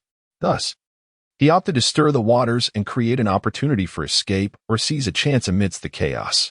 Yet, the half-masked figure harbored no intention of letting them off so easily. Their interference had disrupted his mission, leaving an indelible stain on his professional record, an affront he could not tolerate. He yearned to eliminate these 2 wretches in the most unspeakable manner, subjecting them to relentless torment until they repented in unending agony. His piercing gaze scanned the surroundings, navigating through the debris of the building, and spotted Sabo and Keela at the edge, attempting to dismantle a wall. Upon locking eyes with him, those in front hurriedly averted their gaze, unwilling to meet his fierce stare. Having identified the culprits and realizing they intended to flee, the half-masked figure unleashed 2 swift kicks, sending forth massive waves of white slashing energy towards Sabo and Keela. These strikes sliced through the air, leaving behind transparent trails of motion. 6th style, Gale Kick. The sharp strikes cleaved through the crowd, causing panic as people scattered in all directions. Yet some were not quick enough to escape, suffering grievous wounds, while others fell lifeless. Despite the bodies obstructing the path, the ferocity of the strikes remained undiminished. In the next moment, the waves reached Sabo and Keela. Sabo felt the hairs on his body stand on end. He could not withstand such force. They had no choice but to retreat. The walls crumbled as if made of paper, cleaved effortlessly by the oncoming energy, leaving behind an X-shaped gash. The destructive waves did not dissipate, but continued on their trajectory, soaring into the distance. Returning to the scene, the aftermath of the earlier strikes reignited the chaos among the crowd, who had only just begun to regain their composure. Their cries grew even more desperate, for this time, the carnage was far graver.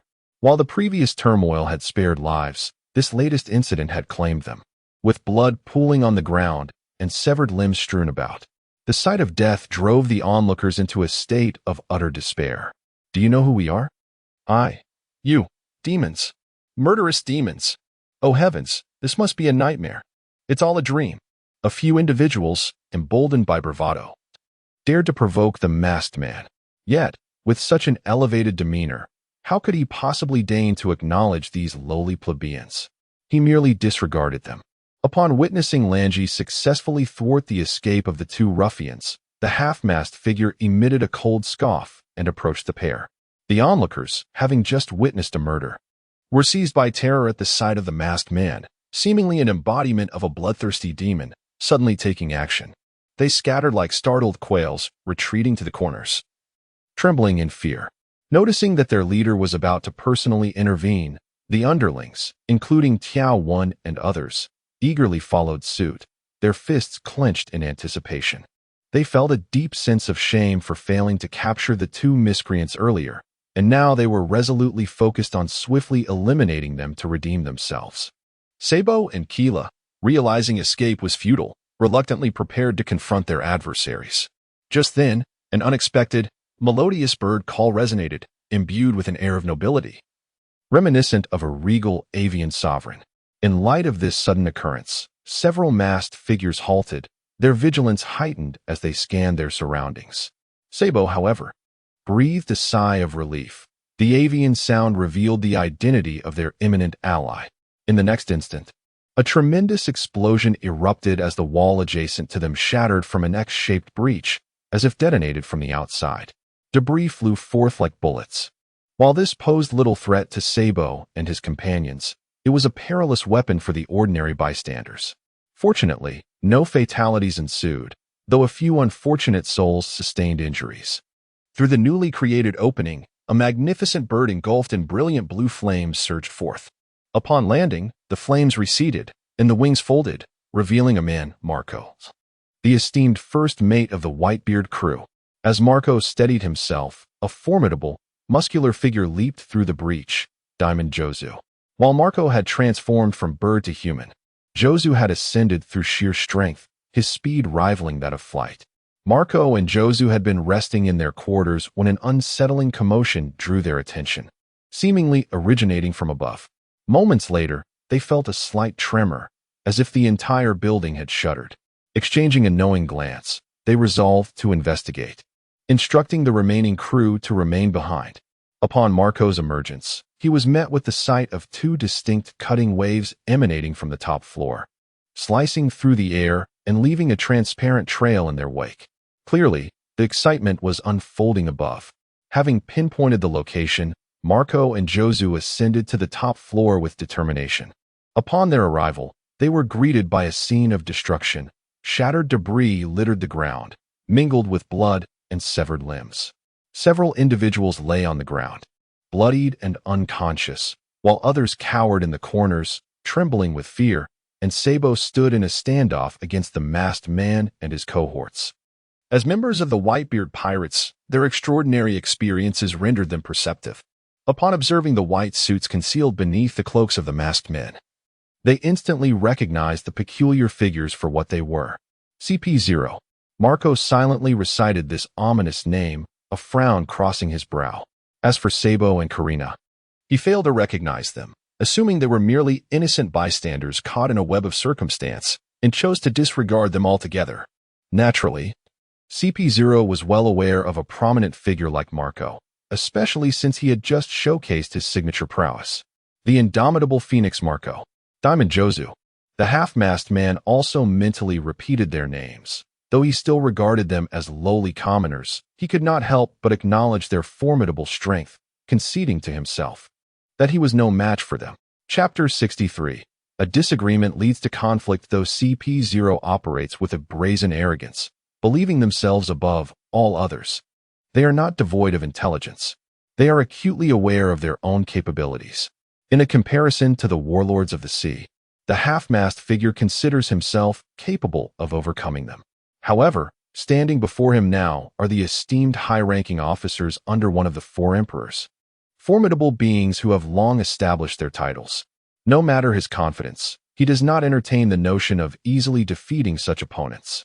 If only one had approached, perhaps they could leverage their numerical advantage to engage in a scuffle. Yet now, they are confronted by a duo. Thus, he resolves to attempt a diplomatic approach, hoping to invoke the authority of the world government to instill some caution in his adversaries, persuading them to refrain from meddling in this affair. Captain Marco, Captain Jaws, what brings you here instead of enjoying yourselves elsewhere? This question, though seemingly innocuous, emanates from the half-mast figure's lips with an undertone of menace, akin to a tyrant interrogating a subject, laced with provocation. Fortunately, Marco is well aware of the nature of this group. Otherwise, they would have resorted to violence before long. Given the commotion occurring in our vicinity, we naturally felt compelled to investigate, Marco replies. Upon hearing this, the half-mast figure recalls that they are indeed within the confines of a grand hotel, and the reasoning behind their presence seems somewhat justified. This is hardly a spectacle for casual observation.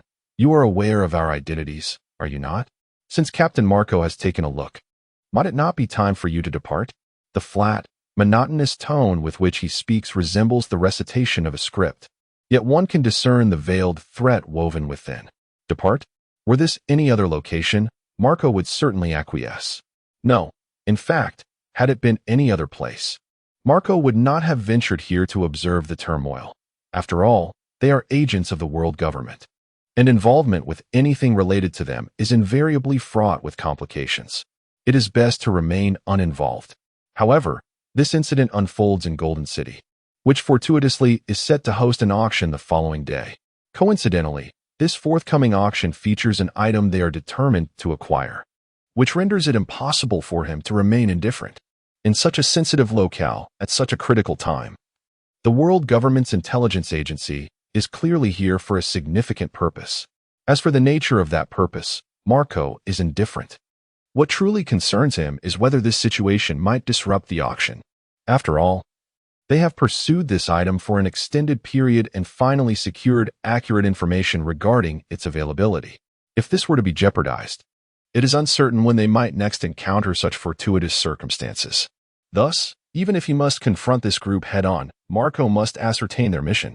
In the past, he might have hesitated, but now, with his father restored to his prime as the unequivocal strongest man in the world, save for the bar owner, Su Yu, who has transcended the realm of humanity, he feels no trepidation. Even should the world government seek retribution against the Whitebeard pirates afterward, they remain unperturbed. I shall not waste further words. Simply inform me of your mission, and Jaws and I will take our leave. The eyes behind the half-mask narrowed, revealing a somewhat sullen expression hidden beneath the facade. They, the CP0, were accustomed to wielding their authority unchecked. When had they ever endured such indignity? Did one truly believe they were worthy of discourse? Gratitude should have been their response for merely engaging in conversation, yet they dared to question. What nonsense about therapy? It mattered not if they were capable of combat. They should simply vacate the premises. The agitation of the half-mast figure was not unwarranted. Their previous role had always been in service of the world government, and it was evident that their presence instilled fear, rendering others nearly speechless. In a moment of desperation, Marco's words faltered, imbued with an undercurrent of menace, igniting tensions between the two parties. Government secrets, no comment. It would be prudent for you to refrain from involving yourselves in this matter, or else. The unspoken conclusion hung ominously in the air, clearly a threat. Yet, were Marco and his companions the type to be cowed by intimidation? Clearly not. Oh, it seems we have reached an impasse, Marco remarked, flames already beginning to cascade brilliantly from his form. At this, Jozu, sensing an imminent confrontation, transformed his massive fists into glimmering diamonds, embodying the pirate ethos where conflict was but a breath away. The sight of these two brutes poised for battle elicited a silent curse from the half-mast figure. Indeed, they were nothing but common rabble. Though aware of their inability to prevail, the exterior of the half-mast figure remained resolute. After all, how could an official entity bow to mere pirates? No retreat, only forward. However, CP0 were not fools, and this time, the Navy had also sent reinforcements, led by the formidable Rear Admiral Taudu. Her codename alone spoke volumes of her uniqueness, aligning her with the style of the admirals, both evoking colors and animals. In truth, the Navy had initially dispatched only Taudu to confront a mere Golden Emperor, confident that a single admiral candidate would suffice. Such was their unwavering assurance. However, upon hearing that Peach Rabbit was leading the team alone, T-Pig insisted on joining under the pretense of being concerned for her safety. It is said that this determined individual had confessed his feelings to Peach Rabbit 100 times, only to be rejected just as many. Yet it appears he remains resolute in his pursuit. Meanwhile, the half-mast figure, recognizing the situation had reached an impasse, discreetly contacted the Navy. Although the relationship between the Navy and CP0 is not particularly harmonious, they still operate under the same institutional umbrella.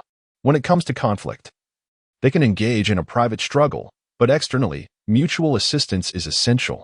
Otherwise, none would emerge unscathed. Thus, the actions of the half-mast figure are not surprising. In truth, his intervention may not be necessary, for just moments ago, the two strikes of gale foot were strikingly evident against the night sky. The only entities capable of employing gale foot are the Navy and CP0. Peach Rabbit and T-Pig were not the least bit surprised to witness the full spectacle. CP0 typically undertakes covert missions. However, given the considerable commotion now unfolding, it is clear that some uncontrollable factors have arisen, prompting them to realize that the time has come to clean up after CP0.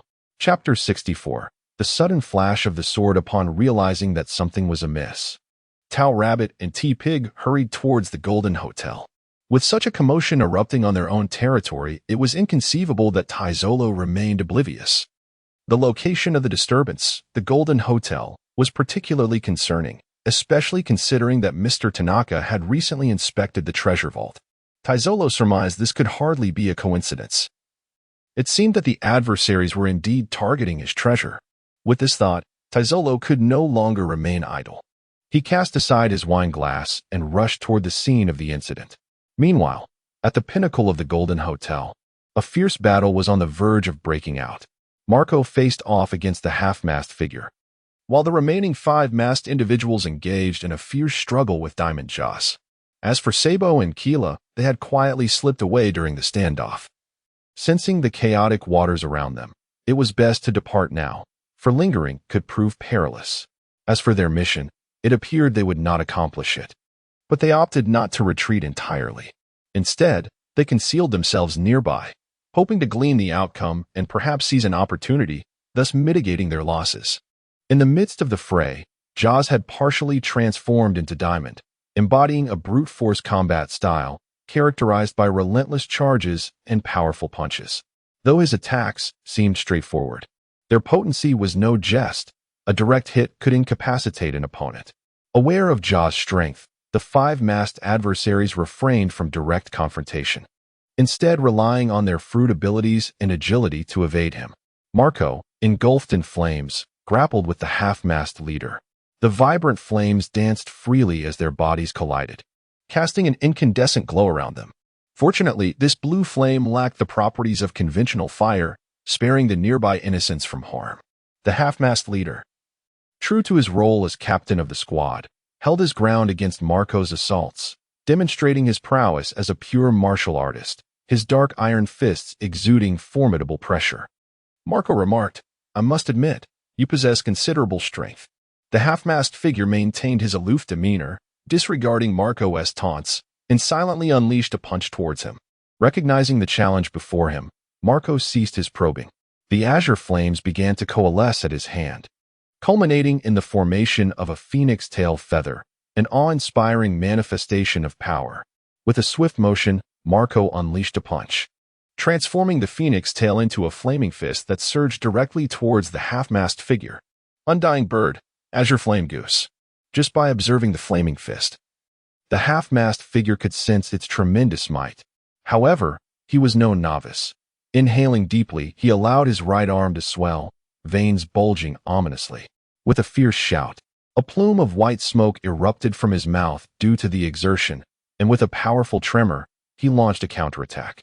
Six Form's secret technique, Void Break Fist. With a thunderous clash, the black iron fist collided violently with the azure flames, unleashing a tremendous sound. A colossal shockwave erupted from their point of contact, sending everything in the vicinity spiraling away, much to the dismay of the ordinary noble onlookers, who found themselves comically plastered against the walls. After a brief moment, the tumult subsided, and on the surface, it appeared that both attacks had resulted in an equal stalemate, with neither party gaining the upper hand.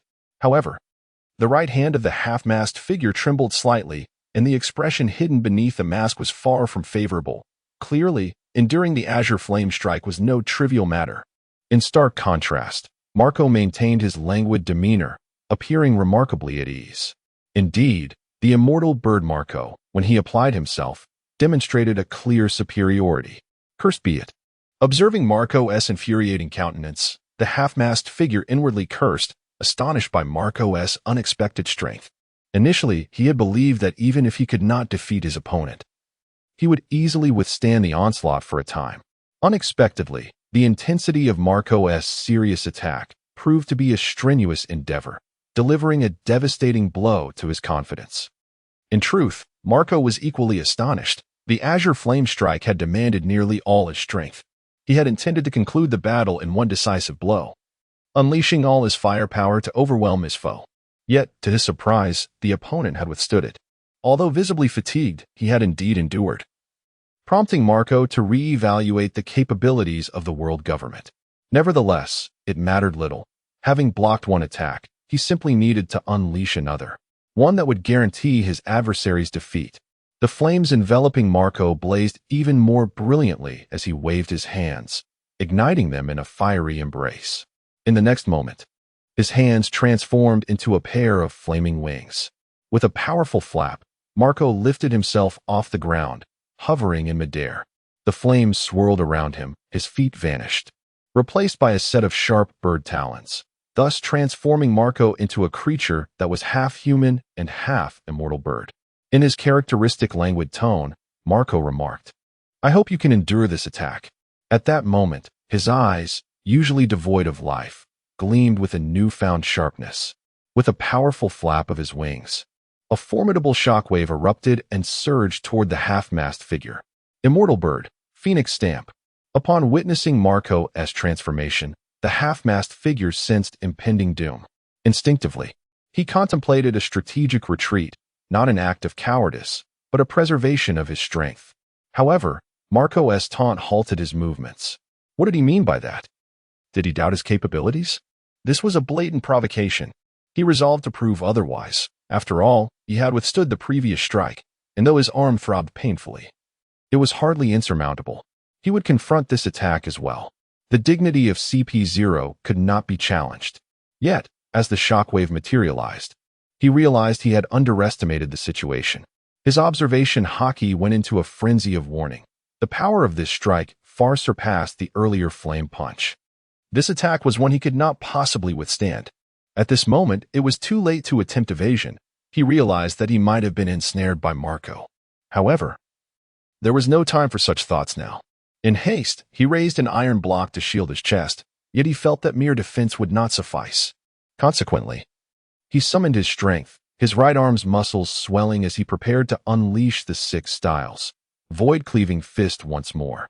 Just then, a resounding note of a sword echoed through the void, as a pink beam of light sliced through the wall and space itself, directly cleaving towards Marco's Phoenix seal, shattering a significant portion of the ensuing shockwave. Chapter 65. The terrifying woman. The sudden and ferocious flying slash shattered a significant portion of Marco's Phoenix mark, leaving just enough of the residual force to withstand the oncoming attack. Sensing this unexpected surge of power, Marco retreated warily, while Jozu and the others momentarily ceased their skirmishes, stepping back to stand behind their respective leaders, their gazes sharp and filled with animosity. In the next moment, a tall woman clad in the Navy's Justice cloak leaped through the gaping hole created by Marco. Her beauty was striking. With a mole at the corner of her right mouth and a spider-like mark on her bare left thigh, she was none other than the Naval Headquarters Vice Admiral, Momonosuke Tika. Her blade was already drawn, clearly indicating that the fierce strike just witnessed was executed by her. Following closely behind, an elderly man with a weathered face and wooden sandals jumped in, standing side by side with Tika, forming a stark contrast between the two. Upon seeing them, the one with the half-mask let out a sigh of relief, his mood lightening considerably, while Marco and Joseph felt the opposite, their expressions growing considerably heavier. Vice Admiral Momonosuke Tika and Vice Admiral Chafun. Marco was well aware of their identities, even if he had not known them. The earlier flying slash was sufficient to reveal the formidable strength of the individuals before him. Only a master swordsman could wield such power. Confirming their presence, he realized that 2 formidable foes had arrived. After entering, Tika surveyed the battlefield. 6 individuals donned in white suits stood opposite a flaming bird and a robust man radiating an aura of might. Although her expression remained composed, a surge of excitement coursed through her. For a swordsman, combat is an instinctual act, and challenging the strong is a source of joy. Tika, a quintessential swordswoman, recognized the 2 before her, Marco, the Phoenix, and Jozu, the Diamond, both renowned for their strength, acknowledged widely, albeit regrettably not being swordsmen, yet they still possessed considerable combat value. At that moment, the half-mast figure called out to Tika and Chafun, ordering, "Navy, swiftly subdue these 2. His words brimmed with the arrogance of superiority, a commanding tone that belied their actual standing. In truth, while CP0 ranked alongside the Admiral in status, They were not officers of the Navy, and such a tone could invite retribution. Indeed, upon hearing this, Tika and Chaffin's expressions darkened. Who were these individuals? Nevertheless, they discerned the gravity of the situation and refrained from further comment, silently advancing. Tika initiated the engagement, her renowned blade, Kinpyra, held diagonally. Seemingly casual, yet imbued with a serious intent as she unleashed a strike. The pink wave of energy was resplendent, concealing a lethal threat beneath its brilliance. The slash raced towards Marco at incredible speed, closing the distance in the blink of an eye. However, in the next moment, a massive figure interposed itself before Marco. It was Jozu. Jaw's arm transformed into diamond, shielding his body as the fierce wave of slashing force struck against it, producing a resounding clash of metal. Silver shards flew about, yet this formidable assault merely left a white mark upon Jaw's arm. Your opponent is none other than me, Jaws proclaimed, unveiling a sinister grin towards the rabbit warrior, a smile potent enough to frighten a child into tears. With his arms crossed, Jaws charged at the rabbit with reckless abandon. Given that the rabbit was a swordsman with high attack power but frail defenses, a single collision with Jaws could spell the end of the confrontation, leaving him no choice but to evade to the side. Although Jaws did not make contact, his action effectively divided the battlefield, forcing the rabbit away. It appears my adversary is you, Marco, the Phoenix. Quite an imposing title, Chaptan remarked to Marco, though his eyes betrayed a seriousness beneath his light-hearted words. You are no slouch yourself. Not just anyone can be a vice admiral. Haha, not at all. Before Chaptan could finish, Marco unleashed a powerful flap of his wings, hurtling towards him with razor-sharp claws aimed at Chaptan's head. Crane claw. Ah, young man, you truly embody the essence of a pirate, attacking when one is unprepared. Though his demeanor seemed frivolous, Chaptan had been keenly observing Marco's every move. Thus he was fully aware of the impending ambush. While taunting Marco, Chaptan skillfully employed a technique to sidestep, evading the attack effortlessly. You do ramble on, old man. At your age, a good rest would do you well. Marco, unwilling to back down, retorted with words while continuing his relentless assault on Chaptan, delivering blow after blow. Yet, Chaptan, being a vice admiral, adeptly countered Marco's strikes, which could dispatch ordinary pirates in an instant. The two exchanged fierce attacks, the battle intensifying. But the situation was rather different for the rabbit. Jaw's diamond defense proved too formidable. Even the renowned swordsman's sharp slashes struggled to penetrate it, resulting in a stalemate. The rabbit occasionally unleashed a keen wave of slashing force, but it merely left shallow marks on Jaw's body, with no blood drawn thus far. Meanwhile, Jaws, protecting his vital areas with his arm, charged at the rabbit, who, lacking robust defenses, was forced to dodge and weave in a state of frustration. Perhaps overwhelmed by the humiliation, the rabbit's true fury ignited. It is known that rage can objectively enhance combat prowess, and thus, fueled by his anger, the rabbit's fighting strength surged significantly. With gritted teeth, Tao-Tu suddenly accelerated, employing the storm sword technique, encircling Joe with an unrelenting barrage of strikes. The clang of metal resounded incessantly as the frequency of attacks reached a frenzied pace, rendering Tao-Tu nearly invisible, save for the fleeting flashes of sword light and the scattering diamond shards. Should someone daringly attempt to seize these glittering fragments amidst the chaos, they would likely emerge as a wealthy individual. Now, it was Joe's turn to feel the pressure. He had no choice but to increase the ratio of his diamond transformation, desperately shielding his body. Nonetheless, under such relentless assault, his defenses were ultimately breached, and for the first time, Diamond Joe bled. Although the injury was minor and his remarkable recuperative abilities could mend it within mere seconds, it nonetheless drained his stamina. The frequency of Tao-Tu's strikes was overwhelming. Even Joe began to feel the strain, and if this continued, he might be worn down to the brink of exhaustion. Indeed, a furious woman is truly a formidable force. Chapter 66. I demand an explanation. Marco and T-Pig were engaged in an intense battle, while Peach Rabbit and Jaws were also fiercely clashing. The masked figures, momentarily at leisure, stood aside to observe the spectacle. Boss, which one shall we engage? The striped mask inquired of the half-faced mask, feeling somewhat awkward about merely spectating. The half-faced mask glanced at the shimmering sword light emanating from Peach Rabbit's direction, his lips twitching slightly. He mused to himself, "This woman is truly ruthless. The density of that sword light is nothing short of a dismemberment." Had his tone been somewhat harsh when speaking to Peach Rabbit? Would she harbor a grudge against him? Might she unleash a tempest of fury upon him in the future? Suddenly, he felt a pang of regret. In truth, he was overthinking. Ja's formidable defense had frustrated Peach Rabbit, leading to her ire. As for him, a mere half-faced mask did not warrant such treatment. As the sword light flickered, it left no room for interference. Thus, the half-faced mask, apprehensive, shifted his gaze to the other side, where Marco and T-Pig were fiercely battling. The vibrant blue flames erupted in dazzling splendor, with attack effects that could easily be valued in the tens of thousands, exhibiting unparalleled grandeur. This sight appeared less daunting than Peach Rabbit's, seemingly offering an opportunity to intervene. However, just as the half-faced mask prepared to speak, a vivid memory flashed in his mind of Marco unleashing the Phoenix mark upon him. Had it not been for Peach Rabbit's timely strike, which mitigated much of the devastating impact, he might very well have been gravely injured and spitting blood. The memory filled him with trepidation. If he approached, would Marco unleash another Phoenix mark upon him?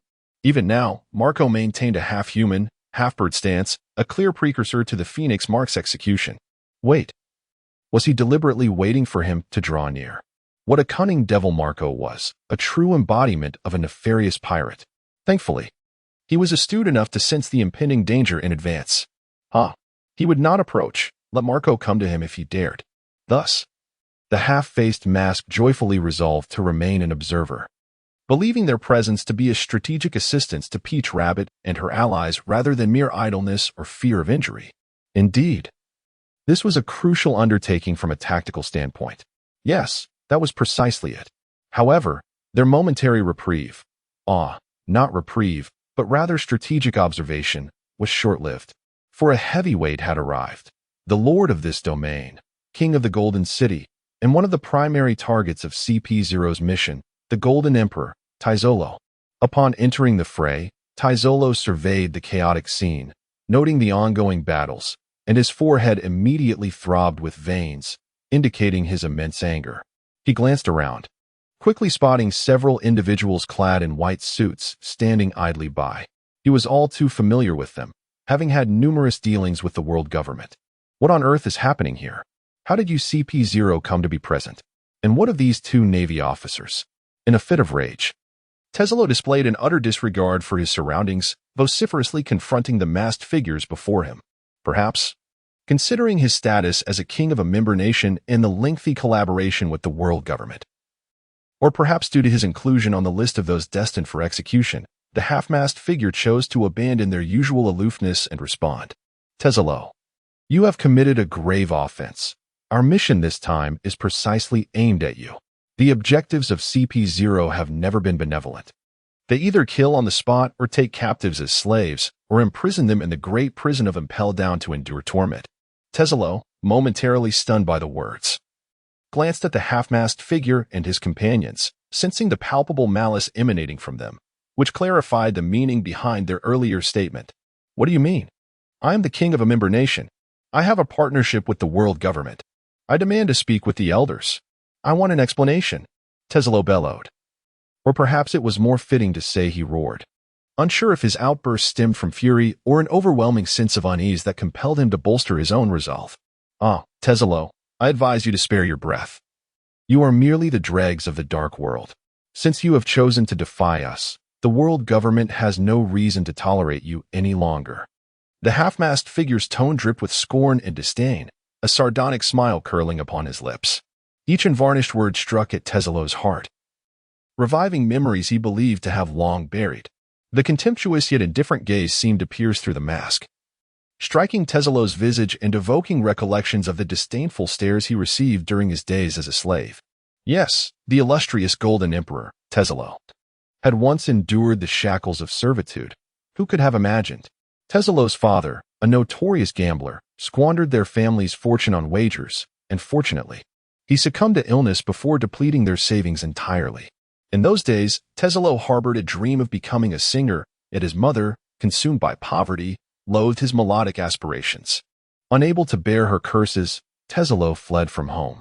Fate, however, had a cruel twist in store. Like his father, he succumbed to the vice of gambling, ultimately amassing insurmountable debts that led to his sale to a human trafficker. Fortunately, he managed to escape from their clutches. In the slave market, he encountered a female slave, the love of his life, Stella. He toiled tirelessly to gather enough money to purchase her, but just as he managed to save the requisite amount, the celestial dragons arrived and, inevitably, claimed Stella for themselves. In desperation, Tesolo attacked the celestial dragons, but his efforts were in vain, leading to his own enslavement. During his time as a slave, he frequently encountered those contemptuous and indifferent gazes, a scar hidden deep within his soul. In those moments, he could not even smile without the permission of the celestial dragons. Fortunately, upon the vast expanse of the ocean exists a merman named Fisher Tiger, who orchestrated a momentous event of emancipation in the sacred land, thus providing Tesolo with an opportunity to escape. He believed that had he been a wealthy individual, such tragedies would have been averted. Consequently, he endeavored relentlessly to amass wealth, and in doing so, his character gradually morphed into one of cruelty, capriciousness, and distortion. Reminiscent of those he once loathed the most, he harbored a profound disdain for this smile, for it evoked memories of his sordid past and reminded him of his Stella, cruelly slain by the celestial dragons. It served as a mirror, reflecting the self he was reluctant to acknowledge. Chapter 67. Fury. Tesolo understood that the world government was notoriously ruthless, yet he had not anticipated being so easily discarded. The five elders did not even bother to inform him, treating him as if he were mere refuse, devoid of any regard. Did they truly see no worth in him? The Golden Emperor? This realization gnawed at his pride like a dull, serrated saw, relentlessly scraping at his heart. After his escape from Mariewa, he dedicated himself to building his empire. With a formidable cadre of subordinates, he constructed the colossal ship, the Gulen Tesolo. The once despised power of gold had metamorphosed into his own strength. In dealing with the wealthy, he became even wealthier, compelling them to yield beneath his feet. In confronting the tyrannical, he matched their cruelty with greater ferocity, wielding absolute power to obliterate them, much like the noble celestial dragons of yore. As he surveyed those who knelt before him, begging for mercy, a sense of satisfaction swelled within him. Regardless of their pitiful sobs, he had stripped them of everything. Oblivious to the stark similarity between their plight and his own past, he had believed that, with his current might and influence, and the terrifying resources at his command, he had transcended his former self, the one who had once been a slave, struggling for survival and unable to rescue Stella. Yet, the brutal reality struck him like a thunderbolt, starkly revealing that, in the eyes of the true power brokers, he had never changed. He remained the same powerless Tesolo, a mere pariah. Tesolo had once fought valiantly against fate, but to them it was all a jest, as if they were spectators perched high above, watching his misguided performance in the center of the dance floor. This was an unbearable truth for Tesolo to accept. Do you truly believe me to be easily intimidated? Let us see. Tesolo recognized that everything was over. Regardless of the world government's motives for forsaking him, or even dispatching CP0 to eliminate him, such matters were now inconsequential. What mattered was that the world government sought his life. Previously, he had regarded the members of CP0 with caution, not out of fear of their strength, but due to their commanding superiors. However, now, faced with his own fate, he could no longer afford such considerations. Do you still wish to resist? You have no opportunity for that. Simply remain still and allow us to end your life. It will spare you some agony. The half-mast figure continued to employ verbal tactics, attempting to coax Tesolo into surrendering, thereby easing their own burden. Despite their disdain for him, they recognized his power was not to be trifled with. Ideally, they would prefer to avoid confrontation. Yet, little did they realize, their tone, or rather the manner of their speech, bore an inherent mockery that could inadvertently provoke Tesolo's wrath. As expected, veins throbbed on Tesolo's forehead, his fury escalating. Enough of this idle chatter. Show me your true capabilities. Let me witness the magnificence of the legendary espionage agency. Upon noticing that Taizolo would not easily surrender, the half-mast figure ceased his futile verbal exchanges and unleashed his swift raging kick, producing two crescent-shaped slashing waves aimed at Taizolo. The subordinates, emulating his actions, followed suit, launching a total of 10 smaller slashing waves in tandem. As the onslaught approached, Taizolo remained unperturbed, crouching down to touch the ground with one hand. In the next instant, the floor before him erupted like a volcano, forming a golden shield wall. Indeed, this establishment, aptly named the Golden Hotel, boasted a floor crafted from pure gold, perfectly complementing Taizolo's fruit, which granted him the ability to manipulate gold. This was unequivocally his domain. As the golden shield wall materialized, the 12 slashing waves struck with resounding clashes. The once malleable gold, amplified by the power of the devil fruit, became as hard as steel, resulting in only shallow scars from the raging kicks. Observing this, the half-mast figure squinted, realizing that this display alone offered a glimpse into the formidable strength of the Golden Emperor. Unlike before, when they had underestimated Taizolo due to their lack of first-hand experience, it now became evident that a careless misstep could lead to their downfall. Consequently, the half-mast figure retreated his right foot, pivoting to gather strength. With an explosive surge, he concentrated all his power into his right leg, delivering an immensely powerful slashing wave, this one resembling a soaring bird and twice as large as the previous attacks. Raging kick, bird of prey. This avian slashing wave sliced through the golden shield wall without hesitation, cleaving it in two as if it were butter. The attack maintained its momentum, continuing on its trajectory into the distance. With a thunderous crash, the severed golden shield wall collapsed, the breach as smooth as a mirror. However, the half-mast figure did not exhibit a triumphant smile, for Taizolo, who should have been shielded behind the wall, was conspicuously absent. This was not surprising. Taizolo was not naive enough to believe that a mere golden shield wall could withstand all assaults. His gold fruit had reached an awakened state, allowing him to traverse freely wherever gold was present. To him, the seemingly impenetrable gold was as fluid as water, enabling his unobstructed movement.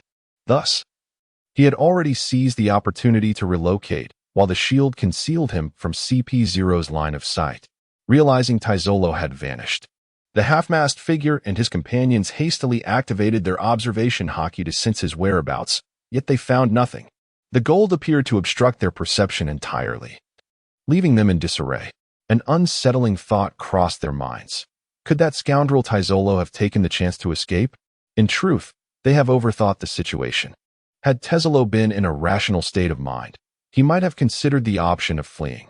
However, the words spoken by the half-mast figure have driven Taizolo into a frenzy.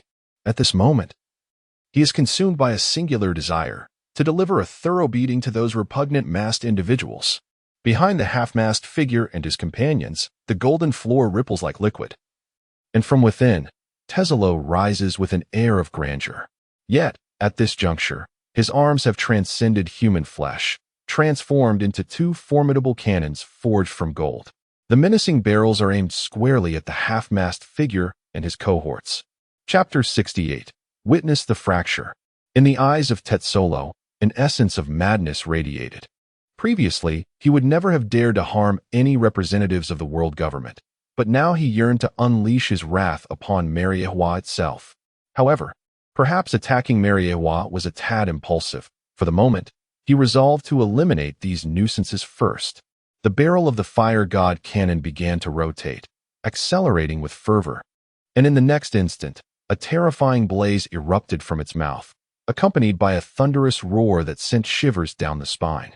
At the moment that sound, synonymous with death, reverberated, the hairs on the striped masks bristled, their senses prickling with a lethal threat.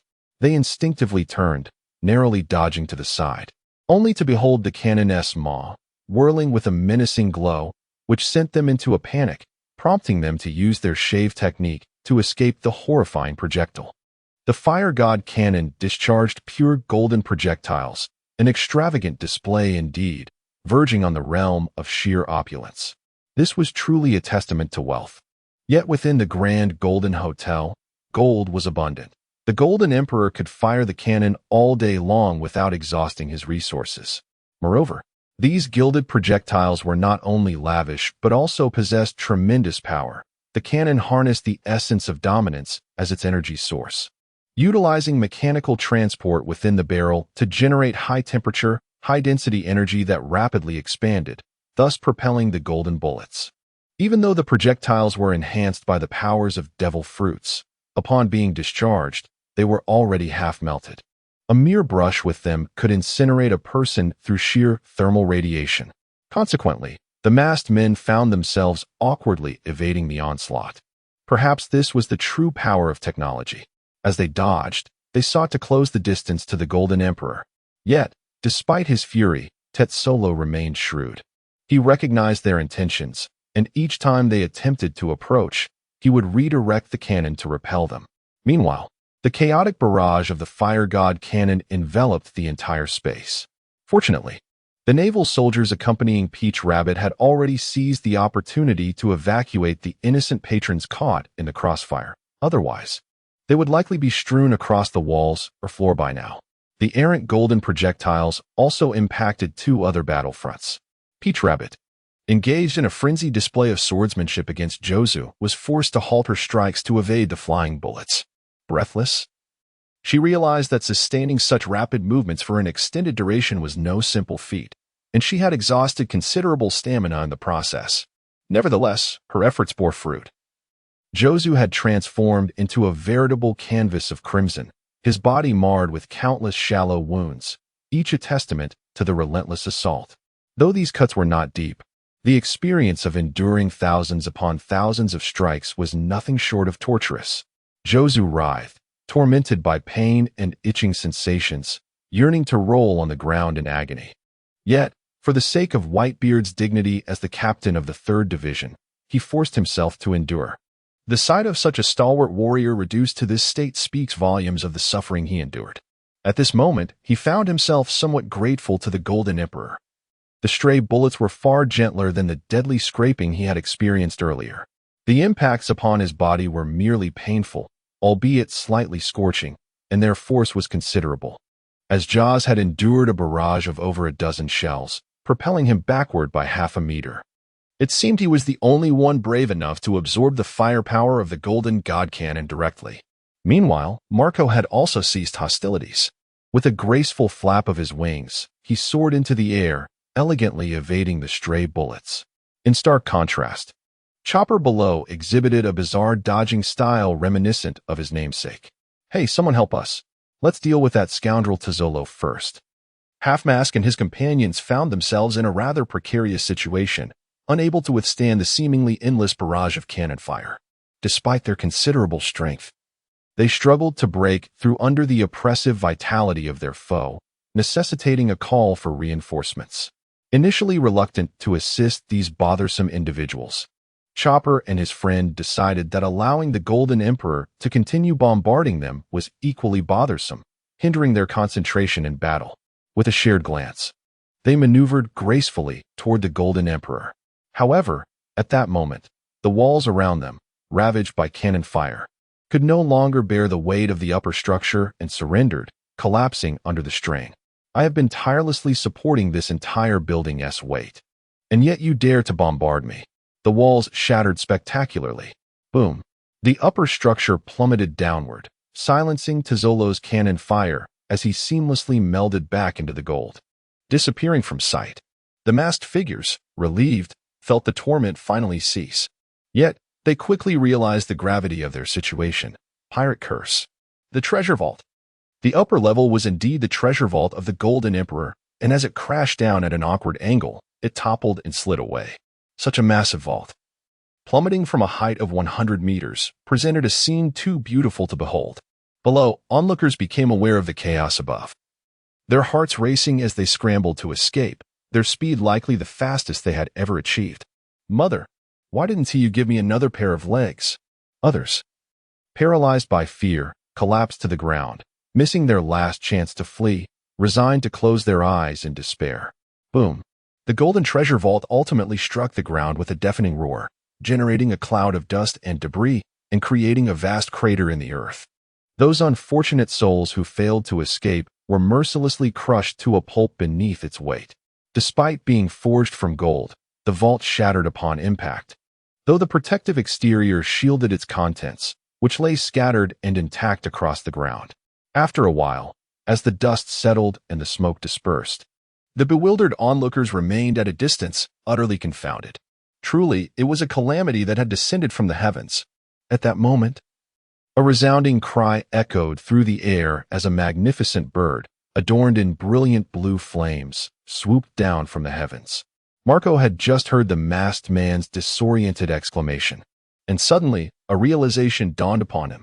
He understood their purpose for being here. It was no surprise that what had fallen moments ago was indeed Teselo's treasure trove. He surmised that the natural fruit set to be auctioned tomorrow was likely concealed within that very vault. With this thought, he transformed completely into a creature of resurrection, launching himself in a death dive towards the treasure chest that had crashed to the ground. Chapter 69. A true man must pilot a Gundam. Marco surmised that, with CP0's presence, the auction scheduled for tomorrow was highly likely to be cancelled. The Golden Emperor might not even survive, rendering any auction moot. It was probable that by tomorrow, the entire Golden City would cease to exist. Therefore, since the auction would not proceed, he resolved to seize the natural type fruit for himself. As for the reward, he had just assisted the Golden Emperor by fending off a vice admiral of the Navy, and in light of such a significant favor, it seemed only fitting to claim a devil fruit in return. That is the captain of the Whitebeard Pirates' 1st Division, the immortal Marco. A member of the crowd recognized the blue firebird and shouted his name in terror. Following closely behind Marco was Jozu, who, despite not knowing Marco's intentions, felt assured in his decision to accompany him. Such was the unwavering trust among the members of the Whitebeard Pirates. They believed in their comrades without question. In truth, only a select few pirate crews, such as the Whitebeard Pirates, could embody such loyalty. Most pirates were ruthless, lazy, and devoid of principles, willing to employ any means to achieve their ends. As for comrades, they were merely temporary companions, expendable in times of peril to buy oneself some time. Hence, figures like Whitebeard and Shanks were truly anomalies in the pirate world. How many in the Navy could claim to trust their partners unconditionally? Jozu could not fly. But it mattered little. He needed no flight.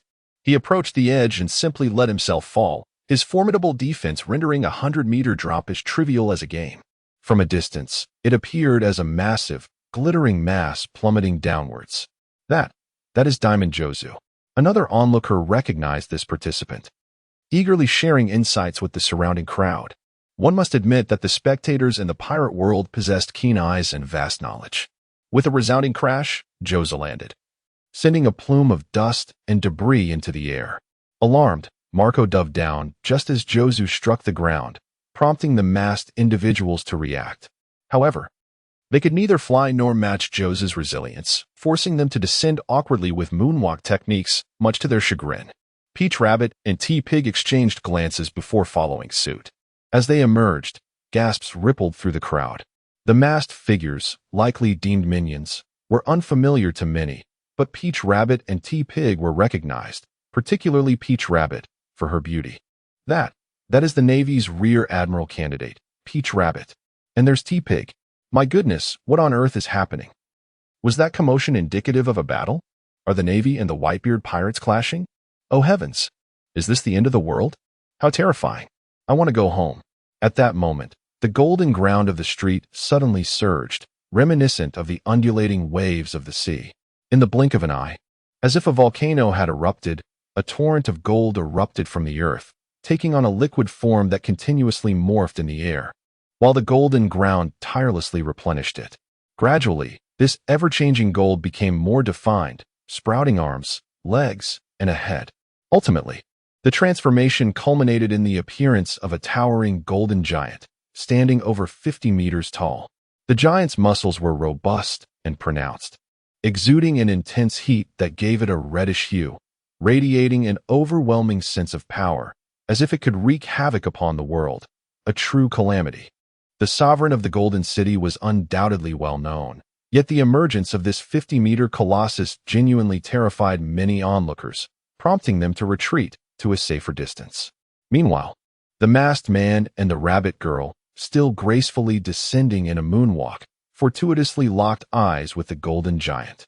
Upon encountering a long-standing foe, Tezzolo's gaze instantly ignited with fury. One eye narrowed while the other widened, and in the next moment, countless golden specks converged into his glaring eye, which gradually turned crimson. Once charged, a terrifying laser shot forth from his eye, targeting the airborne masked man. Golden divine fire. The masked man and his companions gasped in shock. Realizing this attack was utterly unfair, they hastily sought refuge, and fortunately, their aerial maneuvering allowed them to narrowly evade the dreadful laser. Even at a distance, they could feel the searing heat against their skin. Had they been struck, the consequences would have been dire.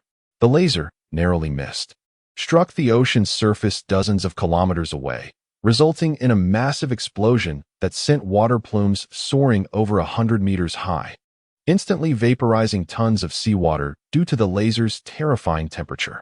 Although they were far removed, the resounding shockwave echoed vividly in their minds. Witnessing the horrifying aftermath, the masked man and his companions swallowed hard, gripped by trepidation.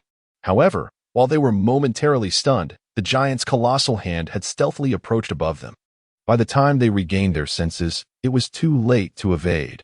They were struck down to the ground. Die scum. The impact was brutal, sending the masked men spitting blood as they plummeted to the earth, while the rabbit girl and the tea-pig, ever vigilant, successfully dodged the devastating blow at the last moment. In a moment of desperation, the rabbit girl unleashed a test strike of sword energy. Although it was merely a probe, the blade extended over 10 meters, yet the result was disheartening, leaving only a barely visible wound on the giant's form, which healed almost instantaneously. Peach Rabbit gazed at the giant with an unwavering determination, swiftly sheathing her blade and resting the scabbard against her waist with her left hand, while her right hand firmly grasped the hilt. She assumed a classic stance, accumulating energy for a few fleeting moments before drawing her sword with astonishing speed. In an instant, she unleashed a dazzling pink wave of slashing energy, aptly named the Divine Speed Slash, Void Flash, surging towards the golden giant. Though the width of the slash measured merely a few meters, its potency far surpassed that of the previous sword chi, which extended over 10 meters. The Golden Emperor, initially intent on withstanding the attack, suddenly felt a prickling sense of danger as his hair stood on end. He hastily raised his arm to shield himself from the impending strike aimed at his chest. In the next heartbeat, silent yet lethal, the wave effortlessly cleaved through what appeared to be the indomitable arm of the golden giant, severing it entirely. But the onslaught did not cease there. The residual force of the wave continued its relentless assault, carving a gaping wound nearly 10 meters wide into the giant's chest. Chapter 70. The Wrath of the Golden Emperor. The arm of the colossal golden giant shattered at the elbow, the severed edge smooth as a mirror. The massive forearm plummeted to the ground with a thunderous crash, stirring up a cloud of dust. A gaping wound, nearly 10 meters wide, was cleaved into the giant's chest, revealing the Golden Emperor concealed within its form. To be candid, the strike from Peach Rabbit sent a chill of fear through the Golden Emperor, momentarily clearing his overheated mind. Had the blade penetrated even deeper, it would have struck him directly. Under the weight of that blow, the giant's defenses crumbled like parchment, and the arm was severed without an ounce of resistance. Had the strike landed upon him, it would have spelled his immediate demise. Fortunately, he was still within the confines of Golden City, surrounded by wealth and power. At the fracture where the giant's arm had broken, a surge of energy surged forth, allowing a new forearm to sprout forth, while the gash in his chest gradually healed, returning to its original state. Such is the advantage of fighting on home turf. Thanks to the abundant gold within Golden City, Tezzolo could effortlessly craft a 50-meter-tall golden giant. In essence, Tezzolo within Golden City possessed combat prowess rivaling that of the four emperors. However, one significant flaw remained. His personal defenses had not been augmented, which stood as a considerable weakness. Initially, Peach Rabbit felt a surge of exhilaration at seeing her strike yield results, only for her spirits to plummet the very next moment as the giant restored itself, appearing as though nothing had transpired. This left her utterly disheartened. Her opponents today were increasingly insufferable. Meanwhile, In the area where the treasure vault had fallen, Marco and Jozu, having arrived first, began rummaging through the riches scattered about. Precious jewels littered the space, each truly worth a fortune, alongside an array of exquisite blades, each at least on par with the famed great swords of the 21. As for the devil fruits, there were 4 or 5, all exceedingly rare, as only the most precious fruits would find their way into the vault. After a thorough search, Marco and Jozu casually selected a natural-type fruit and, amidst the chaos, made their hasty exit, indifferent to whether it was the earth fruit or not, for them. It was merely a reward for Suyu. As long as it was a natural type, they were satisfied.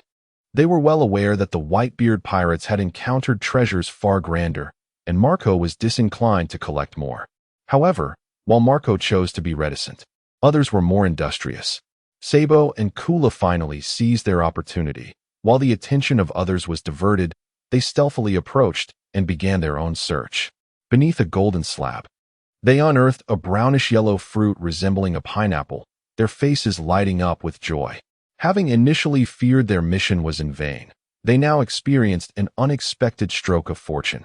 With their objective secured, the two refrained from coveting additional treasures and promptly retreated to rendezvous with Haku, who awaited them at sea. If the government were to learn that their coveted prize had been snatched by their greatest adversary, the Revolutionary Army, right under the watchful gaze of CP0, one could only imagine the ire it would incite. At this moment, the half-mast figure and his companions, who had just been struck down by the colossal golden giant, were painfully crawling out from the debris. When the impact occurred, the half-mast figure felt an overwhelming force surge towards him, akin to being struck by a high-speed train on the sea, leaving him utterly defenseless and sent flying. Fortunately, his strength allowed him to sustain only minor injuries. In contrast, the striped-masked individual, who possessed lesser power and was more of a specialized technician, found himself gravely wounded and on the brink of losing his fighting capability. Gazing up at the still belligerent golden giant, the half-mast figure's expression darkened. He had not anticipated that Tezulo's prowess would be so formidable. The world government's assessment of his combat capabilities was merely at the level of the 7 warlords. Little did he know that this man had concealed his true strength so profoundly. However, unbeknownst to them, the seemingly dominant Golden Emperor was contemplating retreat. Alone. With his subordinates Baccarat and Mr. Tanaka lacking combat prowess, he faced formidable opponents, including 2 candidate generals and 6 CP0 agents. Although he had just unleashed a series of attacks that left several disoriented, the toll on his stamina and energy was immense. Enduring a prolonged confrontation with such adversaries could prove fatal. Yet before he retreated, he was determined to eliminate those insufferable masked men. He felt an overwhelming discomfort at the mere thought of leaving them alive. As for Peach Rabbit and her allies, he bore no personal animosity towards the Navy, as his grievances were primarily with the world government. Moreover, Peach Rabbit's stunning blade strike had genuinely startled him, rendering him momentarily hesitant to confront her. The colossal golden giant lowered his head, scanning for the figures of the masked men, their white suits standing out starkly against the rubble. Tezulo searched back and forth until he finally located the few individuals who had just emerged from the wreckage. With a target locked, the golden giant's right fist twisted ominously, as if clad in an impenetrable armor. He unleashed a full-force strike towards the position of the masked men, the punch igniting with molten gold, radiating heat that illuminated the entire city, possessing the devastating potential to incinerate all in its path. Golden Inferno. This punch embodied the fury of the Golden Emperor. At that moment, the half-mast figure felt as if his soul had fled. Why was he relentlessly pursuing them? Had Tezulo known the turmoil within him, he might have been amused by the irony. Had he forgotten that mere moments ago he had mocked him? He could not leave without avenging his pride. The house-sized fist descended with the weight of the heavens, reminiscent of a meteor plummeting from the skies. Yet this meteor's aim was astonishingly precise, targeting their heads directly. They were not unwilling to flee, but the fist, though seemingly slow, moved with an absurd speed and covered a vast area, leaving them with no time to escape. Although the moonlit figure of the Peach Rabbit hovering in midair was reluctant to save them, she could not bear to witness their demise. Therefore, she closed her eyes, not out of despair, but rather, symbolically, She slashed at the right arm of the Golden Emperor with her sword. Should inquiries arise later, she had already devised a justification. The previous technique she employed had drained her of all her strength, and this strike was her final desperate attempt. She had done her utmost. The Golden Emperor was indeed taken aback by her sword strike. However, to his astonishment, the shockwave left no mark upon his arm and dissipated in nothingness. Yet, this strike was not without consequence, for it momentarily unsettled him, causing his attack trajectory to deviate slightly. In the next instant, that earth-shattering punch landed perilously close to the half-mast figure, only 2 or 3 meters away from them. Chapter 71. Is it over? One can only imagine that a fist imbued with the power to annihilate and incinerate everything, even if it did not directly strike its target but remained a few meters away, would yield effects akin to an explosion at close range. A tremendous roar echoed as a violent wave of thermal radiation erupted. In that fleeting moment, night transformed into day, and a catastrophic explosion emanated from the punch of the Golden Giant. The energy released was terrifying, causing the very foundations of Golden City to tremble. Under the onslaught of the ferocious winds, Tao Tu experienced an unsettling sensation, as if the small vessel they occupied was on the brink of being engulfed by a storm. The onlookers were first illuminated by the blinding light of the energy release, only to have their faces contorted by the ravaging winds.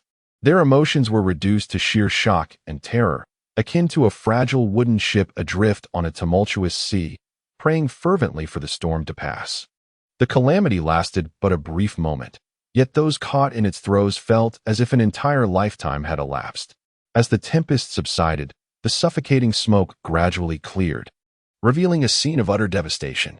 Buildings had been obliterated, and the force of that singular punch nearly breached the very heart of Golden City. The aftermath was equally notable. The previously injured striped mask met his end the moment the punch's power was unleashed, disintegrating into ash without even a moment's resistance. The remaining figures, the grinning mask and the crescent mask, were among the strongest, aside from the half-face mask, and managed to retain their humanoid forms. Though their bodies were exposed and bore the marks of severe burns, they lay crumpled on the ground, teetering between life and death. The half-face mask, the most formidable of them all, though bereft of hair, still clung to the remnants of his attire, a testament to his formidable haki. Remarkably, he retained consciousness, kneeling with labored breaths, a stark contrast to his previous haughty demeanor. As for Night Owl and White Face, it is perhaps best not to dwell on their fates. At least they retained some semblance of their corporeal forms, a small mercy compared to Striped Mask. Meanwhile, a mere 10 meters away, the Golden Giant maintained the pose of his earth-shattering strike, almost as if posing for admiration. Tao Tu and Cha Tun emerged from the rubble, their faces smeared with dirt, bearing the marks of their ordeal. They gazed at the Golden Giant, who was still trying to exude an air of superiority, their expressions darkening. Although they had escaped unscathed, they felt utterly disheveled and harbored a palpable disdain for the Golden Emperor, the architect of their plight. In a fit of frustration, Tao Tu unleashed a slash that extended over 10 meters. Initially, she presumed this attack would prove futile, as before, but the outcome surprised her. The once formidable defenses of the Golden Giant, seemingly forged of pure gold, offered no resistance as her seemingly casual strike severed his right arm cleanly from its socket. Peach Rabbit was somewhat taken aback, but in the next moment, a thought seemed to strike her. Her expression shifted dramatically as she unleashed a flurry of strikes upon the Golden Giant, the sound of her blades ringing out sharply, cleaving the figure into several smaller fragments. Yet, the golden entity displayed no reaction, allowing itself to be dismantled by Peach Rabbit as if it were lifeless, its former luster utterly diminished. Observing this, Peach Rabbit leapt gracefully to a position directly above the Golden Giant, her gaze sweeping over the scattered remnants in search of the Golden Emperor's whereabouts. However, as she had anticipated, the Golden Emperor was no longer present. The previous punch had drained a significant portion of his stamina, and he recognized that remaining would mean facing 2 fully capable contenders alone, a fate he was keen to avoid. Thus, he had deliberately channeled a majority of his strength into that singular blow, creating an imposing spectacle to divert his opponent's attention, and in the ensuing chaos, he had made his escape. In the Golden City, gold was abundant, allowing him the freedom to maneuver at will. Faced with this situation, Peach Rabbit, frustrated, kicked a piece of gold debris away and glanced around, soon spotting the half-mast figure nearby. She approached the gasping half-mast individual, observing the humanoid-like entities beside him, and then glanced at his disheveled state, nearly suppressing a laugh. "Hey, are you all right?" Despite her efforts to maintain a calm demeanor, her tone betrayed a hint of schadenfreude. "Aye, cough cough. I'm still alive," the half-mast figure replied, coughing up a few dark crimson particles, remnants of blood that had evaporated due to the excessive heat, followed by a spurt of fresh blood. He was in a severely injured state, primarily because he had taken the Golden Emperor's devastating attack at close range, managing only to cover his body with a thin layer of armament hockey. Otherwise, his strength would not have allowed him to endure such a calamity. "I have some unfortunate news. Would you like to hear it?" Witnessing his pitiful condition, Peach Rabbit hesitated to relay the information, a mischievous grin forming on her face. "Spill it." The half-mast figure's face was as dark as coal. Whether from soot or indignation was uncertain. "Tesalo has vanished." "What?" At this revelation, the half-mast figure nearly sprang to his feet. One of their primary objectives in coming here was to eliminate Tesalo, a man who had collaborated with the world government and posed a significant threat to their interests.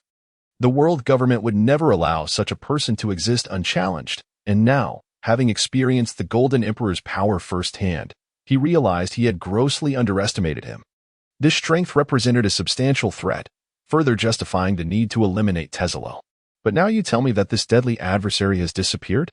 How could such a large figure as Tesalo simply vanish? What is the Navy doing? Can't you keep a single person in check?" The half-mast figure let out an emotional roar, which was followed by a series of coughs. The sudden turn of events momentarily caused him to forget his fear of the Rabbit Maiden. However, the Rabbit Maiden showed no mercy. "Oh, you witnessed that punch just now. T-Pig and I exerted every ounce of our strength to preserve our lives. How could we possibly spare any energy to monitor Taizolo's movements?" As she spoke, she gestured with her eyes towards the current state of the half-mast figure and the grim condition of his companions, underscoring the tremendous force behind that blow. The half-mast figure glanced at the Rabbit Maiden, whose attire remained neat despite her tousled hair, and it seemed that even on his dark visage, one could discern shades of other colors. Chapter 72. Unexpected circumstances. The half-mast figure intended to unleash his rage, yet upon reflecting on his current condition, he resolutely stifled his emotions. He found himself utterly isolated, reliant solely on the naval forces around him. Otherwise, his survival was gravely in jeopardy. After all, there were still those aware of CP0's existence, and generally, those cognizant of them harbored no fondness for the organization.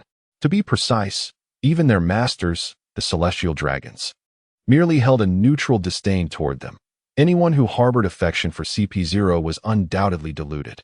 Subsequently, the half-mast figure struggled to rise, swaying slightly before managing to steady himself. Observing this, Admiral Peach Rabbit quickly inquired with urgency, "Are you all right? Do you need assistance?" If you truly wish to assist, you wouldn't be asking." The half-mast figure thought, eyeing Peach Rabbit, who stood there without any intention of offering help, silently cursing this group of naval officers for their dark hearts. "Thank you for your kind offer, Admiral Peach Rabbit, but I can manage on my own." The words escaped his lips as if forced through clenched teeth, unmistakably conveying his irritation. "Very well," Peach Rabbit responded with a radiant smile, seemingly unfazed by the half-mast figure's tone. Yet her demeanor stoked his irritation to near boiling point. However, having undergone specialized training, he quickly composed himself. The half-mast figure cast a glance at his fallen comrades nearby, his expression indifferent, as though observing lifeless dogs along the roadside. This detachment was, in fact, quite normal. Under such brutal training methods, emotional bonds were not permitted to form. Having endured such inhuman trials, they had inevitably transformed into beings devoid of humanity. His fleeting glance was merely to ascertain whether these individuals were alive or dead. With the confirmation that those who had fought alongside him mere moments ago were now lifeless, his heart felt no sorrow. He exhibited not even the slightest emotional fluctuation. His lack of feeling rendered the atmosphere around Peach Rabbit as frigid as a winter island. Order the naval soldiers to locate Taisolo and ensure his elimination. His tone remained irritatingly arrogant and self-important, embodying the demeanor of a superior, bordering on dictatorial. Although Peach Rabbit yearned to shatter his mask with a single blow, she recognized the constraints of her position and could only respond with a fa-ade of polite agreement. In truth, the half-mast figure understood that locating Taisolo would be exceedingly challenging. After all, this was his territory, granting him a significant advantage. Their recent defeat stemmed primarily from having vastly underestimated Taisolo's capabilities, mistakenly believing him to possess only the strength of a warlord of the sea. In reality, with 6 CP0 members and 2 candidates for the Marine Admiralty, their lineup was nothing short of formidable. Capturing a warlord should have been a straightforward endeavor. Yet no one anticipated the depths of Taisolo's concealment or the overwhelming advantage of his home turf. The explosive confrontation had left them utterly confounded. There was no finesse involved. It was sheer brute strength overcoming cunning, yet it proved remarkably effective. At that very moment, beneath the Golden City, a golden submarine quietly departed, submerging into the depths of the sea, its destination unknown. Within the Golden City, the Navy has dispatched soldiers to disperse the crowd, declaring that the Golden Emperor has betrayed the world government and is now deemed a notorious criminal. The entire area has been seized by the Navy, and everything here is now the property of the world government. You must leave immediately, taking not even a single thread with you. The bewildered tourists were unceremoniously ushered out. The commotion from the earlier battle had alerted nearly everyone on the island to the crisis at hand. However, they could hardly fathom the enormity of the situation. Just days prior, the Golden Emperor had issued an announcement in preparation for a grand auction, and now, in the blink of an eye, he had been stripped of his royal title and reduced to a fugitive. This rapid series of events was truly difficult to comprehend. The Navy's determination in expelling the crowd was unwavering, and even the prominent figures refrained from causing further trouble, fully aware that this was a domain fraught with peril. They left quietly, including Katakuri and his companions, who were not afraid of the Navy, but rather wished to avoid unnecessary complications. The soldiers of the Navy scoured the Golden Island for half the day, yet they found no trace of the Golden Emperor, nor any sign of Baccarat, one of Tesolo's subordinates. Ultimately, the half-mast man had no choice but to concede defeat. However, it was somewhat reassuring that although Tesolo was missing, his wealth remained, providing a semblance of comfort. Indeed, the Golden Emperor truly lived up to his title, rather than merely possessing 20 of the world's berries. He actually held 20 of the world's gold. His wealth was not hidden away, but rather displayed openly, for this golden city was, in the most literal sense, a city of gold, with more than half its structures crafted from the precious metal, a madness only Tesolo could conceive. Tesolo's intentions were to establish a true stronghold, and the events of the day confirmed that his preparations were not in vain. Single-handedly, he had managed to bewilder 2 vice admirals and a CP0 expert. Such an accomplishment was indeed a source of pride. Accepting the reality, the half-mast man recalibrated his mindset, preparing to allow the Navy to collect the ill-gotten gains left by Tesolo. It would be unjust to let the Navy toil without sharing the spoils. A portion of the treasure must be allocated to them, though the specifics could be determined later. Just then, the ground trembled violently, causing the entire Golden City to shake as if the island itself were weary of its posture and wished to turn over. The soldiers on the island, initially flustered, quickly regained their composure, though traces of fear lingered on their faces. Peach Rabbit and her companions hastily employed their moonwalk techniques to ascend into the sky, eager to ascertain the cause of this disturbance. Could it be a remnant of the Golden Emperor's schemes? Was he truly so malevolent? From above, the ancient structure of Tesolo resembled a colossal snail, with 2 thick, dark iron chains extending from its antennae, appearing exceptionally sturdy. At the ends of these chains were secured 2 enormous beasts. Before them stood 2 colossal turtles, whose immense size rendered even the Sea King's mere younger siblings. Typically, Guren Tai Zolo navigated through the waters with the assistance of these magnificent creatures, a testament to their sheer magnitude. In the vast ocean, they could undoubtedly be regarded as sovereigns. and it is evident that their willingness to assist him was not due to Tai Zolo's charismatic allure, but rather the result of coercion by the Golden Emperor, who had previously controlled them with gold dust, compelling them to serve his whims. Now that the Golden Emperor has fled, the architect of their bondage has vanished, thus restoring their freedom. After enduring such prolonged captivity, the resentment they harbor is palpable. Chapter 73. The Great Escape. Two colossal turtles, even larger than the mythical sea kings, erupted into a frenzy, their commotion unmistakable. Although turtles are generally regarded as gentle creatures, the prolonged confinement and relentless labor imposed upon them had tested their inherent temperament. Despite their usually placid nature, such relentless oppression would inevitably incite fury. Given their immense size, even the slightest movement or a mere roll could spell disaster for any human nearby. At that moment, these formidable beings had begun to unleash their wrath, displaying remarkable intelligence. They gnawed through each other's chains, using their formidable bite force rather than sharp teeth to break free. Now liberated, they were resolute in their desire for revenge against the gleaming apparatus that signified their enslavement by the malevolent bipedal creatures. The Golden City, though seemingly robust, was in fact quite fragile. A mere collision from these giants could lead to its collapse, sealing everything beneath the waves. Peach Rabbit and T-Dolphin were acutely aware that such turmoil could not be allowed to unfold, especially with numerous naval soldiers still present on the island. Should these titans rampage unchecked, survival would be left to mere chance. Half-Face Mask shared their concerns, aligning with Peach Rabbit's group in their urgent mission to thwart the two infernal turtles. His motivations, however, were not driven by the fate of the soldiers. He was unconcerned with their lives, but rather by the fear of losing the treasures of gold to the depths. For recovering them would be akin to searching for a needle in a vast ocean. Peach Rabbit brandished his golden blade, unleashing a wave of pink slashing energy that extended over 10 meters. Yet, to the colossal turtles, this might have felt like a mere pinprick. The defenses of the giant turtle were not as formidable as its size suggested. Peach Rabbit's strike easily left a mark upon its shell, though this injury was negligible. It successfully captured the turtle's attention. It scrutinized the surroundings and soon discovered several beings resembling the malevolent bipeds that had once enslaved them hovering above. These creatures must be allies of the wicked bipeds. The turtle roared in fury, intent on destruction.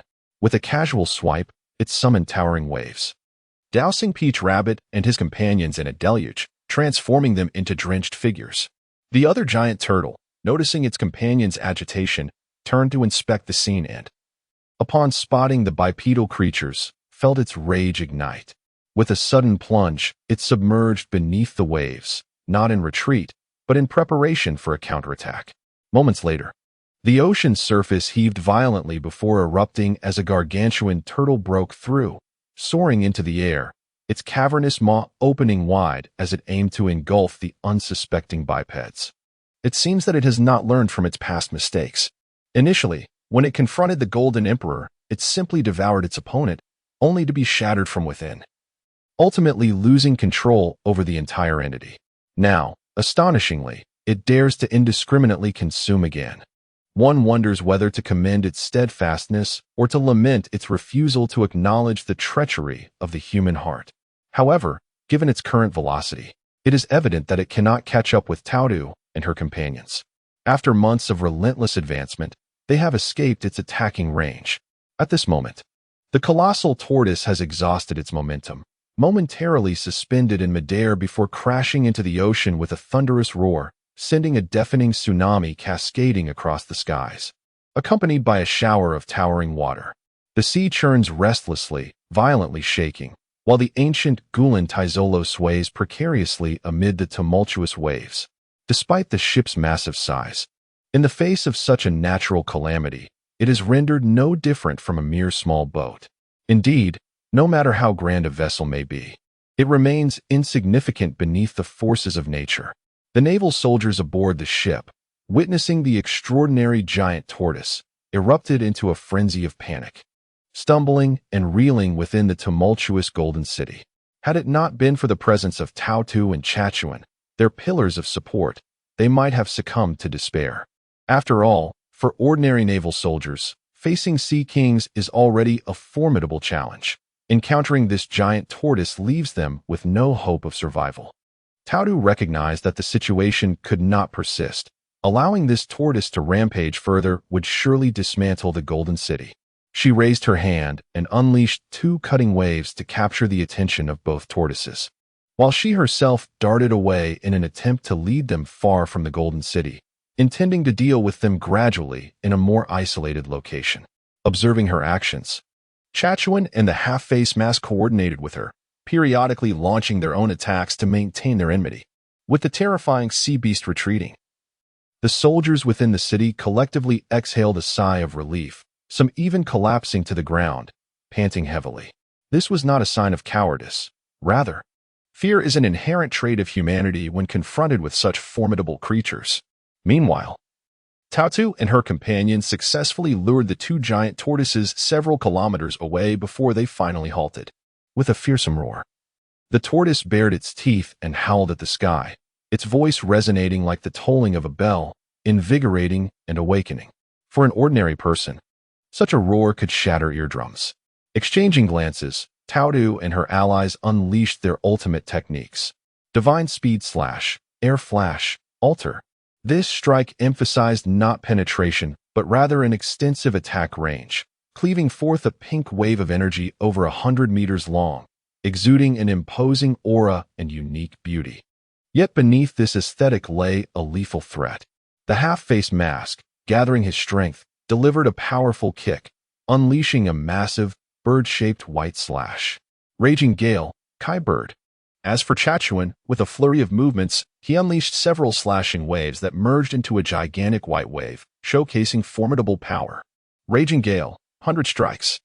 The trio's attacks simultaneously struck one of the tortoise's heads, instantly carving 3 gaping wounds, from which an immense torrent of blood gushed forth, resembling a crimson rain falling from the heavens.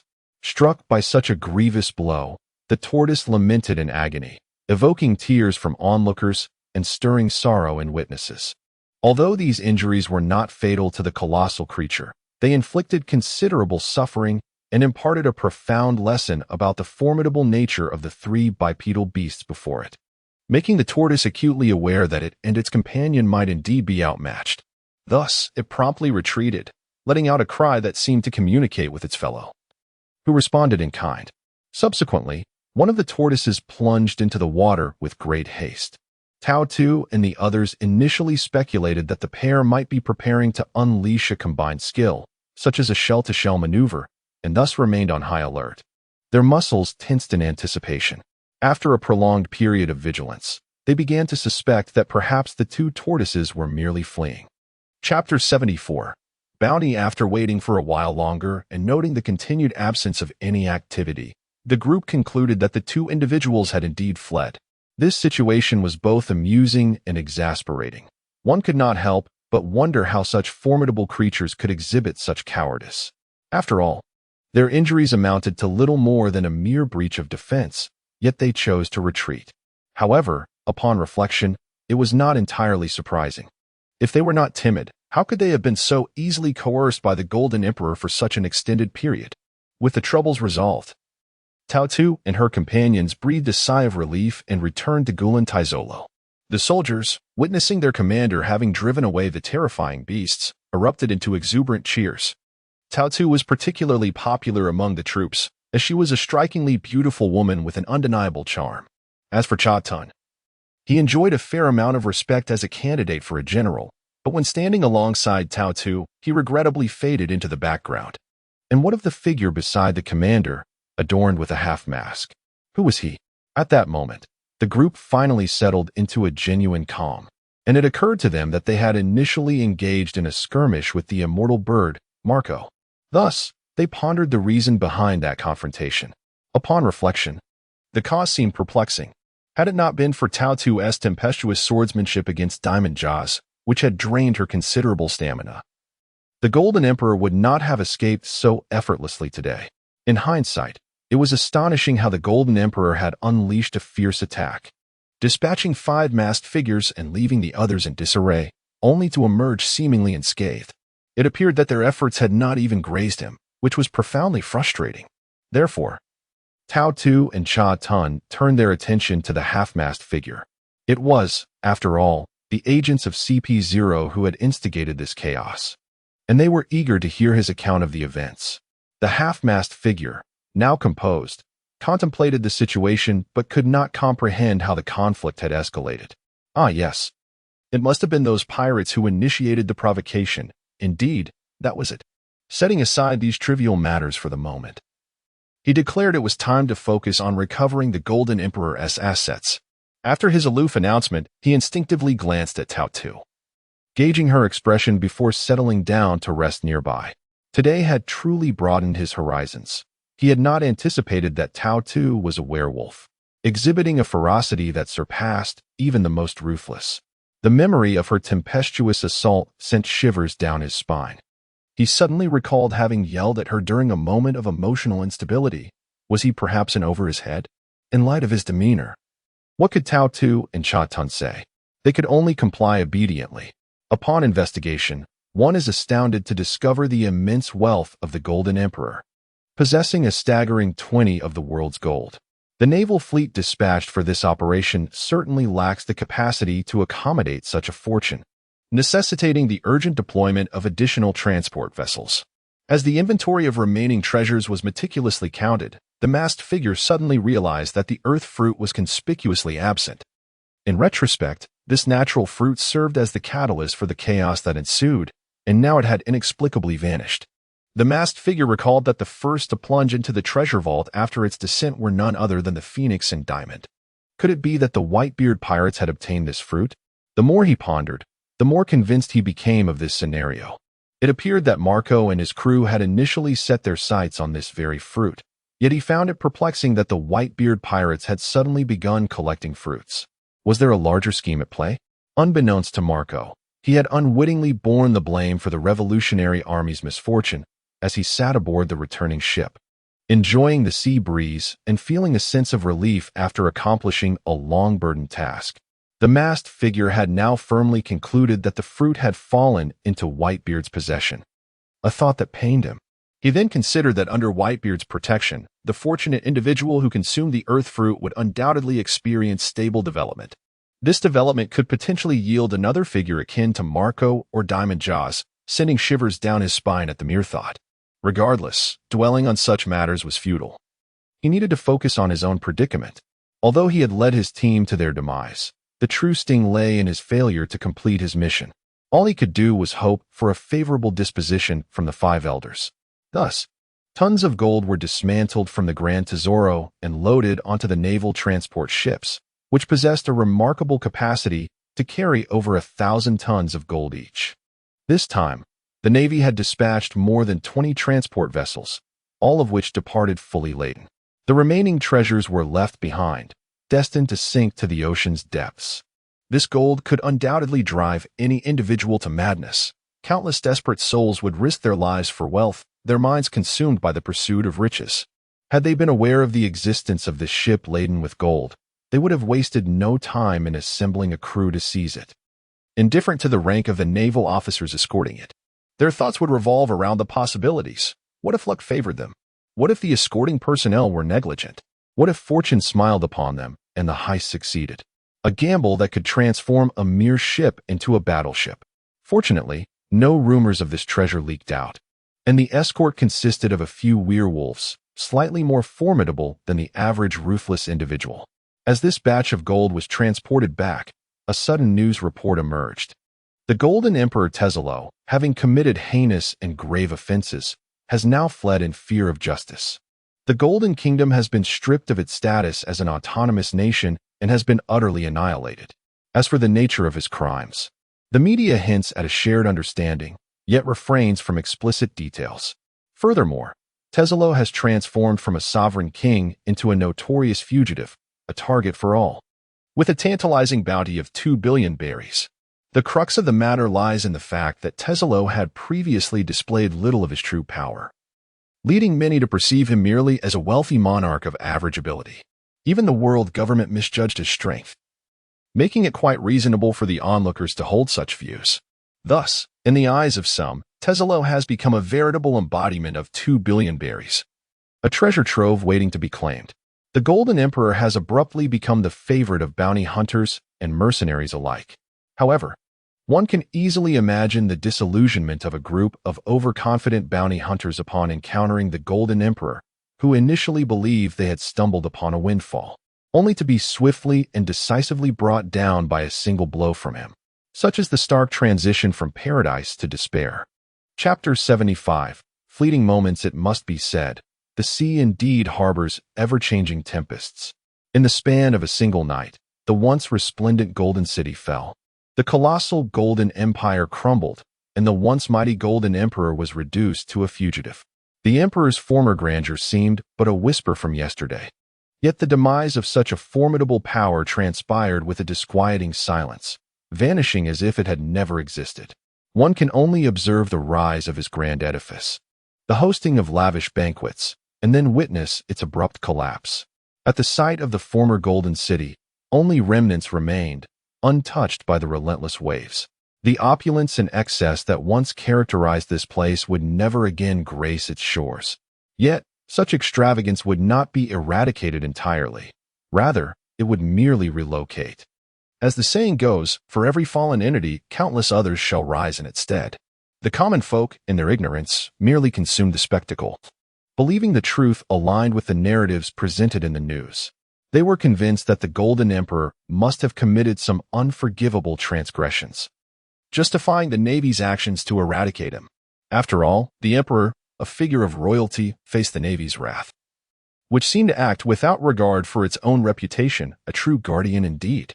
It is a pity for the Golden Emperor, who, having once occupied such a lofty position, chose a path of wrongdoing. Alas, those privy to the deeper truths understood that the situation was far from straightforward. The Golden Emperor was no innocent.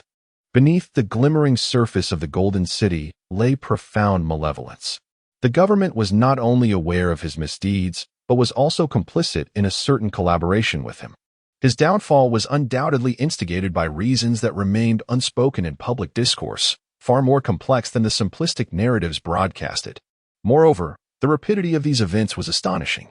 Just days prior, the Golden Emperor had been distributing flyers across the sea, heralding a grand auction, only to witness his vast empire dissolve overnight.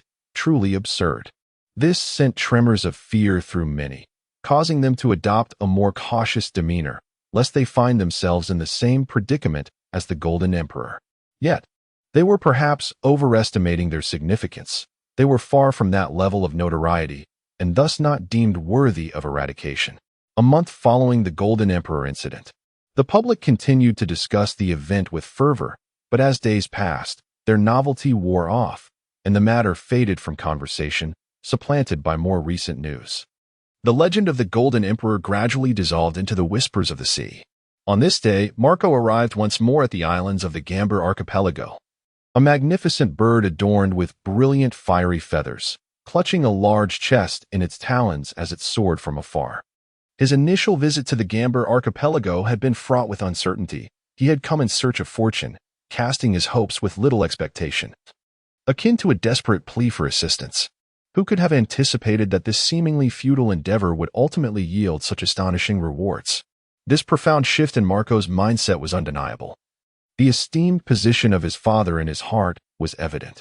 Thus, even for someone as carefree as he, it became impossible to approach Su Yu with his previous nonchalance.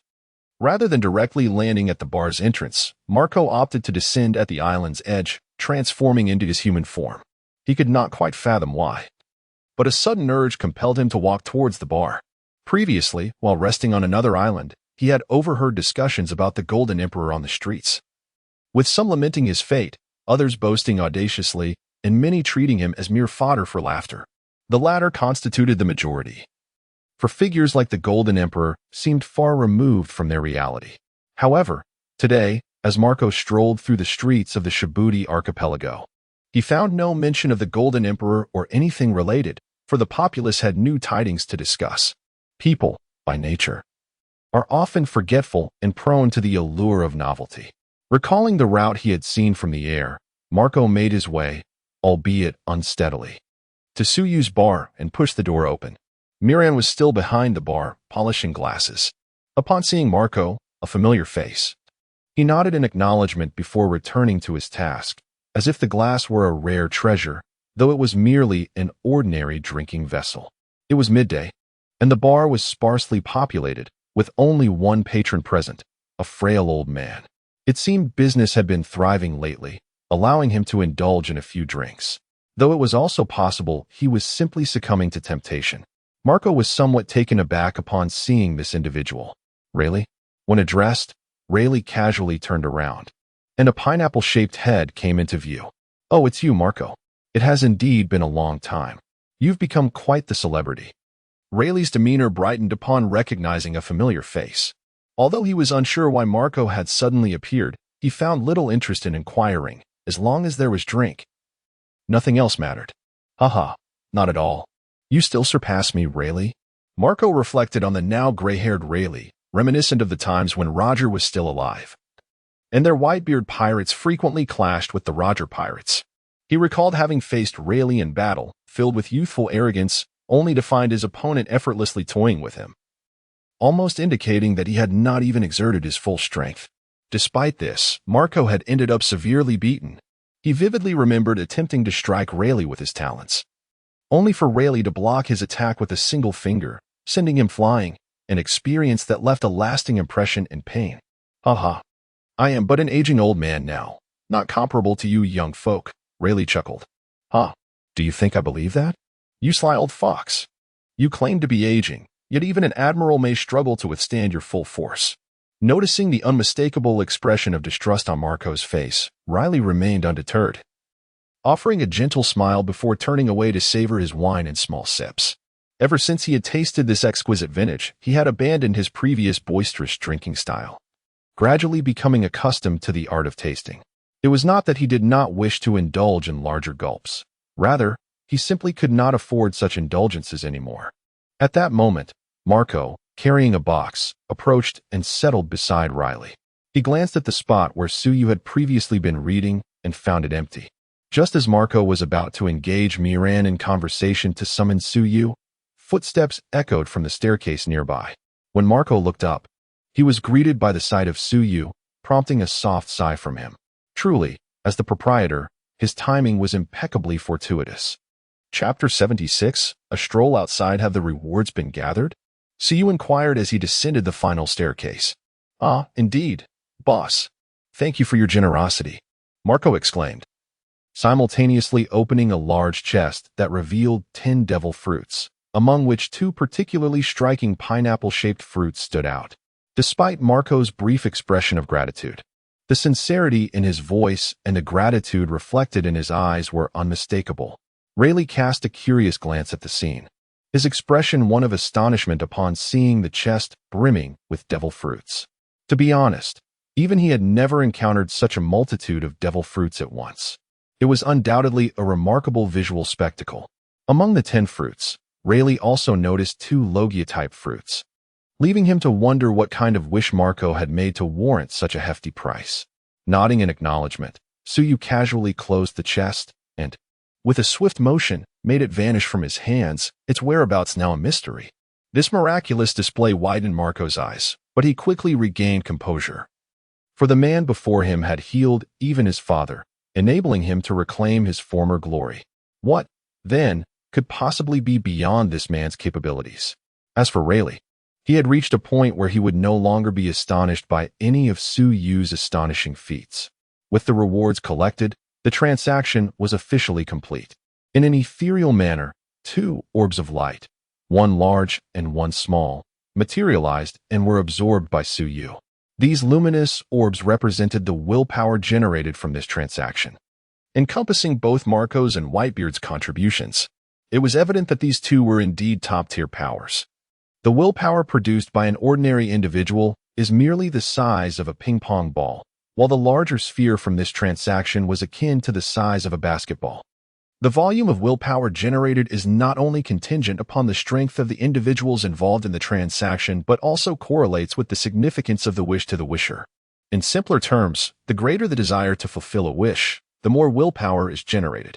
Thus, while Sengoku's previous willpower was only the size of a man's fist, seemingly dwarfed by Whitebeard's basketball-sized offering, This disparity does not imply that Whitebeard's strength far surpasses Sengoku's.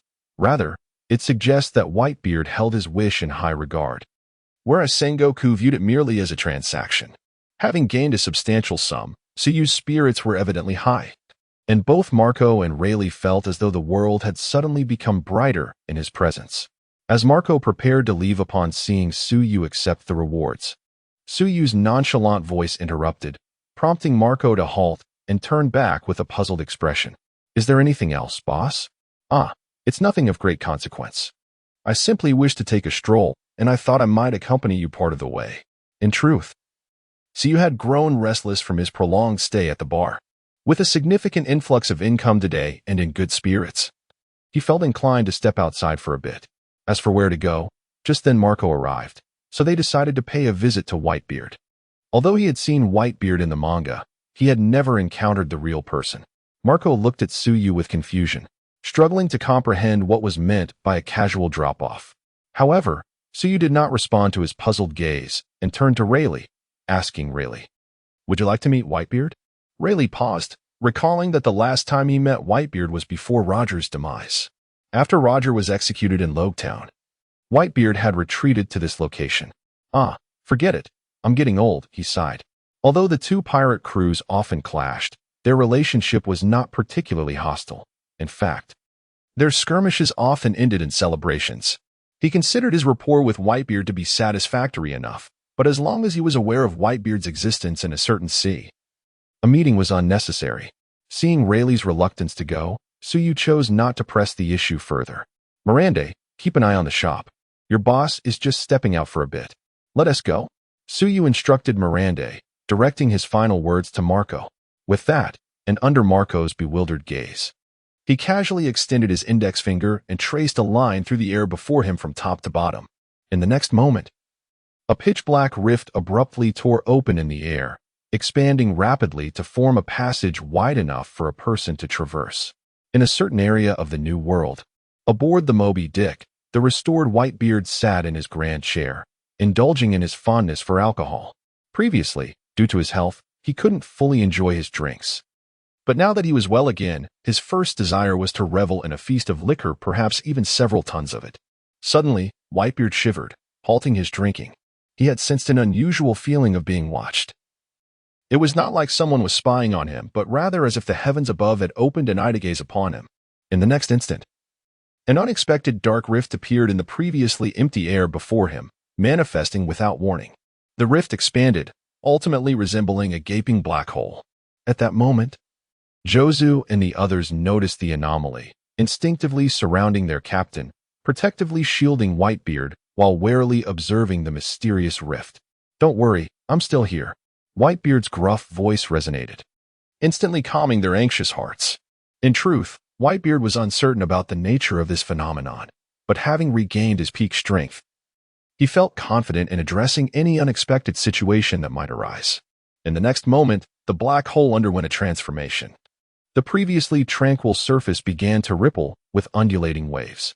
Suddenly, a human foot emerged, followed by a leg and a torso.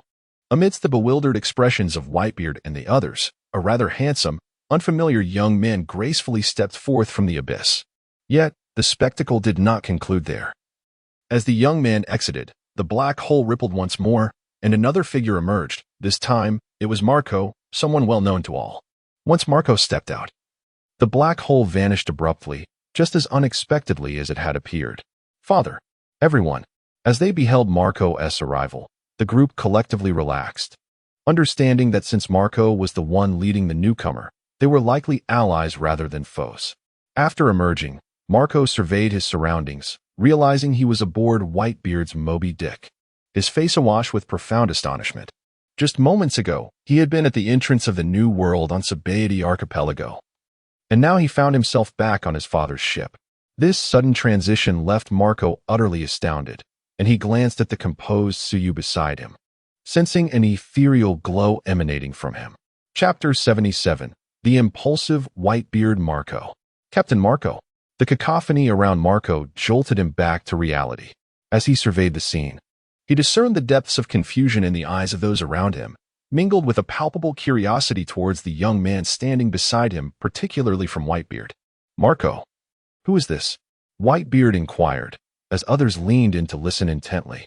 The peculiar manner in which the two had appeared was undeniably strange. Having known Marco for many years, they could ascertain that he possessed no such means. Thus, it was clear that the extraordinary event stemmed from the calm young man beside him, who remained unfazed even in Whitebeard's presence. "Ah, Dad, everyone, allow me to introduce you to the owner of the Wish Bar, Suyu," Marco declared. Whitebeard had harbored suspicions prior, for before the arrival of these two, he had experienced a sensation akin to being scrutinized by the heavens. He did not consider this merely a figment of his imagination. The feeling was too intense, and he could sense the nobility and supremacy in that gaze. Moments later, the tunnel-like black hole had manifested, and Whitebeard could not dismiss the connection between these occurrences. It was evidently a form of transportation, and that celestial gaze likely resembled the locating abilities of observation hockey. As the strongest man in the world, it was only natural that Suyu, who had recently pinned the torment of Kaido, could evoke such a response from him. However, upon Marco's confirmation, Whitebeard found himself momentarily dazed, primarily due to Suyu's youthful appearance, which lacked any overwhelming aura of dominance. Instead, he resembled an ordinary civilian one might encounter on the street. For an instant, Whitebeard questioned whether Marco was playing a prank on him. The sentiments of those surrounding him were similar. They were astonished by Suyu's youth, while also harboring doubts. Could this truly be the one who had succeeded Whitebeard as the new strongest man in the world? It is human nature to resist believing in that which one has not witnessed firsthand. People often cling to their perceptions as truths, oblivious to the fact that sometimes seeing is not believing. This inclination can be attributed to human habit. Even when aware of this principle, one cannot guarantee a rational perspective at all times, especially among a group of pirates. Whitebeard was the first to regain his composure, letting out a distinctive laugh. "Gururara. So it is Mr. Suyu in person. Thank you for the apple earlier." Though Whitebeard spoke few words, the brevity of his gratitude did not diminish its significance. As a formidable and commanding pirate, he had seldom expressed thanks, resulting in his language appearing somewhat sparse. Nonetheless, it was evident to all that his tone conveyed deep emotion. Although it was Marco who had sought Suyu's assistance, Whitebeard acknowledged this kindness. Upon hearing their captain's words, the others quickly followed suit, expressing their gratitude to Suyu. Regardless of the veracity of his strength, one undeniable fact remained: he had truly healed their captain. Suyu had healed their father, and it was only natural for the son to express gratitude. One could say that Suyu's standing among these pirates was almost comparable to that of Marco and Jaws. The essence of piracy lies in the swift resolution of grievances, a carefree demeanor, and a genuine disposition. However, it was merely a transaction. Marco had paid his dues, and there was no need for concern. Suyu spoke with calmness, stating, "Though it was a transaction, even if I were to acquire 100 devil fruits, I could never regain my former pinnacle. Thus, I indeed owe you my gratitude. I, Whitebeard, am not one to forget kindness." Seeing Whitebeard's insistence, Suyu chose not to elaborate further and nodded in acceptance. At this, Whitebeard erupted into his signature laughter, Gurara. After his hearty laughter subsided, his gaze fell upon Suyu. Even seated, Whitebeard towered nearly 3 meters tall, exuding an undeniable aura of intimidation. Yet, Suyu remained unfazed, having encountered numerous formidable beings, including colossal beasts stretching hundreds of kilometers in length. "Pray tell, Mr. Suyu, what brings you aboard my ship?" Whitebeard inquired, maintaining a respectful tone without referring to himself boastfully. "Oh, it's nothing of great importance," Suyu replied nonchalantly. "I simply felt the need to venture out after staying home for too long." Upon hearing this, Whitebeard's expression shifted, igniting a spark of fervor within him, akin to a long-restrained swordsman who suddenly encounters a masterful practitioner of the blade, stirring an irresistible desire to re-enter the fray. Whitebeard indeed felt a stirring in his hands. It had been ages since he had fought with all his might due to his physical condition. For him, not fighting at full strength was akin to not fighting at all. The title of the strongest man had been earned through countless battles, yet here he was, confined to this state, and the frustration was palpable. Thanks to Suyu, his body had fully recovered, and he could finally unleash his full potential in combat. This exhilaration had led him to strike the sea with a fist in sheer excitement. However, after the initial thrill, Whitebeard suddenly realized that he lacked an opponent to engage with. If he sought out Kaido and Big Mom, it would inexplicably escalate into an all-out brawl, resulting in catastrophic consequences. As for Shanks, that rascal was elusive, and being a swordsman, he did not quite align with Whitebeard's preferences. As for his sons, he wondered if any of them could withstand even 3 of his punches. Perhaps Jaws could endure an extra blow? Realizing he had no outlet for his pent-up energy, Whitebeard felt a pang of frustration. Yet now, with Suyu in his presence, he was overjoyed, for he knew that with Suyu's prowess, he could finally engage in a full-throttle battle. Whitebeard was aware that he was likely not a match for Suyu, but the itch to fight was undeniable. It would indeed be a regret not to clash with such a formidable adversary. Even before, Whitebeard harbored the notion that when his body could no longer endure, he would seek out Suyu for a duel, believing that to perish in battle held far greater significance than dying in a hospital bed. Moreover, to fall at the hands of such a formidable adversary as Suyu would not tarnish his illustrious name. However, the drama of life unfolded anew, as Suyu granted him another chance at existence, finding himself once more aboard Whitebeard's ship. He felt as though everything was fated, and this confrontation was indeed unavoidable. The intent in Whitebeard's eyes was unmistakable, and Suyu discerned his thoughts with ease, prompting him to inquire with keen interest, "Oh, by your demeanor, it seems you wish to engage me in combat?" Chapter 78. I accept your challenge. Oh, it seems you wish to engage me in combat? Upon hearing Suyu's words, the fire in Whitebeard's eyes blazed even more fervently. Indeed, let us have a match. Father, Marco, filled with concern, sought to restrain Whitebeard's impulsive nature. After all, he was the most knowledgeable about Suyu's strength. Previously, in a moment of agitation, he had almost struck within the premises, only to lose his devil fruit powers with a mere cough from Suyu. That feeling of helplessness was indelible in his memory, leading him to never doubt Suyu's prowess. Should Whitebeard and Suyu clash, the outcome would undoubtedly be disastrous for Whitebeard. Fear not, Marco. Trust in me. This is not merely a matter of trust, father. Marco felt tears welling up, yet he understood that once his father had made up his mind, external influence would not sway him. Thus, he turned his gaze towards Suyu, his eyes reflecting both concern and earnestness. I shall not hold back too much. Suyu smiled softly, for he too desired to stretch his limbs, and Whitebeard might serve as a commendable opponent. Marco opened his mouth, intending to dissuade Suyu from accepting Whitebeard's invitation. As long as Suyu was unwilling, no one could compel him. However, it appeared that Suyu had developed an interest in engaging. Sai, do as you please. I shall not intervene. I accept your challenge. Upon hearing these words, Whitebeard paused momentarily, but then realized that, given the comparative strengths, he was indeed the one issuing the challenge. Gururara. Mr. Suyu is truly forthright. With that, Whitebeard rose, stretching his neck and muscles. As the two prepared to engage, the surrounding crowd erupted into enthusiastic cheers, having not witnessed their father in action for quite some time. They were excited, and their curiosity about Suyu's strength was palpable. It was hard to believe that such a seemingly fragile physique could truly harbor the terrifying power spoken of in whispers.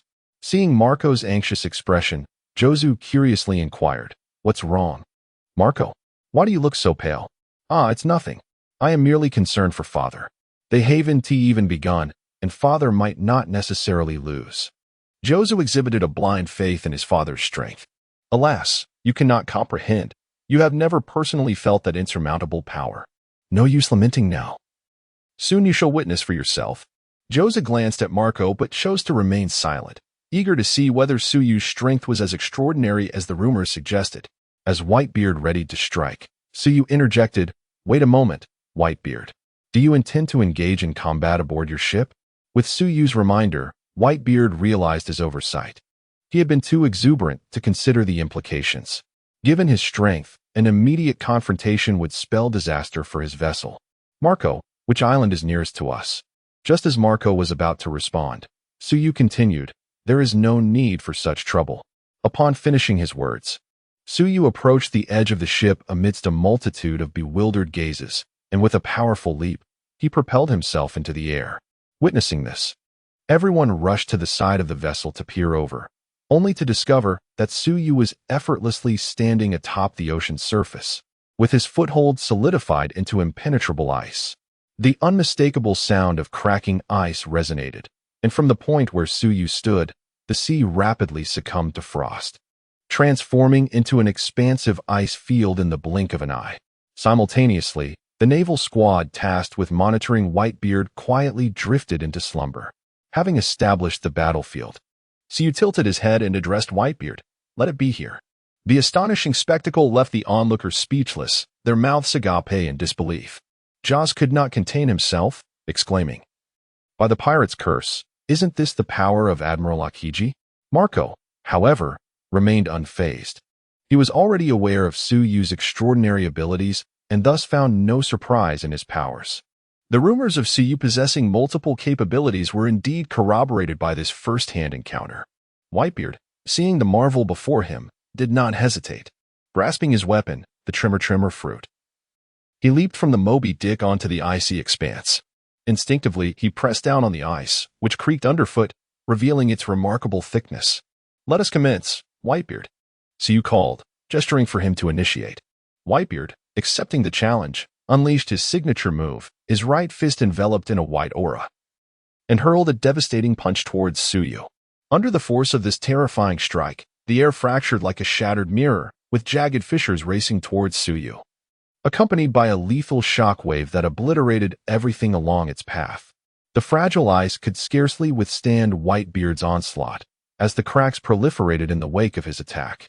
Yet, remarkably, Suyu stood unmoved, seemingly oblivious to the cataclysmic force directed at him. Taken aback, Whitebeard hesitated, yet his subordinates remained relentless in their assault. The onlooking sons murmured among themselves, understanding Suyu's strength, but feeling he ought not to disregard their father so brazenly.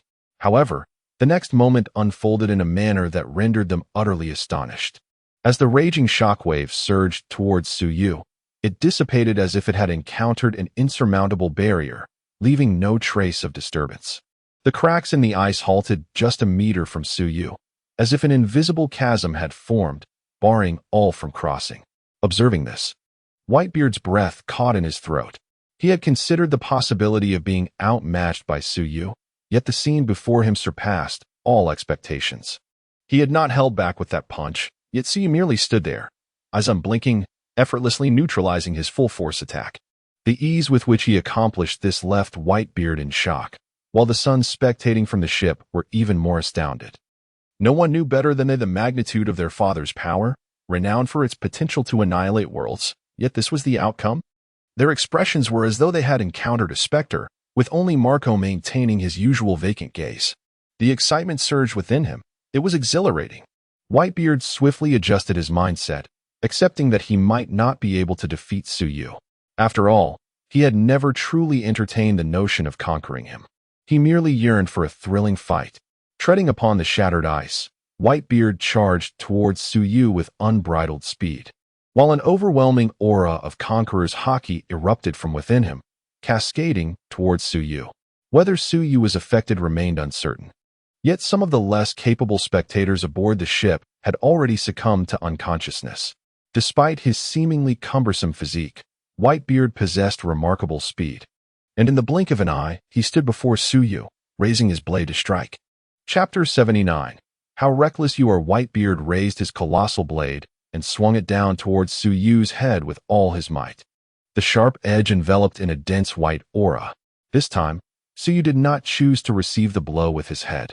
In truth, even if he stood still for 7 days and nights, Whitebeard could not breach his defense, yet using his head to absorb the strike felt somewhat peculiar and rather undignified. Thus, Suyu lifted his hand. Although it appeared slow, in reality, it was executed with remarkable swiftness, creating a paradoxical sensation as if time itself had been distorted. Silently, the powerful blade struck Suyu's seemingly fragile hand, yet it could not force his hand to move even a millimeter. The terrifying shockwave seemed to dissipate into his palm without a sound. Subsequently, with a forceful motion of his arm, he sent the hefty Whitebeard flying through the air. Performing a somersault, Whitebeard landed gracefully upon the icy surface. The onlookers aboard the ship were left in stunned silence, their expressions frozen in disbelief. Frankly speaking, had Whitebeard's previous strike landed effectively, it could have easily obliterated a small island. Yet, even so, Suyu had effortlessly parried it with but one hand. And to Whitebeard's perception, Suyu had merely extended his hand without exerting any force. This revelation instilled within Whitebeard an unfamiliar emotion: defeat. No matter what, he had to leave some mark on Suyu. Unbeknownst to him, Whitebeard's mindset had shifted.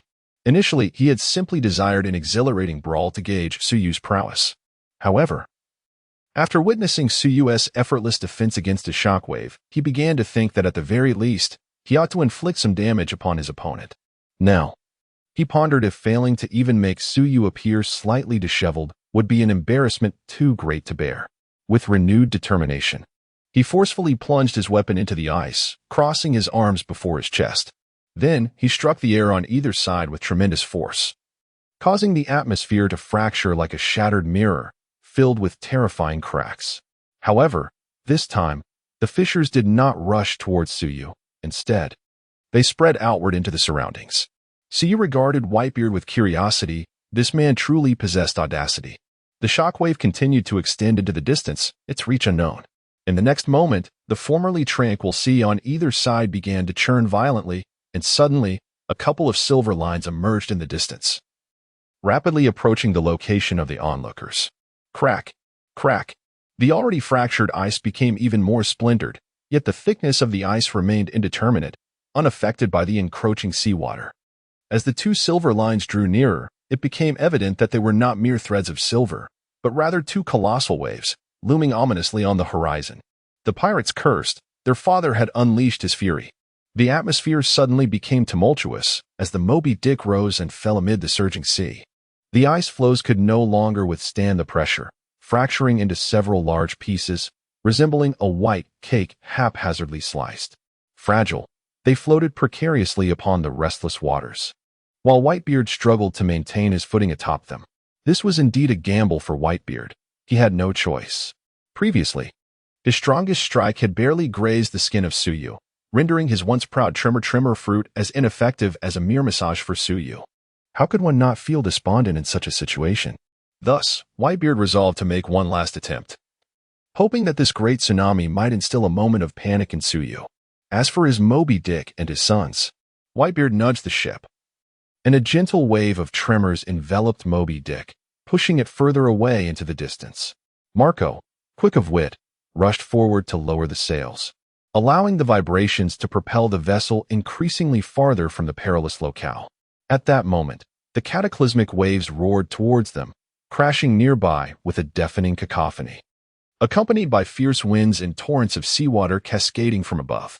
The scene was reminiscent of an apocalyptic event, leaving no sanctuary, as every direction was fraught with lethal threats. This was far more terrifying than Whitebeard's display during the Marineford War. This was a true natural disaster. Yet, both Whitebeard and Suyu remained remarkably composed, as if the terrifying spectacle around them were non-existent. "Whitebeard, you are indeed reckless," Suyu remarked with a hint of amusement, perplexed that despite the surrounding clamor, Whitebeard could hear him distinctly. "Although this may not harm you, it will certainly leave you in disarray, and that is worth it."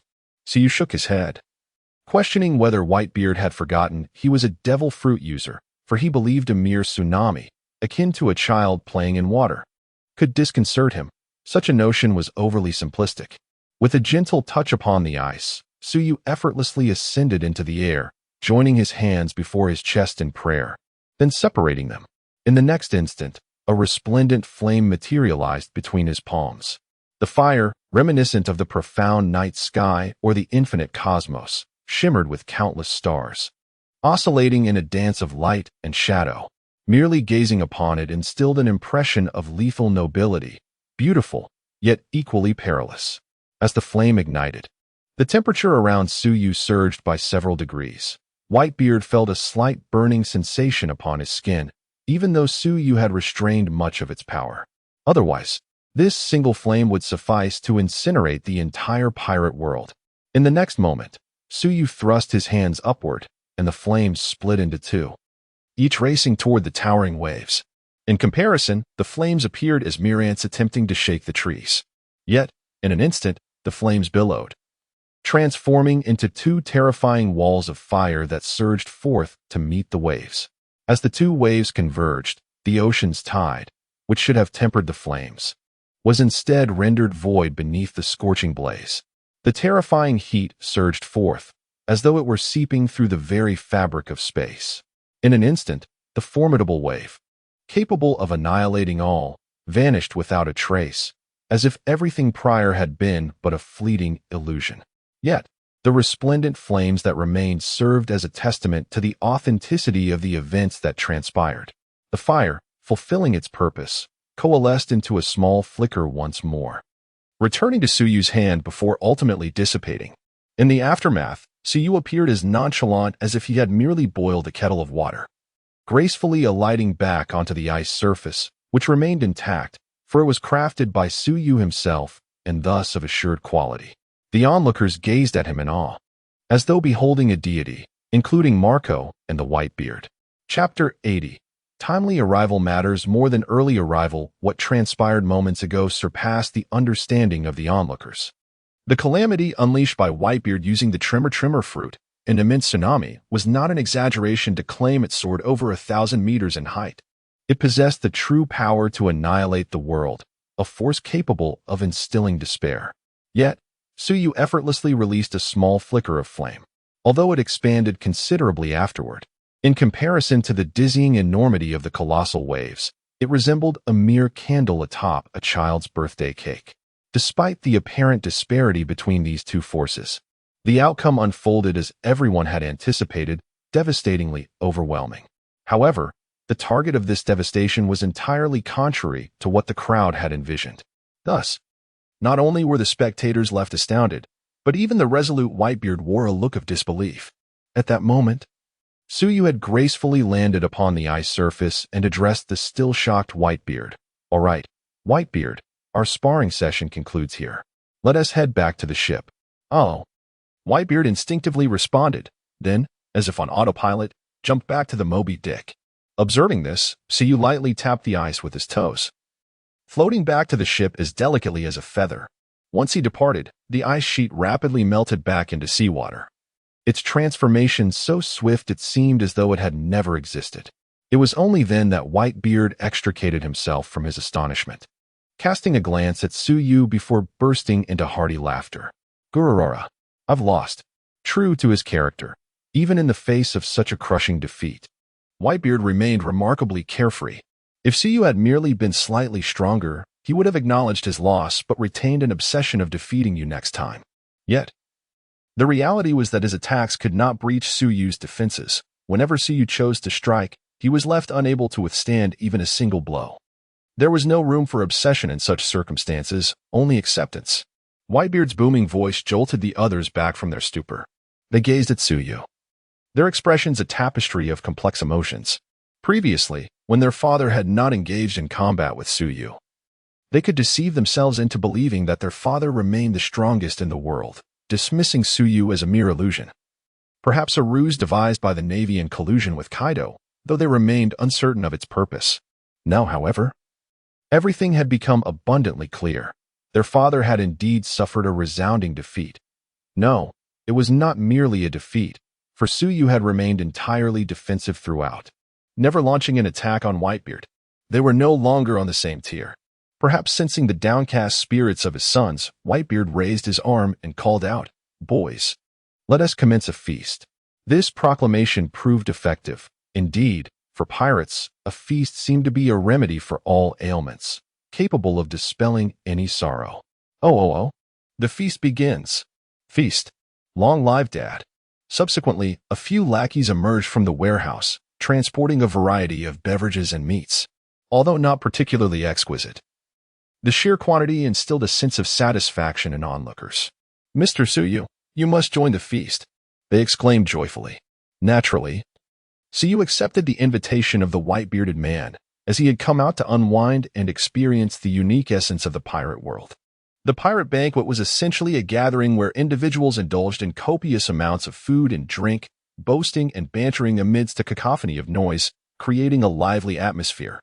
Suyu, however, sat quietly to the side, silently sipping his drink while observing the animated revelry around him.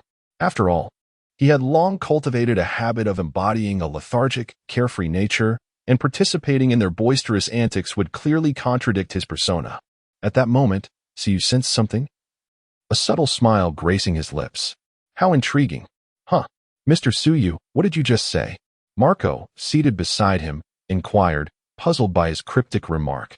Oh, merely reflecting that sometimes, arriving early pales in comparison to fortuitous timing, as a noteworthy individual has graced us with their presence. Marco remained perplexed, his expression one of confusion. Time rewound to a few days prior, in the Holy Land of Mariewa. In a vast chamber, the 5 elders occupied their usual seats. And before them knelt a naval officer in uniform, reporting something, his face etched with terror and beads of cold sweat betraying the gravity of the situation. It is as follows. Our deployed forces for surveillance and peacekeeping have been entirely annihilated. Not a single one remains. Upon hearing the report, the 5 elders fell into a contemplative silence. After a moment, the blonde elder spoke. Dispatch another naval team to continue surveillance and put the Navy on high alert. Ready to mobilize at a moment's notice. The impending meeting between those 2 individuals is no trivial matter. A misstep could ignite a conflict capable of shaking the world. Understood. The naval officer accepted his orders and hurriedly exited the room to relay the 5 elders' directives to Admiral Sengoku. Within the chamber, the 5 elders collectively sighed. Alas, what a tumultuous season this is. The emergence of the extraordinarily powerful Suyu had already caused them considerable distress, as it introduced an uncontrollable variable, a situation intolerable for any ruler. They were acutely aware that the forces they currently wielded could not contend with Suyu. Previously, they had sought the opinion of that esteemed individual, and even he lacked absolute confidence in subduing Suyu. Consequently, they maintained their silence regarding Don Quixote Doflamingo's inquiries about the Pluto battleship, essentially acquiescing to him. They contemplated that by uniting 2 world-destroying weapons, coupled with the might of that individual, they could potentially suppress Suyu. Fortunately, since his emergence, Suyu had remained remarkably subdued, confined within his bar, going nowhere, which had relieved the 5 elders. Little did they know, while this new arrival had been compliant, the previous one had grown restless.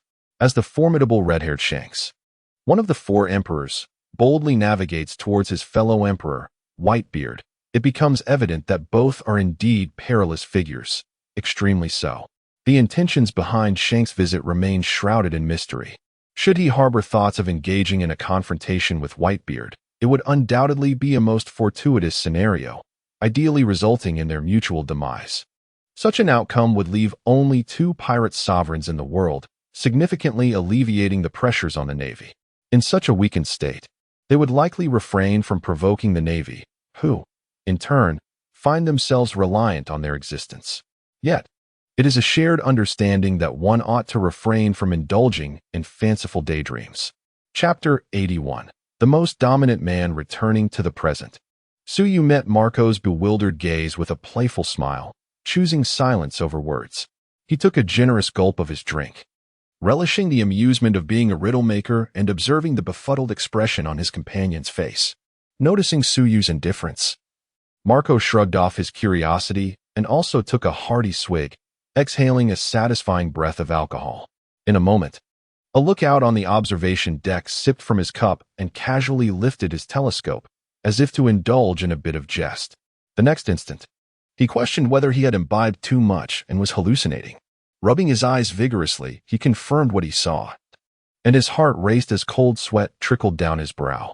Regaining his composure, he hurriedly descended the lookout tower, shouting towards the revelers still immersed in the festivities, Old man, everyone. We spotted a ship with red hair. The once lively atmosphere instantly fell into a hush, as disbelief washed over the crowd, uncertain whether they had misheard, for the news was indeed staggering. Are you certain you didn't miss-see? Whitebeard paused, allowing his slightly foggy mind to clear after a moment of silence before inquiring. I am absolutely certain that is the Red Force. Upon his confirmation, the revelers lowered their glasses, abruptly sobering up, realizing the celebration was effectively over. It was at this moment that Marco comprehended the riddle Su had previously hinted at. It was indeed a reference to the infamous red-haired Shanks.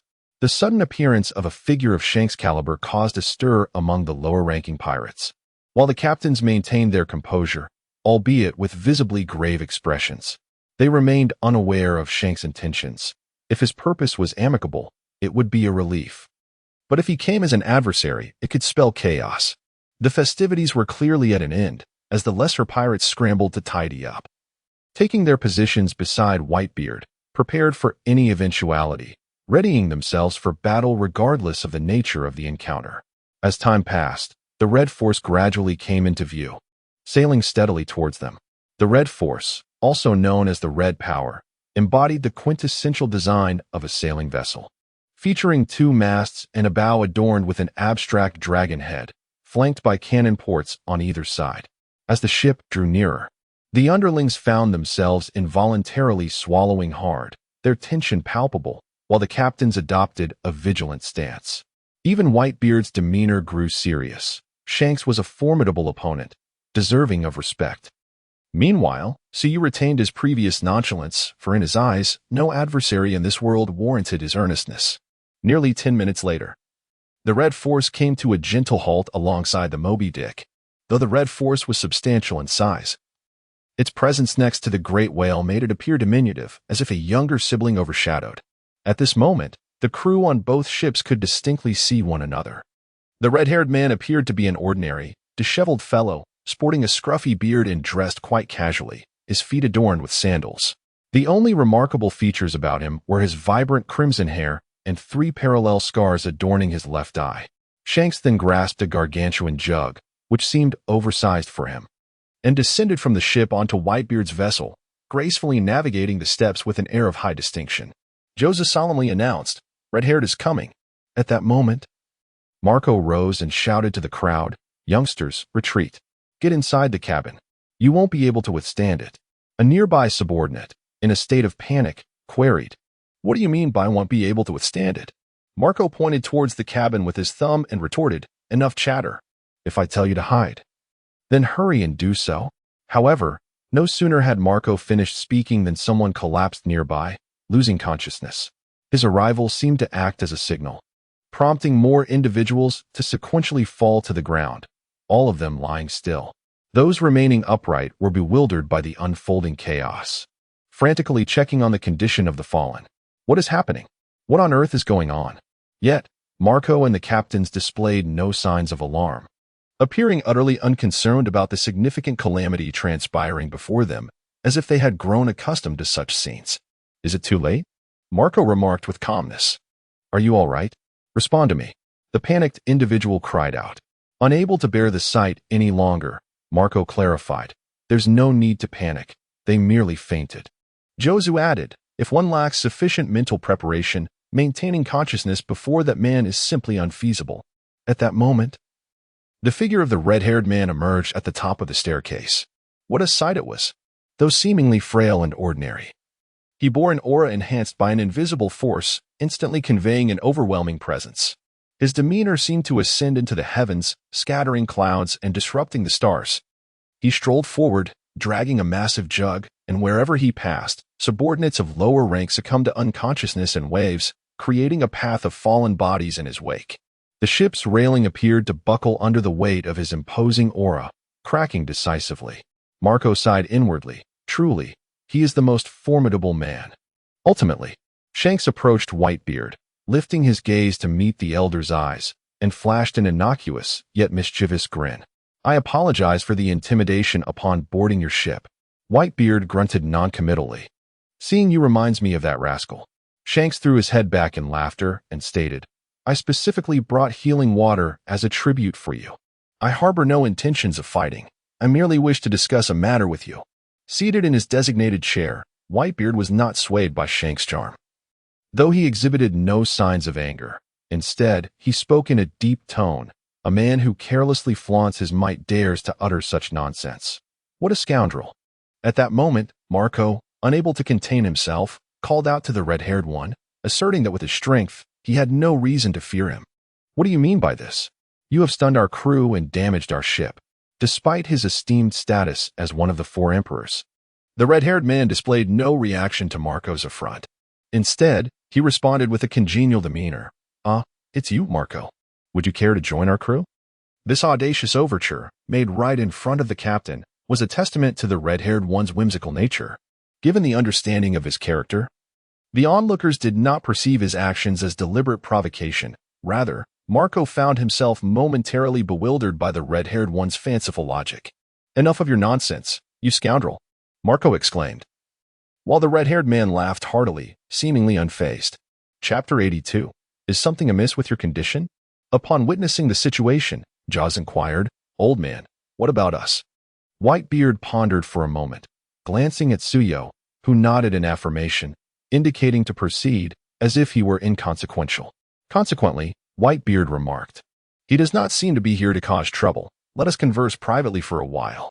Thereafter, everyone, including Tsuyo, retreated to the rear of the ship, leaving only Shanks and Whitebeard upon the deck.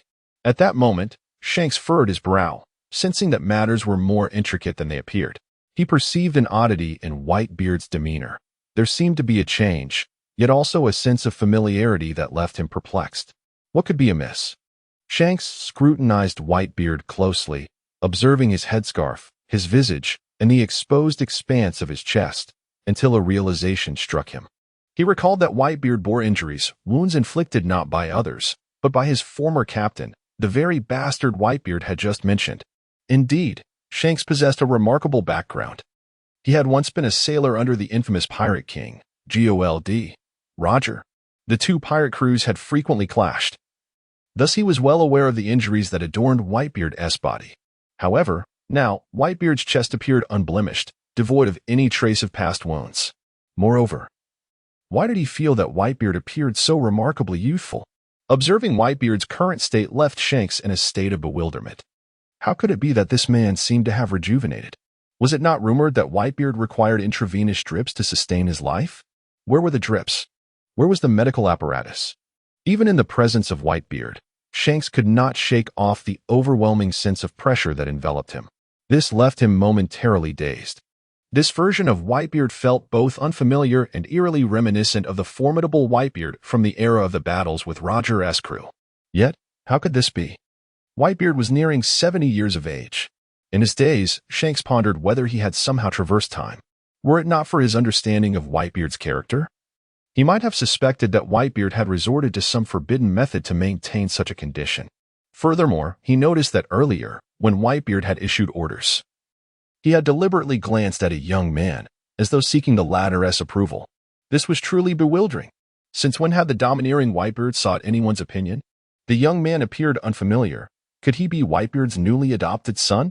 As Whitebeard observed Shanks standing there in silence, his expression shifting repeatedly, he finally spoke up. "You there? Boy, what on earth are you daydreaming about?" Whitebeard's voice roused Shanks from his reverie, and unable to fathom the situation, he decided to inquire directly, "Whitebeard, is there something amiss with your condition?" Hearing this question, Whitebeard was momentarily taken aback, but soon realized what red-haired meant. After all, it had been 22 years since they last met, and he still retained his original state. Anyone would find that curious. "You mean that? Thanks to Mr. Tsuyu." Upon mentioning Mr. Tsuyu, Whitebeard instinctively infused a hint of reverence into his tone. In the world of pirates, strength is revered, and only the strong can command respect. This is true everywhere, though it is particularly pronounced among pirates. "Mr. Tsuyu? Are you referring to the owner of the Sabaody Archipelago's wish bar, Tsuyu?" "Ah, indeed. I owe him a great deal. Grrr, so it's as you imagined." "Yes, just as you think. I have returned to my peak." Although Whitebeard's tone was quite casual, as if discussing trivial matters, to red-haired, it struck like thunder on a clear day. Naturally, red-haired had heard of Tsuyu. The news of Kaido's defeat had genuinely shocked him, and since then, he became aware of the emergence of an extraordinary figure in these seas. As for the rumors about fulfilling wishes, he had dismissed them, for someone with his carefree disposition had no aspirations to realize. Yet, he had not anticipated hearing that name again today, and from Whitebeard no less. Nor did he expect Whitebeard to declare that Tsuyu had restored him to his former glory. Was it truly possible for an aging man to regain his youth? especially someone as overwhelmingly powerful as Whitebeard. He suddenly recalled the young man Whitebeard had just glanced at. He remembered the legend of Suyu being an extraordinarily young individual. Could it be? Hey, you little brat. Stop daydreaming. What brings you here? Ah ha ha ha. I was just momentarily astonished. After all, such miraculous occurrences are indeed rare. True to his carefree nature, Red-Haired accepted this revelation with remarkable ease, or perhaps his thought process diverged from the ordinary. Humph. Now, what do you want from me? Oh. Ha ha ha. Let's drink first. This is something I brought specifically for you. With that, Red-Haired poured himself a generous bowl, nearly the size of himself, and tossed the remainder of the liquor to Whitebeard. Catching it, Whitebeard took a whiff and remarked, "This bar's brew from the West Sea doesn't seem to be of good quality." A faint note of disdain could be detected in his voice.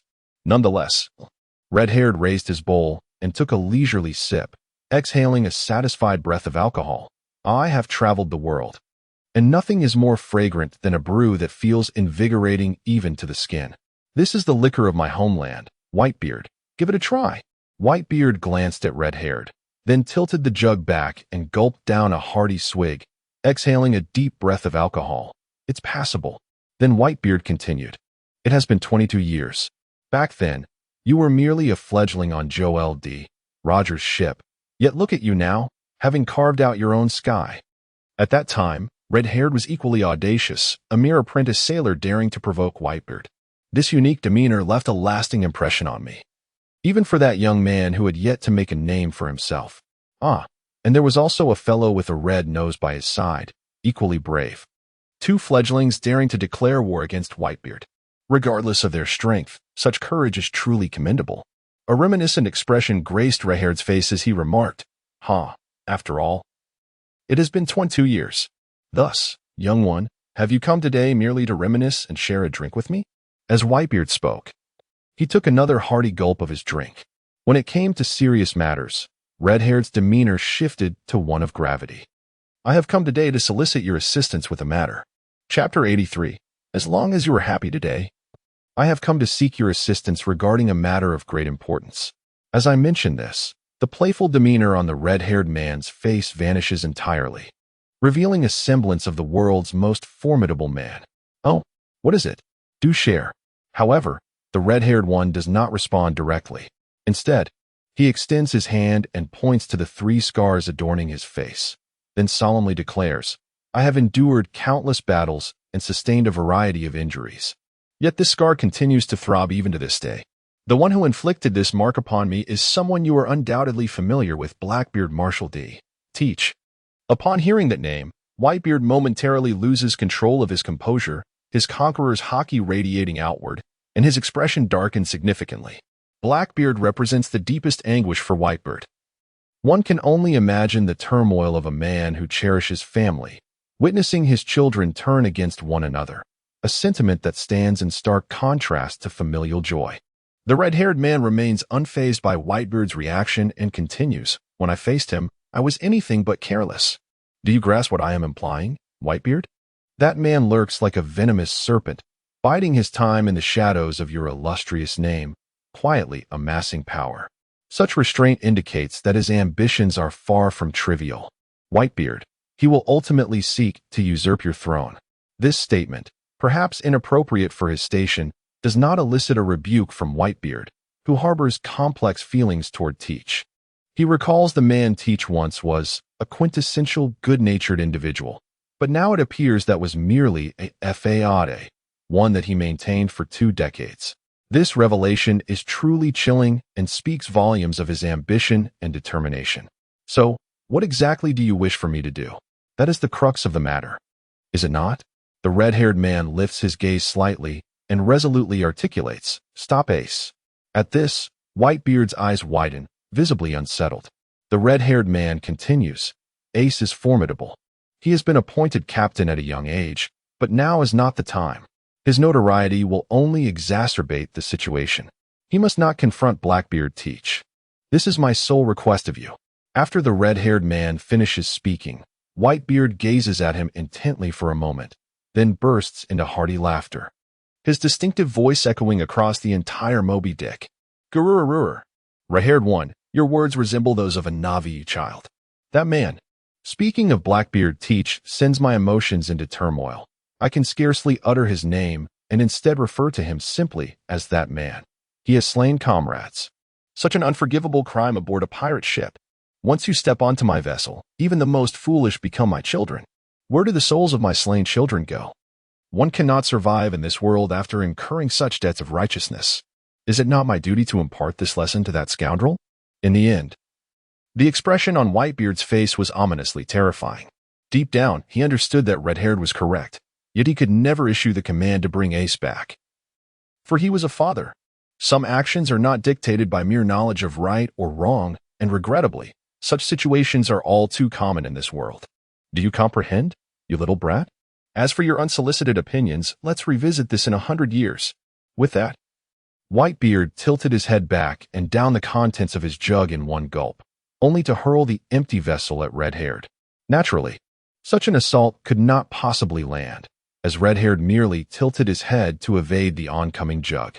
However, he realized that this was likely a signal of their negotiations falling apart, marking the failure of his mission.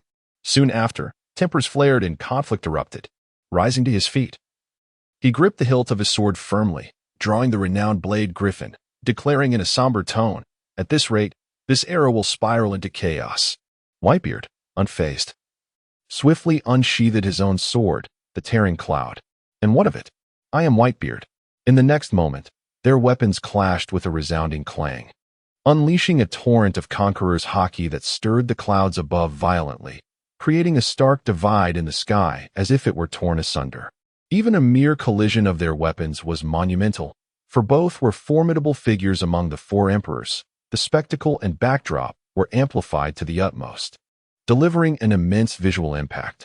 Whitebeard's sons remained largely unfazed, having witnessed even more breathtaking displays before, their endurance at its peak.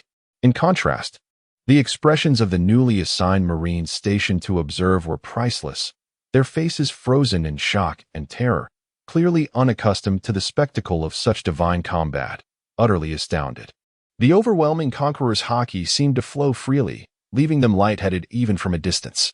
In the next instant, Whitebeard and Red-haired parted ways. Whitebeard stood firmly in place, while Red-haired instinctively took a step back. This alone indicated that Whitebeard's physical strength surpassed that of Red-haired. The evident disparity left Red-haired momentarily stunned, and then he marveled, realizing this was the pinnacle of Whitebeard. This was the adversary of his captain in his youth. However, the two did not continue their brawl. Their earlier exchange was merely a display, each having landed a strike on the other. To engage fully was out of the question. They were four emperors, players whose every action could trigger monumental consequences, and declaring war was not something to be taken lightly. Thus, after this brief clash, they sheathed their weapons once more. By the way, I was just about to inquire, what happened to your arm? Whitebeard's gaze fixed upon Red-haired's right side, where his left arm should have been, now conspicuously absent. After all, it is remarkable for a man of his stature to venture to the so-called weakest sea, the East Blue, and return missing an arm. It would astonish anyone. The red-haired man raised his hand to cover his left shoulder, his expression reminiscent, clearly recalling a certain forthright youth in the straw had bestowed upon him. Perhaps he also reminisced about the Sea King that had bitten off his arm. Ah, you mentioned this. I have wagered him on the new era. Whitebeard gazed intently at the red-haired man and remarked, "As long as you are happy." With business concluded, the red-haired man took his leave, mindful that it was another's territory and lingering too long might seem overly presumptuous. Although he had not achieved his objective, the red-haired man remained true to his nature, his face adorned with a playful grin. He waved farewell to Whitebeard and his crew before commanding his navigator to set sail. Chapter 84. The beginning of your demise. Standing aboard his ship, the red-haired pirate gazed into the distant sea, lost in thought. It appeared that negotiations had not concluded favorably. Beside him, Beckman, with a cigarette dangling from his lips, approached the red-haired captain. The earlier display of fierce intensity had prepared them for battle, yet unexpectedly. No conflict had ensued. Nevertheless, this did not suggest a harmonious atmosphere. It was likely that discussions had collapsed. Alas, the negotiations have indeed faltered. That old man, Whitebeard, is far too obstinate. I suspected he would not heed my counsel even before my arrival. It seems matters are destined to spiral towards the worst possible outcome. In this age of chaos, none can escape its grasp. Although the red-haired pirates are classified among the four emperors in such tumultuous times, they are merely a larger fish in a vast ocean. Oh. Beckman maintained his impassive demeanor, only responding with a single cool word to the captain's lament. The red-haired captain had grown accustomed to his first mate's indifference and, given his nature, required no prompting to continue speaking. Oh dear, I have forgotten a crucial matter. The once solemn red-haired suddenly sprang into animated motion. What is it? Did you fail to procure a bottle of liquor from Whitebeard? No, it's not that. I just recalled that the bar owner, see you, might have been aboard Whitebeard's ship. However, I neglected to inquire before I left. Upon hearing the mention of this name, Beckman's demeanor shifted to one of seriousness. Who is Suyu? Perhaps the common folk or inconsequential minions are unaware or indifferent. Yet those in powerful positions are acutely aware of him. After all, Suyu currently symbolizes invincibility, although he possesses no faction, and is typically accompanied by a mere armored lad named Milan. His personal strength is formidable enough to command an army. He is a pivotal figure whose every action resonates throughout the realm. Now, with his presence on Whitebeard's ship, what does this signify? Are you certain? Ah. It seems so. I merely glanced at the previous photograph, but I sensed a young man aboard the ship just now. And Whitebeard appeared to regard him with great concern. Speaking of which, there is another significant matter.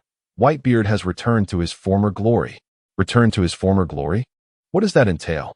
According to Whitebeard, it was Suyu who facilitated this recovery.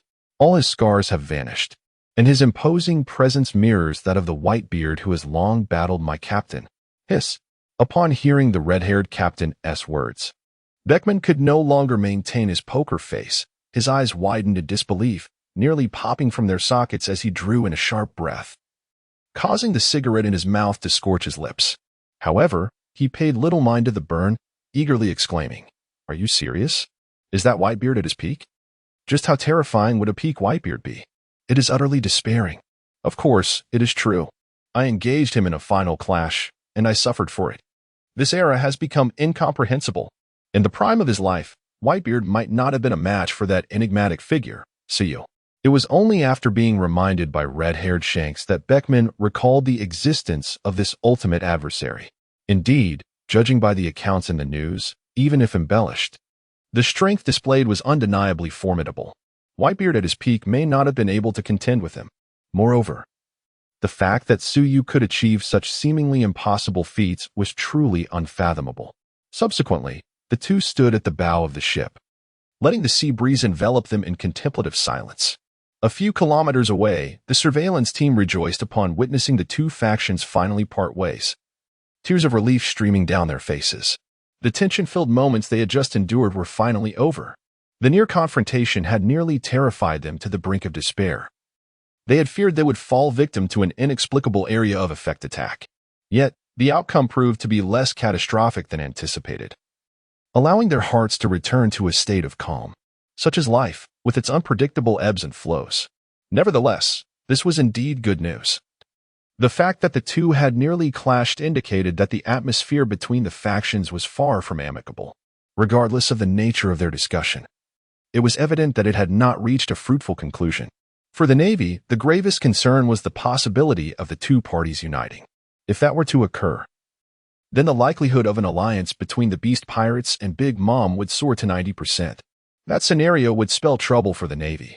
Fortunately, matters had not spiraled into the worst possible outcome, and the shaken members of the surveillance team hurriedly reported this encouraging news to Admiral Sengoku, with red-haired Shanks having departed. Whitebeard's crew gathered around him. "Old man, what happened? What was red-haired after?" Marco was the first to inquire, with the others looking on with equal concern. They had distinctly heard their father laughing moments earlier, leading to confusion as to why the two had nearly come to blows. In response to his sons, Whitebeard did not withhold the truth. That scoundrel wants me to call Ace back." Upon hearing this, everyone erupted in anger. "What do you mean? Ace went out for revenge. How dare you prevent him from doing so? Isn't that a bit overstepping?" Their ire was palpable, especially towards Blackbeard, who had ruthlessly betrayed their comrade. Under Whitebeard's influence, they had come to regard each other as brothers, so their fury was no less than his. Though Red-Haired had good intentions, this matter was undeniably a taboo subject for Whitebeard and his crew. They lamented that they should have seized the opportunity to confront him. Marco, typically laid back, was the one who voiced this sentiment, illustrating just how deeply this issue had affected them. In truth, their concern for Ace was genuine. However, Blackbeard had rarely revealed his true strength, having ambushed Sachi to secure a kill. Thus, it was natural for them to underestimate Blackbeard's capabilities. Ace, on the other hand, had earned his position as the 2nd Division commander through undeniable skill and prowess, making the prospect of capturing Blackbeard seem trivial. At that moment, Whitebeard instinctively glanced at Suyu, who was observing the unfolding drama with an inscrutable expression, as if watching an elaborate performance. A flicker of curiosity ignited within Whitebeard, leading him to ponder the perspective of Suyu regarding the matter at hand. He turned to Suyu and inquired, "Mr. Suyu, do you believe that if these two individuals were to cross paths, it would indeed incite an era of chaos?" Only after posing the question did he realize the folly of his inquiry, as Suyu was unaware of the intricacies surrounding these two figures. It seemed he had engaged in a futile conversation. To his astonishment, however, Suyu nodded affirmatively and responded with striking clarity, "Indeed. This tumultuous era may very well commence with your demise, Whitebeard." Chapter 85. I might as well go alone. Suyu nodded affirmatively and then uttered astonishing words, "Indeed. And if all goes as expected, this era of chaos will conclude with the demise of your father, Whitebeard." Upon hearing this, everyone was taken aback. Even Whitebeard himself momentarily shaken. Following their initial shock, a wave of anger surged among the crowd. One could easily imagine the intense fury that must have engulfed the son upon hearing such a proclamation about his father. The rage was so profound that they forgot Suyu was a formidable opponent, someone who had previously struggled to defeat their father. While they were grateful and respectful for the revival of their father's peak strength, they could not tolerate such reckless words. It was only due to the gravity of the situation that these hot-headed individuals refrained from immediate violence. However, Whitebeard himself remained remarkably composed, for he understood that someone of Suyu's caliber would not speak without reason. Observing the angry expressions of his sons, he solemnly urged, "Calm down, you rascals." Upon hearing their father's command, though begrudgingly, they retreated, obeying his wishes. Once he had quelled the unrest among his unruly sons, Whitebeard turned his serious gaze towards Suyu and inquired, "Mr. Suyu, are you familiar with the two individuals I mentioned?" "Ah, of course. Portas D.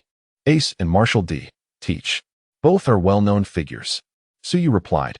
It was understandable to acknowledge Ace's fame, but to assert Teach's notoriety? Were they certain? The surrounding crowd exchanged puzzled glances, yet none voiced their confusion. "Then why do you say that? Am I truly destined to perish because of this matter?" "Father." Someone beside him attempted to speak, but under Whitebeard's piercing gaze, they silently retreated, sealing their lips. Ace is heading to confront Teach, and when these two meet, a clash is inevitable. I trust that Red-Haired has already conveyed to you the terror of Teach, hasn't he? Oh, by the way, Teach visited my bar before, so we are acquainted.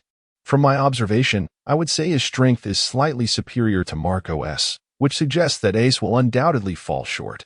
After hearing this, everyone turned to look at their father, only to find that he did not refute Suyu's assertion. This revelation astonished them. After all, Teach had previously displayed only the prowess of an elite soldier, and now he was being compared to Marco. The contrast was indeed bewildering. At that moment, Marco was also deeply unsettled by Suyu's assessment of Teach's superiority. He had no doubts about it. He recalled his encounter with Teach at the Wish Bar, where he had initially intended to capture him, but Teach's swift escape thwarted his efforts. In hindsight, it was a fortunate escape from calamity. Suyu continued, "As for Ace's identity, I trust you are well aware. If Teach hands him over to the Navy, one can only imagine the significance they would attach to it. Do you think the Navy would imprison Ace and impel down or execute him publicly?" At this point, Whitebeard had grasped the implications of Suyu's words. Indeed, the identity of Ace is far from simple. His biological father is none other than the renowned pirate king, Gold, Roger. Thus, in the eyes of the Navy, or rather, in the eyes of all, Ace is perceived as the embodiment of a cursed lineage, a continuation of wicked blood. The very essence that courses through his veins is deemed sinful. His existence is considered an affront. Although the notion of this cursed bloodline is laughable and devoid of logic, it is a belief that many hold steadfastly. Should the Navy uncover Ace's true identity, a public execution would be inevitable, serving as a symbol, signifying the end of evil. Ironically, Ace's death in such a manner would hold a certain value, regardless of how the Navy and the world government perceive it. The common folk would find solace and satisfaction in it. However, should Ace face public execution, I would undoubtedly intervene. Perhaps this is the Navy's grand strategy. They are convinced they will capture Ace. Thus they will surely lay an ambush, awaiting my arrival. Whitebeard possesses a keen awareness of his limitations. Although he has returned to his peak, believing that he, along with Marco and others, could successfully extract Ace from the Navy's stringent blockade is indeed unrealistic. Setting aside other concerns, even the combined efforts of the three admirals would pose a significant challenge for me. Not to mention the formidable figures of Garp and Sengoku stationed at the rear. One must not underestimate Sengoku, as he was once a powerhouse on par with Garp. Yet, to forego the rescue of Ace for these reasons would not be in line with Whitebeard's character. Hence, Mr. Tsuyu articulated his sentiments. If events unfold in such a manner, my demise may already be preordained. Father, let us retrieve Ace. The captains are well aware of Ace's identity and understand the potential uproar that could ensue, which has incited a sense of urgency among them. Whitebeard paused for a moment before stating, however, given Ace's temperament, he will not heed our call unless we physically carry him back. In his prior conversation with Shanks, he had not maintained his composure, and only upon Tsuyu's reminder did he recognize the gravity of the situation. Ace, with his stubborn disposition, irrationally blames himself for Sachi's death, solely because Blackbeard was a member of his second division. Perhaps this is a manifestation of his pride. When Ace initially set out to confront Blackbeard, Whitebeard had cautioned him numerous times, but to no avail. Now, relying on the transponder snail seems utterly futile. Then, let us seek out Ace. Indeed, Father, let us proceed. However, do you know where Ace is at this moment? At this juncture, Tsuyu reminded the excited crowd of the most pressing question. The previously animated individuals, as if doused with cold water, were left speechless. Indeed, where is Ace? He left without leaving behind his Viver card. If they were to inquire after him, he would not divulge his whereabouts. How, amidst the vast expanse of the ocean, can one possibly locate a single individual? Calm yourselves. Observing the disheartened sons around him, Whitebeard once again took it upon himself to instill a sense of calm. He had resolved to reclaim Ace, for he was no longer the frail old man he once was. The traitor could very well be apprehended by his own hand. Turning his gaze towards Tsuyu, he inquired with a grave tone, since Mr. Tsuyu has professed the ability to fulfill all wishes, might I ask if you could reveal Ace's whereabouts? Upon hearing this, the others also came to a realization. Indeed, there stood a formidable deity among them. They collectively turned their hopeful eyes towards Tsuyu, anticipation glimmering within them. Tsuyu, of course, did not disappoint. Under their fervent gazes, he gently nodded. Chapter 86. The City of Water. The omnipotent Tsuyu did not disappoint them, gently nodding in affirmation. Upon witnessing this, everyone, including Whitebeard, exhaled in relief and erupted into fervent cheers. Do not be overly excited. While we may be somewhat familiar, you are still required to pay for the fulfillment of your wishes. Tsuyu stated calmly. Naturally, our desire is to ascertain the whereabouts of Ace. Marco, well versed in the procedure, was the first to speak, confident that the Whitebeard pirates had the means. Very well, that wish is quite simple, Tsuyu remarked in a tone reminiscent of a mystic. All it requires is a single devil fruit to make it happen. Quite a bargain, wouldn't you agree? In truth, it was rather costly. A single devil fruit, even of the Zoan type, could command a price exceeding 100 million berries. Yet, the members of Whitebeard readily accepted this price because any assistance in the quest to retrieve Ace was invaluable, and they were willing to agree to whatever price they could afford. Without hesitation, Marco and the others rushed to the warehouse to search. During their previous hunt for a Logia-type fruit, they had fortuitously come across a couple of ordinary devil fruits, which they had stashed away, not anticipating their current utility. Soon, Marco returned to the deck, cradling an oddly shaped fruit in his arms. "Mr. Suyu here." Suyu accepted it, and with a mere flick of his wrist, the fruit vanished from sight. However, the remarkable sight barely registered with Whitebeard's crew, who were eagerly fixated on Suyu, anticipating his next move. Having received his payment, Suyu was determined to fulfill his promise. He unfurled his vast mental prowess, instantly enveloping the entire sea, sweeping across region after region. At that moment, the hairs on the necks of several top-tier warriors suddenly bristled. They felt as if they were being scrutinized by an unfathomable presence, one that was exalted and beyond their gaze, yet devoid of malice. This unsettling sensation was foreign to them, as they had not experienced such insecurity in a long time. Without dwelling on the reactions of these formidable beings, Suyu's mental energy swiftly discerned the truth, ultimately locating Ace amidst the vastness of humanity. "I have found him," Suyu announced with an air of nonchalance. "Is that true, Mr. Suyu? Where's Ace now?" Though they had just witnessed Suyu standing still, the trust they placed in him left no room for doubt regarding his words. If you set sail for Water 7 now, you should just be able to meet Ace there." "Water 7? That lies in the first half of the Grand Line. If we are to return, we must traverse Fishman Island, and we'll need to coat the ship." Someone interjected. "But why would Ace head to Water 7? Upon hearing Suyu's words, the surrounding crowd engaged in spirited discussion without a shred of skepticism. However, Whitebeard frowned at the mention of Water 7. He was aware that, according to legend, the ancient weapon Pluton was constructed on that very island. However, pondering these matters is futile. It is best to embark without further delay. After all, he is Whitebeard. Nothing can deter a father from seeking his son. Consequently, the members of the surveillance team were once again struck with fear. They had just witnessed the two factions parting ways after a brief conflict and were beginning to breathe a sigh of relief, only to have that breath snatched away as they noticed that Whitebeard's fleet seemed to be stirring once more. Judging by the direction of their advance, it appeared they were preparing to leave the New World and head towards the Grand Line. The leader promptly contacted Sengoku. "This is Sengoku. Marshal, we have a situation. Whitebeard's fleet is on the move again, and it appears they are heading towards Fishman Island, the entrance to the New World." "What?" Sengoku was momentarily taken aback, pondering what schemes Whitebeard might be concocting. While it was not unusual for Whitebeard's crew to visit Fishman Island, after all, it is considered part of his territory, the timing was suspect, especially following the meeting between Red-Haired and Whitebeard.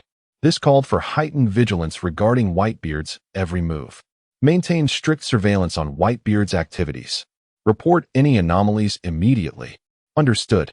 It could be argued that this was merely a relocation, and even the Navy, no matter how domineering, could not prohibit such movements. Yet, the individual in question is one of the four emperors, someone whose very presence could stir up storms. This created a profound sense of conflict. Sengoku wished fervently for these four individuals to remain placid in one place, coexisting peacefully. Alas, fate does not always align with one's desires. It is impossible to restrain the actions of an emperor, leaving surveillance as the only viable option. In the Grand Line, a stretch of ocean that was once serene, a splash of white water disrupted the calm. Upon closer inspection, one would discern that this spray was the trace of a small vessel in motion. Further scrutiny would reveal a man clad in an orange hat, his upper body bare, standing upon this swiftly moving craft. If one looked even closer, they might notice the freckles adorning his face. This man was Portias D. Ace, the captain of the 2nd Division under Whitebeard, a formidable user of the Mara Nomi, the flame fruit. The small craft beneath Ace's feet was likely suited only for him, as it required the power of the flame fruit to propel itself. Otherwise, maintaining balance would be exceedingly difficult. Ace was there, naturally, to pursue the trail of Blackbeard. Despite Ace's current prominence, young and already a captain under Whitebeard, with his strength acknowledged by many, earning him a notable reputation among pirates, he was, in truth, quite fragile. His father, the Pirate King, was viewed as the epitome of evil, and one can only imagine the torment he endured as he traversed various locales, constantly subjected to derogatory remarks about his father, insults and slanders that must have pierced his heart deeply. Consequently, Ace exhibited violent tendencies in his youth, earning the label of a troubled child. Simultaneously, he battled profound insecurities, his aggression serving as a facade to mask his underlying self-doubt. It was only upon encountering Sabo, Luffy, and Garp that he gradually began to regain a semblance of normalcy. Subsequently, he met Whitebeard, perhaps the most significant figure in his life, through whom he experienced emotions he had never felt before, perhaps that of paternal love. Yet, despite his outward appearance resembling that of others, he remained the same insecure and fragile individual within. This is why Ace's reaction to Blackbeard was so intense. He obsessively believed it was his failure to adequately oversee his comrade, Whitebeard, and that he bore the weight of all responsibility. Consequently, unless he could personally apprehend Blackbeard, he would find no peace, enduring a lifetime of torment. Chapter 87, The Mad Dog in the Original Narrative. Ace is portrayed as an impulsive youth whose recklessness ultimately leads to the demise of his beloved father, Whitebeard. However, the true origin of this tragedy lies with Blackbeard, the instigator of numerous events. Ace merely acted in accordance with his nature, and Whitebeard tacitly approved of his actions. It is futile to assign blame in this matter, as it transcends the dichotomy of right and wrong. Concerning Blackbeard, after being startled by Suyu, he began to ponder a crucial thought. If he were to execute his original plan of eliminating Whitebeard and seizing the formidable Tremor fruit, would the power of possessing 2 devil fruits afford him a fighting chance against Suyu? Theoretically, a person can consume only 1 devil fruit in a lifetime. Attempting to consume a second would result in a catastrophic explosion, scattering their essence across the land. Yet, Blackbeard is an anomaly, endowed with 2 hearts, which sets him apart from the rest. Moreover, his dark fruit grants him a terrifying ability, the power to deprive others of their devil fruit abilities and bestow them upon another, thus creating the essential condition for usurping Whitebeard's powers. What is most disconcerting is that with 2 hearts, Blackbeard possesses an almost unfair advantage. He requires no sleep. This grants him double the time compared to others, exemplifying the perfect utilization of every fleeting moment. To be candid, Blackbeard has yet to comprehend the technique Suyu employed to seal his powers. He surmised that the more formidable the ability, the greater the constraints, leading him to conclude that he could only seal 1 power at a time. If he were to acquire another ability, would that mean? Nonetheless, Blackbeard is uncertain, as events unfolded too abruptly and without warning. In retrospect, he experiences a sense of unease, akin to having his life precariously held in another's grasp. For someone of his disposition, the most intolerable scenario is the loss of control over circumstances. If he cannot even govern his own life, what purpose does it serve? Since that moment, Blackbeard has harbored an innate dread of Suyu, plagued by an acute fear of inadequacy. Thus, while he remains undeterred in his quest to seize Whitebeard's powers, he has also turned his ambitions toward the most formidable weaponry, ancient armaments. The legendary Uranus has yet to yield any credible rumors. The waters run deep, so that avenue is best left unexplored. The Sea King, Poseidon, reputedly capable of commanding the Sea Kings, appears insufficiently formidable against a competitor as terrifying as Suyu. Thus, Blackbeard relegated Poseidon to a secondary option. Ultimately, his primary focus became the infamous warship, Hades, known as the most malevolent vessel in existence, allegedly capable of sinking an island with a single cannon fire. The ship's prowess is exhilarating. Indeed, the allure of commanding a warship embodies the quintessential romance of manhood.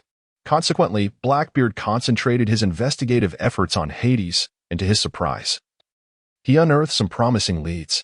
It is said that the Underworld King was initially crafted by a group of shipbuilders from the city of 7 Waters, and the very site of his creation was the city itself. He pondered that perhaps there might be some trace left behind in the city of 7 Waters. Now, he was akin to a mad dog lost without direction. Any hint, however slight, would prompt him to investigate. The city of 7 Waters and the underworld warship awaited him. For Blackbeard had arrived. On a certain island in the Grand Line, a serene atmosphere enveloped a quaint town.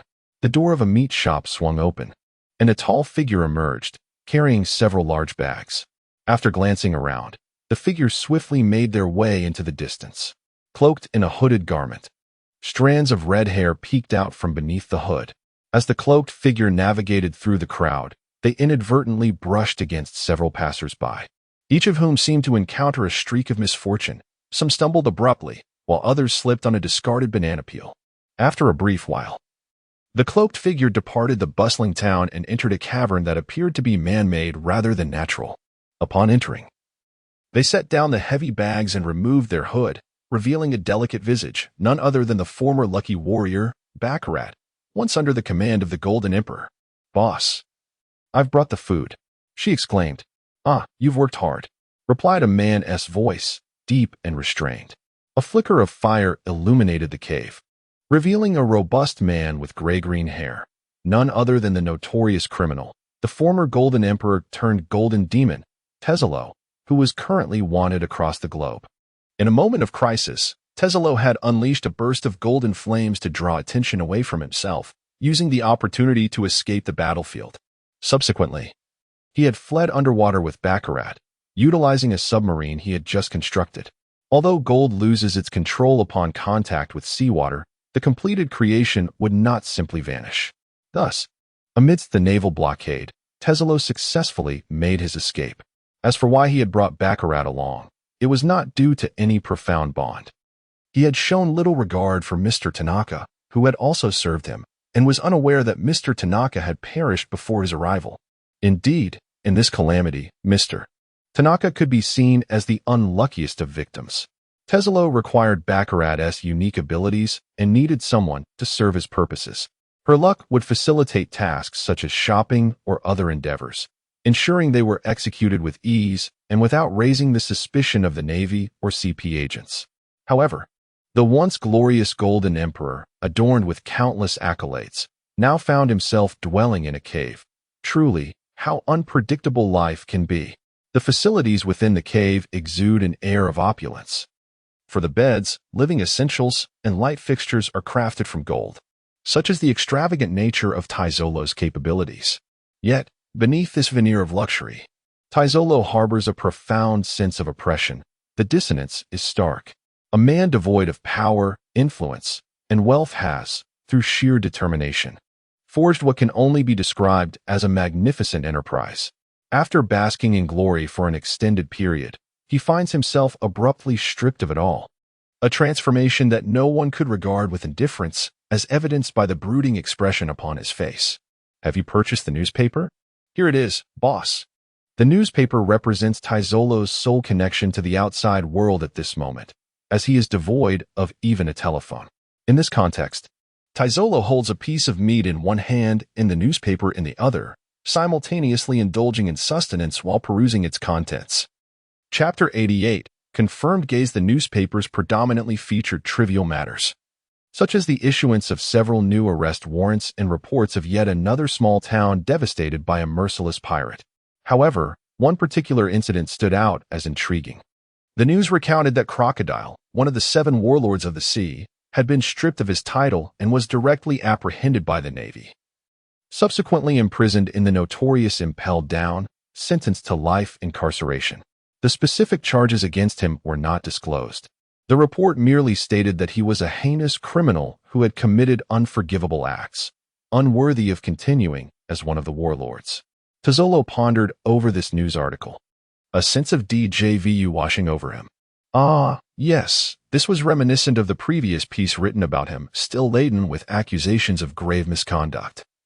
Still lacking clarity on the actual deeds committed, and still showcasing remarkable efficiency. In essence, it seemed they could not even be bothered to fabricate plausible charges.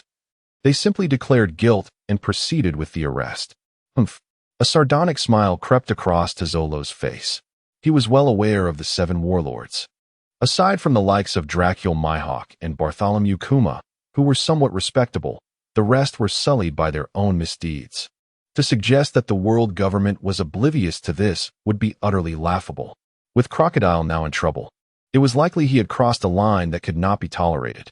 Perhaps he had committed some intolerable act, certainly not the ludicrous reasons cited in the report. The truth was indeed aligned with this notion. Crocodile had dared to encroach upon an absolute taboo, the ancient weapon, Pluton. According to the original storyline, Crocodile should not have been discovered just yet. He could have at least endured until he was defeated by the Straw Hat Kid, who had recently gained notoriety for his extraordinary abilities. Yet, perhaps spurred by a surge of power, after witnessing the report on Kaido's humiliating defeat, Crocodile seemed unable to restrain himself and hastened his search for Pluton. Consequently, his eagerness drew the attention of the world government, who had been vigilant regarding the ancient weapon. The transgression of ancient weapons was utterly intolerable to the world government, for their potential devastation was immense. With their knowledge of the celestial dragons, they comprehended the terrifying power of these ancient weapons and understood the catastrophic consequences should such power fall into the wrong hands. Thus, they would never allow such a threat to be wielded by others.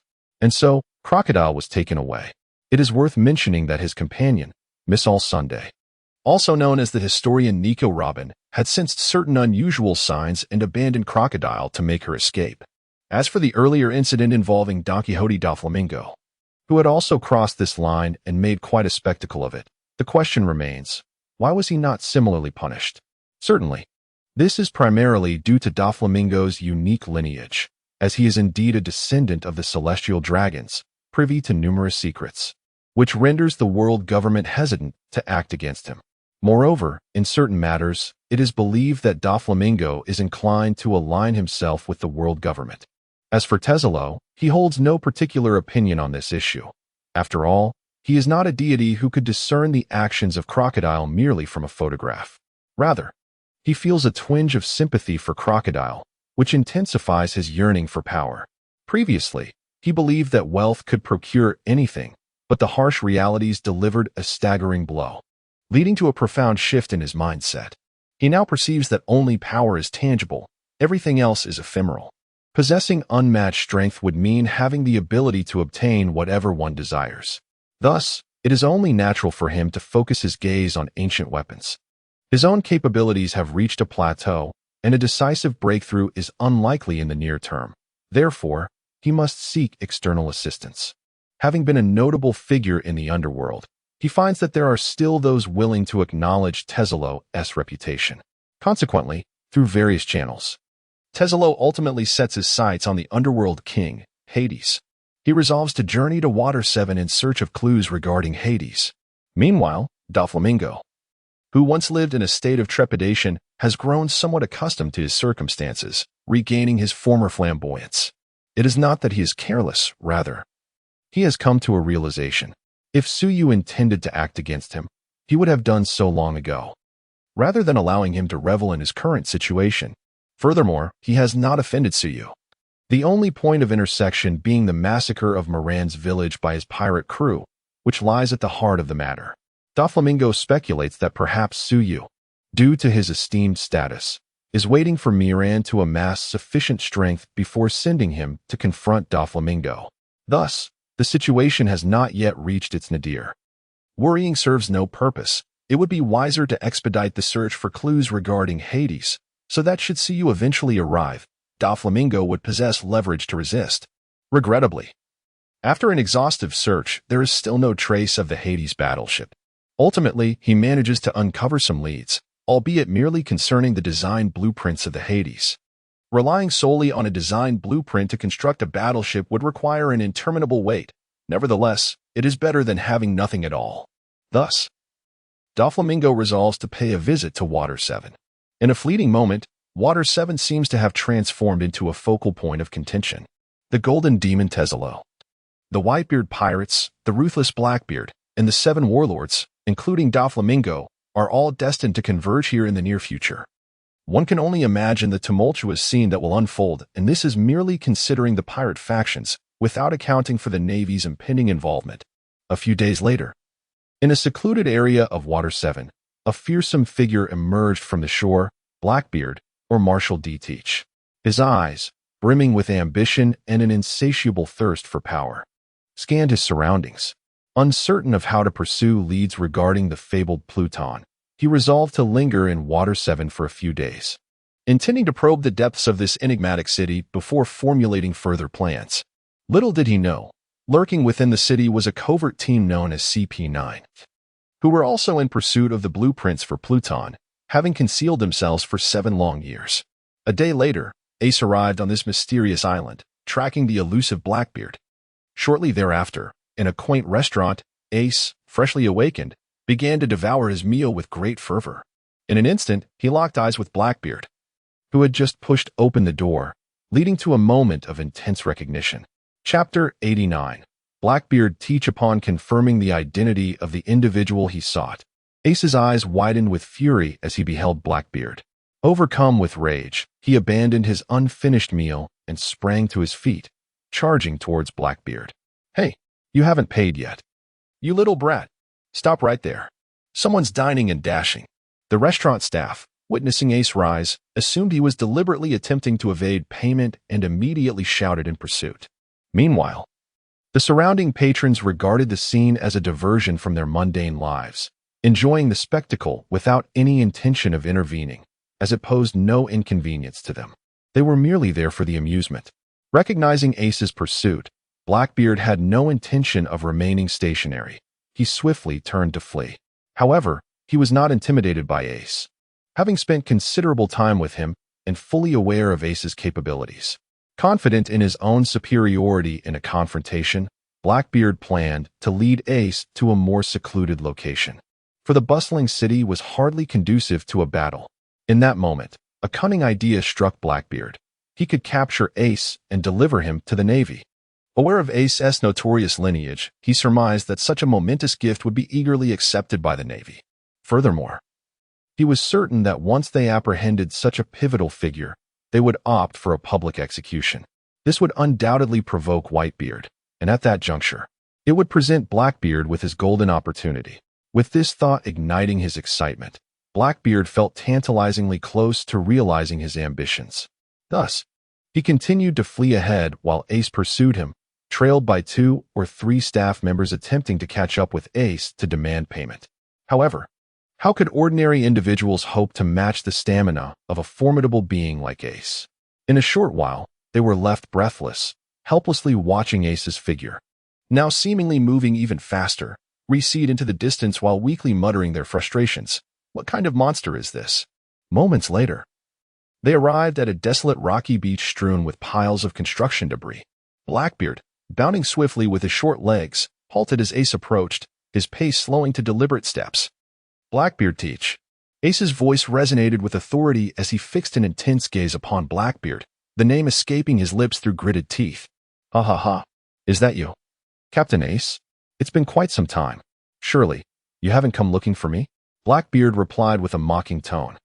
"Are you truly unaware of the consequences of your actions, Blackbeard?" Unfazed by Ace's hostility, Blackbeard opened his arms and declared, "Captain Ace, why not come aboard my ship? I have acquired the most formidable power in this world. I have consumed the most fearsome Logia fruit. We could form an alliance of strength." Ha ha ha. Blackbeard could never have genuinely invited Ace aboard his vessel. Setting aside the fact that Ace would undoubtedly refuse, even if he consented, Blackbeard would not permit it. For he harbored doubts about Ace's ability to overlook his past transgressions. This uncertainty posed a peril. Sometimes, a mere fleeting thought could determine one's fate. As a master of subterfuge, no one understood the art of stealth and patience better than he. Thus he could never allow a ticking time bomb to remain by his side. His words were merely a ruse to dull Ace's resolve. Indeed, Ace's furious retort reverberated through the air. "What nonsensical drivel are you spouting, Teach? You, who have slain your comrades, dare to aspire for companionship?" Ace was a man capable of enduring much. He could even overlook his own injuries as if they had never occurred. However, the murder of his comrades, the destruction of the family he had fought so hard to attain, this was an affront Blackbeard could never expect to be forgiven. Yet, Blackbeard appeared oblivious to Ace's wrath, maintaining his sinister grin. "Ha ha ha. Do not be so volatile, Captain Ace. Indeed, I am the one who killed the 4th Division Captain, Sachi. But you may blame it on his acquisition of that fruit. That fruit chose me. It rightfully belongs to me." Upon hearing Blackbeard's twisted rationale, Ace's fury intensified. "Yes, that is precisely the reason. I have no regrets. So come on, Captain Ace. Whitebeard has grown old. There is no future in following that decrepit man." Unfortunately for Blackbeard, he was unable to finish his thought, for he had struck Ace's most sensitive nerve. He could insult Ace or even Gold, Roger. But to speak ill of Whitebeard was intolerable. The same went for Garp.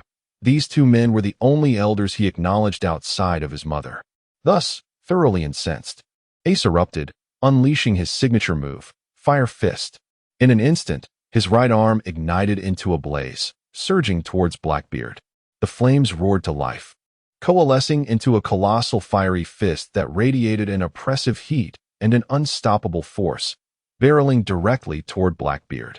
Unsurprisingly, Blackbeard was struck squarely by the inferno and sent reeling backward. As the flames subsided, remnants of charred soot marked his face, his chest hair singed, and numerous burns marred his body, yet this was the extent of his injuries. Oh dear, it burns. It burns terribly.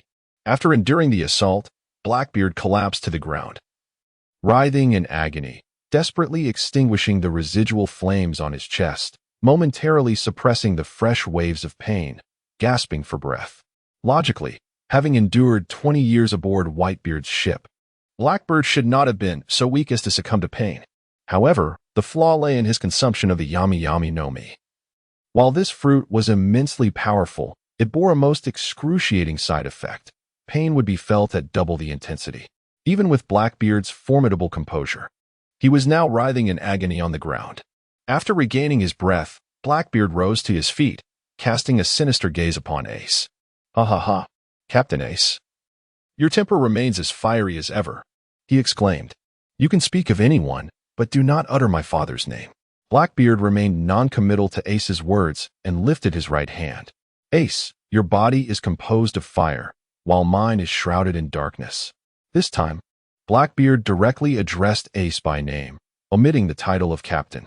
As he spoke, a plume of pitch-black smoke erupted from his right hand, its darkness so profound that it seemed capable of consuming all in its path. In the next moment, more black mist surged behind Blackbeard, as if to engulf the very sun itself. However, Ace was undeterred by this ominous spectacle. He spread his palms towards Blackbeard and declared, "Firefly, Fire Dharma." Chapter 90. Darkness. As Ace's hands emanated a green glow, tiny luminous orbs resembling fireflies floated from his palms into the air, gathering unnoticed at the center of Blackbeard's chest. In the next moment, as if sufficient fireflies had converged, Ace's hands transformed from their previous green hue to a blazing red, symbolizing intense heat and combustion. Simultaneously, Blackbeard's chest, devoid of any hair, erupted. In an instant, a torrent of flames exploded from Blackbeard's chest, the force of the explosion knocking him to the ground. Oh dear. How painful. So hot. Ace observed Blackbeard sprawled on the ground, a mocking smile gracing his lips. "Heh, Blackbeard, how curious it is that as a Logia user, you should easily negate this attack. It appears your fearsome fruit's ability is not as formidable as it seems." Just as Ace's words fell, a surge of darkness erupted from the rolling Blackbeard, engulfing the flames that consumed him.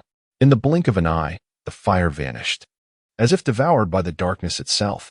Witnessing this, Ace's eyes flickered, a sense of caution stirring within him. Having extinguished the flames, Blackbeard struggled to rise. "Heh. Darkness devours all, bullets, blades, or even flames. I may not evade attacks like ordinary Logia users. In fact, all pain converges upon me. Yet, in contrast, there exists this ability."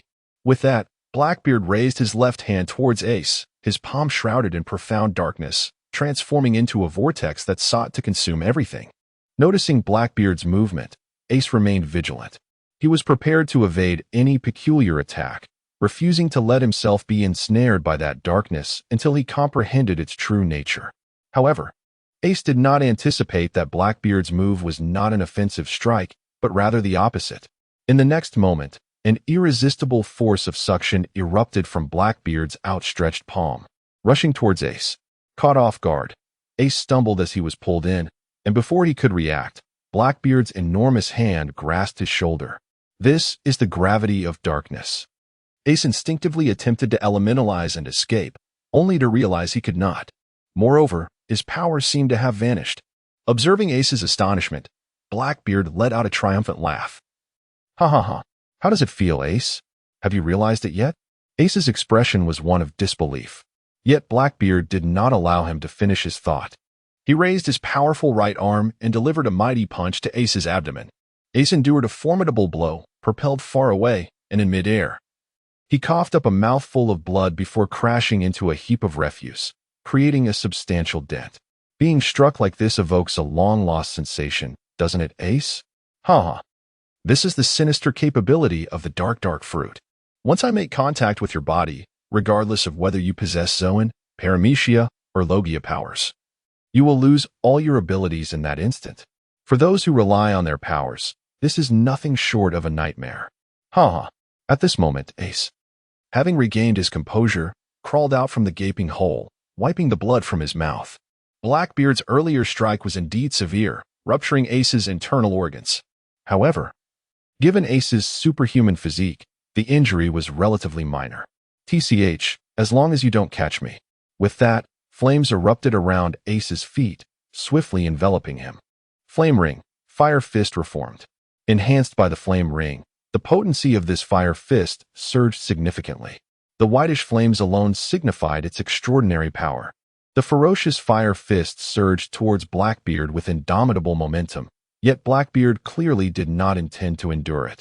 Surrounding him, an abyss of darkness swirled, and with a mere gesture, it surged forth to engulf the Fire Fist. Upon collision, there was no violent explosion, only a silent devouring, indeed. That immensely powerful upgraded Fire Fist was entirely consumed by Blackbeard's darkness. Seeing this attack fail, Ace's heart sank. Blackbeard's strength far surpassed his expectations. This Fire Fist was among his most powerful techniques, yet Blackbeard handled it with such ease, leaving Ace momentarily shaken. However, Blackbeard was evidently not inclined to grant him time for reflection. After completely absorbing the Fire Fist, Blackbeard extended his hand once more, employing the same tactic. Dark Water. An irresistible gravitational pull ensued. Although Ace was prepared this time and attempted to resist, he was still drawn closer. Yet, as he was lifted into the air, flames surged from his hands, and, utilizing inertia, he hurled them towards Blackbeard.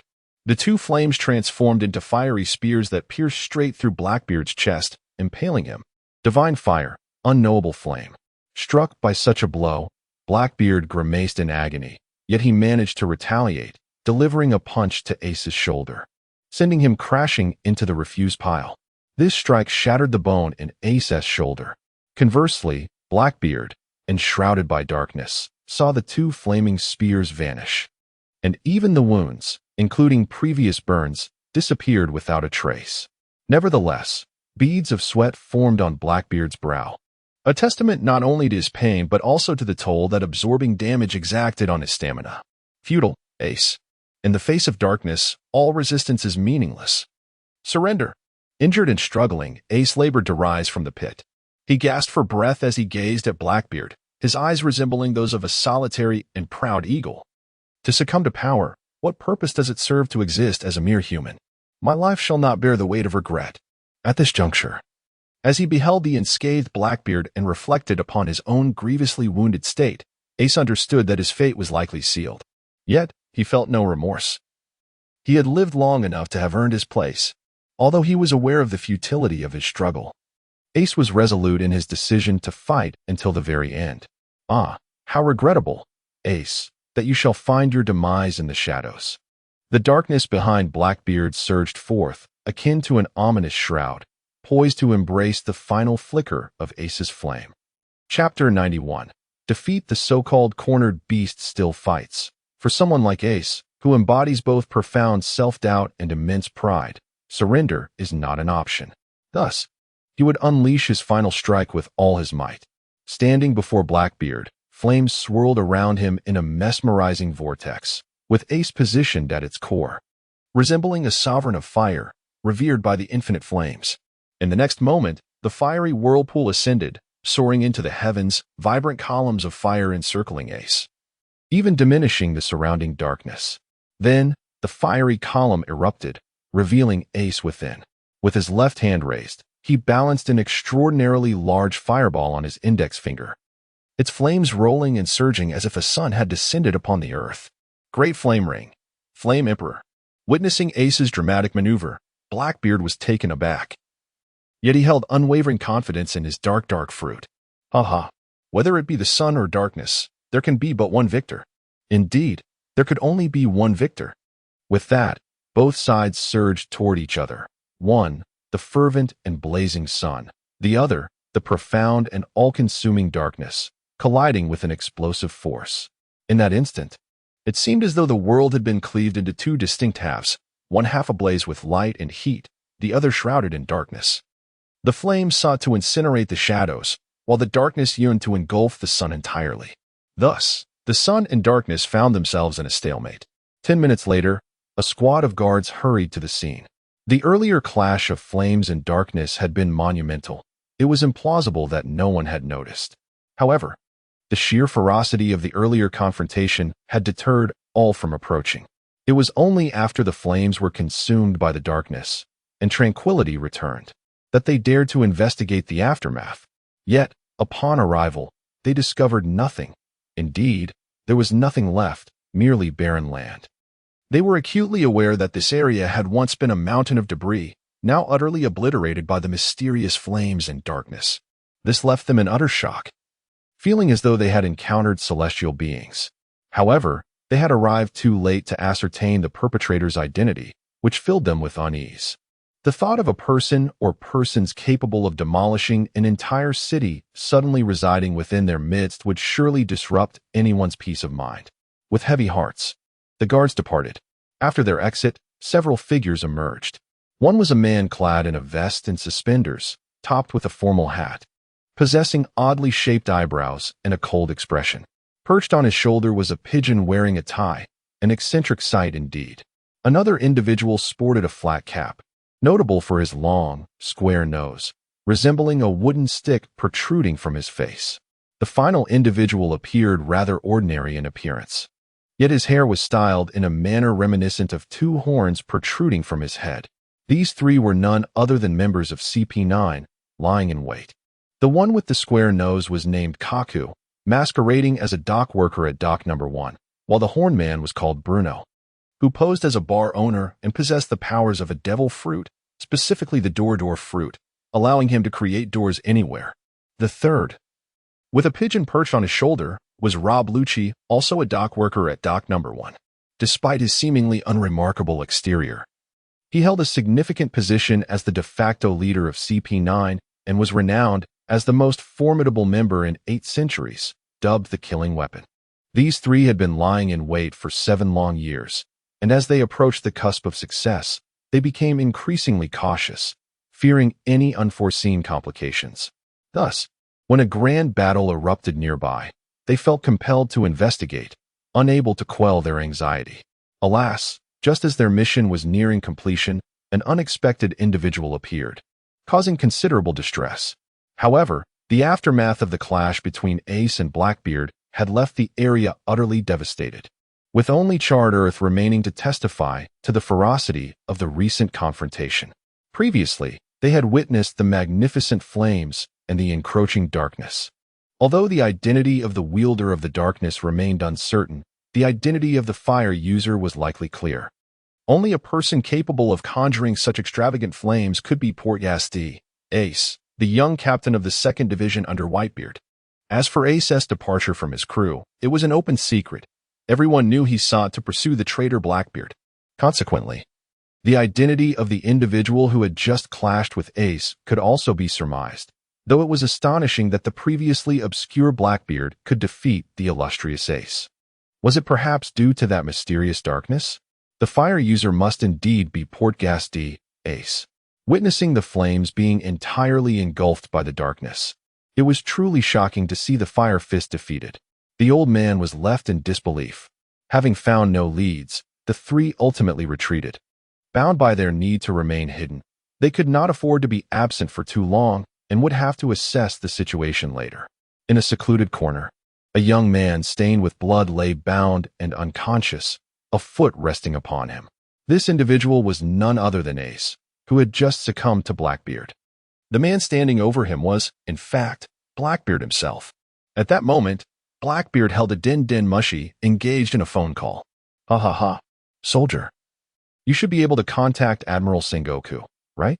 I have significant news to relay to him. He will surely be intrigued. Although the recipient of the call was unaware of Blackbeard's identity, they decided to pass the message to the Admiral, lest any vital information be lost. Hello, this is Sengoku. The illustrious Fleet Admiral Sengoku. It is indeed a pleasure to finally make your acquaintance. I am Marshal D. Teach, though I presume you are familiar with my name, Blackbeard. What brings you to seek my presence? While my name may not carry the weight of renown, it bears a connection to Whitebeard, a fact that surely resonates with you. Sengoku. Upon realizing he stands before a pirate, Sengoku's tone swiftly transformed, becoming sharp and incisive. But do not be hasty, Admiral Sengoku. I possess information that I am certain will pique your interest. Chapter 92.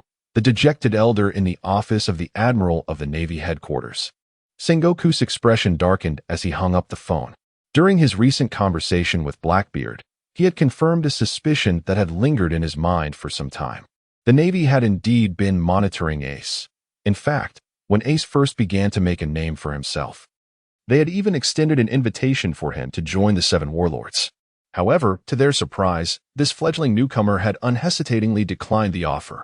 Subsequently, Ace had challenged Whitebeard, been defeated, and remained under Whitebeard's command. The reason Sengoku was particularly invested in this matter was Ace's name. The full name of Ace, Portasti, Ace, had captured Sengoku's attention, for it bore resemblance to the name of the Pirate King, which also contained AD. Moreover, Ace's meteoric rise to fame was undeniably intriguing. Although individuals with AD in their name were rare, there were a few. Thus, Sengoku had merely entertained a suspicion. Yet now, this conjecture had been validated. Ace was indeed the child of Roger. Though this revelation came from the lips of a pirate, Sengoku instinctively felt that the man spoke the truth, and he could not fathom any reason for the deception. However, as he glanced at Garp, who was still lounging in his office munching on senbei, his expression grew even more complex. What are you staring at, Sengoku? Garp inquired. Sengoku understood that while Ace was Roger's son, this old rascal before him had clearly begun to regard Ace as his own grandson. This reality was undeniably cruel for Garp, and for a moment, Sengoku was at a loss for how to broach the subject with him. Why are you suddenly hesitating, old man? This isn't like you, Garp remarked, unable to suppress his urge to prod Sengoku, sensing an ominous premonition creeping in. Ace, he has been captured. After a moment of hesitation, Sengoku decided it was best to be direct. A short pain was preferable to prolonged suffering. What did you say? I must be getting old and hard of hearing, Sengoku. Did I just hear you say Ace has been captured? No way. Garp, you heard correctly. This is the truth. In an instant, Garp's expression froze, and he continued to mechanically stuff senbei into his mouth, but his jaw had gone slack, causing the snack to tumble from his lips onto the floor. Under normal circumstances, the two old men might have lamented the waste of the senbei, but at this moment, neither possessed the heart for such trivialities. Are you certain of this, Sengoku? For reasons unknown, Sengoku perceived Garp as particularly vulnerable at that moment. He was no longer the legendary hero of the Navy, Iron Fist Garp. He was merely an elderly man concerned for his family. Accept the reality, Garp. Ace is a pirate. His capture was only a matter of time. Do not forget that you are a Navy man, Garp. Garp opened his mouth to respond, but ultimately, no words emerged. He sat there. Even his beloved senbei had lost its color. A wave of regret washed over him, as he pondered whether, had he been more resolute in the past, Ace might not have chosen the path of a pirate, but instead followed in his footsteps as a Navy officer. With Ace's formidable strength, attaining the rank of Rear Admiral would have been well within his grasp. Ace's prowess. Who could possibly capture him? Sengoku, you must be deceiving me. Akiji and the others are currently at headquarters, with the Admirals absent, who possesses the capability to seize Ace. Surely you jest.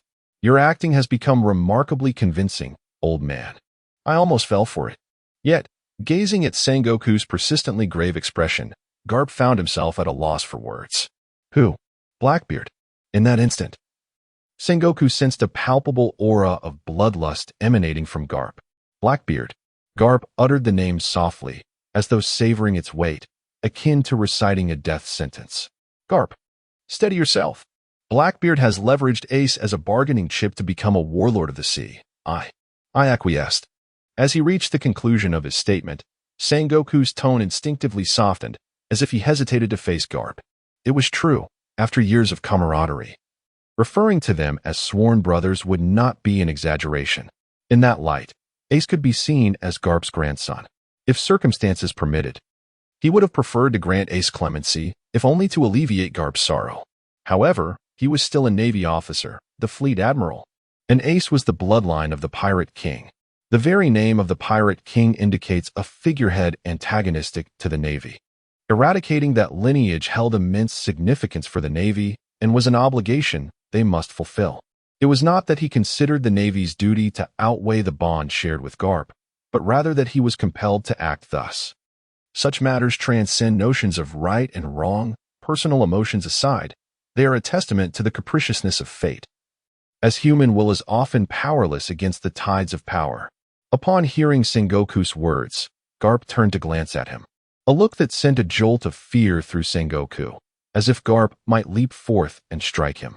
Garp's fists were not to be trifled with. What does it mean to be a hero of the Navy, a man of iron fists? He sensed correctly. For a fleeting moment, Garp indeed felt the urge to pummel his old friend. Yet, his dwindling rationality stayed his hand. Ultimately, it felt as though all his strength had dissipated, leaving him sprawled on the sofa, lost in thought, while Sengoku kept him company in silence. After a moment, Garp spoke softly. Must it truly be this way? Yes, Sengoku affirmed with unwavering certainty. Then where is he now? Sengoku had not intended to disclose this, but upon witnessing Garp's pleading gaze, his resolve softened. Water 7. Water 7. Garp instinctively repeated. Hey, Garp, do not do anything reckless. Remember, you are a Navy officer. Ah, I know. Rest assured. Though your demeanor hardly inspires confidence. Garp, I shall dispatch Akiji and Kizuru to Water 7. Should you wish to accompany them, you may, but prior to undertaking any actions, you must first reflect upon your own identity. Garp remained silent, merely nodding in acknowledgement. Suddenly, as if struck by a thought, he lifted his gaze to Sengoku and inquired. Sengoku, what of Ace? I understand. Sengoku was well aware of the question Garp wished to pose, primarily concerning Ace's identity, and thus provided him with a definitive answer. Garp opened his mouth, yet no words emerged. He merely nodded despondently. In that moment, he bore no semblance of the naval hero, but rather appeared as a weary old man, drained of spirit. Chapter 93. Why do you seem so cheerful? Upon hearing Sengoku's unequivocal response, Garp finally comprehended the resoluteness of Sengoku's stance, as well as the grim fate that awaited Ace. The Pirate King was loathed by the Marines and the world government in an unparalleled manner. They would never permit the existence of the bloodline of the Pirate King. Thus, Ace's fate was not merely a matter of being imprisoned and impelled down for eternity, but rather, it was a sentence of execution. This revelation extinguished the last flicker of hope within Garp. With Ace's true identity revealed, the gravity of the situation became all too clear. Ace truly had no chance of escape. Observing his old friend's despondent demeanor, Sengoku felt a pang of sympathy. Garp, after successfully bringing Ace back, there will be a public execution in a month. You have 1 month left. Spend this final time with him. With that, Sengoku gently patted Garp's shoulder, an act that served both as consolation and encouragement. Garp nodded in silent acknowledgement, signaling that he would manage. Steady yourself. A fierce battle awaits us in a month. Are you referring to Whitebeard? Indeed. Knowing Ace is in peril, that old fool will undoubtedly come to his rescue. At that time, Sengoku understood that this situation was unbearably cruel for Garp. He would have to witness his grandson's beheading while being powerless to intervene, instead having to devote his efforts to thwarting those who sought to rescue him. It was a bitter irony, yet there was no alternative. This was the harsh reality. For a fleeting moment, Garp even found himself wishing that Whitebeard would muster enough strength to overpower the Marines and successfully liberate Ace. However, that thought was swiftly banished by his own rationality. After all, he was a Marine, a hero of the Marines, an irrefutable truth that rendered him utterly powerless. Yet, recalling Whitebeard, Garp suddenly remembered the intelligence relayed by the surveillance team. Sengoku, Whitebeard was preparing to return to the Grand Line. Do you think it could be? With Garp's reminder, Sengoku too recalled this detail. Whitebeard had abruptly shifted his course, seemingly intending to return to Fishman Island, evidently aiming to re-enter the Grand Line through that route. Previously, they had regarded this matter with some concern, but it had not caused them undue distress, primarily because, despite Whitebeard's formidable strength, he was not as unpredictable as certain other figures. At the very least, Whitebeard was a rational individual, which had made Sengoku's apprehensions merely a caution towards his immense power. However, the circumstances had changed. Water 7 was situated within the Grand Line, and if Whitebeard were to become aware of this information, the impending clash a month from now could very well be forced to occur sooner. Nevertheless, this was likely the worst-case scenario. After all, Ace had already been captured and had no means of communicating with the outside world. Moreover, Blackbeard would hardly choose to divulge such critical information willingly, so it was improbable that Whitebeard would learn of the situation. As Zhangguo pondered the situation, the sudden sound of a buzzing phone interrupted his thoughts. He hurried back to his desk, opened a drawer, and retrieved a communication device. Hello, this is Zhangguo. Marshal Zhangguo, the course of the Whitebeard fleet has been confirmed, with the destination set for Water 7. What did you say? The unexpected revelation momentarily shattered Zhangguo's composure, prompting an involuntary exclamation. Marshal Zhangguo, I meant to say that the Whitebeard fleet's trajectory is now clear. And given their current course, their focus will ultimately be on Water 7. This is outrageous. Just moments ago, Zhangguo had been contemplating the improbability of Whitebeard being aware of this matter, and thus not coming to Water 7. Yet, in the blink of an eye, a phone call had starkly illuminated the harsh reality. Marshal? Zhangguo? Yes, I understand. You all have done well. Continue your surveillance efforts. Yes. After hanging up, Zhangguo remained lost in thought for a considerable time. What is wrong, Zhangguo? Whitebeard is actually targeting Water 7. What? Does he know that Ace is in trouble there? For reasons unknown, Zhangguo could sense a hint of elation in Karp's tone. This is troubling indeed. Could it be Blackbeard? That seems impossible. Given the nature of their relationship, Whitebeard would be more inclined to avoid him rather than be lured. Our immediate priority must be to reach Water 7. With that, Zhangguo summoned assistance. Observing Zhangguo on the phone, Karp sighed inwardly, his emotions conflicted. Shortly thereafter, Akiji and Kizuru sauntered in, followed by a stern man in a red suit adorned with a large flower. Akainu, one of the three admirals. Marshal, Senior, Marshal, Mr. Karp. Akainu offered no formal greeting, merely nodding in silence toward the two. Akiji, Kizaru, Akainu, you are to lead an immediate expedition to Water 7. Retrieve the criminal Portasti. Ace. Upon hearing the name, Akiji instinctively glanced at Karp, only to find Karp's expression grim yet devoid of strong reaction, indicating prior knowledge of the situation and a consensus with the Marshal. Is it really necessary to deploy 3 admirals just to capture one Fire Fist Ace?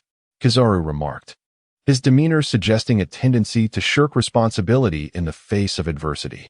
Noticing the similar skepticism reflected on the faces of his companions, Zhangguo insisted. Ace is the son of the pirate king Gold. Roger, a lineage steeped in infamy, and therefore must be apprehended. Moreover, according to reports from the surveillance team, Whitebeard is already advancing towards Water 7, with his intentions remaining unclear. The 3 were taken aback, their astonishment at Ace's heritage eclipsed by the subsequent news. This could signify that a misstep might lead to an outright confrontation with the Whitebeard pirates.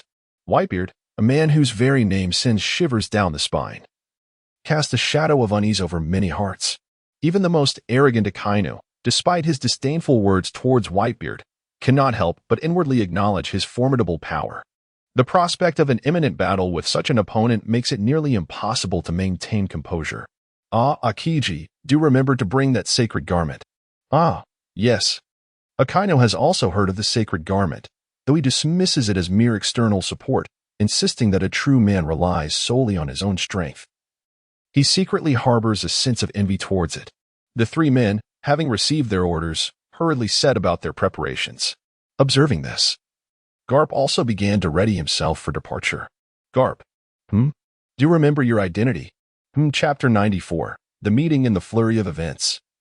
The only capable subordinates available to Sengoku were the three great generals. The others were simply too fragile when confronted with the Yonko pirate crew. After some contemplation, Sengoku decided to contact the world government to inform them of the situation. It was evident that the world government placed great importance on the progeny of the Pirate King, perhaps even more so than the Navy. The Navy sought to eradicate the bloodline of the Pirate King out of a sense of justice and the desire to maintain peace upon the seas, while the five elders had their own motivations. Upon learning that Whitebeard would also be arriving, they were taken aback. Would Ace, whom they had nearly captured, slip through their fingers? Absolutely not. They could not allow it. Hence, they dispatched several hidden elite agents from CP0, whose combined strength could rival that of an admiral. This marked one of the most proactive moments for the five elders in their support of the Navy. Time swiftly passed, and a day had gone by. The weather in Water 7 was splendid, a beautiful sunny day. The island's inhabitants commenced their daily routines, and the fine weather uplifted their spirits. At that moment, a whaling ship slowly approached the tranquil island. As it drew nearer, it became visible even from the shore. Blackbeard was intimately familiar with this vessel. He had lived aboard it for 20 years and endured much during that time. Not long ago, he had taken a life on that ship and seized a fruit. And its master was the one he feared most. Indeed, although he had recently been shaken by the presence of Sueyu, and rationality told him that Sueyu was more powerful than Whitebeard, the one who instilled the deepest fear within him remained Whitebeard. Perhaps it was the 2 decades spent alongside him that solidified this fear. Or maybe it was due to the carefulness he had adopted over the years. More importantly, it was because he had betrayed Whitebeard and committed acts that were utterly unforgivable. Thus, upon seeing the whaling ship, Blackbeard was left in a state of utter bewilderment. Why? How could that old man Whitebeard have come here? Did he find out that Blackbeard was present and come to capture him? This was improbable. He should have sent Ace to apprehend him. There was no reason for him to come in person. In an instant, Blackbeard even contemplated whether the Navy had sold him out. He had just spoken with the fleet admiral, and now Whitebeard had found him here. It was difficult not to suspect some hidden connection. However, he quickly dismissed this absurd notion. How could that be possible? He understood the significance of the Pirate King's bloodline in the eyes of the Navy. It signified that they would not publicly announce such matters until Ace was securely in their grasp. So, had Whitebeard truly lost his mind? Or had he come to Water 7 in a moment of folly? However, the mood was even more dismal for those belonging to CP9. They had just discovered the presence of a dangerous individual in their midst, whose exact location remained uncertain, only to find that an even greater threat had now emerged. How could they possibly maintain their covert operations under such circumstances? Their mental state was on the verge of collapse. Even the audacious Rob Lucci would not dare to confront Whitebeard directly. What could this formidable giant possibly want? They recalled a previous fierce battle that had erupted here, culminating in Ace's defeat, the very Ace who served as the second captain under Whitebeard. Could it be that Whitebeard had come here for Ace? Alas, what were they to do?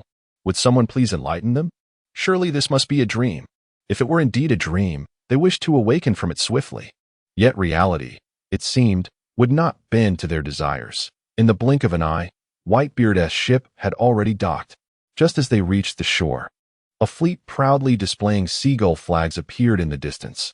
The Navy had arrived. As they beheld the imposing warships, CP9 felt an unexpected surge of emotion. In stark contrast, the actual power broker of Water 7, Espegu, president of the Korea Company, was equally troubled. Such formidable figures. Why had they all come to his island? A gathering, perhaps? Unbeknownst to him, even more ruthless individuals were yet to arrive, potentially igniting a cataclysmic battle on his territory, which would likely leave him utterly bereft of tears. At this moment, Whitebeard and his crew also spotted the slowly advancing Navy fleet. Initially, they regarded it with indifference. After all, it was merely a Navy fleet. Though pirates typically felt a twinge of anxiety upon sighting the Navy, they were not just any ordinary pirates. The Yonko pirate crew, in many respects, resembled a small nation. However, when they caught sight of 3 individuals standing sternly on the foremost warship, each adorned in varying colors, they realized that the situation was far more serious than anticipated. What madness had overtaken the Navy to dispatch all three at once? Moreover, they noticed an elderly man with silver hair standing beside the three. Whitebeard and his crew recognized this figure instantly. He was a Navy hero, renowned far and wide. Their spirits began to weigh heavily. Surely the Navy could not be targeting them? Yet, it was perplexing. Why would the Navy suddenly provoke the Yonko pirate crew? As they pondered this, Whitebeard's expression darkened with realization. He feared that something had happened to Ace. Whitebeard was aware of Ace's background. This was information Ace had shared with him personally. Whitebeard understood well how significant Ace's lineage was to the Navy and how desperately they sought to seize him. Thus, if something had indeed happened to Ace, it would explain why the Navy had deemed it necessary to dispatch such prominent figures. However, the motivations behind their arrival likely included a piece of Whitebeard's own agenda. It seemed there were still observers among them, and the Navy had likely received advance notice of their impending presence. As for the calamity that befell Ace, it scarcely requires conjecture. It was undoubtedly orchestrated by that treacherous scoundrel who betrayed his comrades. The mere thought that this miscreant is present on the very island sends tremors through Whitebeard's demeanor. That scoundrel! How dare he? Old man, what is it? Marco and the others sensed the fluctuation in Whitebeard's aura and inquired. It is likely that something has happened to Ace, prompting the Navy to mobilize so aggressively. What? How could Ace be in peril? Whitebeard replied gravely, perhaps. Ace has pursued that individual. That individual? Marco and the others were taken aback, their anger igniting. Blackbeard. As they spoke, the Navy's fleet had already arrived at the dock, resulting in an imminent confrontation between the two factions. Chapter 95. Go. I am here. On board the naval warship, Akainu wore an expression akin to someone owed a debt, his shadowy gaze fixated on Whitebeard and his crew. He epitomized the embodiment of absolute justice, believing that all manifestations of injustice should be eradicated. Yet, in the end, the definition of justice rested solely in his hands. Pirates, without a doubt, represented the pinnacle of injustice, and the four emperors ranked among the most formidable of these pirates. Thus, from Akainu's perspective, capturing Whitebeard and his companions was a natural aspiration. However, it was evident that he alone could not achieve this goal. As for Akiji, he could be regarded as a person of considerable empathy, as evidenced during the O'Hara incident. The orders received then were to annihilate all inhabitants of O'Hara and erase the island entirely from maps. Akiji was among those tasked with executing this command. Strict adherence to these orders would have left Nico Robin, a mere child at the time, with no chance of survival. Even years later, after her transformation from a dark-skinned girl to a fair-skinned young woman, her prospects of escaping the onslaught of the extermination order would have been nearly non-existent. Yet, due to the dying request of his friend, Admiral Akiji spared Nico Robin. Moreover, Akiji's demeanor in daily affairs starkly contrasted with Akainu's. While Akainu disregarded civilian lives and even treated the lives of naval soldiers with indifference if he deemed it necessary, Akiji was the type to respect life, exhibiting a degree of compassion. In truth, neither of these two was particularly suited to be the fleet admiral. Akainu was excessively violent and radical, while Akiji was overly conservative. A synthesis of their traits might yield a more suitable leader. As for Kizaru, he appeared to be merely coasting through, reluctant to engage in matters that did not concern him, akin to a lethargic fish. Yet, this could also be interpreted as a prudent self-preservation tactic, as he seemed to find contentment in his current existence. Consequently, these two did not exhibit Akainu's volatility, instead quietly observing Whitebeard and his crew. Garp also scrutinized Whitebeard, his expression a complex tapestry of emotions. In his current role as a vice admiral and a hero of the Navy, his duty and responsibility were to combat pirates.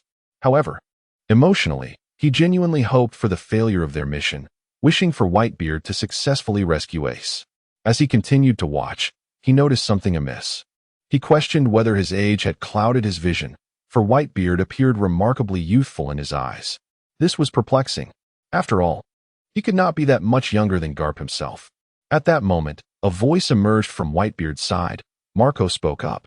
I trust that your Navy-esque grand mobilization is not aimed at us, the Whitebeard pirates. Humph. It is only natural for the Navy to capture pirates. Akainu interjected, his temper flaring. Whitebeard then commanded, Marco, you and Jozu take the crew to the island and search for Ace. Currently, Ace is indeed on the island, a fact that Whitebeard firmly believes. Not to mention that it was previously Suyu who made the initial claim. The present circumstances are sufficient to confirm Ace's presence on the island.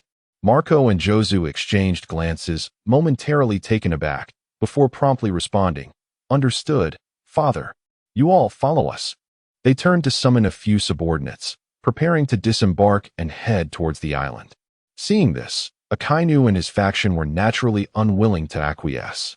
Their objective was to thwart Whitebeard and retrieve Ace.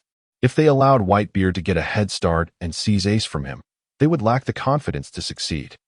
This was a prime opportunity that they could not afford to miss, thus Akainu took decisive action. Akainu, a formidable user of the Magu Magu no Mi, transformed his arms into flowing magma. The molten substance dripped onto the deck, instantly scorching it through. He then raised his hand, reminiscent of a volcanic eruption, releasing a massive surge of magma with tremendous force aimed directly at Marco and his companion's path. Such a terrifying attack, however, was mere child's play for Marco and the others. Without resorting to the powers of his devil fruit, Marco simply delivered a powerful kick, sending the magma splashing into the sea. Akainu, Marco exclaimed, his partially opened eyes widening in fury as he fixed his gaze on Akainu. They were in a hurry to find Ace. There was no time to delay with the red dog. You dare to bully my children before my eyes, as if I am invisible? Whitebeard's voice, laced with anger, made Akainu and his comrades apprehensive. Suddenly, Whitebeard rose, moving to the bow of the ship, and unleashed a tremendous punch towards the Navy. The air cracked as if it were shattering, unleashing terrifying fissures that radiated like cataclysmic shockwaves from Whitebeard's fist, extending relentlessly towards the Navy. Akainu, Akiji, and Kizaru quickly ascended into the air, positioning themselves in front of the approaching shockwave with arms extended, palms facing outward. The three powerful shockwaves surged from their palms. Colliding with Whitebeard's shockwave, they managed to neutralize it, though a residual fraction of the force pushed them back onto their ship. What they had just employed was the hockey of armament. It could envelop their bodies or objects to enhance defensive and offensive capabilities, or be released externally to inflict damage. The might of Whitebeard's punch astonished the three. They had not anticipated that even together, they would nearly fail to withstand such a blow. Wasn't Whitebeard supposed to be old and frail? Was this truly the manifestation of age and decline? Marco, Jozu, go. I will handle this. Father. Marco and Jaws exchanged a glance, then swiftly made their way towards Water 7, eager to locate Ace and return to aid their father. Under ordinary circumstances, Whitebeard would not so readily engage in conflict with the Navy, despite his formidable strength and substantial influence. He understood that should the Navy become truly enraged and resolute in their pursuit of the Whitebeard pirates, they would be unable to withstand such an onslaught. However, the situation now was different. For the sake of his son, Whitebeard was prepared to risk everything. The Navy shared a similar sentiment, although they possessed great power. A relentless confrontation with Whitebeard would exact a heavy toll, rendering it unworthy of their efforts. Yet now, it was clear that Ace was indeed worth the gamble.